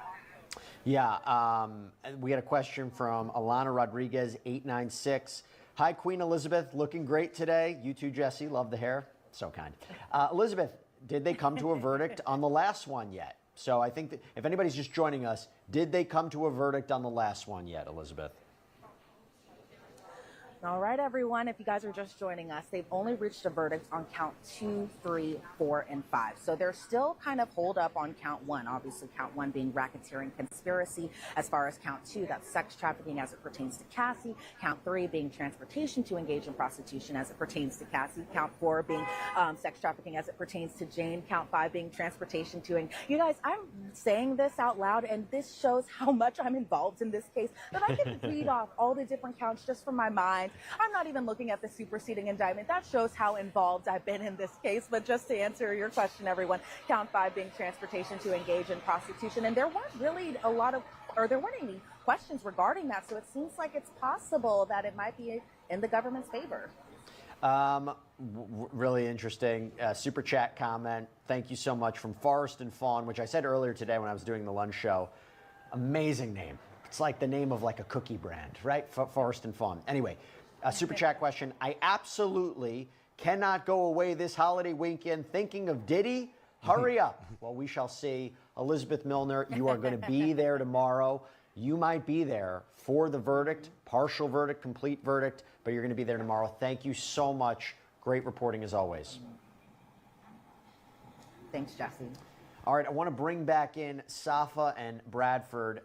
Safa, you think we're getting a verdict tomorrow? You think we're getting a verdict on racketeering before the holiday weekend? I definitely think we're getting a verdict tomorrow, and particularly before the holiday weekend. This is 4th of July weekend. These jurors have been sitting on this case for quite some time. They want to go home. They want to be done with this. So I do expect that we're going to get a verdict tomorrow. And Bradford, you don't see let me ask you a question. We got a question about this Allen charge. In your experience, do they give multiple Allen charges or modified Allen charges? If they come back and say, hey, listen, we still can't come to a decision, does the judge say, hey, go back one more time? Or is that overly suggestive? Do you think that after being told to go back to deliberate, they are going to still be at an impasse? Or do you think they'll eventually come to a verdict? I think they're still going to be at an impasse just because it feels like there are more than one juror on that charge that is saying either guilty or not guilty. So, like I said, often, if there's one holdout, usually they get beat up enough. I mean, I just had a trial in San Francisco, a murder case in San Francisco, where there was one holdout. And the guy was great. I mean, he held out for like 6 days, very strong guy, 7 days. He would come out, he's crying, he's upset. Everyone was upset. They came back in dozens of times. The foreman came back in and said, this one guy, he's a conspiracy theorist. We can't agree with this guy. And he held out for the 7 days. And right before they came with a verdict, the foreman came back in and said, remember when I said he was a conspiracy theorist? We couldn't agree with him. He's a good guy. We like him now. And then they came back with a guilty verdict on second degree instead of first degree, which is okay. It's never okay to get a guilty verdict, but it was okay in that case. And, that's what happens when you have one holdout. You got people just beating on you every day saying, you're not making any sense. You're not making any sense. You got the 4th of July around the corner. People are saying, I got to pick up my kid. I got to do this. And they're blaming you. And what happens is you have to be such a strong personality. You have to be almost a Superman or Superwoman to withstand those slings and arrows of guilt or not guilt and hold your ground that a decision is not met. Now, when there's 2 or 3, you guys form like a little clan and you're like, you find comfort in each other. So my guess is there's at least 2 or 3 here that are saying either guilty or not guilty, and they're going to find comfort in each other. And my hope is that they stand strong, whatever their verdict is, they stand strong on that verdict. They've heard all the evidence. They've seen everything they need to see. And it's whether or not the others can beat them up enough to say, hey, listen, we all want to go home and let's just do this. But I don't think they come to a verdict on that charge. Okay, Safa, final question of the night. This is a super chat question from We Will Dance Again. Thank you so much. How much time can he get for the Mann Act guilty verdict? So transportation to engage in prostitution. How much time can he get for that alone? He's facing up to 10 years on that charge. And so ultimately, if he were to just be convicted of that charge, the judge can sentence him up to 10 years. So he's got the most exposure with the RICO, which that is the crucial charge, the charge that he has the most to lose. But with the Mann Act, he's looking at 10. And what's a minimum that he might be looking at, if you know? So there's no minimum, but right now, so he's been in custody for quite some time. Not only that, but we have to look at the sentencing guidelines and where he would fall at with respect to those guidelines. Could the judge give him 5 years? Sure. Yeah. 8? Sure. Could the judge give him time served? In theory, yes. Will the judge do that? It's up to him. Safa Robinson-Ferrer, Bradford Cohen, you guys are the best. Back on Thursday. Why even bring that up now? Just let them continue to deliberate. That was a good point by the defense, right? Yes, it definitely was. And I think what the defense is essentially... By the way, welcome, people. Welcome. We are on jury verdict watch, actually, today. We anticipate we're going to get a verdict. Obviously, if you guys didn't watch yesterday or you don't know or haven't looked up at the news, there has been 4 verdicts supposedly secured by the jury. They have secured a verdict in count 2, which is the sex trafficking of Cassie Ventura, count 3, which is the prostitution of Cassie Ventura and others, and count 4, which is the sex trafficking of Jane Doe, and count 5, which is the prostitution of Jane Doe and others. The RICO charge, it is unresolved. I have my own thoughts about that. I believe that if you could come to a consensus on 2, 3, 4, and 5, you should be easily, or not easy, but you should be able to come to a consensus on 1. The mere fact that they haven't came to a consensus, in my opinion, I wholeheartedly believe that they do not believe it's a RICO, and they're arguing over. I believe some people say, hey, this is a criminal enterprise. Some people say it's not, and we are at that point. What you're trying to do here is give them as much time as they need to deliberate. You don't want them to rush and say, well, fine, we've got to reach a verdict, and then it backfires because they come back on a guilty verdict on the top count. So very favorable, at least, from the defense aspect, wanting to slow it down, giving them the time, and then maybe they might also change their opinion on some other things, and we don't know. It seems like they've come to a unanimous verdict on the other counts 2 through 5, but yes, most definitely. The jury has entered the courtroom, so we're going to find out what is happening next. Okay. This is a replay from this Law & Crimes broadcast from yesterday, so this is not current. Not only understand, but also to litigate and also to hear how they were saying. They were like, hey, listen, we don't want to rush the jury. And I don't know if that was kind of leaning me to think that they think that there's some guilty verdicts in there. Maybe if they had more time, they could think about it. They could go home and be like, wow, we're about to give a guilty verdict to a guy who's going to lose 20 years of his life, and this is heavy. Let's rethink this. Did he really do that? So it looks like they could change their answers, which is interesting. I guess nothing is final until they turn in that. In my opinion, I hope you guys watch the broadcast we have with Lauren Conlon and my man Unc, which is, if you don't know, Sean G. yesterday, and we had a great broadcast. If you guys didn't see it, I think it's still available on the channel. You guys should go watch it. But until then, we're going to be just kind of milling around, kind of figuring out what everybody thinks about this, what the legal ramifications is, maybe what Diddy's lawyers are thinking, see if we can find anything about the family and how they're moving. Obviously, all his family showed up yesterday, including the baby mama of his new child, Love Combs, and we're going to see how all of that goes. Okay, by the way, 50's also chiming in, and 50, you could tell, he can't wait for Diddy to go to jail. Jesus. We'll get to that as well. I'll play a little bit more of this. Bradford, over to you. Got questions coming in. LaRob Show asks, quick question for the panel. Does this mean we'll get a full verdict tonight in the Diddy trial, or could count one be pushed to tomorrow? I mean, if they go back tonight, chances they come back with a verdict? Oh, Bradford, I think we're working on getting your sound up. I think you muted yourself, Bradford. We got you back. Can you... All right, we'll work on getting Bradford. I got you. Gotcha. So, okay, so if they go back, chances they'll come back with a verdict on racketeering conspiracy. Yeah, I hate night verdicts. So anytime that a jury is kept overnight, anytime a jury is rushed, that they want to go home, go to sleep, and the judges keep deliberating, it's the worst. So my preference would be exactly what the defense did, is say, hey, let's slow it down here. Let's see what happens tomorrow. Bring them back in. It's 5:18. Send them home for the night. Let them think about it. It could be tomorrow. One guy comes in and says, you know what? I was thinking about count 3. I don't know if I can do it anymore. But that usually doesn't happen. Okay, so that's interesting. So, it looks like he's answering A, B, or C, but they could definitely possibly change your mind. And Diddy's team, if you guys didn't see the demeanor and how they were saying, they were like, hey, listen, we don't want to rush the jury. And I don't know if that was kind of leaning me to think that they think that there's some guilty verdicts in there. And maybe if they had more time, they could think about it. They could go home and be like, wow, we're about to give a guilty verdict to a guy who's going to lose 20 years of his life. And this is heavy. Let's rethink this. Did he really do that? So it looks like they could change their answers, which is interesting. I guess nothing is final until they turn in that jury verdict form. Well, the foreman would turn in all of them, and they would just kind of read it. Juror 245 says guilty on this, and usually they ask the defendant after the verdict is read, do you want to hear what each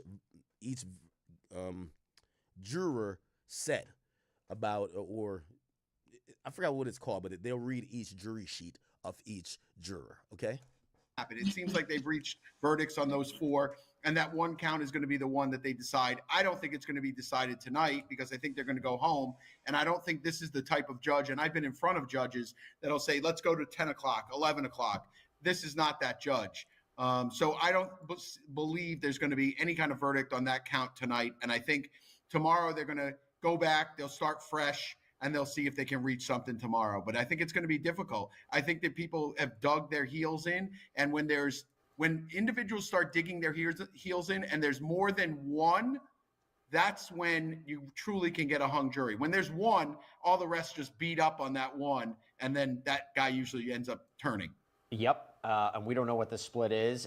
Everybody's watching this right now. All eyes are on that federal courtroom in downtown New York. We have a ton of people watching us right now on the live stream. Thank you so much for your incredible support. Thank you so much for continuing to come to us on Law and Crime as we cover this in real time. And by the way, there is an update. The judge says, speaking to the jury, I ask you to return to the jury room. If you decide you're done for the day, send me another note and I'll bring you back out to end the day. The jurors leave. Judge says everyone can go back to doing what they were doing. We may get a note in like 10 minutes from the jury and be like, we're exhausted. They did, by the way. Not to do it. Yeah, I read that already. All right, perfect. The Skinny Day 1, thing for the 10. It says, I've seen you forgive people for more. I think you and Lauren LaRosa, do you think y'all could ever squash y'all issue and do a sit down? Y'all talking about the Diddy case would be good. She just gave you credit too. I don't hate her that much. I don't listen, the Ruri shit, only Ruri, it's like for me to forget that nigga, it's really hard. I don't hate Lauren LaRosa that much. the Rui thing is because I personally believe, and I saw the nigga show up to my house. Well, I didn't see him. I see a nigga stick his hand out the thing and put something in my mailbox. You show up to my house like you ain't even trying to be friends. You trying to die. However, Lauren LaRosa, no, of course, and I do know she's doing her own coverage. You don't see me keep violating her. I mean, I might bring it up sometimes, but yeah, eventually. And here's the thing too: it's all about respect. You know what I mean? As time goes, I got once I drop my 50 once, I kind of move on from that unless they keep disrespecting. And if she deals with me and my likeness in a fair way, I have no problem dealing with or potentially having conversations with her to reconcile if that's reconciliation, okay? Yo, Big Papa Zoe, thank you for the 5 and say, yo, man, Bumbleclot, they can keep the Diddler and R. Kelly. They belong together. Inmate freak-offs loading. Just give us Tory back, bro. You wanna see Tory? Okay. Let me see. 020. She says, I just want to say thank you, Ak. Thank you for the 20, by the way. She said, I want to say thank you, Ak. My husband and I watch you all the time. I was waiting every other week for updates. And once I found out you were doing it, I started tuning in. And was able to form a different perspective. W husband. Yeah, make your husband some coffee today. We're rocking with Dunkin' Donuts today. We're up early. Chat, we're gonna have to figure out something going forward. And it's like one of those things. You ever watch like a really good, I always get sad. Well, I think everybody does. There's probably a name for this syndrome. Like when you're watching a really good Netflix series and like it's good, you want to see the finale, but it's like, it's that feeling that after it's over and the credits are rolling, you're like, fuck, like this is over. Like, what are we gonna do? So we still got to do some morning streams, right? Obviously, we haven't done night streams in a while, right? And we used to be the night demons. So we got to figure out how to mix it up. We got to, I don't know if maybe I know you guys have always wanted me to have a schedule. That's really hard. But because streaming is it has to be authentic and organic. But I've enjoyed some of this morning streams. It's also kept me, like what Diddy would say, kept me on my job, kept me on my job. So, by the way, thank you guys. And, if you're watching with me in the morning with your husband or you watch clips, I appreciate you as well. Markayla Adams, thank you for the 2. She says, I love you, Ak, but Armand been number 1. Shout out to Armand. Armand's very dope. Actually, Armand, well, he's around New York, right? Armand, we need you in this week. I know we're pushing up against the holiday, pause, but we need you in this week. Oh, that's who I should add to the 4th person. Me, Armand, Unc, and Lauren. That would be great. Armand has been pretty much like almost the top guy. He's just not live all the time. He's at court. And by the way, he deserves every view he gets because he's at court. And when he gets out, I know he has always a unique perspective. Armand's a cool guy. He's a cool guy. All right. So salute to him. I'm still saying I'm number 1, though. Come on, ain't nothing bigger than the chat. Stop playing, Markayla. Stop playing, girl. Entertainment Zone, thank you for the 10. It says, yo, big up yourself. Big Ak. There's no victim in this goddamn case because they're all nasty motherfuckers. There's only one Gaza. What's up, my brother? Got to be a Jamaican right there. Westcott Laurent, thank you for the 10. He says, Love Island ain't nothing but a freak off. Yo, chat, is everybody on the Love Island wave? I'm not on this Love Island wave yet. I keep hearing everybody's like, oh, yeah, I can't say Love Island stuff in the group chat. Am I the only one that is not on? Am I the only one that is just not on this wave yet? By the way, Nurk in the building, I see you. If somebody said Unc is down inside, I'm going to be honest with you. I feel like Unc was getting emotional yesterday, man. And he said one thing I didn't know. He said, I didn't know. He clearly have met Puff before because he said he took pictures with him and this and third. And I was like, oh, you kind of know him. And it kind of made me think differently because I was like, is he just like a Bad Boy fan or like, but maybe he knew him a little bit. Also, him telling me about his lifestyle, I didn't know he was like a millionaire and he was doing all that before he got caught for some stuff he was doing. These days, thank you for the £5. Where you from, UK? So, Ak, you think Drake will drop something before his wireless performance this month in London? Nah, I don't think Drake is one of the artists that at this point would need to drop any music before a big performance. By the way, there should be 2 big performances, right? He has wireless this month. And he has what else? So we got wireless this month, And next month, it should be OVO Fest, right? Should be OVO Fest. Should be OVO Fest. So I don't think he's dropping music for either war. I think people want to see him confidently pop out. Want to see, again, obviously he did the tour in Australia, but we want to see. It's a fresh reminder that for everybody saying Drake is done, you're gonna see 120,000 people just like bop around to him perform a sicko mode or whatever the heck he's gonna perform in. I think it's just gonna remind people that, yeah, even if you didn't think he got the best of the battle, it's Drake. It's like everybody loves him, right? Malik, he says, Ak, when you coming to Turks? Wait, hold up now. Sooner than you think. Jermaine, it says, Ak, you getting slim, Ak. Oh, appreciate you, boy. And he says, no Diddy, keep it going. Thank you. K93K says, yo, did you hear that new Ye and King Combs EP? I did not. What do you think? I asked this question yesterday. What do you think all this means for Ye? If I'm Ye, and if we're assuming that Ye is the guy who does the freak offs, do you pause all your freak offs? Like I'm gonna be honest with you. And I pray, and I'm not wishing none of this into existence. But let me tell you it like this. Remember, all this happened because Cassie did the lawsuit. Then we get potentially 2,000 fake victims that come out, but some people who might have real stories. Jane Doe, who was his girl at the time, starts moving mad different. It's like, she even said, yo, I read Cassie's story. It sounds like me. That was bad news. You could tell that's bad news, okay? That's bad. That's nasty work. I wonder if with all of this, Bianca sends stories like this, like, you know what I mean, on some setting up for the play that when she hits him with the yo, I just need my 20 M's. I just need my 20 M's, yay? I just need my 20 M's. You a billionaire. Give me the 20 M's. It's over. You could get your new big titty hot chick. I will go away. I haven't talked in 5 years. I won't talk down. Just give me my 20 M's. I'm out of here. Give me my 20 M's. You seen what happened at the Diddler. Give me my 20 and I'm out.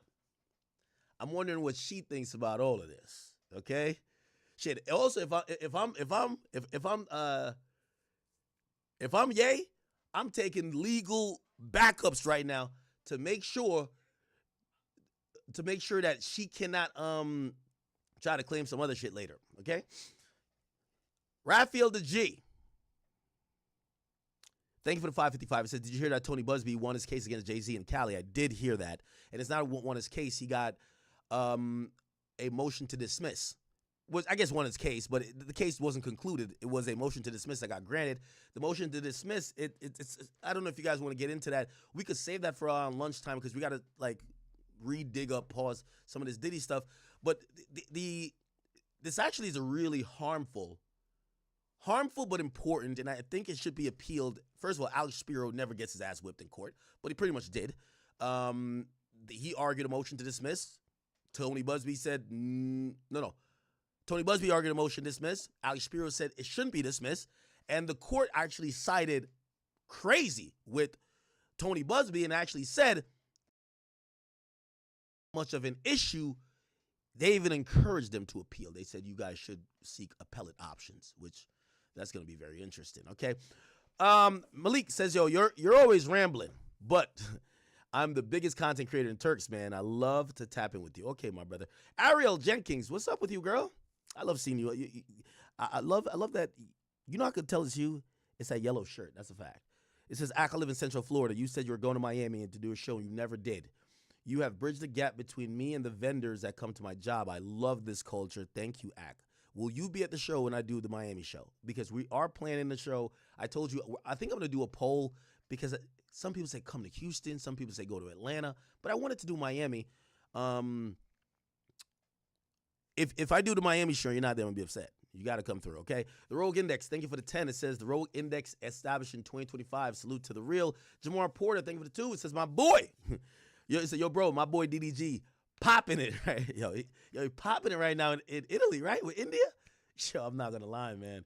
Yo, shout out to India. I think she know how to play her role, man. She plays her role, doesn't do too much. Like, she's not one of them Christian Rock chicks that, you know, one of them type of girls that you like the content creator and you're like, oh man, she just make you look bad. Like she's like compliments. So shout out to India Love. Real Easy says, yo, thank you, Act, for always giving details. Headlines and clickbait spreads misinformation. You bring a little bit more detail that will give a wider viewpoint. And that's the point. You know, again, if I'm covering this trial, whether you agree with me or not, and I hope there's a wide range of opinions. Like, I think some of y'all should probably think that he's guilty on all counts. Some of you guys should think he's innocent on all counts. I want to give the details. I'm always going to sprinkle my opinion in there and based on how I reason, and probably some coming from some slight biases and things like that. And also the fact that I am a man. And those are just inherent biases that are going to be in every conversation. But I hope that I am given enough information that you can make up your own opinion, right? I don't want people to just follow how I think. I want to give the opinion that you could probably flip it and look at it a different way or any way you want to, okay? Cool. These days says that WAC 100 police badge is fake, right? Man, why y'all playing with WAC real quick? I'll look at this real quick. Man, could y'all stop playing with WAC? I was on a No Jumper Reddit, and I don't know what y'all got going on. My man WAC is not a police officer. WAC is one of the realest street dudes I've ever seen. Okay, and I will not let y'all play with his name or besmirch his name. WAC is a good friend of mine. So anyway, supposedly WAC was on a thing with Snoopy Badass, and when showing his like wallet, there was something that appeared to look similar to what people believe is a police badge. I'll just play the clip here. You guys tell me. Let me mute. I told him that though. Okay, and it's like right here, they're saying this right here. Let me put it right here. They say this looks like a police badge. Come on, people. Come on. That's not a badge. I can't believe y'all playing with the big Paru like that. That is not a badge. I know it might look similar to a badge. I know it might look similar to a badge, but it's probably a PBA card. It could be something from, I don't know, maybe he's, you know, there's certain type of emblems that look like that. That could be, you know, he's in some type of Masonic lodge or something like that. But WAC is not the police. Big man, that is not a badge. That is not a badge. Does that look like a badge to y'all? Chat, does this look like a badge to y'all? Wacko that told him that though. Nah, that's... Told him that. Nah, that's not a badge. Listen, unless you can provide me the badge number, it's not a badge. It's not a badge. Also, it's not a badge. Somebody says it's an AirTag. Yeah, it's like the new AirTag type of joint. That is not a badge, chat. I will not let y'all talk about my good friend WAC 100 like that. That is not a badge. And to keep it real, I don't know where this idea that WAC is the police came from. It feels like y'all only think WAC is the police because he's educated. He is an educated guy who comes from the street. Yeah, it might be like one of those Masonic things, like, you know, it might be like a membership card. Anybody knows what a PBA card is? Like, there's obviously that. Did it look like a card?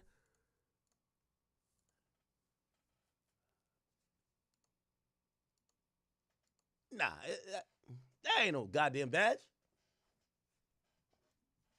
And if it is a badge, it's not a police badge. It's not a police badge. Who knows? WAC might be a firefighter or something. Nigga, who knows, man? All I know is not no police badge, man. That ain't no damn police badge.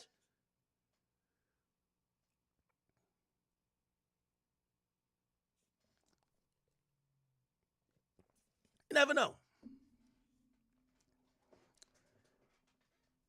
What it's not. It might be like, you know, the security. If it's anything, it's a security badge.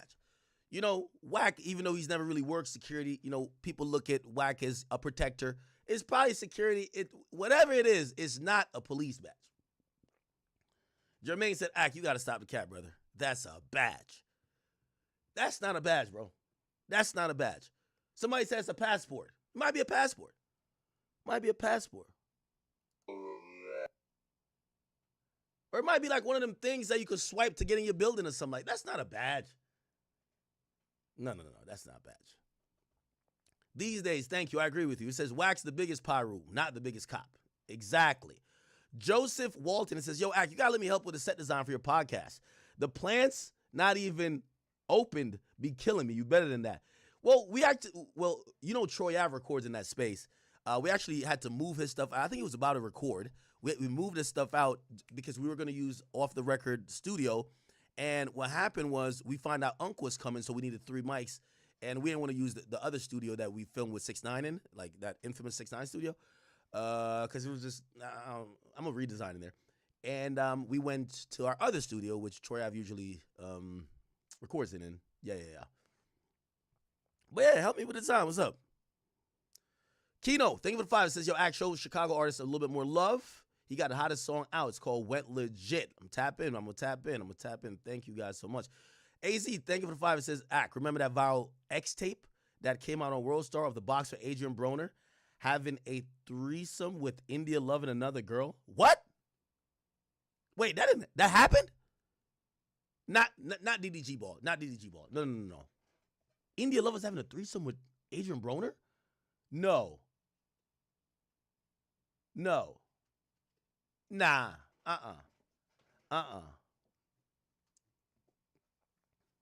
Anyway. Yeah, I don't think this is a badge, people. You know, and I think we specialize in knowing police activity. Made you think it was Wacko that told him that, though?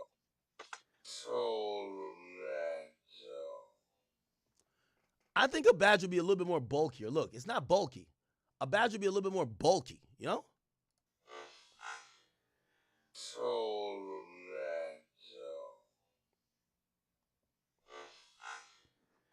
Because his statement in the motherfucking his statement. And it might be a CCW as well. Like I don't know how the CCW looks in California, but a CCW is a concealed carry permit. It might look that way. It might be gold. It might be, bruv. It's not a badge. It's not a badge.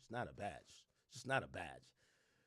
The unfazed one, it's not a badge. GNAC, it's not a badge. GNAC, it's not a badge. That's not a badge. Simone, it's not a badge. Simone, it's not a badge. I would call him right now. It's 9 o'clock. If Wack is up at 6 o'clock on the West Coast, well, I always say somehow Wack never sleep. I've never called Wack and he's like, I'm sleeping, ever. Somebody said, why do I think Stevie J ain't been to court for Diddy? I was actually surprised. I thought that maybe we would have seen a little bit more fan, like some people who weren't there would show up for the verdict, but I think a lot of people are keeping afar. That's kind of interesting. Jamar Porter, thank you for the 10. It says, yo, bro, can I get a shout out from my page? Slob DG 2126. I break down a lot of shows on the supernatural side, like Marvel, DC type shit, but in a way that the gang could understand. So y'all go check out my man Jamar Porter. He does some breakdown on Marvel, DC stuff. Slob BDG 2126. AZ says, has DDG seen pictures of the game fingering India Love and making her smell her finger? He ain't do that. That ain't happen. Stop playing. Leave DDG Ball alone, man. Leave DDG Ball alone. Chat, we don't care if it's a refurbished ball. That's his ball. It's a premium ball now. Leave him alone. Uriah Allen. She says, cousin, LOL. Also, watch you every day with my husband. Wouldn't know anything about the case if it weren't you. Wait, are you really my cousin? My last name's Allen. Wouldn't know anything about the case if it weren't for you. Your endurance is unmatched, but rest is good. Chat, I'm going to try to enjoy a little vacation. Won't be too long, and I'm going to still try to stream on vacation. But still, we've practiced years for, Lauren Conley told me, she was like, yo, how do you stream for like 3-4 hours? And I was like, yeah, we usually do like 6. Yeah, but it's acquired skill. You got to learn how to endure. It's all good. Today we're probably gonna pull like a 13-hour because we're probably gonna do 8 hours here, and then we're gonna go do a recap with the same gang for another like 4 hours. So we'll be pushing it today. Okay. Somebody say, yo, call Wack. He's on duty patrolling the streets right now. Mike Jones, stop playing Mike Jones. Mike Jones, stop playing with him like that. Stop playing my man Wack like that. Please stop. Okay. Jesus Christ. All right. We'll get back to this. Remind me, I'll call Wack a little bit later. Somebody said all these Haley Bailey fans are hurting back. Well, first of all, they hate me now. Yo, just because of my comments, they're like, yo, he want to fuck DDG. I'm like, no, I'm just saying the obvious. I'm not even mean to, and if y'all think I'm clowning her too much, I don't mean to clown her. Like, because I've been wanting her to have her fun and do things, but these things are like obvious. Like, these are yo, it's like you caught, I can't believe we actually caught a celebrity taking pictures trying to make their ex jealous. Like, we know what that was, right? But good for her. If she's happy, good for her, right? Pray for peace and pray for Halo. All right, let's get back to this. Remember, people, I would say the jury is probably filing in around now. Do you want me to cover I could cover the Jay-Z thing real quick. Let me just look at a real quick update to see, are we in court yet or not? Again, we're not going to get any update. The judge is not going to take, I believe, the stand until, okay. Yeah, so great. Perfect. So it hasn't been up yet. All right, so it looks like it's just happening. All right, let me cover this thing real quick, and let me give you the legal basis of it. Diddy Docket is actually, I think Diddy Docket actually posted it. By the way, thank you for the 5 decks. It says, I'm expanding my security firm to New Jersey. Do you need commercial security? We are licensed, and we are insured. CPR Security Services. Okay, send me an email, brother. Mo say to go. Thank you for the 2. It says, what's up with Nordic aliens? What's that? Dark skin Jermaine. Dark skin. Where's that from? Dark skin Jermaine. Can't see 12 New Yorkers convicting Diddy on RICO. They too smart for that. In my opinion, they found him guilty of the Mann Act, not guilty of sex trafficking. Somebody says, look at the Haley Bailey pictures on TMZ. I'm going to be honest with you. Rock Nation finna strike all of that nonsense. You know why? Bro, this is the first time paparazzi pictures look so unflattering. Yo, when they catch paparazzi pictures of, like, Kim K, it looks beautiful. They caught Halle Bailey. Halle Bailey looked down bad. She's picking out a wedgie. Like, it looks bad. Like, these are the worst pictures I've ever seen on some paparazzi shit. Bad. I've never seen shit like this before. To the point, I saw some more pictures after we reacted yesterday, and I said, honestly, if I give more commentary, like, I feel like if this young woman sees my commentary, she's going to cry. And I'm not trying to bully her, honestly. So I'm going to just, like, let that live, bro. Like, it's so bad, bro. It's so bad, bro. God bless her heart. We're going to say a prayer for Haley Bailey. We're going to say a little prayer for her, okay? Shandonero, thank you for the 5. It says, you're a GOAT. For what you did yesterday, you were a real one for that. What are you talking about? You talking rating Lauren Conlon or just the whole day in general? Appreciate you nevertheless. Nah, I can't. Like, nah. Listen, God bless Halle Bailey. And again, I know DDG is, I consider him a friend, but also I'm not trying to be a, like, third-party conduit to just throw hate towards this woman. She deserves to have fun. They're clearly both moved on. Obviously, they have made it public, so we are going to have public commentary on all of this stuff. But I do wish her absolutely the best, and hopefully we don't see more drama. And we also got to remember, at the end of this, the more things that happen is we're getting the split of a family, and it might be irreparable as time goes on. So, you know, we should pray for the parties involved and, of course, the child, okay? Chad, I'm on coffee today, man. I'm doing good. Somebody said a bipolar. No. Okay. So let me cover real quick the win that Tony Busby actually took in court. Is it this? Yep. Yeah. Okay, sorry, I got to go right to. Here we go. Give me 1 second. Give me 1 second. All right. Here we go.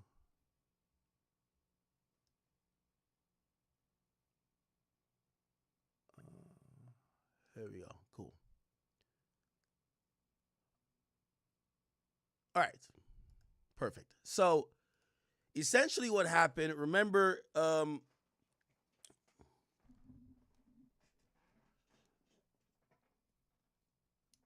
Jay-Z filed a defamation lawsuit against Tony Busby, basically citing that Tony Busby, through his use of the legal process and also, you know, these press conferences and other ways, have tried to not only extorted him, but has defamed him. In a interesting move, a motion to dismiss was actually granted. Okay, so Tony Busby, who had to defend this defamation suit from Jay-Z, put in for a motion to dismiss. The motion to dismiss was actually granted, and this was the opinion of the court. Basically, Sean Carter filed this defamation and extortion action against the defendants, the Busby law firm and Anthony G. Busby, collectively known as the defendants. They have a long history, and essentially, I'll just get to the conclusion, which is the end of this. The courts wants to emphasize that this is a difficult motion, but the new evidence has thrown a monkey wrench into the court's reasoning, or at least its original reasoning. The court also recognized that it's painfully obvious that the court is struggling with this motion. So they're saying it's a hard decision to make. The court has issued a series of tentative decisions, each different than the one.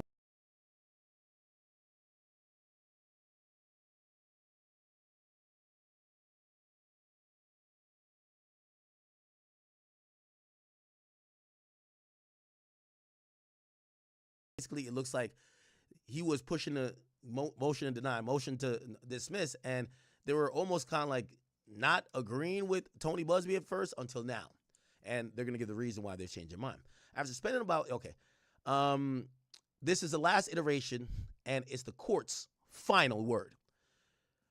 And SMS is a powerful tool. It's designed to protect the important constitutional right and thought, and this ought not to be denied lightly. But it closes the court's door, so it ought not to be granted lightly either. Whereas here, the underlying case involves an accusation of a horrific crime. The court must tread especially careful. The Constitution and constitutional rights cannot thrive where the courts become a weapon to invoke out of fear of litigation. But neither can due process survive when the courthouse door slams shut in the face of one wrongly accused. Our legislators sought to find a careful crafted rule to balance these competing vital interests, to allow lawsuits to be litigated where there is reason to believe there was wrong done, but to throw them out speedily where they are being used to silence the discussion or impede justice rather than further it. The court has tried to balance these competing values and ultimately come out on the side of dismissing the action. Although the court is not wholly satisfied that this is the outcome that best serves the legislative and constitutional doctrines, all of that said, and at length, the court is the only first stop in the party's SMS journey. It will be for the Court of Appeal. So their judge is saying, y'all should appeal this. It's for the Court of Appeal to determine whether the court got it right or wrong, whether the suit can go forward or ought to stay tuned. In any event, the motion is granted. That's the motion to dismiss, okay? And it's dismissing the defamation suit, right? There's another excerpt that says, here's the actual statement of the judge order, which the defendants appears to have pulled his misleading headline. If the investigator's declarations to the conversation with Doe were admissible for the truth of what Doe stated, for if that were the case, then there would be some evidence that not only Carter had nothing to do with the sexual assault, but Busby knew it in a sense, according to Doe. It was Busby that kept pressing to get Doe to implicate Carter. The pressure coupled with the statement by Busby that he had investigated the claims would be enough to support an inference of actual malice. Therefore, but of the court's evidentiary ruling, the court would come out the other way on this motion. However, for the reasons set forth below, the court cannot agree that the investigator's statement are admissible because they would be only relevant if Doe's statement therein were true, and the court believes the statements from Doe were hearsay. So that's actually what? They're basically saying the investigators who have not submitted a declaration is whatever they have said is hearsay. So we can't. So even if the investigators gave false information, we can't use that declaration as anything. Whatever, because so that probably was so confusing for you. I'll simplify it. So legally, as a lawyer, I'm a lawyer. Y'all my client. I ethically should not take a case if I believe you're lying.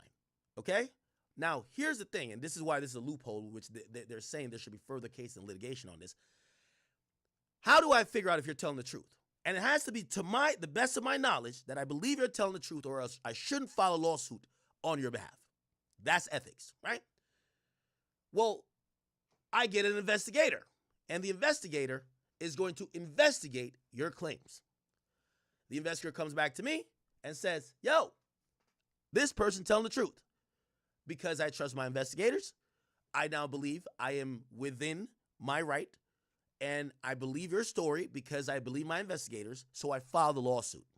They are saying that if Tony Busby filed a lawsuit based on his investigator's word, given the fact that the investigators never made a declaration would be, hey, I am so-and-so investigated firm, I have investigated all these claims in this lawsuit, and I have corroborated the majority of this. We did da-da-da-da, we interviewed blah, blah, blah, blah.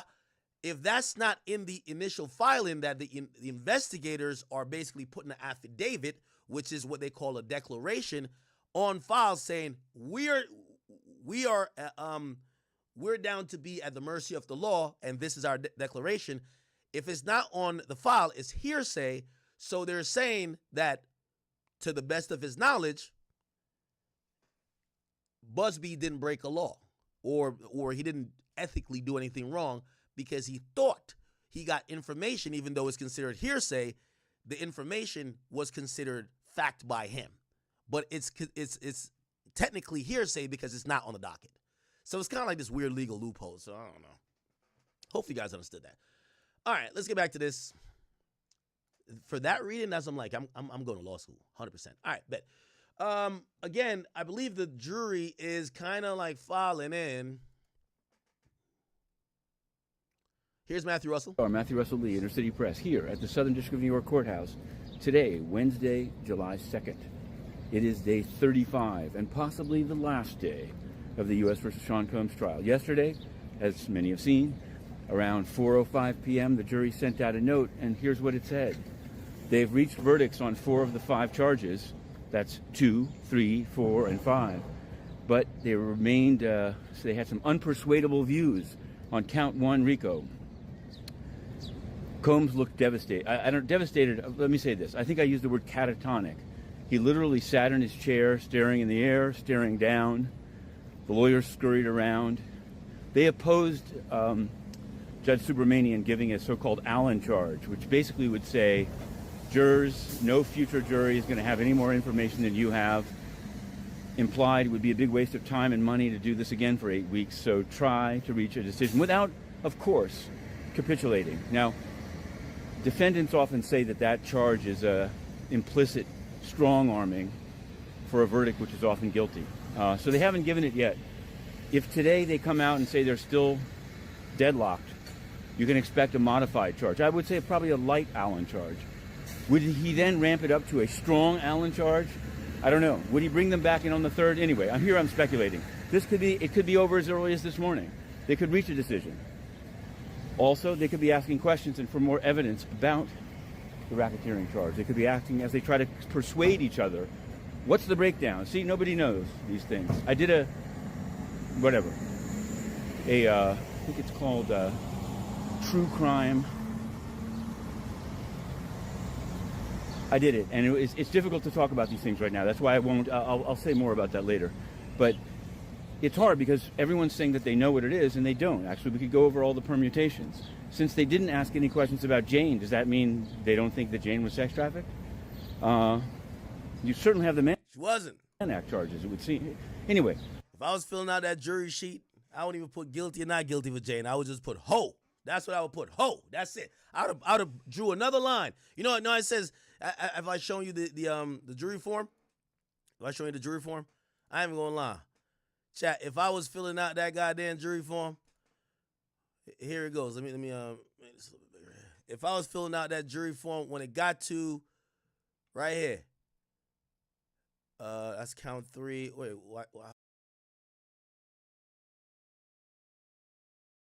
4 is gonna say sex trafficking of Jane Doe. You know, I said not guilty and guilty. I would have put another line. Ho. That's it. Ho. That ain't. That's all we can say about this one. Ho. That's it. That's it. You get what I'm saying? Not for me to say. We're going in. This could be the last. This day 35 could be the last day, and I'll tell you that I'm already well along in week 8, the book of the Sean Combs trial. Now, before we get there, there's a huge panoply in front of the courthouse as I approach. We also yesterday covered the United Nations new head of the Security Council for July, Pakistan. We wrote to them and said, hey, we got some questions, not only Kashmir, but also new child rapes by the UN. And these events misdescribed sexual abuse of a child called exploitation, kind of implying that it might be legit to purchase sexual favors from a youth. Only at the UN, only at the UN. Okay, all right. You're talking about some UN shit. All right. Latest filing in the case. These are the latest filing in the case right now. Actually, some of these are like post-dated, actually. Some of these are post-dated.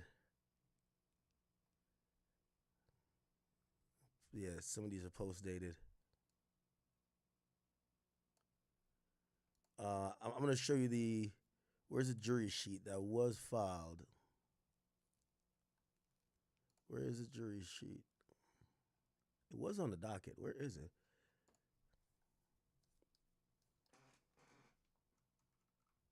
Or the verdict sheet, I mean. Verdict. Blank verdict sheet, right? Proposed. Okay, here we go. Okay, so we'll look at 423 and 424, I bet. 423, 424, 423. Right here. There we go. Yeah, here we go. So this is what it's going to be, chat. This is exactly what the jurors are looking at today. This is exactly what they're looking at today. They're looking at this today, chat. So on conspiracy, right? Before they get to this, remember, they got to check a few other boxes, which is going to be in the charging info, which is this. This is a jury charging, the charging instructions, okay? Here's the function of the role of the jury. Here's the burden of proof, presumption of innocence, reasonable doubt, circumstantial evidence versus direct evidence. This is the credibility of the witness. By the way, they read all this in court, right? This is the indictment, okay? Summary of the indictment, the multiple counts, attempt, aiding and abetting, okay? They're defining it. Willfully cause a crime, okay? And then here is what the jury's gonna. So let's go over this real quick, Chad. This is what the jury's looking at for RICO. And by the way, if you don't know, the update is that they haven't came to a consensus about RICO at this point. And let's read what the judge instructed them to think about when considering this RICO or racketeering charge. It says count 1 charges the defendant with conspiracy to violate the Racketeer Influence and Corrupt Organizations Act, otherwise known as the RICO statute. In order to prove that the RICO statute, the government must prove beyond a reasonable doubt each of the following elements of the offense. That first, number 1, from about 2004 through in and about 2024, there was an agreement among 2 people to conduct or participate in the affairs of an enterprise through a pattern of racketeering behavior. Basically, 2 people have agreed to do a pattern of crime. Second, the racketeering enterprise or its activities would have affected or in fact have affected interstate or foreign commerce. Okay? Third, the defendant, and this is what's called the mens rea, knowingly and willingly joined that agreement. Well, actually, that's not what it is. It's usually intent to commit a crime. I guess technically almost, right?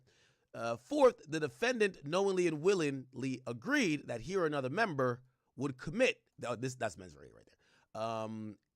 2 racketeering acts, as I will define that term for you. Okay, so the first element, is there an agreement to conduct or participate in the affairs of an enterprise? Let's read what they're saying. The first element the government must establish beyond a reasonable doubt is that there was a conspiracy among two people to conduct or participate in the affairs of the enterprise through a pattern of racketeering activity. A conspiracy is an agreement of among two or more people. Objective, I'm guessing. To show a conspiratorial, I can't speak today, Chad. A conspiratorial agreement, the government must prove that two or more persons explicitly or implicitly came to an understanding to achieve this specified unlawful object. What the fuck? Chad, I feel uneducated today. I'm sorry. In order for the government to satisfy this element, you need not find that the alleged members of the conspiracy met together and entered into any express or formal agreement. So it doesn't mean they have to have a contract or they agree to say, hey, we're going to go kill this person together. It could just be by their actions, they're clearly involved in this together, right? Or it could be like, hey, they claim the same thing. They claim the gang. They somehow have a representation. But anyway, I'm ad-libbing. Members of the all right, so it doesn't have to be formal. Similarly, you do not need to find that the alleged conspirators stated in words or writing what the scheme was, or what the object or purpose, or every precise detail of the scheme, or the means by which it was supposed to be accomplished. What the government must prove is that there's a mutual understanding, either spoken or unspoken, between the two people to cooperate with each other to accomplish this lawful object. You may, of course, find that the existence of the agreement to achieve this unlawful objective has been established by direct proof.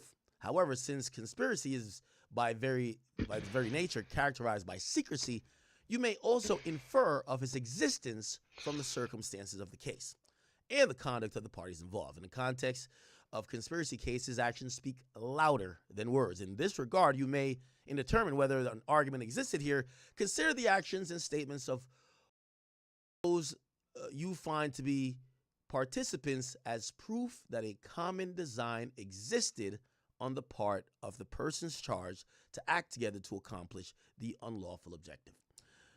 In this case, the unlawful objective is to violate the RICO statute. In other words, to conduct and participate in the affairs of an enterprise through a pattern of racketeering activity. An enterprise is a group of people or entities that have associated together for a common purpose of engaging in course of conduct. This group, in addition to have a common purpose, must have a ongoing organization, either formal or informal, a structure, and it must have a core personnel who function as a continuing unit. The group does not have to be a legally recognized organization, such like a partnership or cooperation or corporation.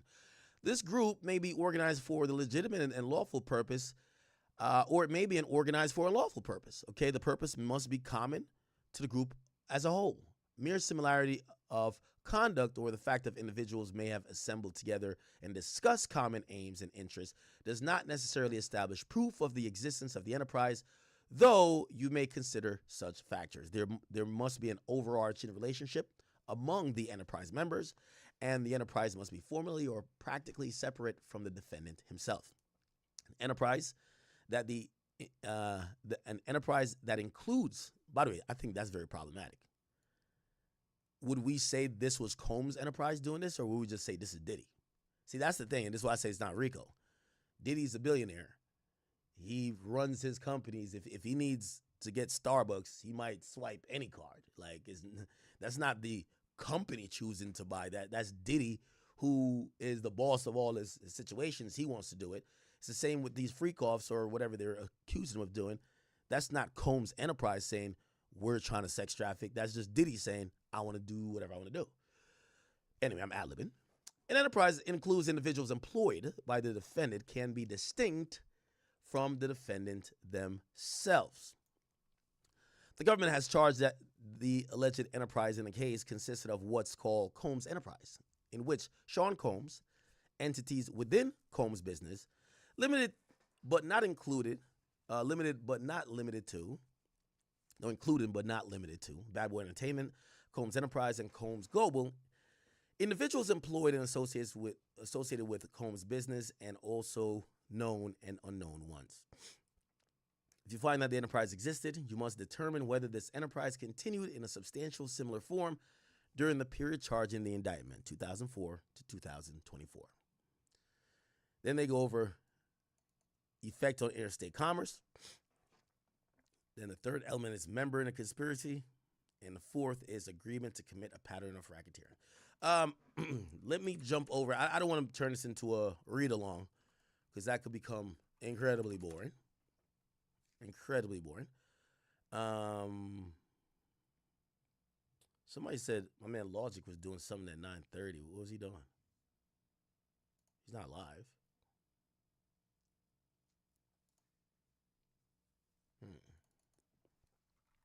I heard my man Unc was live.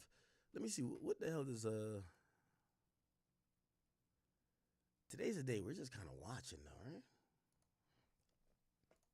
And so we just have to wait and see. But that's what we're looking at. Let's say he gets prostitution though, and that's it. That's up to 10 years. You typically serve about 80% of your sentence when it's on a federal level. And he's also been in jail for about 10 months. So he gets time served. You have to do the math a little bit and add all of that up. But again, what are the guilty verdicts? And then you can really start seeing the numbers. But those are the baselines that we're dealing with. And if you're just joining us here on the Law and Crime live stream, we are still waiting for an update from this jury. They're deliberating right now at roughly 13 hours and 30 minutes. We're past that at this point. Another update from the courtroom. Sean Combs' mom, sister, and sons are in court. And then Combs stood up. He asked marshals if he's allowed to speak to his family. They're seated in the gallery. And then he was brought back into a holding cell. So that's where we stand right now as we're waiting. William, a question here from Kelly Bezick. Good to see Kelly again. She's been on with us bright and early throughout this week. If they remain hung on RICO, does it mean they won't go to forfeit? And he will keep his shrinking empire? This question coming all the way from Australia.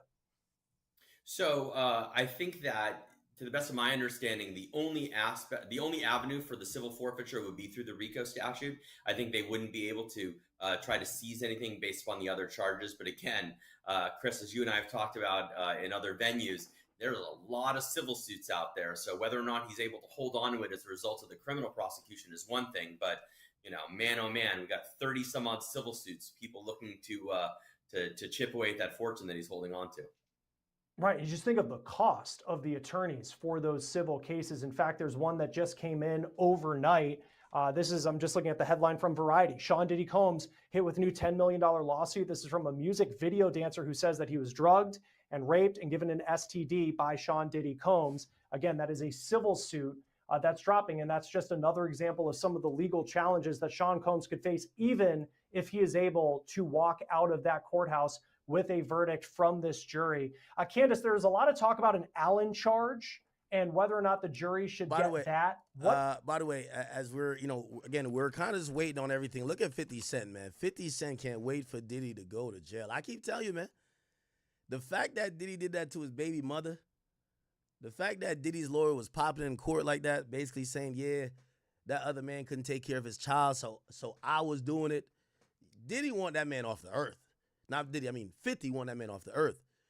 50 posts, he says, I wonder if there's a number or hotline you can call if your old hoe shows up 20 years later and still mad. Just asking for a friend. He's actually taking shots at his first baby mama. The next two posts are about Diddy. He said,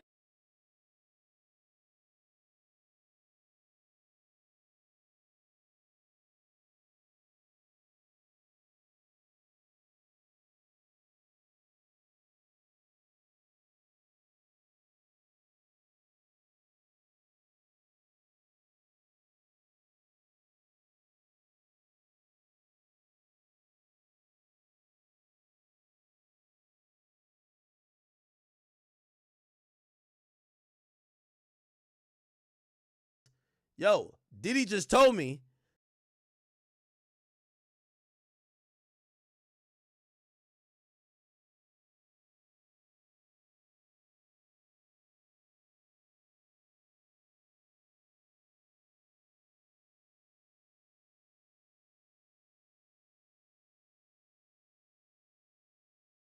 stupid to know they lost. Just keep hitting them until they stop moving, huh? Hilarious, right? I think there's another post. He says, Diddy just told me to tell y'all, don't worry about him. He gonna hold it down. They gonna give him 20 years. But what's that to a real nigga? LOL. Counts 2, 3, 4, and 5 are nothing. I said nothing. Do y'all think 50's a hater or he's just petty? What do y'all think it is? What do y'all think he is? Holy. What does that mean? How effective is an Allen charge if this jury still can't reach some sort of resolution? So listen, key, unpersuadable opinions. That's what the note was from the jury. The Allen charge is said to, by the judge to say, hey, listen, go back and try again. Or go back and try again, as many times as he sees fit until he determines for himself, you know what? These people are unpersuadable. So let's move ahead and let's go to this portion of the verdict where RICO has not been proven. It can happen many, many times. It depends on the judge, for the judge to say, go ahead and try again. Go ahead and try again. You know, believe in the core values and belief that you have, but try your best in the best interest of justice, in the best interest of the time and the witnesses and everything that we've come here in the court to do, to go ahead and see if you can consider something else or open up your mind in a different way. That will probably happen. We'll probably see that today if they keep coming back with these unpersuadable opinions. And then, William, a question coming in from JAM. Could and should Cowboys for Angels, which is the website that Diddy and Cassie use to hire escorts, Cowboys for Angels, should their executives be charged with RICO? Oh, that's a good question.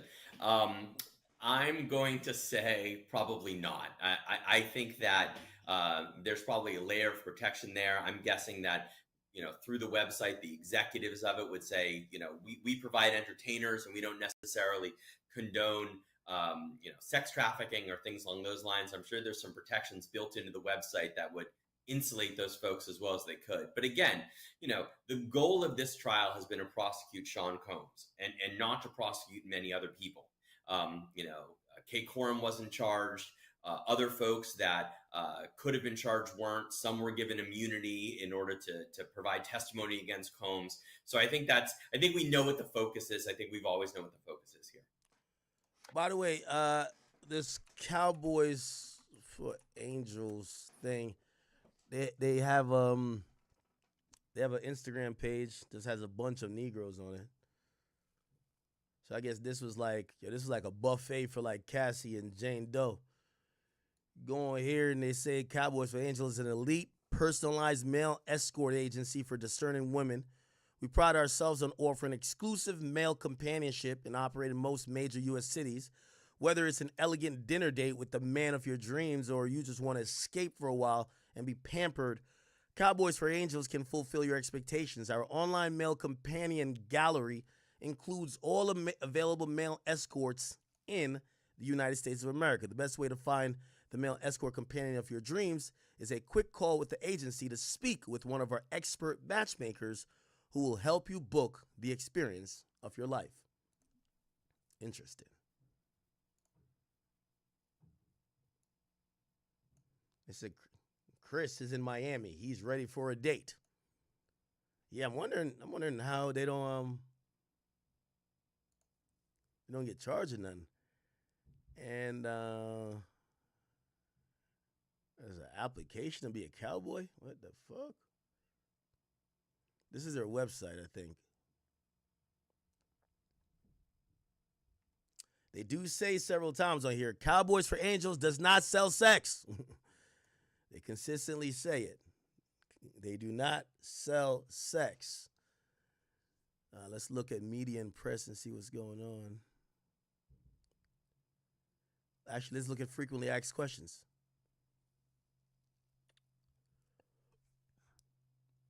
Am I personally breaking any laws by using Cowboy for Angels? No, you are not breaking any laws. It's 100% legal to hire a companion to share a few hours or even a weekend with. Our agency does not break the law, and you can always trust that we will have full transparency and be upfront with you.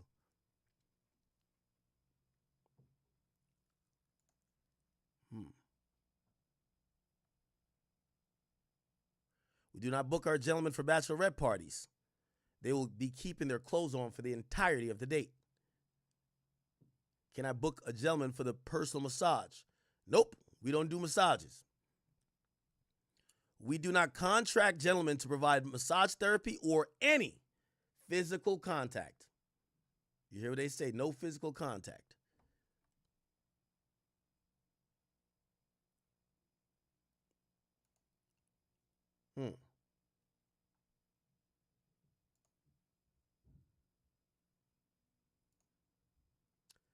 Even though male companion agents are legal in the United States, why is there a social stigma related to them? Often the stigma surrounding professional straight male companionship is wrapped up in a misunderstanding of what's actually being offered.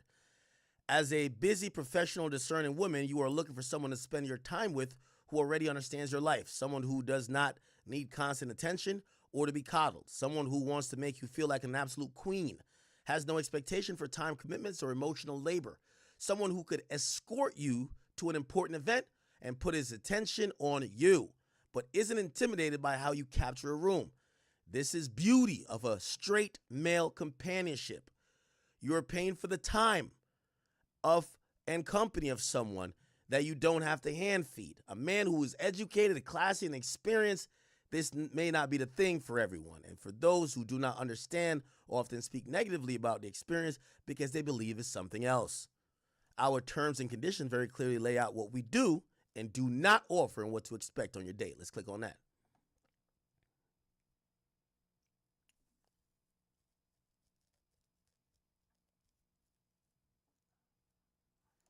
Let's just search sex like Jesus. Okay. Client will not ask for, demand, or encourage sex or sexual acts. The contract with one of our companions is limited to companionship services only. Fees reflect hourly rates for companionship services, not for sexual services of any kind. In no manner shall the client or the companion engage in the request of an exchange of sexual acts for money. Sexual acts are not contracted for, nor is requested to be contracted for or compensated in any manner. Okay.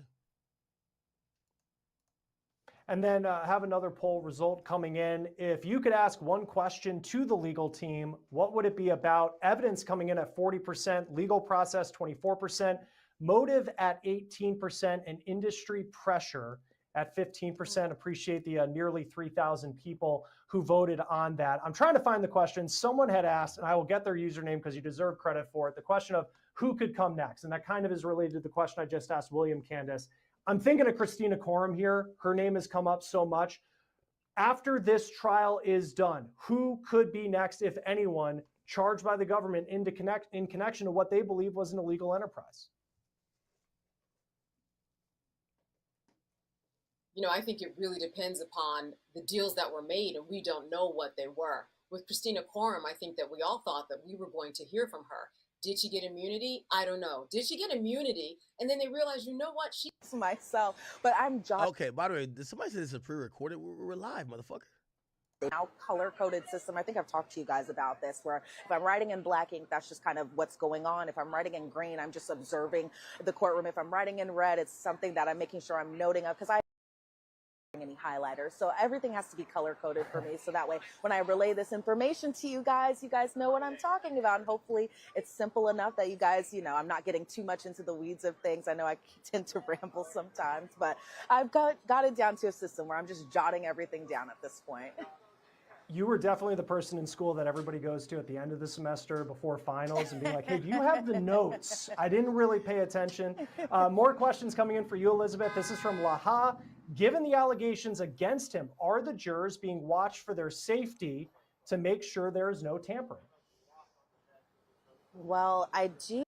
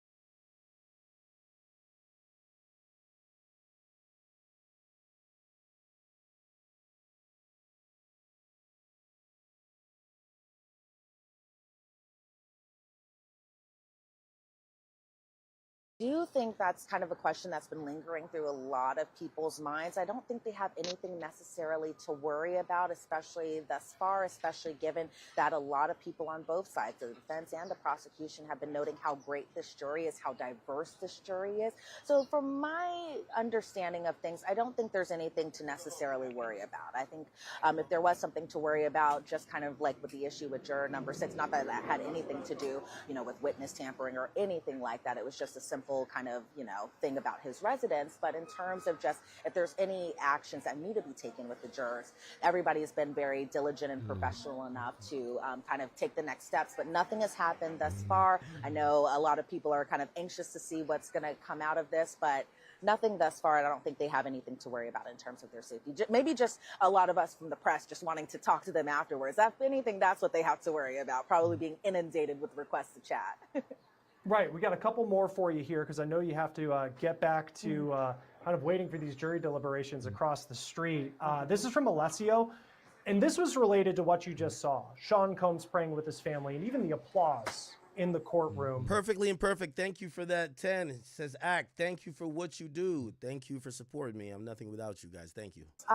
We've heard a lot about how he would, for example, send off sermons to Jane, things like that. So we know that he's been kind of taking to religion a little bit. There are times where I have seen him, especially at the beginning of the trial, he came in with a Bible. And so I think he's really kind of touching into that, more religious side of him. It's not the weirdest thing that I've seen, especially since, from my understanding, I think I had stepped out of the courtroom for a moment, that he's done this before, kind of pray with his entire family. I think if anything that was a little, and I hate to say this, a little interesting, was just only the claps afterwards. Like the family, I get it, but maybe from the other people, I kind of just didn't understand that. But, that just might be me.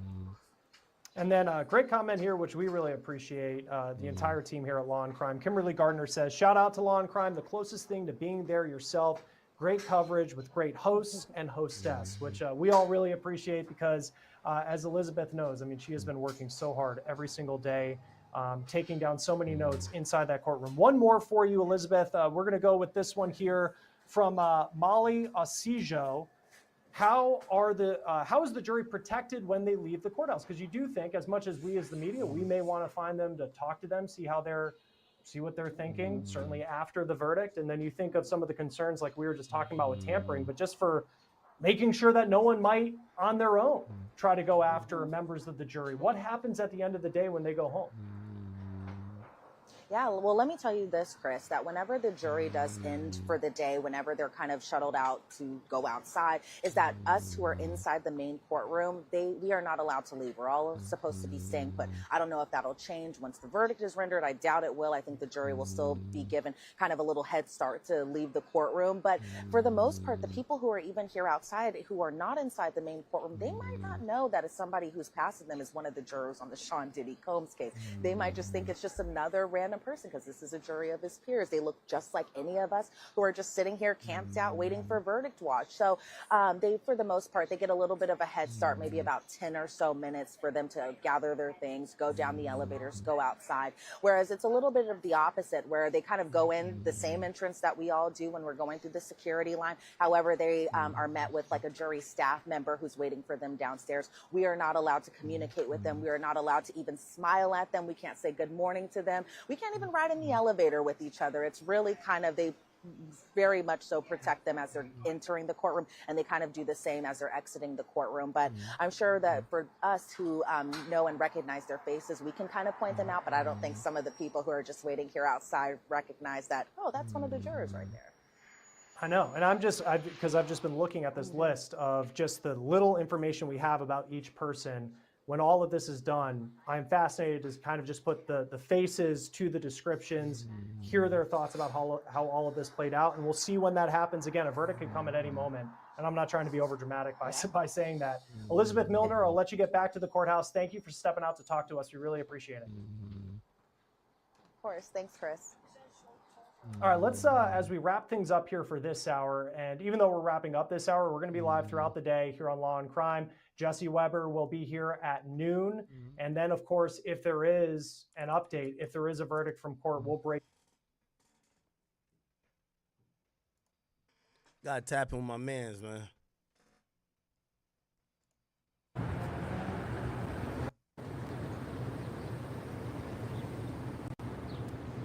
Unk mean business. No suspenders is crazy.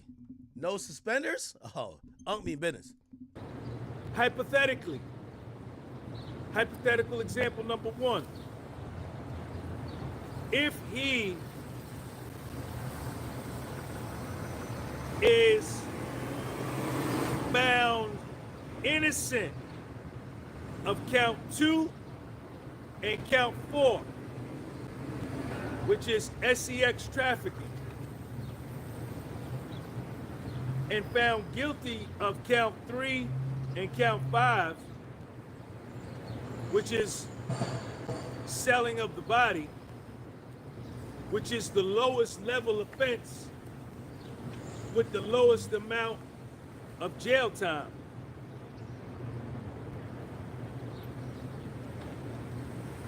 The jury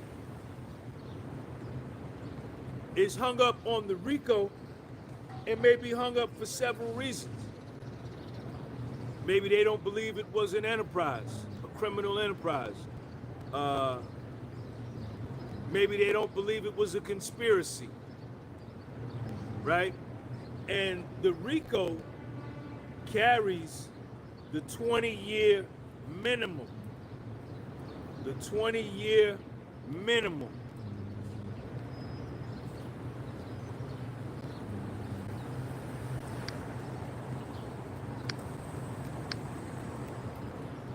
And maybe the jury is saying, we don't feel comfortable giving him all of that time, right? Give him the sex trafficking, give him the sex selling of the body, not guilty of the trafficking, not guilty of the RICO.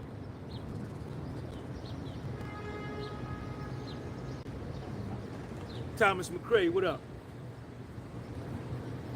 That's what I'm thinking. Because if he is guilty, if they had him guilty on all 4, count 2, count 3, count 4, and count 5, the RICO is already satisfied. It's activated. He would have to, the jury by default, by convicting him of all 4 of those, he's automatically convicted for the RICO because those are base offenses under the RICO. So it has to be that either all 4 are not guilty or 2 guilty, 2 not guilty.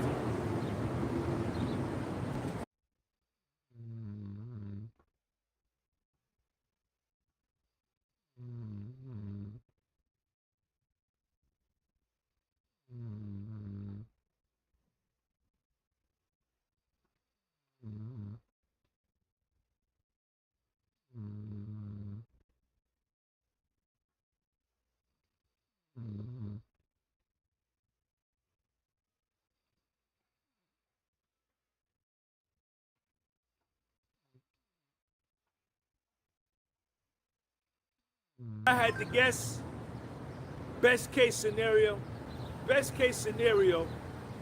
not guilty of all 4 related to Cassie and Jane. Best case scenario. And they're hung up on the RICO. And he'll get found not guilty of the RICO. Best case scenario. The base case scenario, what I think is most likely, is that they found him guilty of sex selling of the body with the male escorts with both Cassie and Jane, but they said no sex trafficking. They said no sex trafficking, not guilty. So they got 2 guilties, 2 not guilties, and I think they're deciding, like,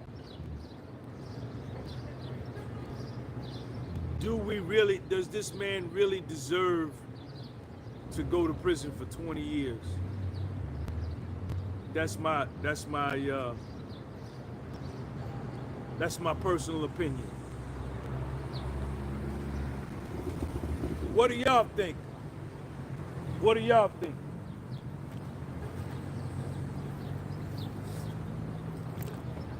Because it can't be both. It can't be both.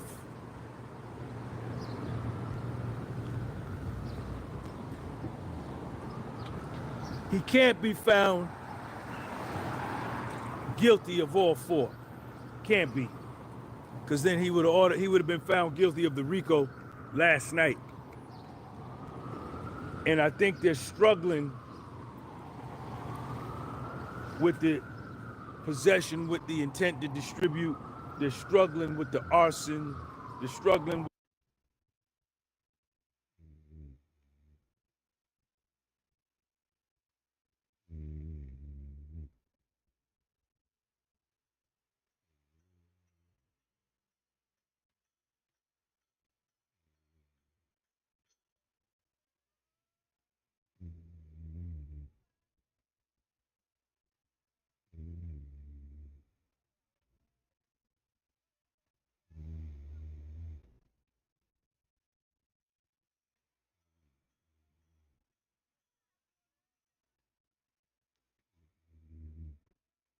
kidnapping, you know, because all they would need would be one more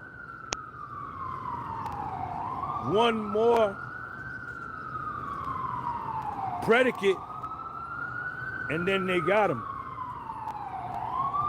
He's looking at 20 years.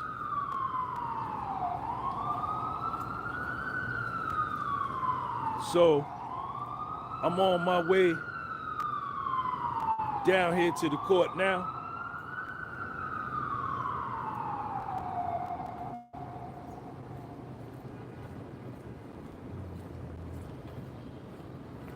Today is Wednesday. The court will be closed tomorrow, but the judge did say that if they were unable to reach a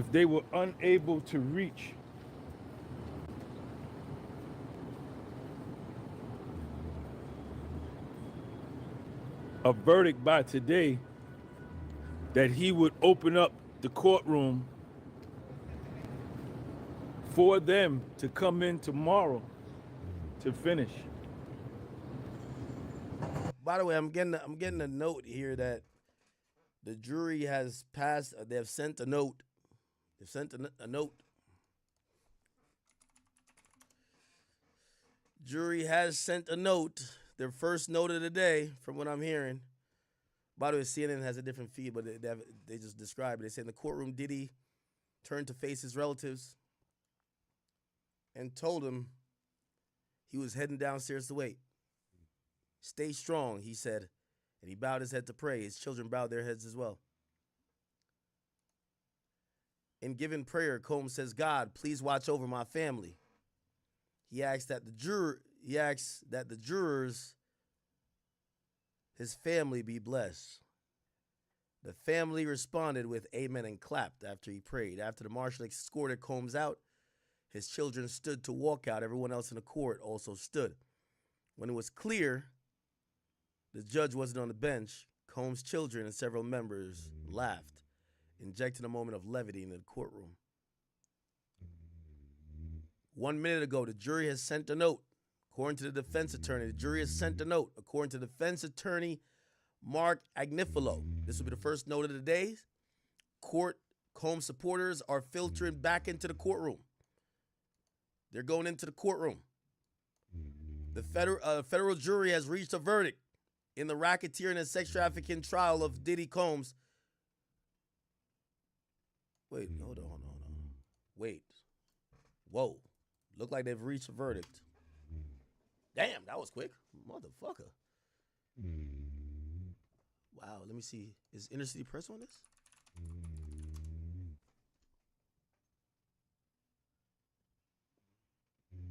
Wow, there is a verdict, people. There is a verdict. We are here. Wow. Breaking news. Verdict reached. I'm going to tweet this out. The verdict has been reached, chat. Verdict reached. Breaking news.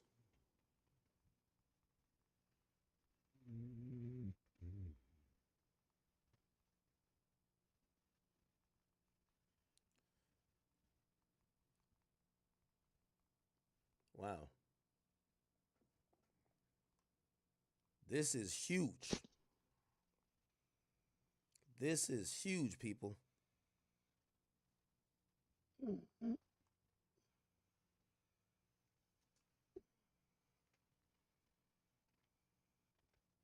post this to the gram too, and then I'll. Damn. I thought they were going to take. I thought there was a potential. They weren't that far off then.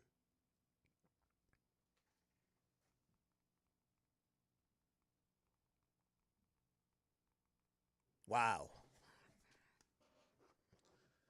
A federal jury has sent the note that they have came to the consensus on all 5 charges. There is a verdict officially in the sex trafficking trial of Sean P. Diddy Combs. He's accused of having a criminal enterprise that coerced women into sexual encounters with other men known as freak off. He's 55 and he's charged with 5 counts. 1 count of racketeering conspiracy, 2 counts of sex trafficking, and transportation to engage in prostitution. If found guilty of most charges, he could face life. He could face life, people. He could face life. This is the latest update. The prosecutors have filled the seats in front of the table. Sean Combs hasn't been brought back in yet. Holy shit. What do y'all think this is leaning towards? I gotta believe there's a not guilty on the RICO. They agreed to it too quick.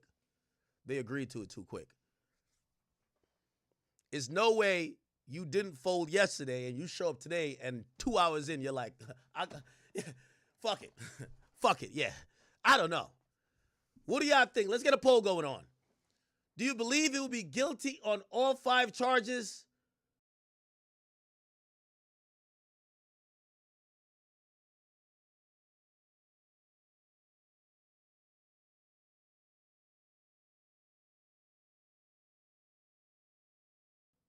All perfect thing for the 10. All 5 charges. It's either 1, 3. No, really, it's not going to be 1. It's either going to be 2, 3, or 5. It's almost impossible for him to get convicted of just 1. Why? There's sister charges. If you get convicted of sex trafficking, you get convicted of the Mann Act, which is the prostitution. If you get convicted of 1 prostitution, you get convicted of pretty much the other prostitution. And if you get convicted of the RICO, you get convicted of at least 2 other ones, if not 3 other ones, or you'll probably get convicted of all. You'll get convicted of all.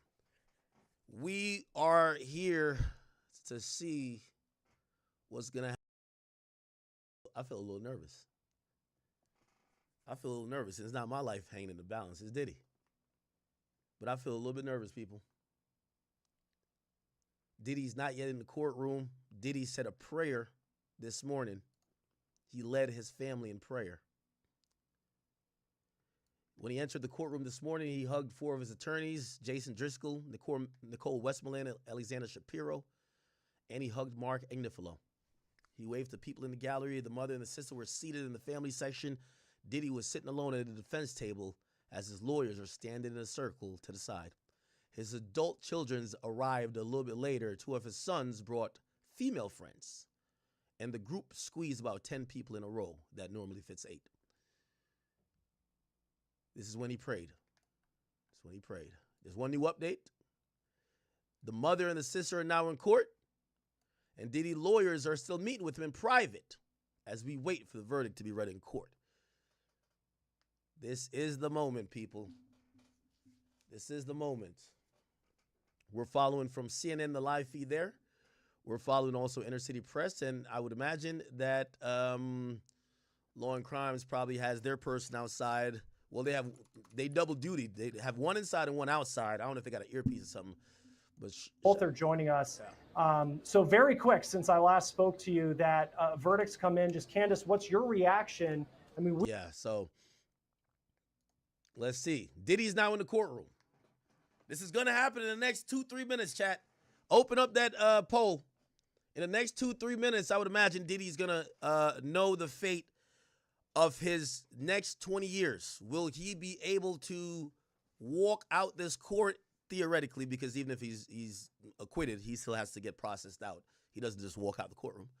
But will he leave today as a free man, or will he not see freedom for another 20 years? Will he ever see outside of a prison cell or a prison facility ever again? We're going to find out very shortly. All his kids are there, I would imagine. I would imagine except the baby. Even though the mother of the baby, which is Dana Tran, she has been at the most important dates of this trial. You have to remember, she is just as family as everybody else. Diddy has a mixed family where I believe he has three with Kim Porter. He has one with Misa, or two, and Sarah Chaplin. There's one, and he's pretty much adopted Quincy, and he has a baby with Dana Tran. So he has kids with a few different women, and I could imagine, he's been their financial support. Of course, his mother as well, Janice. They're all there and hoping to hear something good. Here's something good. Here we go, people. Each refresh, we might get it.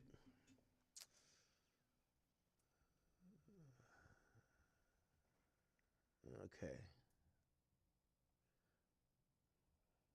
Wow. We were not expecting this verdict. P. Diddy's family walked out of the courtroom. I watched him go. Everyone thought, okay, that's the way it's going to be. And all of a sudden, they're coming right back in. We're getting the rush. And again, it just wasn't expected after 1 hour of deliberation this morning. Court update again. Sean Combs has entered the courtroom. He looked at his family. Again, his mom and his sister are there right now. He looked at his family, nodded his head, and flashed a small smile. Okay. Yes. Entered the courtroom, looked at his family, nodded his head, flashed a small smile. He's brought in by U.S. Marshals. He's seated. Brian Steele's on his left. Tenny Garagos on his right. His family's in the second row. This is so nervous, chat. Nerve-wracking. Very, very nerve-wracking. I can't believe we're about to... This is like the conclusion of just a surreal case.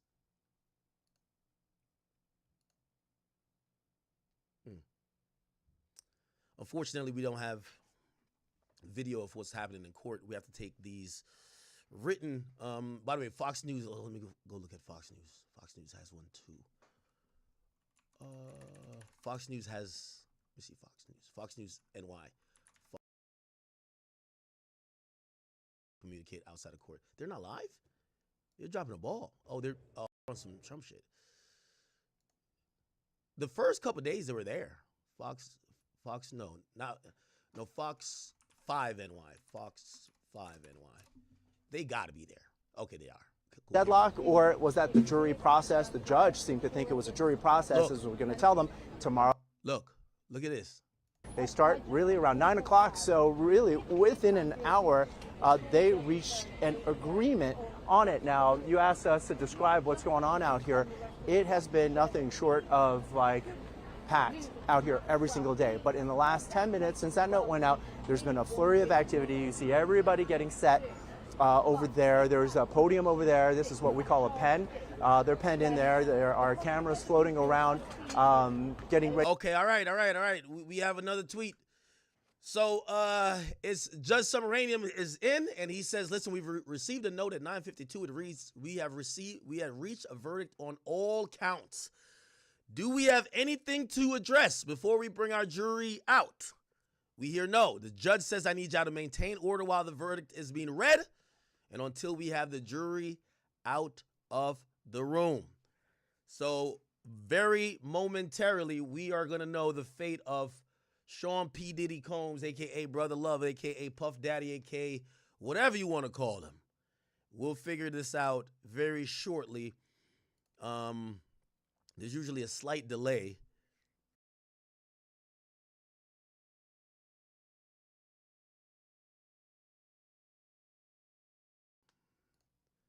Ready to talk to maybe prosecutors who sometimes. By the way, there is going to be a potential press conference. Obviously, if he beats the case, maybe his lawyers want to say a word. But if he doesn't beat the case, they probably won't do a press conference. Old Mike set up right outside the courthouse that they could say stuff. This is kind of nerve-wracking, chat. Not going to lie to you. It's not going to lie. Do not talk after a verdict right in front of the courthouse. Sometimes they speak at the U.S. Attorney's Office, which would be 26 Federal Plaza. And it seems like everybody's positioning themselves for that. And then there's an added element, and you've been aware of this, Antoine, of a sort of social media factor involved here. There are a lot of people who have been live streaming on social media. That presence been in the dozens. And even in the hot weather and the rainy weather yesterday, they have now instructed the jury to enter the room. The judge says, I'll ask our deputy to bring our jury back in. Sean Combs remains seated. All 8 of his attorneys are standing up. All 8 are standing up. The judge says, all rise. Diddy then stands up. The jury has now entered.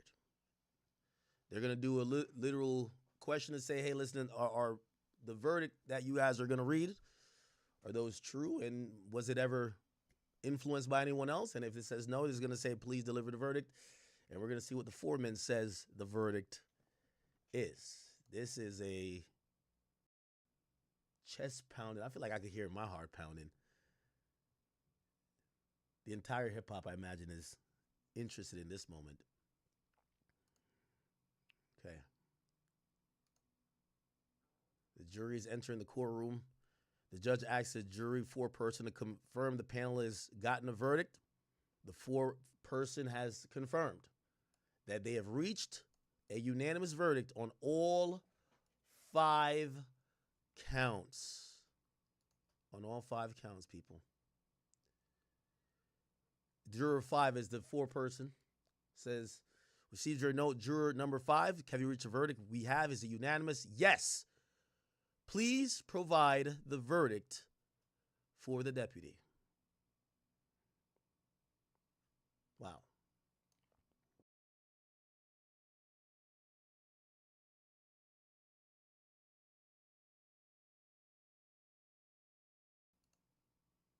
Here's the update.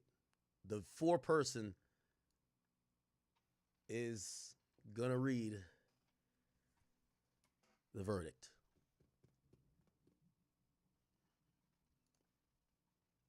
Wow.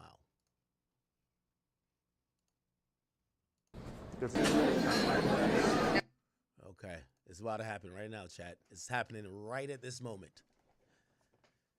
So if you were spiritually in that courtroom, you would be hearing what's going to happen.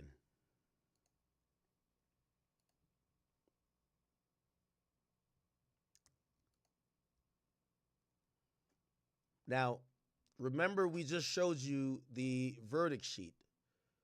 And in the verdict sheet, right? In the verdict sheet, this is how it looks. We showed you this.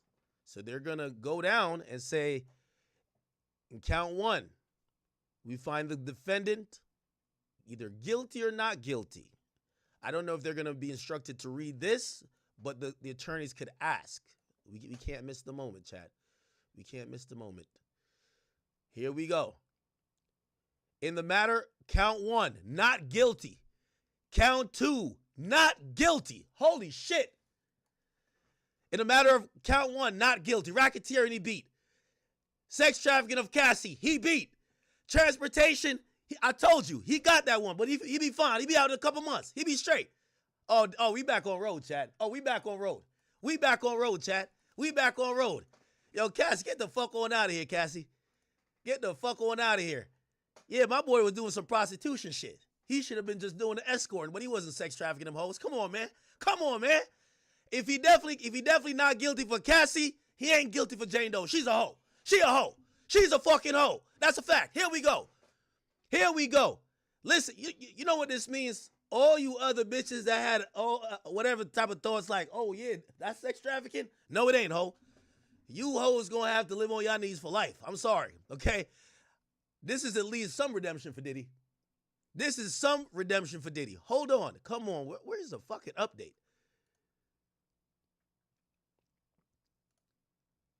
Come on, Inner City Press. Sex trafficking for Jane Doe? No, not guilty. Transportation? Guilty. 2 out of 5, chat. That boy beat the case. He beat the case. He beat the case. He beat the case. He might even come home today. Time served, man. Time served. All you Cassie Jane Doe hoes, it's a wrap for y'all. That shit is over. And they should, I wish this judge could have dismissed all them civil suits too. All y'all niggas, go back to being broke. It's okay. Give this nigga back his baby oil and let him go have his Astro Glide. Let that man go back to the pre-freak office crazy chat. I might put in an RSVP. I ain't even gonna lie to y'all, chat. I might have to RSVP, chat. I might have to be the next one, chat. I ain't gonna lie to you. My boy beat the case. My boy beat the case. My boy really beat the case. No fucking way. He really beat the case. Yo, if I was him, Jane Doe is getting tossed out of that $10,000 a month crib like Jazzy Jeff in Fresh Prince. Get that hoe on out of here, man. Go back to 5th. Go back to 5th. Go back to 50. Go over there. Nah, 5th, you gonna be tight. That nigga did not get no 12. Yo, Brian Steele.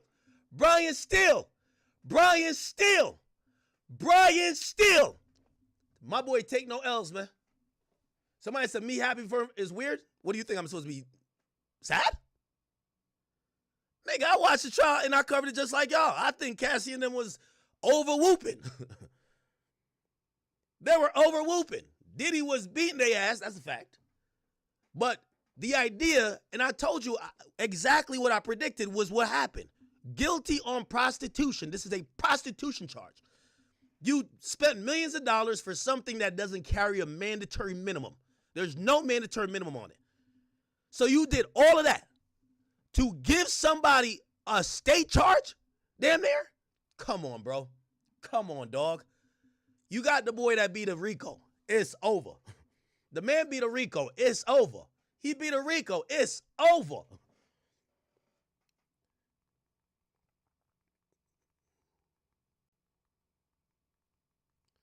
And only got found.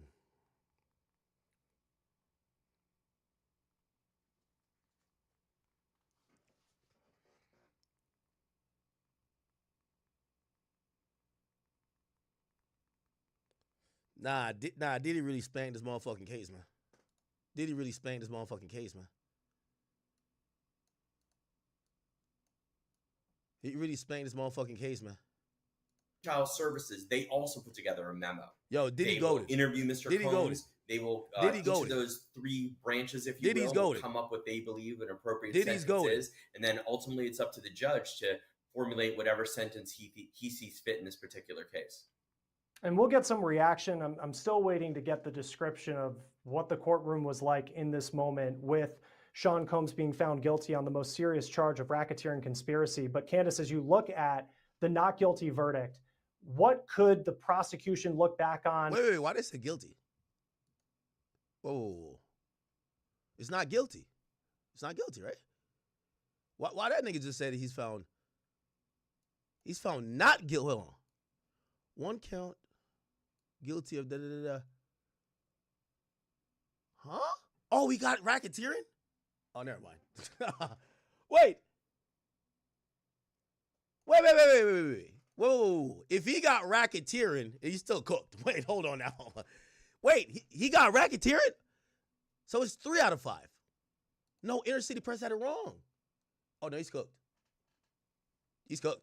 My bad. Oops. Oops. My bad. Yo, no, it said not guilty for count one is racketeering. So it's not me that got it wrong. It's Inner City Press. But CNN is saying not guilty for sex trafficking. Oh, never mind. Wait, hold on. Am I high? Am I stupid? Oh, okay, but not guilty of sex. Oh, okay. Now Diddy won. Spanked it.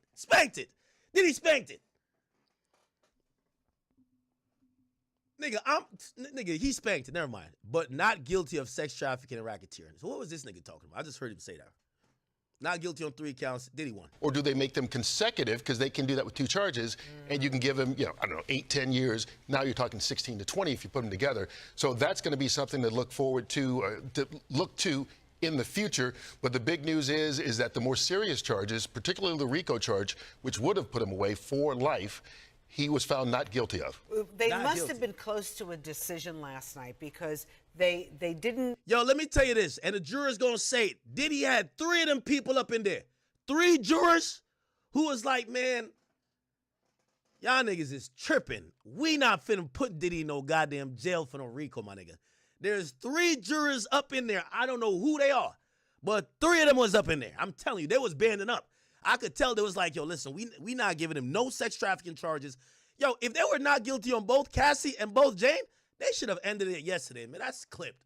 If Diddy not guilty for sex trafficking, not guilty on everything. Prostitution, y'all niggas pay for pussy too. Get out of here, man. Let that boy free, man. Y'all niggas pay for pussy too. Get out of here. Get out of here, bro. I'm sorry. And for the people who, listen, I'm just going off the verdict. Just like y'all niggas was going off the allegations. But them hoes got up there and lied. Y'all bitches was sucking dick, getting peed on. You know why? Because you wanted Diddy. He ain't sex traffic you. He did beat your ass, though. He did. But this ain't a beat your ass case. You got to go to the beat your ass case. This ain't a beat your ass case. And you got the 20 mil for the beat your ass. Okay?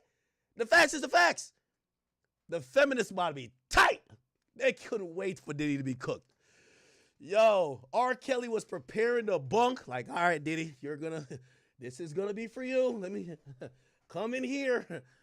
Diddy's like, hold up, man. Hold on, nigga. I'm going back to the crib. Prepare to freak off at 2-Star Island, nigga. Holy shit. It would have been because the other 2 charges, the sex trafficking, 15 years is the minimum for that. Right. So now you're convicted of something where 10 years is the maximum. Right. So you've totally flipped the script, if you will, and you've got to be relieved if you're Sean Diddy Combs. And apparently his reaction in the courtroom and that of his family was one of relief. Yeah, let me see if there's any more reaction that people are reporting on right now. Mark Agnifilo, Sean Combs' lead lawyer, has. Okay, so by the way, I think they're gonna do a press conference. This is a fair verdict. This is a verdict that they had to tell Diddy. We didn't really put that much opposition or defense up against the prostitution stuff, but it doesn't have a mandatory minimum. We could do some shit with time served. You've been locked up. You've been locked up for damn near 10 months. These sentencing guidelines, you're not a felon. You've never caught a federal charge. 10 is the max. You're not going to get nowhere near the max. They're usually going to sentence him to a year and a day. They're going to get that nigga a year and a day. I can't even see, the government, no matter what they said, coming back and try to get him for 3 years. They're going to get that boy a year and a day and some probation. They might even say, take the baby oil and the ankle monitor, nigga, and go back to 2-Star Island, gang. Like, just go do it like that, man. Or do some maybe suspended shit. This is where Brian's still gonna be. Brian's still gonna be a whiz right here too. And when it comes to federal sentencing, obviously they got to go through probation services because they deal with that. Any incarceration for an inmate, they're gonna suggest and give their review, but it takes them a couple weeks to kind of like come up with something. Obviously, this is something he's not gonna walk out of court today, but essentially, if you ask me, Diddy home before Christmas. If you ask me, Diddy's home before Christmas. So the Christmas freak off is gonna happen. Did my Jamaican accent come out? The Christmas freak off is happening. That's a fact. That's a fact. It's a fact. That's a fact. Yo, Gina Hugh right now, remember she was dipping? Yo, she's like this, like, let me hit the Puff bat phone. Puff, I'm back. I still love you. I didn't take the stand. Could I get my allowance back? Of course. She's back. Yo, I know Meek is texting right now. Hey, big head. Come on, you got to do it. Got to do it. In all caps, like he's shouting. Hey, big head. Got to do it. Got to do it. French, you could talk about Diddy now. You could talk about Diddy now, French. French, you was hiding like you wasn't with them freakos. Stop playing, French. You could talk about it. He got found not guilty. All that shit was legal, man. All that shit was legal, man. All that shit was legal. You could tap back in the game now, man. There's a lot of you niggas running. All y'all niggas that was running, y'all could pop back out. Pop out with the baby oil like it's a rock. It's lit. It's back lit. Covering the proceedings that you just described, I'm out here. Everybody has a lot of resources out here. You're looking across. Young Miami, you a real one too, even though you fucked it up for him. Young Miami, you should have been outside that courtroom with you with the welcome home Poppy sign. Where was you at? See, you don't want another Maybach. That's your fucking problem. Yo, go Poppy. You should have been outside that courtroom with this sign. Welcome home, Poppy. Where you at, Young Miami? By the way, Diddy got some backed up urine for you. You're still getting peed on. You're still getting peed on, okay? The courts have ruled your ass getting peed on is not a crime because you love it, okay? That's what they've said.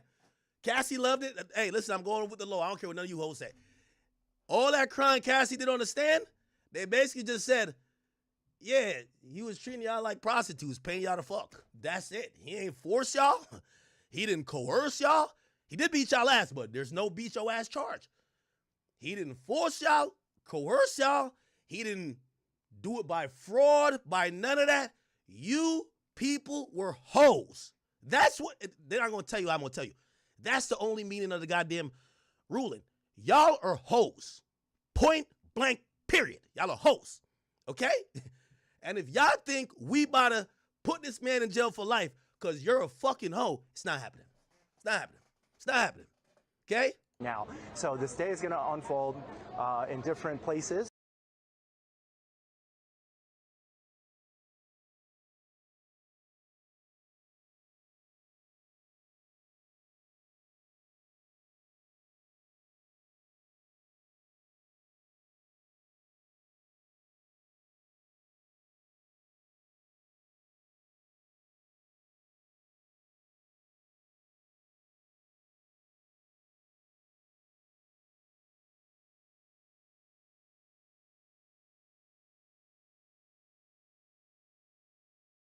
Is what we imagine, but right now you hear there's one gentleman, he's been screaming the whole time. We've been impressed by how he keeps going, but there are a lot of people who are going to have a reaction to this. Certainly, if Sean Diddy comes out of this building, it's going to get really interesting out here. But right now, everybody here is on standby and paying attention to what's happening. Get a copyright. Upstairs. I might get a copyright strike for this. Is arguing. I might get a copyright strike for this. You ready? I might get a copyright strike for this one. Do it. I ain't gonna lie. I ain't gonna lie. Yeah. Hold up. This the anthem. They should be bumping this outside courtroom. Hold on. Wait. This the anthem. Hold on. Wait.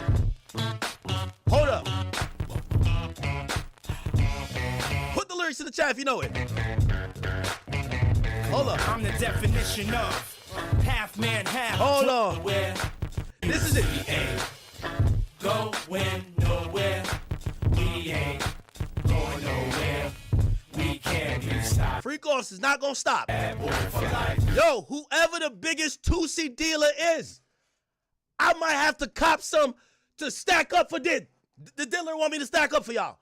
The biggest 2C dealer, holla at me. I'm gonna connect you with Christian Combs. The biggest party finna happen. I ain't gonna lie to you. It's going down by Christmas. The biggest party. Diddy's coming home by Christmas. The biggest party. Okay? The biggest party. Okay? If you got the Tussie, the Valiums, if you got that extra nice Tesla pills, come on, man. If you got to get that ketamine too. Who got the ketamine? Who got the ketamine? Astroglide stock just went up. Nigga, I'm on the stock market. I said Astroglide stock went up. Holy.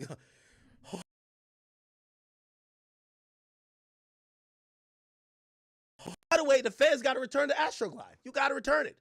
You got to return the Astroglide. You got to return the Astroglide. My man had 5,000 bottles for a reason. He's still going to use it. Okay? Quote, there is a real risk that he will flagrantly disregard orders from the court, and he cited the drugs found in Sean Combs' hotel room before he was arrested last September. We just talked about that. Right, and the judge is saying now that he needs time to think about it. Oh, so you think he needs... Okay, the updates are, hold on. Let me just get you the updates. CNN in court, they still ain't leave. Okay. So count 1, racketeering, which carries a maximum life imprisonment, not guilty. A minimum of 15 years for sex trafficking of Cassie.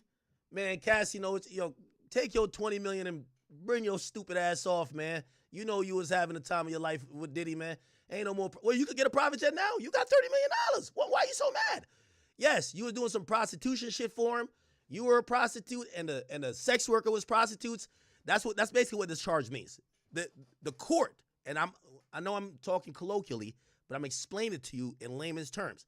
According to what the court and the jury has decided, all the conducts of the freak-off was not sex trafficking.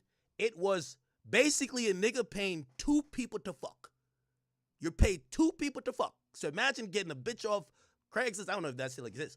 You paid 2 hoes to fuck. One's a dude, one's a girl. That's it. That's why this nigga got pretty much charged, locked for. That's it. All that, look at the video. She got beat up, pee in the mouth, nut in the nipple. Diddy still gay. In my opinion, gay. You can't.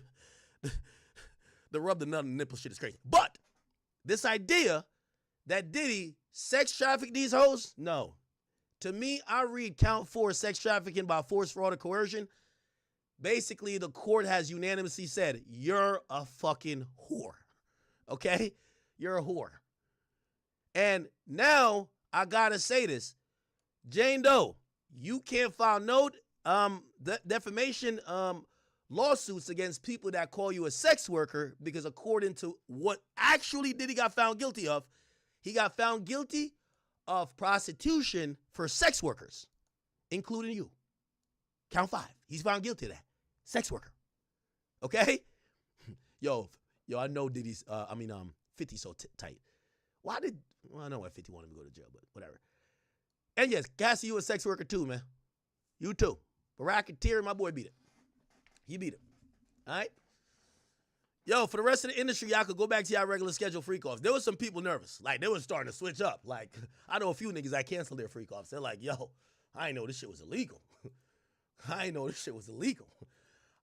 I'm buying these bitches Birkins for this freak-offs. Like, wait, I can't do this no more? Today, they're probably like, yo, reschedule the freak-off to Monday. Yeah, it's lit again, bro. The July 4th freak-off is back in action. Holy. Okay. Diddy about to be free. The only person left, we got a little legwork to do, but the only person left, top free, Diddy finna hit the road. All right. So you guys know the charges by now. Racketeering, conspiracy, not guilty. By the way, again, whether, I don't know if we'll probably see, we might not even see a jury sheet.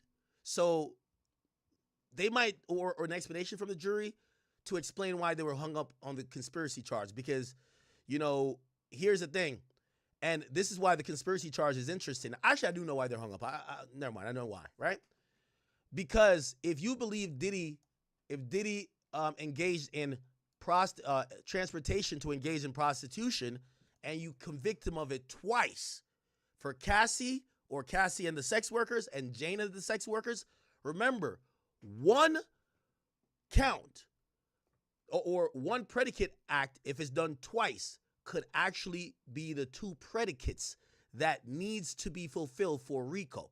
So the reason why Diddy didn't get a RICO is not because there wasn't predicates. Remember, they accused him of 8: arson, witness tampering, bribery, kidnapping, which, by the way, maybe they believe the kidnapping, but I personally believe Because by the very definition of two acts, which are it's a predicate act. This prostitution shit is a predicate act, right? So they're saying Diddy is guilty of it twice, which should mean it's RICO, unless you don't think Combs Enterprise / Combs Global / Bad Boy is a criminal enterprise. You don't believe it's a criminal enterprise. Or you don't believe that Diddy was in cahoots with a singular other person. Here's the thing about KK. She kind of comes in the picture around like 2014 and 2016. So who was there in 2004? They're going to say the security. We've never heard from the security. We see messages, but we ain't hear from the security. Okay? Okay? So, all right, bet. So it's not the security. So I think they didn't think the government proved the enterprise, which for everybody who was all them little woke hoes on Twitter that was like, nah, stop saying it's a domestic violence case. That's also kind of affirming this is not a racketeering case. Because remember, the government's whole thing was we're using this video of the beatdown because it's part of his criminal operation and goes to show his pattern of behavior and coercive control of how he gets these women and keeps them in a sex trafficking ring. Basically, that video, again, if it could be charged in California, he would be charged with either misdemeanor assault or potentially aggravated assault. Either or, he'd probably face up to a year in jail, maybe 3. But he's not charged for that. What he was charged with is racketeering. And I personally believe, we'll hear if the jurors explain it or they're going to do an interview sometime. I guarantee they don't believe there was no enterprise, there was no co-conspirator, clear co-conspirator, despite what the government's saying, KK and the others. And they don't believe that the behavior continued past 2019, which is a statute of limitations situation. Okay? One of those things. They didn't have to get to the arson, even though Kid Cudi was up there in a blouse with a fucking leather jacket on, just like chain smoking like a motherfucker. I don't know what. Like, he just went up there to tell us that Cassie played him and Diddy. Like, nigga, write in your diary, nigga. We ain't care about that shit, nigga. We ain't care about that shit, nigga. We don't care about that shit. Why the hell did Kid Cudi show up to court, man? Why the hell did Kid Cudi show up to court, man? I think Kanye showed up to court to go choke that nigga Kid Cudi. Like, nigga, what the fuck is you doing? Real talk. And then Dawn Rashad, cancel that lawsuit, shorty. Cancel that lawsuit. That lawsuit's garbage. You got violated on the stand. They was laughing at you walking out of court. You got done bad. Jesus Christ. Who else was up in there making a fool of them goddamn self? Chat, who else was up in there making a fool of themselves? Come on, man. Come on, man. Come on, man. I know they're going to be sick on Twitter. No, this is more than domestic violence. This is like mental coercion. This is like mental abuse. And you broke bitches who love to say a nigga financially abusing you because he don't want to pay your $10,000 a month rent. Kick rocks and get some knee pads. Facts. Get out of here. The Didster was doing great. Her own baby father wouldn't give her 10 bands.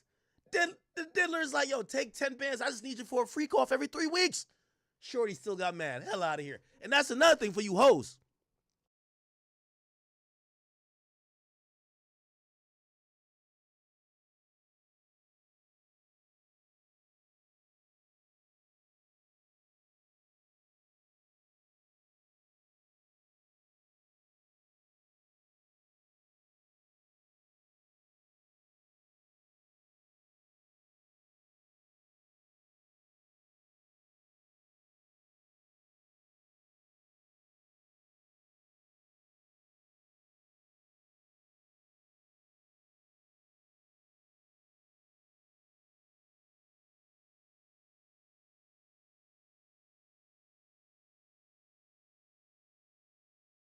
Who love get idea from other hoes. That's you, Jane Doe. You was perfectly fine with your freak offs. You just wanted to go to Turks and be on the yacht. You got mad when you seen Young Miami flexing and you told me why I ain't getting treated like that. Shut up. Shut up. Go back home to Curtis. Bring your stupid ass back to Curtis. It's clip for y'all. By the way, you had no idea that you wanted to sue Diddy until you seen what Cassie got. See, you pocket watching bitches. You were good. And Diddy was trying to say, yo, hold me down during this time. Your ass was secretly recording him, sending texts, starting to be aggressive, trying to set him up, talking to the feds. You're getting kicked out the house today, like Jazzy Jeff from the Fresh Prince of Bel-Air. You're getting kicked out. Kick her out of the house. Christian, I think that's your job. That's your job, Christian. You got to get her out of the house. You got to throw her ass out. You got to do it. You got to do it. Okay? Throw her ass out. Diddy was paying your rent while you on the stand testifying against him. Bitch, what you think this was? Now that weak-ass lawsuit you about to file, that about to get dismissed too. All of these people saw Cassie get a bag, and they all wanted a bag. Bags canceled, okay? Bags are canceled. Cassie deserved her bag, but, you know, it is what it is. Y'all hoes ain't Cassie. Y'all hoes ain't Cassie. Y'all hoes ain't Cassie. Watch that little freaky-ass nigga Alex Fine. He probably be like, yo, can I get a copy of them freak-off videos? Yeah, nigga. That's your wife, man. Go enjoy it. At least had $30 million richer. At least had $30 million richer. But that's about it. Let me see what's up. Okay. So this is the ruling, and now we know freak-offs are not illegal. This was pretty much is depraved sexual behavior illegal. And I ain't gonna lie, and for someone who said act, what does this mean? No. Someone who says act, why are you even happy? I'm saying, first of all, we ain't gonna criminalize sex, just regular sex, period. But this idea that if you're fucking your bitch, you hit the blunt and you pass it to her, and 5 years later she said, yeah, I don't know if I wanted to do that. And then they said, did he ever give you a drug? Well, he gave me a hit off the blunt. All right, he sex trafficked you because you was high, you could make no decisions, you stayed around for 10 years, you didn't leave, you was begging for more, but you still couldn't leave because you were mentally like crippled. Okay, and we're gonna give him a drug charge just because he told you to hit the blunt once. That's what this judge basically said. Possession with the intent to distribute means Diddy could have given one pill, one time. That's the charge.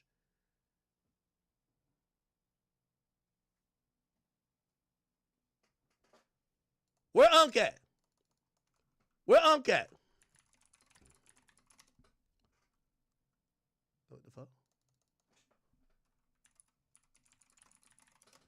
Where's Unc? Oh, Unc by the...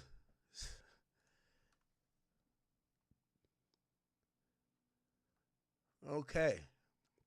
All right. So now the judge says to the jurors, it's on you if you want to speak about the case. Okay. There's an important to respect the privacy of your deliberations. That being said, the choice whether to speak or not to others about the case and your personal views is up to you. Okay.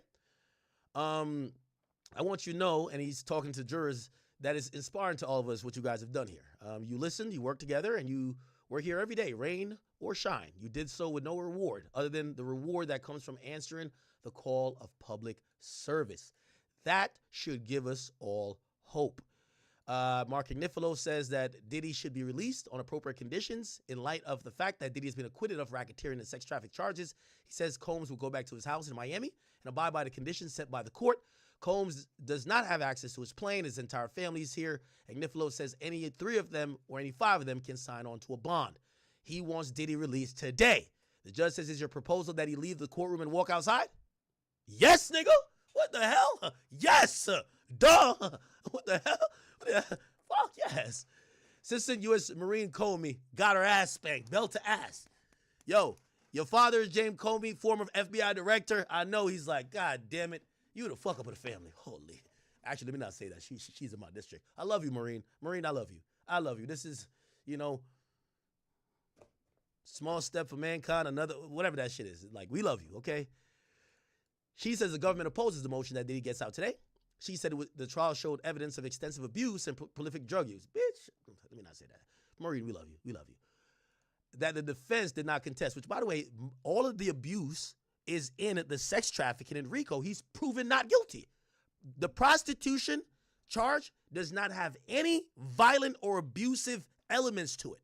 It's willing participations of you paying one person to fuck the other. That's it. Okay? Comey argued that Combs does not respect the law and will likely commit new crimes if released.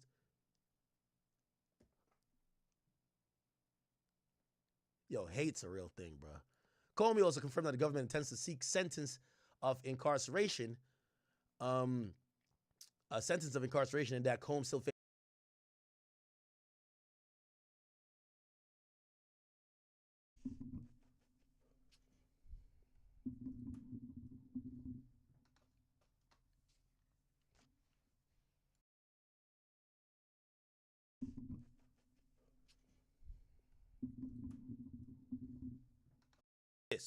After you have left him, you went on to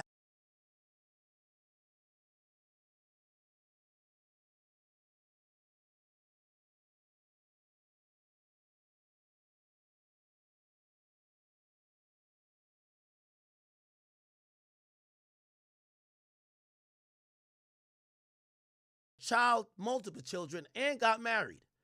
But until you move back in your parents' house with 2 kids and your husband, your husband, and 2 kids move back in your parents' house, you then do a veiled extortion play to contact Diddy to say, I'm writing this book unless you give me $30 million. Come on, that's an extortion play. That's an extortion play. I'm writing this book unless you give me the money.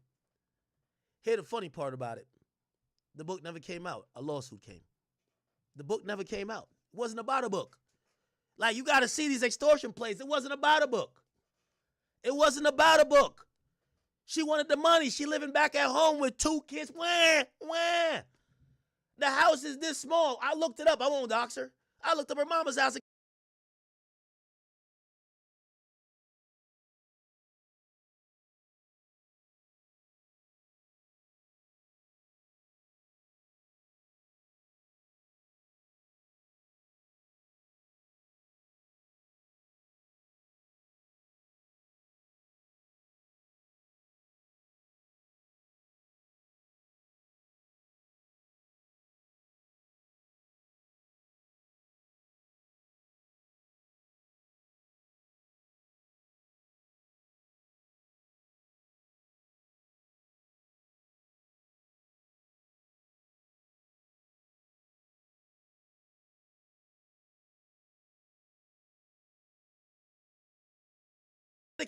Small as a motherfucker. They can't breathe. You stretch, you touch 2 walls. She not living at Star Island no more. There's no more jet. You're in the back of Spirit. Middle seat. Yes, it do hit different. Diddy's still on the gram doing it up. You're starting to realize, why did you leave Diddy for this fucking loser? And then he gets in your head and says, man, we need to shake this nigga down, man. Let's shake this fuck nigga down.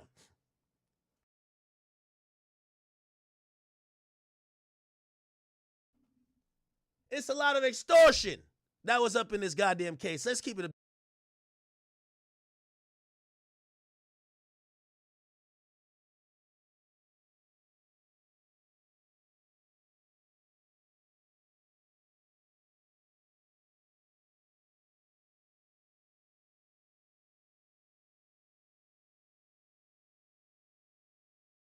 It's a lot of extortion. It's a lot of extortion.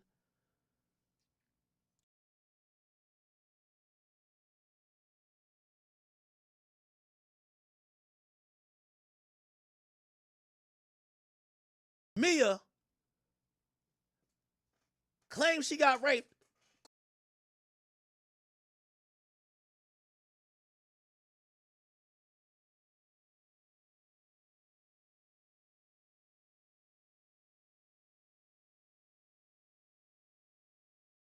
And came back. How does this work? Lord help me. I don't know. Mia asked for $10 million from Puff. Come on now. $10 million? $10 million? Dawn Rashad, she was dying to try. She was hoping she could say that she was sexually assaulted. She was just mentioning other people's shit. It's like she copied the homework of everybody else. Oh, yeah, I was around for Cassie. I witnessed that. Ooh, I'm damaged. Oh, he stifled my music career. Dawn Rashad, you ain't that talented. Get out of here. Enjoy poverty. Enjoy poverty, man. She coming up there lying like a motherfucker, just saying all type of shit. Then I knew this case was starting to get a little bizarre. When I heard Diddy is a functioning drug addict. He take crack, ketamine, 2C, heroin. He take everything. Cocaine, everything. Which drug does he take is equivalent to the spinach that Papa be taking? Do I be saying that word right? He grabbed a chick and held her like this. Have you ever held a grown human like this over a balcony and that person never fell? You held them over a 17th floor balcony and then you lifted them back up with just your forearms and threw him into an area with furniture. That's some Hulk shit. That's what you see in the movies. I don't know how you could throw no human like hold him over a balcony. Come to find out, the day Shorty said it happened, Chad, Diddy's in L.A. Can't even get your lie right. This is crazy. I know the jury was back there like, what the fuck is this, man? You said the nigga held you over the balcony. You don't even know the day happened.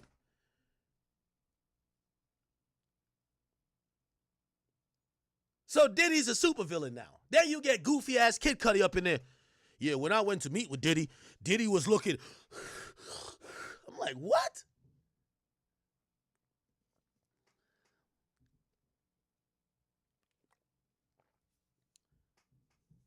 Then Cassie, Diddy was cheating on you. You were cheating on him. Diddy was beating on you. You was beating on him too. Now, I don't agree because obviously there's a power dynamic there. I get it. And then obviously it's a man and woman. I get it. So I have a lot of grace to that point. But still, Cassie was no goddamn.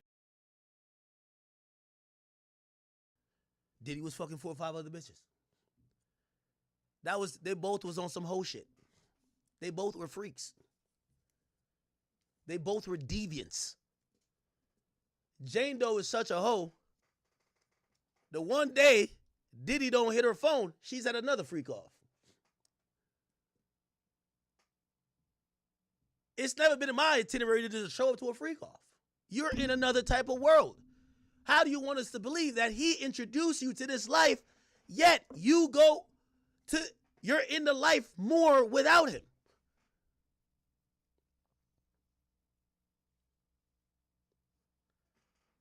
Where's my man at? Where's my man at?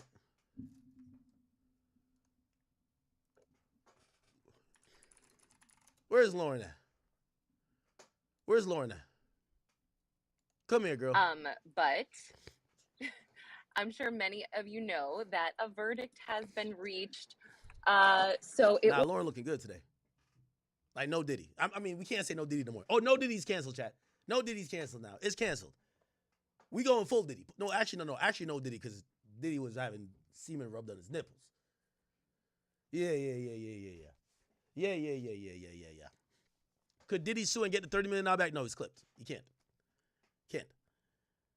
All she did was participate and cooperate in a federal, which I don't care what NDA she signed on a civil level for the $30 million. She's allowed to do what she does because in a criminal proceeding, it trumps anything civil. If anything, if Diddy's probably saying, bitch, I deserve a refund. That's what he's thinking. I should have never paid your ass and your ass would have still been broke. You'd have showed up with your big ass belly and I would have laughed at you in court and said, enjoy poverty, bitch. And yes, they're going to look at me like Chris Brown for the rest of my life, but fuck it, I'm a billionaire. But you'd have still been broke. I think that's what Diddy's thinking. I should have never gave you shit. Because Diddy gave her the money hoping it didn't get here and it got here and then he beat it. So now he's like, fuck, I shouldn't have paid this motherfucker, man. Come on, bro. Come on, dog. Of this trial, you have to remember she is just as family as everybody else. Diddy had 3 with Kim Porter, Chaplin. There's one. And it's again, it just wasn't expected after 1 hour of deliberation this morning. Court update again. Sean Combs has entered the courtroom. He looked at his family. Again, his mom and his sister are there. Small.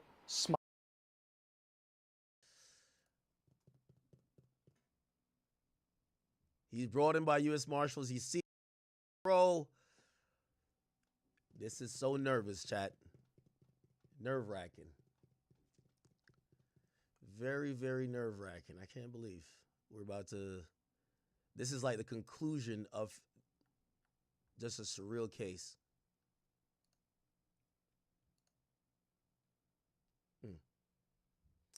Unfortunately, we don't have video.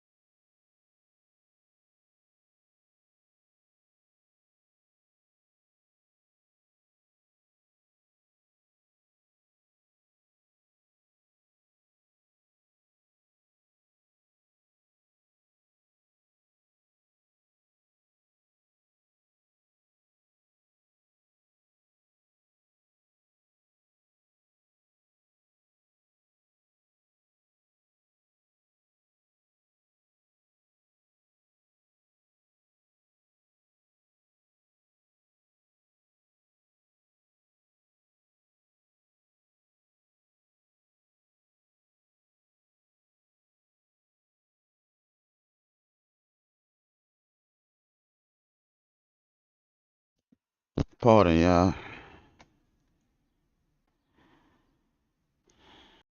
Fox News has, let me see, Fox News NY.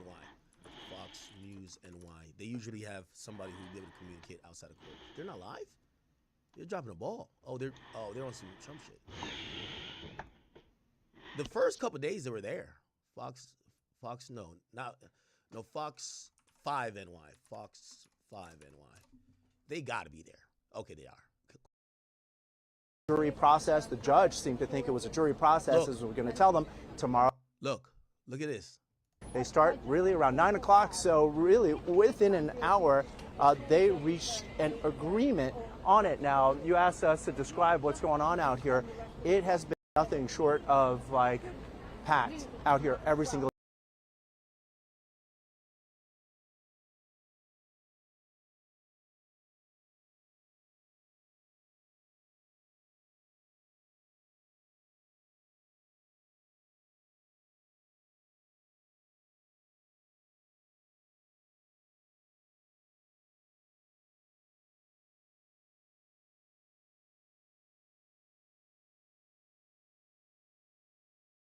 We had reached a verdict on all counts.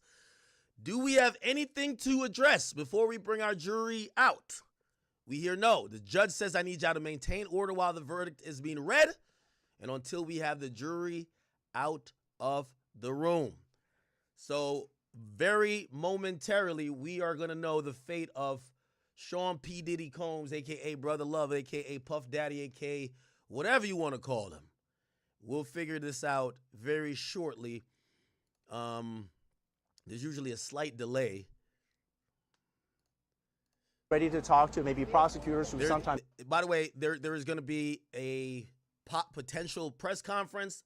Obviously, if he beats the case, maybe his lawyers want to say a word.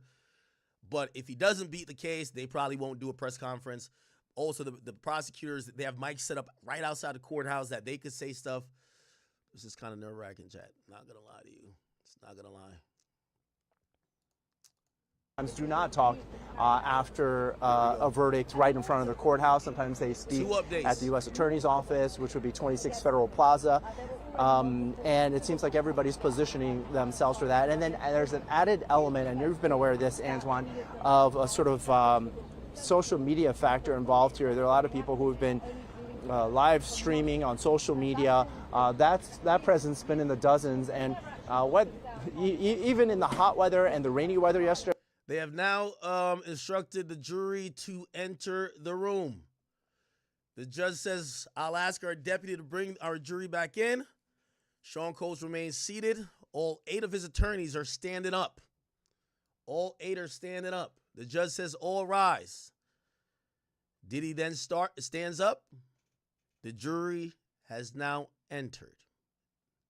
They're going to do a literal question to say, hey, listen, are the verdict that you guys are going to read, are those true? And was it ever influenced by anyone else? And if it says no, it's going to say, please deliver the verdict. And we're going to see what the foreman says the verdict is. This is a chest pounding. I feel like I could hear my heart pounding.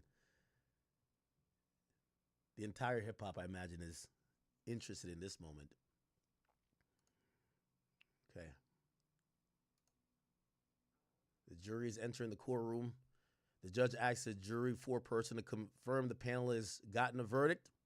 The four-person has confirmed that they have reached a unanimous verdict on all 5 counts. On all 5 counts, people. Juror 5 is the four-person. Says, received your note, juror number 5. Have you reached a verdict? The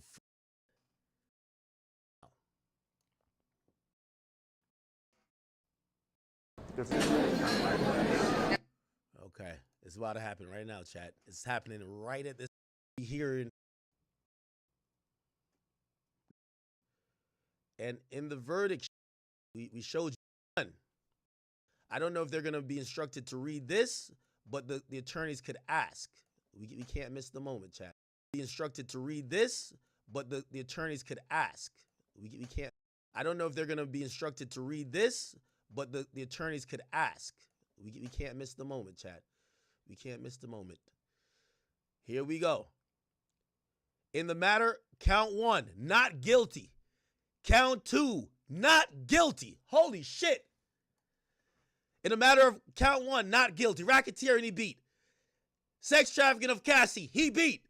Transportation, I told you, he got that one, but he be fine. He be out in a couple months. He be straight.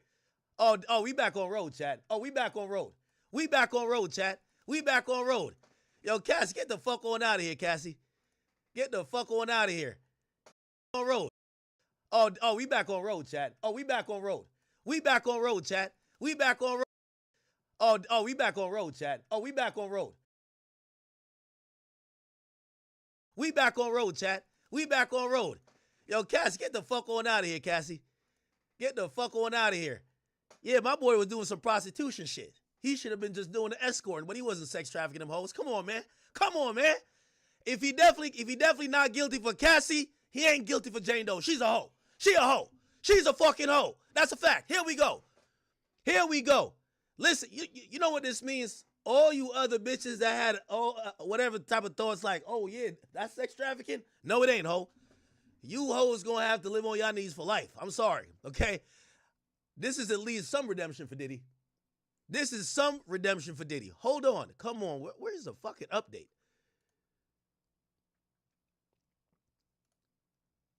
Come on, Inner City Press. Sex trafficking for Jane Doe? No, not guilty. Transportation? Guilty. 2 out of 5, chat. That boy beat the case. He beat the case. He beat the case. He beat the case. He might even come home today. Time served, man. Time served. All you Cassie Jane Doe hoes, it's a wrap for y'all. That shit is over. And they should, I wish this judge could have dismissed all them civil suits too. All y'all niggas, go back to being broke. It's okay. Give this nigga back his baby oil and let him go have his Astro Glide. Let that man go back to the pre-freak office crazy chat. I might have to put in an RSVP. I ain't even gonna lie to y'all, chat. I might have to RSVP, chat. I might have to be the next one, chat. I ain't gonna lie to you. My boy beat the case. My boy beat the case. My boy really beat the case. No fucking way. He really beat the case.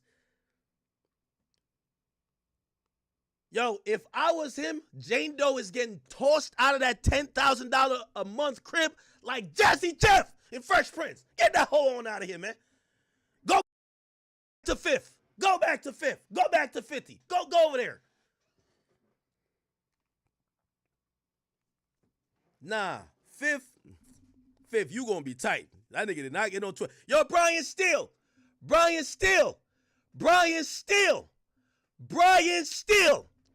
My boy take no L's, man. Somebody said me happy for him is weird. What do you think? I'm supposed to be sad? Nigga, I watched the trial and I covered it just like y'all. I think Cassie and them was over whooping. They were over whooping. Diddy was beating their ass. That's a fact. But the idea, and I told you exactly what I predicted was what happened. Guilty on prostitution. This is a prostitution charge. You spent millions of dollars for something that doesn't carry a mandatory minimum. There's no mandatory minimum on it.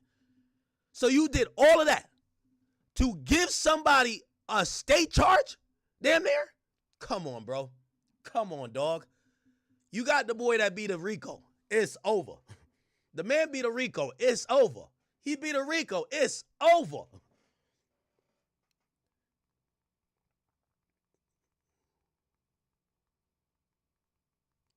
And only got.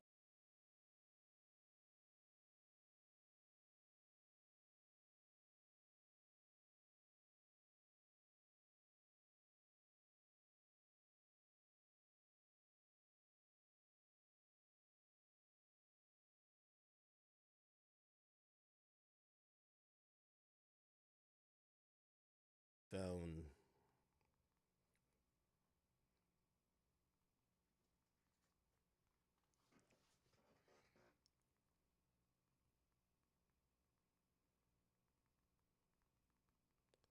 Nah, Diddy really spanked this motherfucking case, man. Diddy really spanked this motherfucking case, man. He really spanked this motherfucking case, man. Child Services, they also put together a memo. Yo, Diddy They will goated. interview Mr. Diddy Combs. goated. They will Diddy each goated. of those three branches, if you Diddy's will goated. come up what they believe an appropriate Diddy's sentence goated. is, and then ultimately it's up to the judge to formulate whatever sentence he sees fit in this particular case.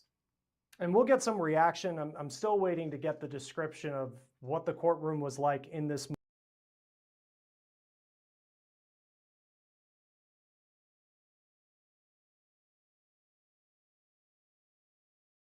look back on. Wait, why they say guilty?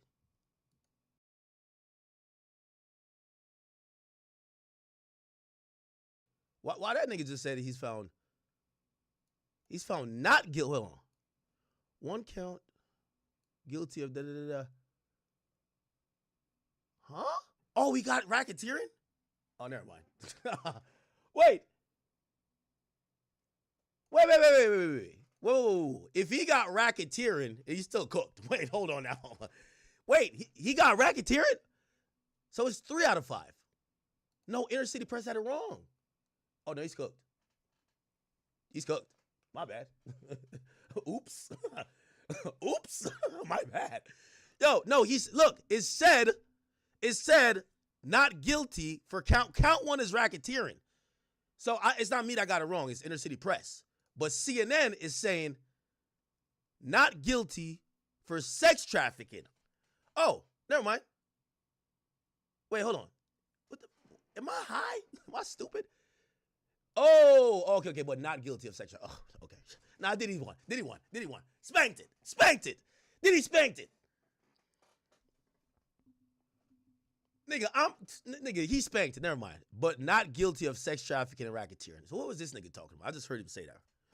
Not guilty on 3 counts. Diddy won. Or do they make them consecutive, because they can do that with 2 charges, and you can give them, 8, 10 years. Now you're talking 16 to 20 if you put them together. So that's going to be something to look forward to in the future. But the big news is that the more serious charges, particularly the RICO charge, which would have put him away for life, he was found not guilty of.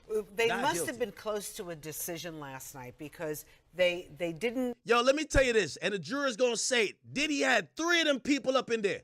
3 jurors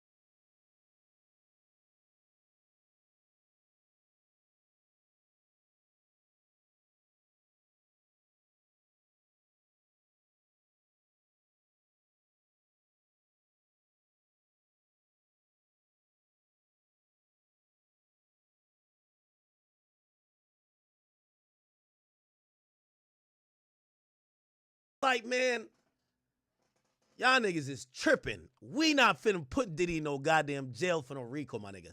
There's 3 jurors up in there. I don't know who they are, but 3 of them was up in there. I'm telling you, they was banding up. I could tell they was like, yo, listen, we not giving him no sex trafficking charges. Yo, if they were not guilty on both Cassie and both Jane, they should have ended it yesterday, man. That's clipped. If Diddy not guilty for sex trafficking, fuck them.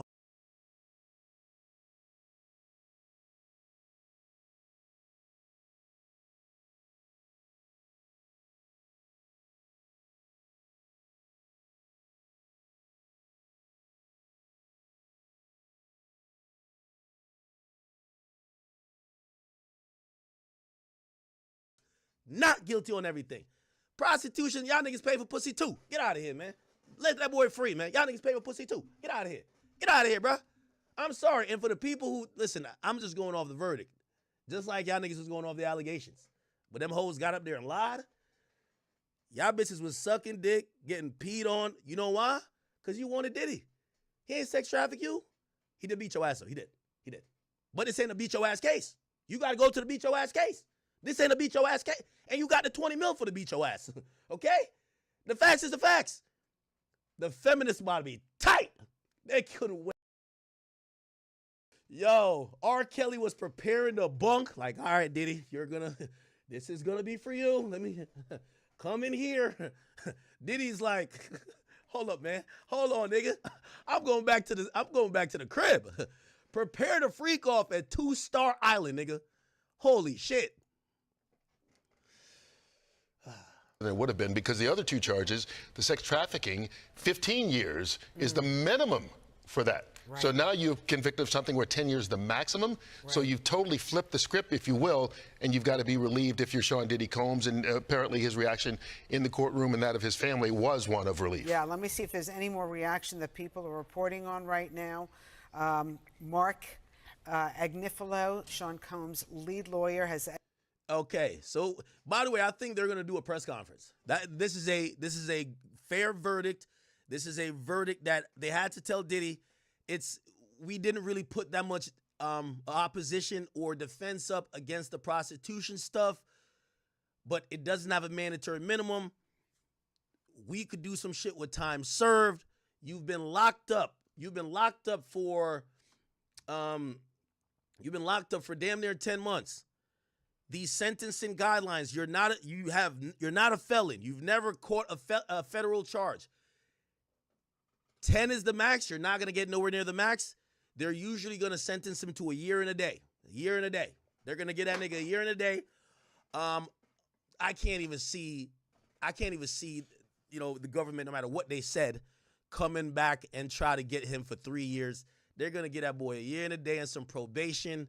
They might even say, take the baby oil and the ankle monitor, nigga, and go back to 2-Star Island, gang. Like, just go do it like that, man. Or do some maybe suspended shit. This is where Brian's still gonna be. Brian's still gonna be a whiz right here too. And when it comes to federal sentencing, obviously they got to go through probation services because they deal with that. Any incarceration for an inmate, they're gonna suggest and give their review, but it takes them a couple weeks to kind of like come up with something. Obviously, this is something he's not gonna walk out of court today, but essentially, if you ask me, Diddy home before Christmas. If you ask me, Diddy's home before Christmas. So the Christmas freak off is gonna happen. Did my Jamaican accent come out? The Christmas freak off is happening. That's a fact. That's a fact. It's a fact. That's a fact. Yo, Gina Hugh right now, remember she was... Axe on Rumble. Yo, she's like this, like, let me hit the puff. Axe on Rumble. Puff. Yes, I'm blessings, back. blessings, blessings. Follow me. Love you. We rocking out, baby. Take the stand. Rocking out. Shout out to Diddy, man. Free Diddy. Allowance back? Of course. She's back. Yo, I know Meek is texting right now. Hey, Big Head, come on, you gotta do it. Got to do it. Hey, Big Head is crazy. Hey, Big Head, gotta do it. Gotta do it. French, you could talk about Diddy now. You could talk about Diddy now, French. French, you was hiding like you wasn't with them freak off. Stop playing, French. You could talk about it. He got found not guilty. All that shit was legal, man. All that shit was legal, man. All that shit was legal. You could tap back in the game now, man. There's a lot of you niggas running. All y'all niggas that was running, y'all could pop back out. Pop out with the baby oil like it's a rock. It's lit. Yo, this nigga tweaking. It's back lit. covering the proceedings that you Oh, give just me a second, described. y'all. My shit's skipping right now. Here, everybody has a lot of Ack is on resources Rumble. out here. You're looking across. Young Miami, you a real one too, even though you fucked it up for it. Young Miami, you should have been outside that courtroom with you with the welcome home poppy sign.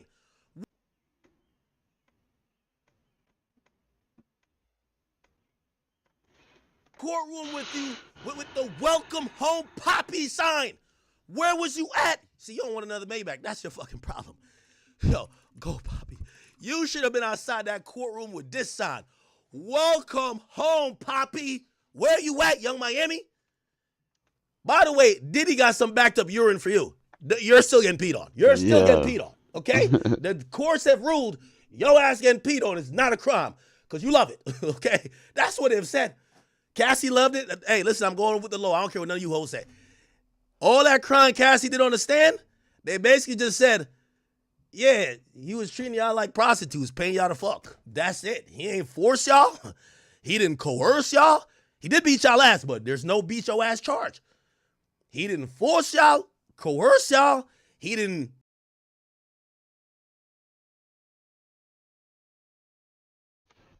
Nah, the feds did a sloppy ass job. That's the only meaning of the goddamn ruling. Y'all are hoes. Point blank, period. Y'all are hoes. Okay? And if y'all think we about to put this man in jail for life because you're a fucking hoe, it's not happening. It's not happening. It's not happening. Okay? Now, so this day is going to unfold in different places, is what we imagine. But right now, you hear there's one gentleman. He's been screaming the whole time. We've been impressed by how he keeps going. But there are a lot of people who are going to have a reaction to this. Certainly, if Sean Diddy comes out of this building, it's going to get really interesting out here. But right now, everybody here is on standby, paying attention to what's happening. I might get a copyright. Upstairs. I might get a copyright strike for this. I might get a copyright strike for this. You ready? I might get a copyright strike for this one. Do it. I ain't gonna lie.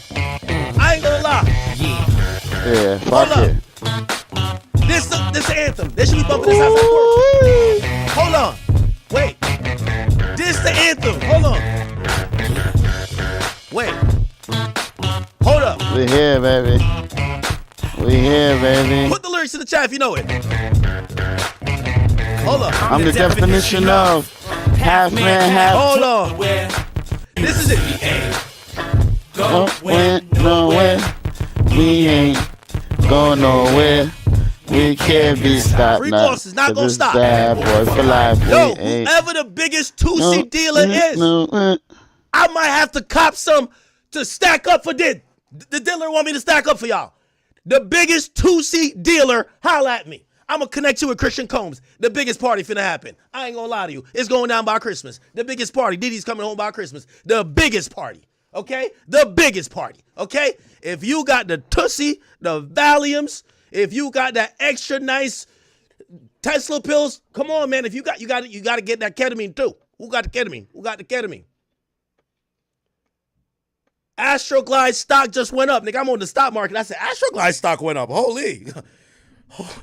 That must be the bulk order. The bulk order. Okay. By the way, the Feds got to return to Astroglide. You got to return it. You got to return to Astroglide. You got to return to Astroglide. Shout out to Diddy, man. My man had 5,000 bottles for a reason. He's still going to use it. Okay? Quote, there is a real risk that he will flagrantly disregard orders from the court, and he cited the drugs found in Sean Combs' hotel room before he was arrested last September. We just talked about that. Right, and the judge is saying now that he needs time to think about it. Oh, so you think he needs... Okay, the updates are... Hold on. Let me just get you the updates. CNN up in court. They still ain't leave. Okay. So count one, racketeering, which carries a maximum life imprisonment, not guilty. A minimum of 15 years for sex trafficking of Cassie. Man, Cassie knows, take your $20 million and bring your stupid ass off, man. You know you was having the time of your life with Diddy, man. Ain't no more. Well, you could get a private jet now. You got $30 million. Why are you so mad? Yes, you was doing some prostitution shit for him.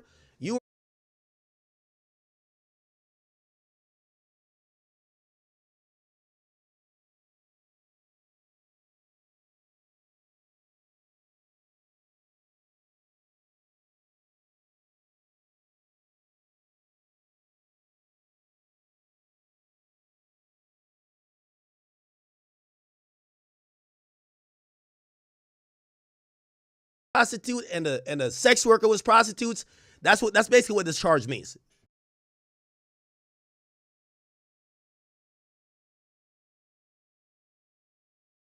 The court, and I know I'm talking colloquially, but I'm explaining it to you in layman's terms. According to what the court and the jury has decided, all the conduct of the freak off was not sex trafficking. It was basically a nigga paying two people to fuck. You're paid two people to fuck. So imagine getting a bitch off Craigslist. I don't know if that still exists.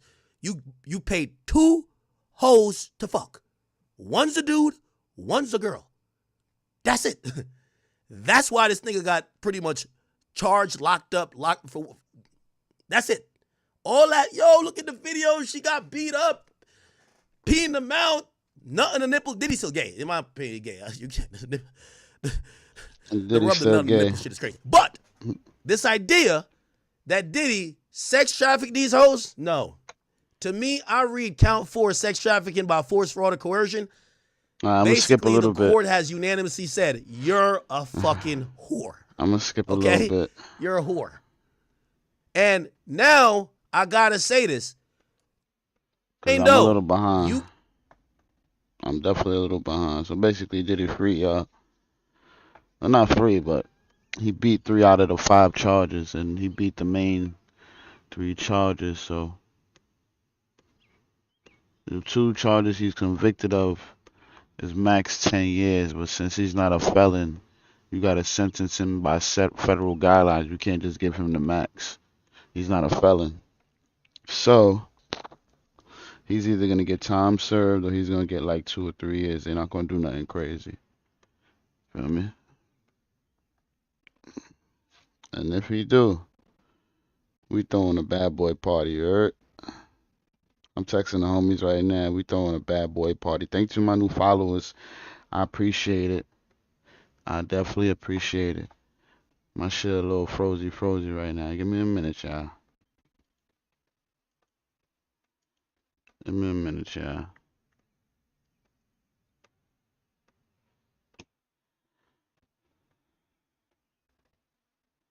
Yeah, my shit going a little crazy right now. I don't know why.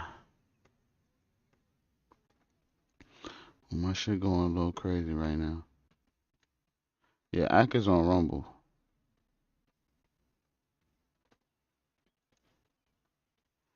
Ack is on Rumble. Yout. Damn.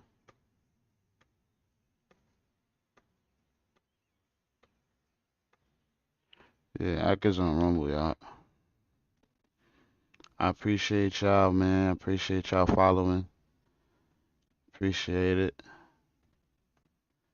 Let me get my shit right before I put it back for y'all. Just give me a second. Gotta figure out why frames are dropping.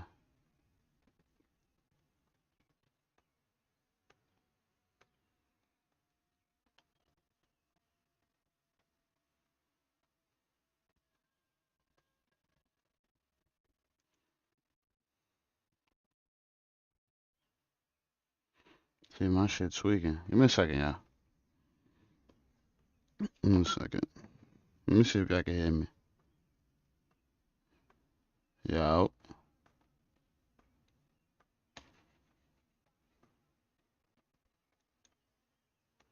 Yo. Okay, we good. We good. I just gotta close this joint. Once I close this joint, we good. If y'all wanna, watch Ack, he's on Rumble and motherfucking YouTube. If y'all wanna stay here and tap it with me, stay here and tap it with me, man. Tap in. I play music, I do reaction videos.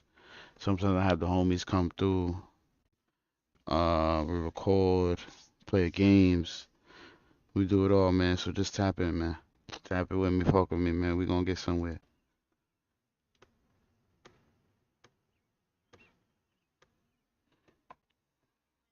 Let me get started on my drink. I got my drink coming out. Mama's tea. Feel me? I'm gonna have my drink coming out, man. So I'm excited about that. Definitely excited about that. Yo, Diddy about to come home, son. It's crazy, man. Diddy about to come home, y'all. Wow. Diddy about to come home is fucking crazy, bro. Diddy about to come home, man. Wow. Let's see what we got going on here. I'm gonna play a song real quick. Fuck it. While I fix my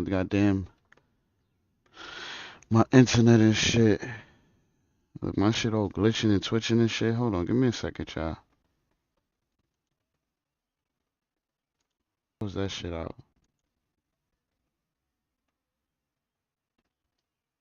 Damn, Diddy. They gonna have. So now that we know what a freak off is, this nigga he's gonna get a baby oil sponsorship. That nigga might be doing, nigga, this shit crazy. They thought they was gonna get the boy. That's what they thought. They thought they was gonna get the boy.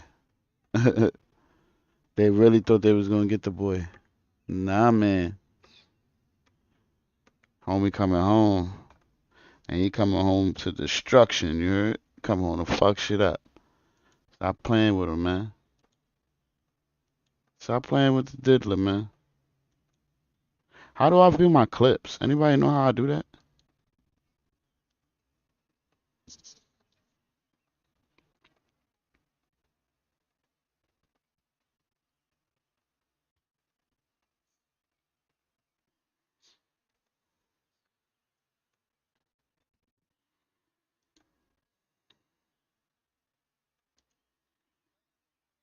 Anybody know how I check my clips? I don't know how to do that. I'm just an old nigga trying new nigga shit.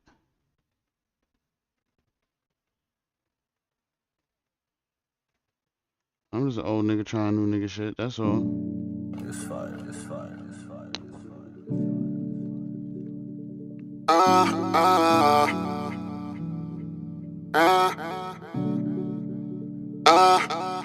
She wanna leave. Say she wanna leave. She wanna leave. Girl, by all means. Diddy about to Just come do me a home, favor. y'all. Don't come back. Don't come back. I wouldn't be Say she surprised wanna if he came leave. home today. It wouldn't surprise She me. wanna leave. Girl, by all means. Just do me a favor. Don't come back. Just do me a favor. How many times you gonna break my heart? Can't take no more. Girl, just leave peacefully. Said she don't know what she see in me. Lately been thinking the same thing. She told me that she was gone. That she wanna leave. Alright, that's what I get. That's what I get. That's what I get, chat. Fuck with me, chat. Fuck with me, chat. We got more shit on here. I could do. See, I could do this.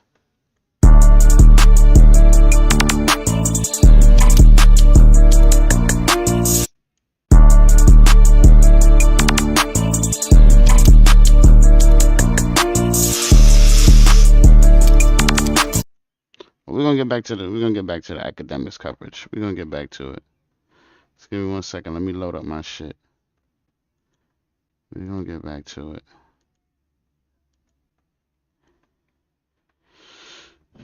How do you feel when you're hungry and you don't have no food to eat?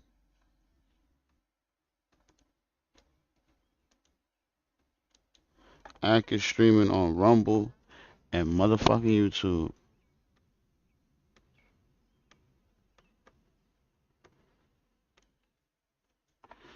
What else on YouTube?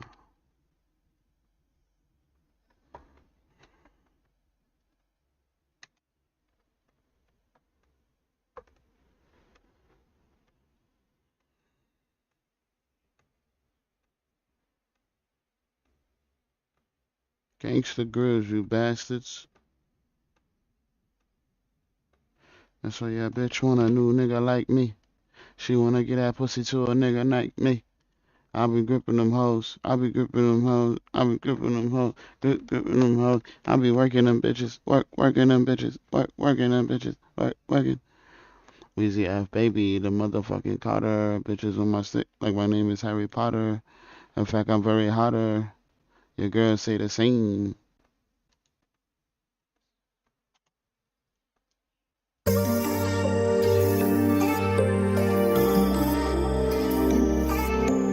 Damn, Sky, this is fire. Project nigga, I can't leave, what the fuck? Hood decorated and my stripes look me up. Trapping was the most, kept it truly just Why did it taking so long? Family kinda famous, we was known for selling drugs. All of us are stocks. I'm on my way in the booth, rapping just for fun. Singing just for her. Baby.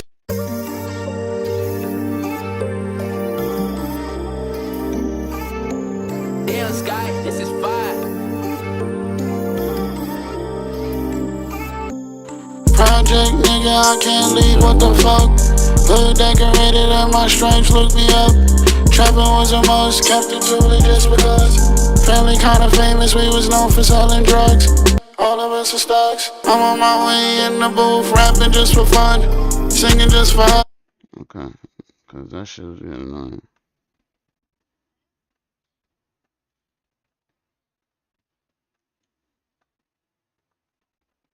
Let's get back to what the fuck we was doing.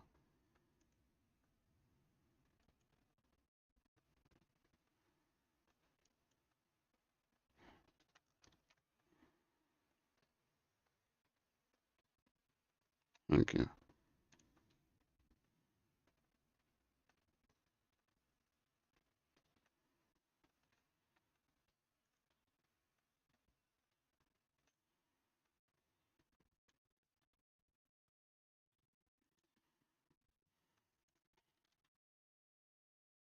Bro, millions of dollars. 200. Look, listen. There's 200 go to jail. I speak to. Told me, say, yo, bro, you gotta fight. And I ain't gonna lie to you, he fought. That nigga fought. He told me. Bitch, I deserve a refund. That's what he's thinking.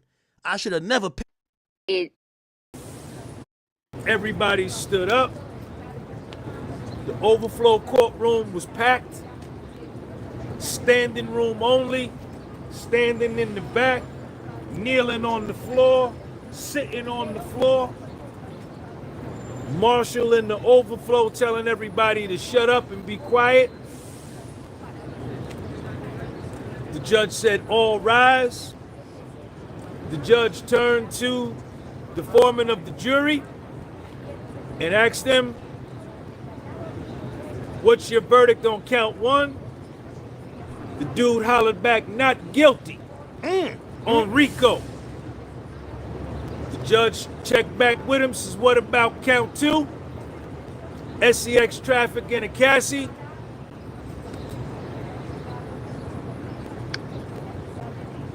Foreman of the jury said, not guilty. Let's go. The judge stopped back at him, says, what about the transportation to engage in the selling of a person? The jury foreman said, guilty. As to count four, SEX trafficking of Jane Doe. Sidebar. What's your verdict? Not guilty. SEX selling of the body for Jane Doe, guilty. Puffy beat the feds on a RICO, which carried a life sentence. Puffy beat the feds on SEX trafficking, which carried a minimum of 20, 15. Maximum of life. 15 to He life. beat him. He took him to trial and he beat him. Straight up, fair and square. Even though they cheated. Even though they cheated. How they cheat, Unc? Tell me how they cheated. Even though they cheated. Go ahead, pop it. Even though they cheated. Start popping it, Unc. Unc finna pop it. Now, Even Unc though finna they pop cheated. it. Talk about it, Unc. Even though the feds cheated. He beat him Nah, fair and Unc square. smooth. Now, Unc Unc about to smooth. start popping it now. He beat him fair and square. Unc about to start popping it. Tenny Garagos is crying. Tenny start Garagos is crying. She blowing her nose. Wiping her eyes, Tenny Garagos is crying. They said not guilty? Not guilty. Tenny Garagos was crying. Puffy looking over at the jury, doing this to all the jurors. Thank you.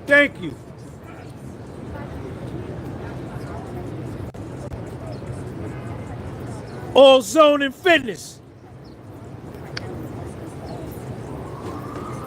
I got the best coffee in the world. My coffee the best. All Zone Fitness. Thank you for the super chat.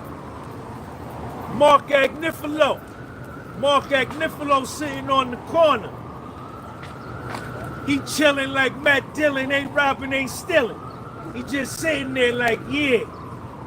Brian Steele over there posted up like this. Yeah. Nicole Westmoreland sitting down right here. She just looking. Xavier Donaldson just looking. Jason Driscoll on the end. He looking. Alexander Shapiro over there.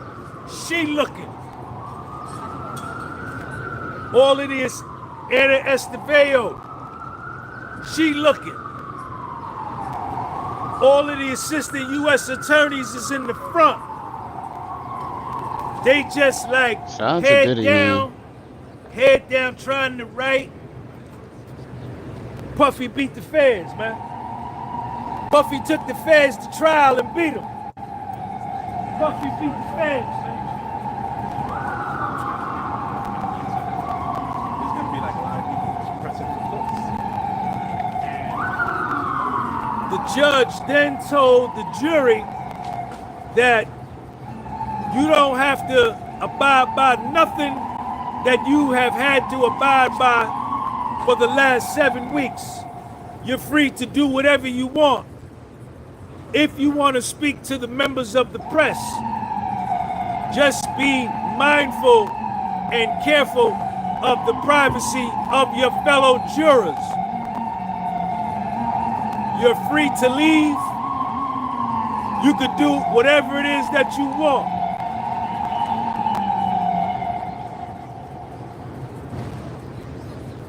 Mark Agnifilo stood up. And said, Your Honor, Tenny Garagos is crying.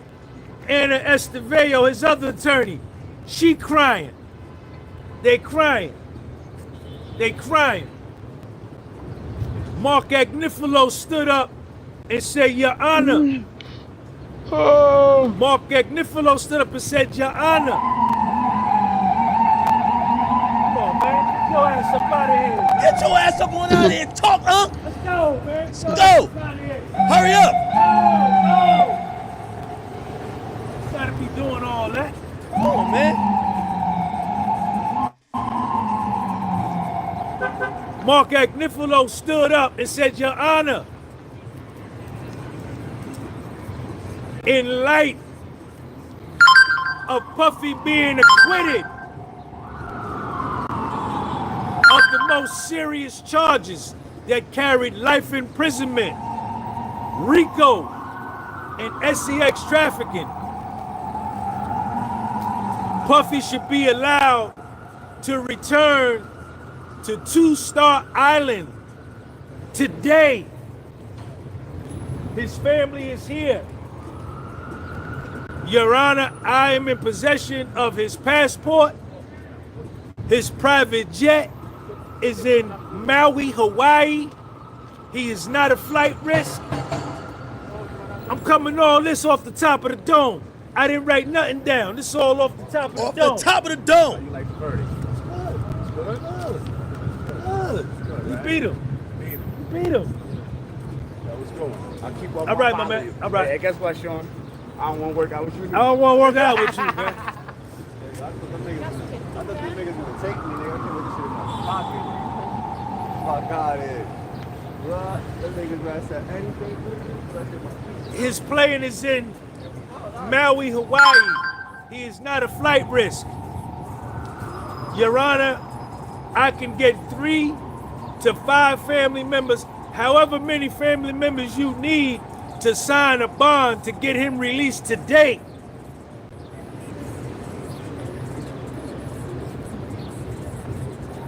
This man was facing life in prison. He has been acquitted of the most serious charges.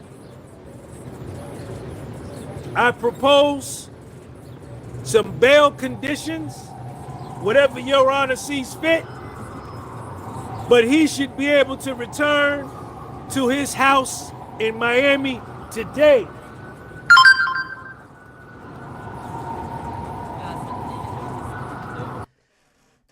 Hexiest man in the world. Thank you for the 10 and said, we know the whole damn time. Thanks to Sean G. Keeping it a buck. Everyone said he was cooked because it was fast. I knew it was because they saw clearly as Sean G did. Sean's going to get that interview. I'm going to make sure that happen. I'm going to make sure that happen. I promise you I'm going to make sure that happen.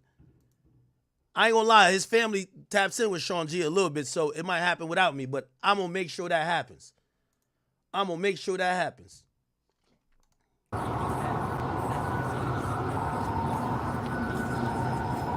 The judge started talking. Puffy can't believe it. Puffy is in shock. Puffy can't believe it. He's in shock. He's relieved. Is he crying? Is he crying? The judge says, Mr. Combs, I'm sure you do not want to go back to MDC Brooklyn. Puffy starts shaking his head like this to the judge, like, hell no. Grand Heist, thank you for the 50 gifted memberships. Big Grand Heist in the building. Damn, 50 gifted on the memberships. Thank you, my brother. Thank you, my brother. Thank you, my brother. Thank you. Your Honor, well, this is all happening in real time. We're going to be here all day. Is there a response from the prosecution?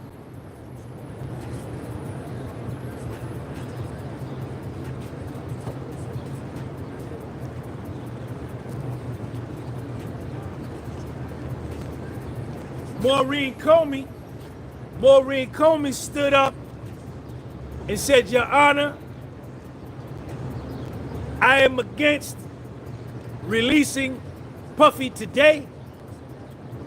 He has still been convicted of some very serious crimes which carry a maximum penalty of 20 years. How she gets to the 20 years is that the maximum sentence of SEX selling of the body under the federal sentencing guidelines is 10 years. 2 counts, 10 years, 20 years. But she is putting gasoline on it, lighter fluid on it, because there's no way that they're gonna run each of these counts consecutively. Facts.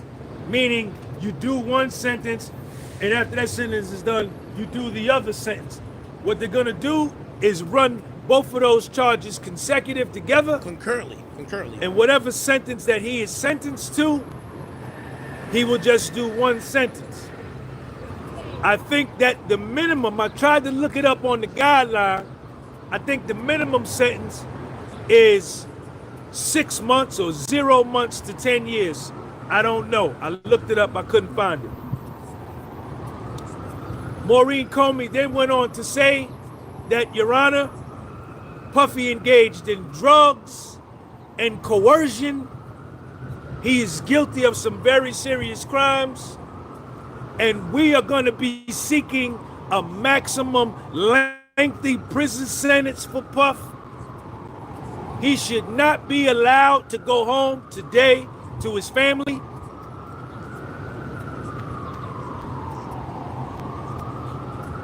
When he came to self-surrender, when we arrested him back September 2024, he had drugs on him. He knew he was under investigation. He was still engaged in sexual activity of this nature. He used drugs. Everything she said about why he should be remanded back to MDC Brooklyn he just got acquitted of. He got acquitted of that. He got acquitted of that. So, got acquitted. Not guilty. Not guilty. Trafalgar Law, thank you for the 10. Is right, thank you for the 2. Totally against. Big Chris, thank you for the 2. Draco, thank you for the 2. Period. Maureen Comey is totally against. She wants I Puffy bet she is. to be remanded back to MDC Brooklyn.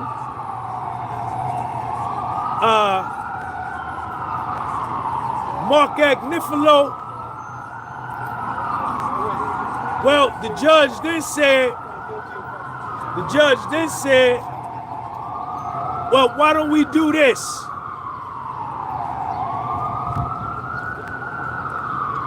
Maureen Comey, can you give me a precedent or an instance when a defendant was guilty of SEX selling up the body where they were not released, where they were remanded back? Who's that? Low battery, thank you for the 2. It says, wonder what cap-ass reporter is going to say. I don't want to mention that person's name. I heard that person don't really get along with me. I don't even know what her issue is with me. Her name Tisa, something like that. I don't know where her issue be with me. Feel me? Puffy's other attorney, dark-skinned Jermaine, Jason Driscoll, is already on his laptop looking up cases similar to Puff's.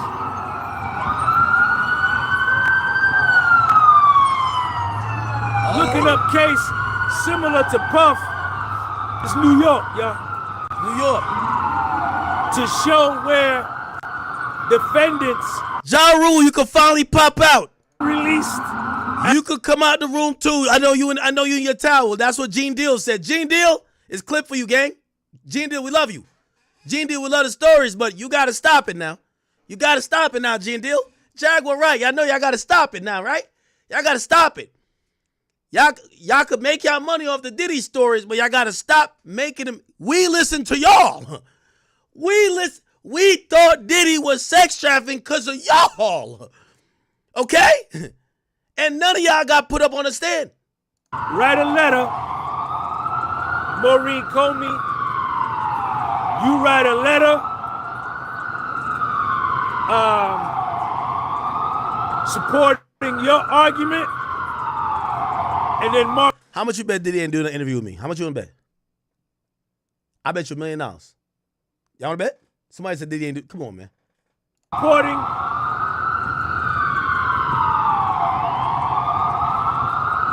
You write a letter supporting your argument. Get this motherfucker, man. Yo!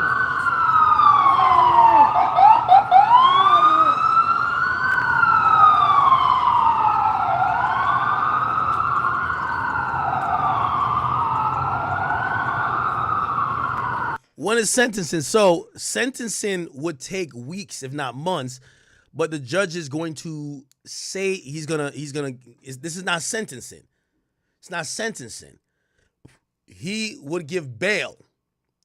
So Diddy, because of the convictions and the amount of time he's facing versus the amount of time he's served, Diddy's asking to go free on bail until sentencing. Sentencing is probably going to be for 3 months. Maybe a little bit sooner.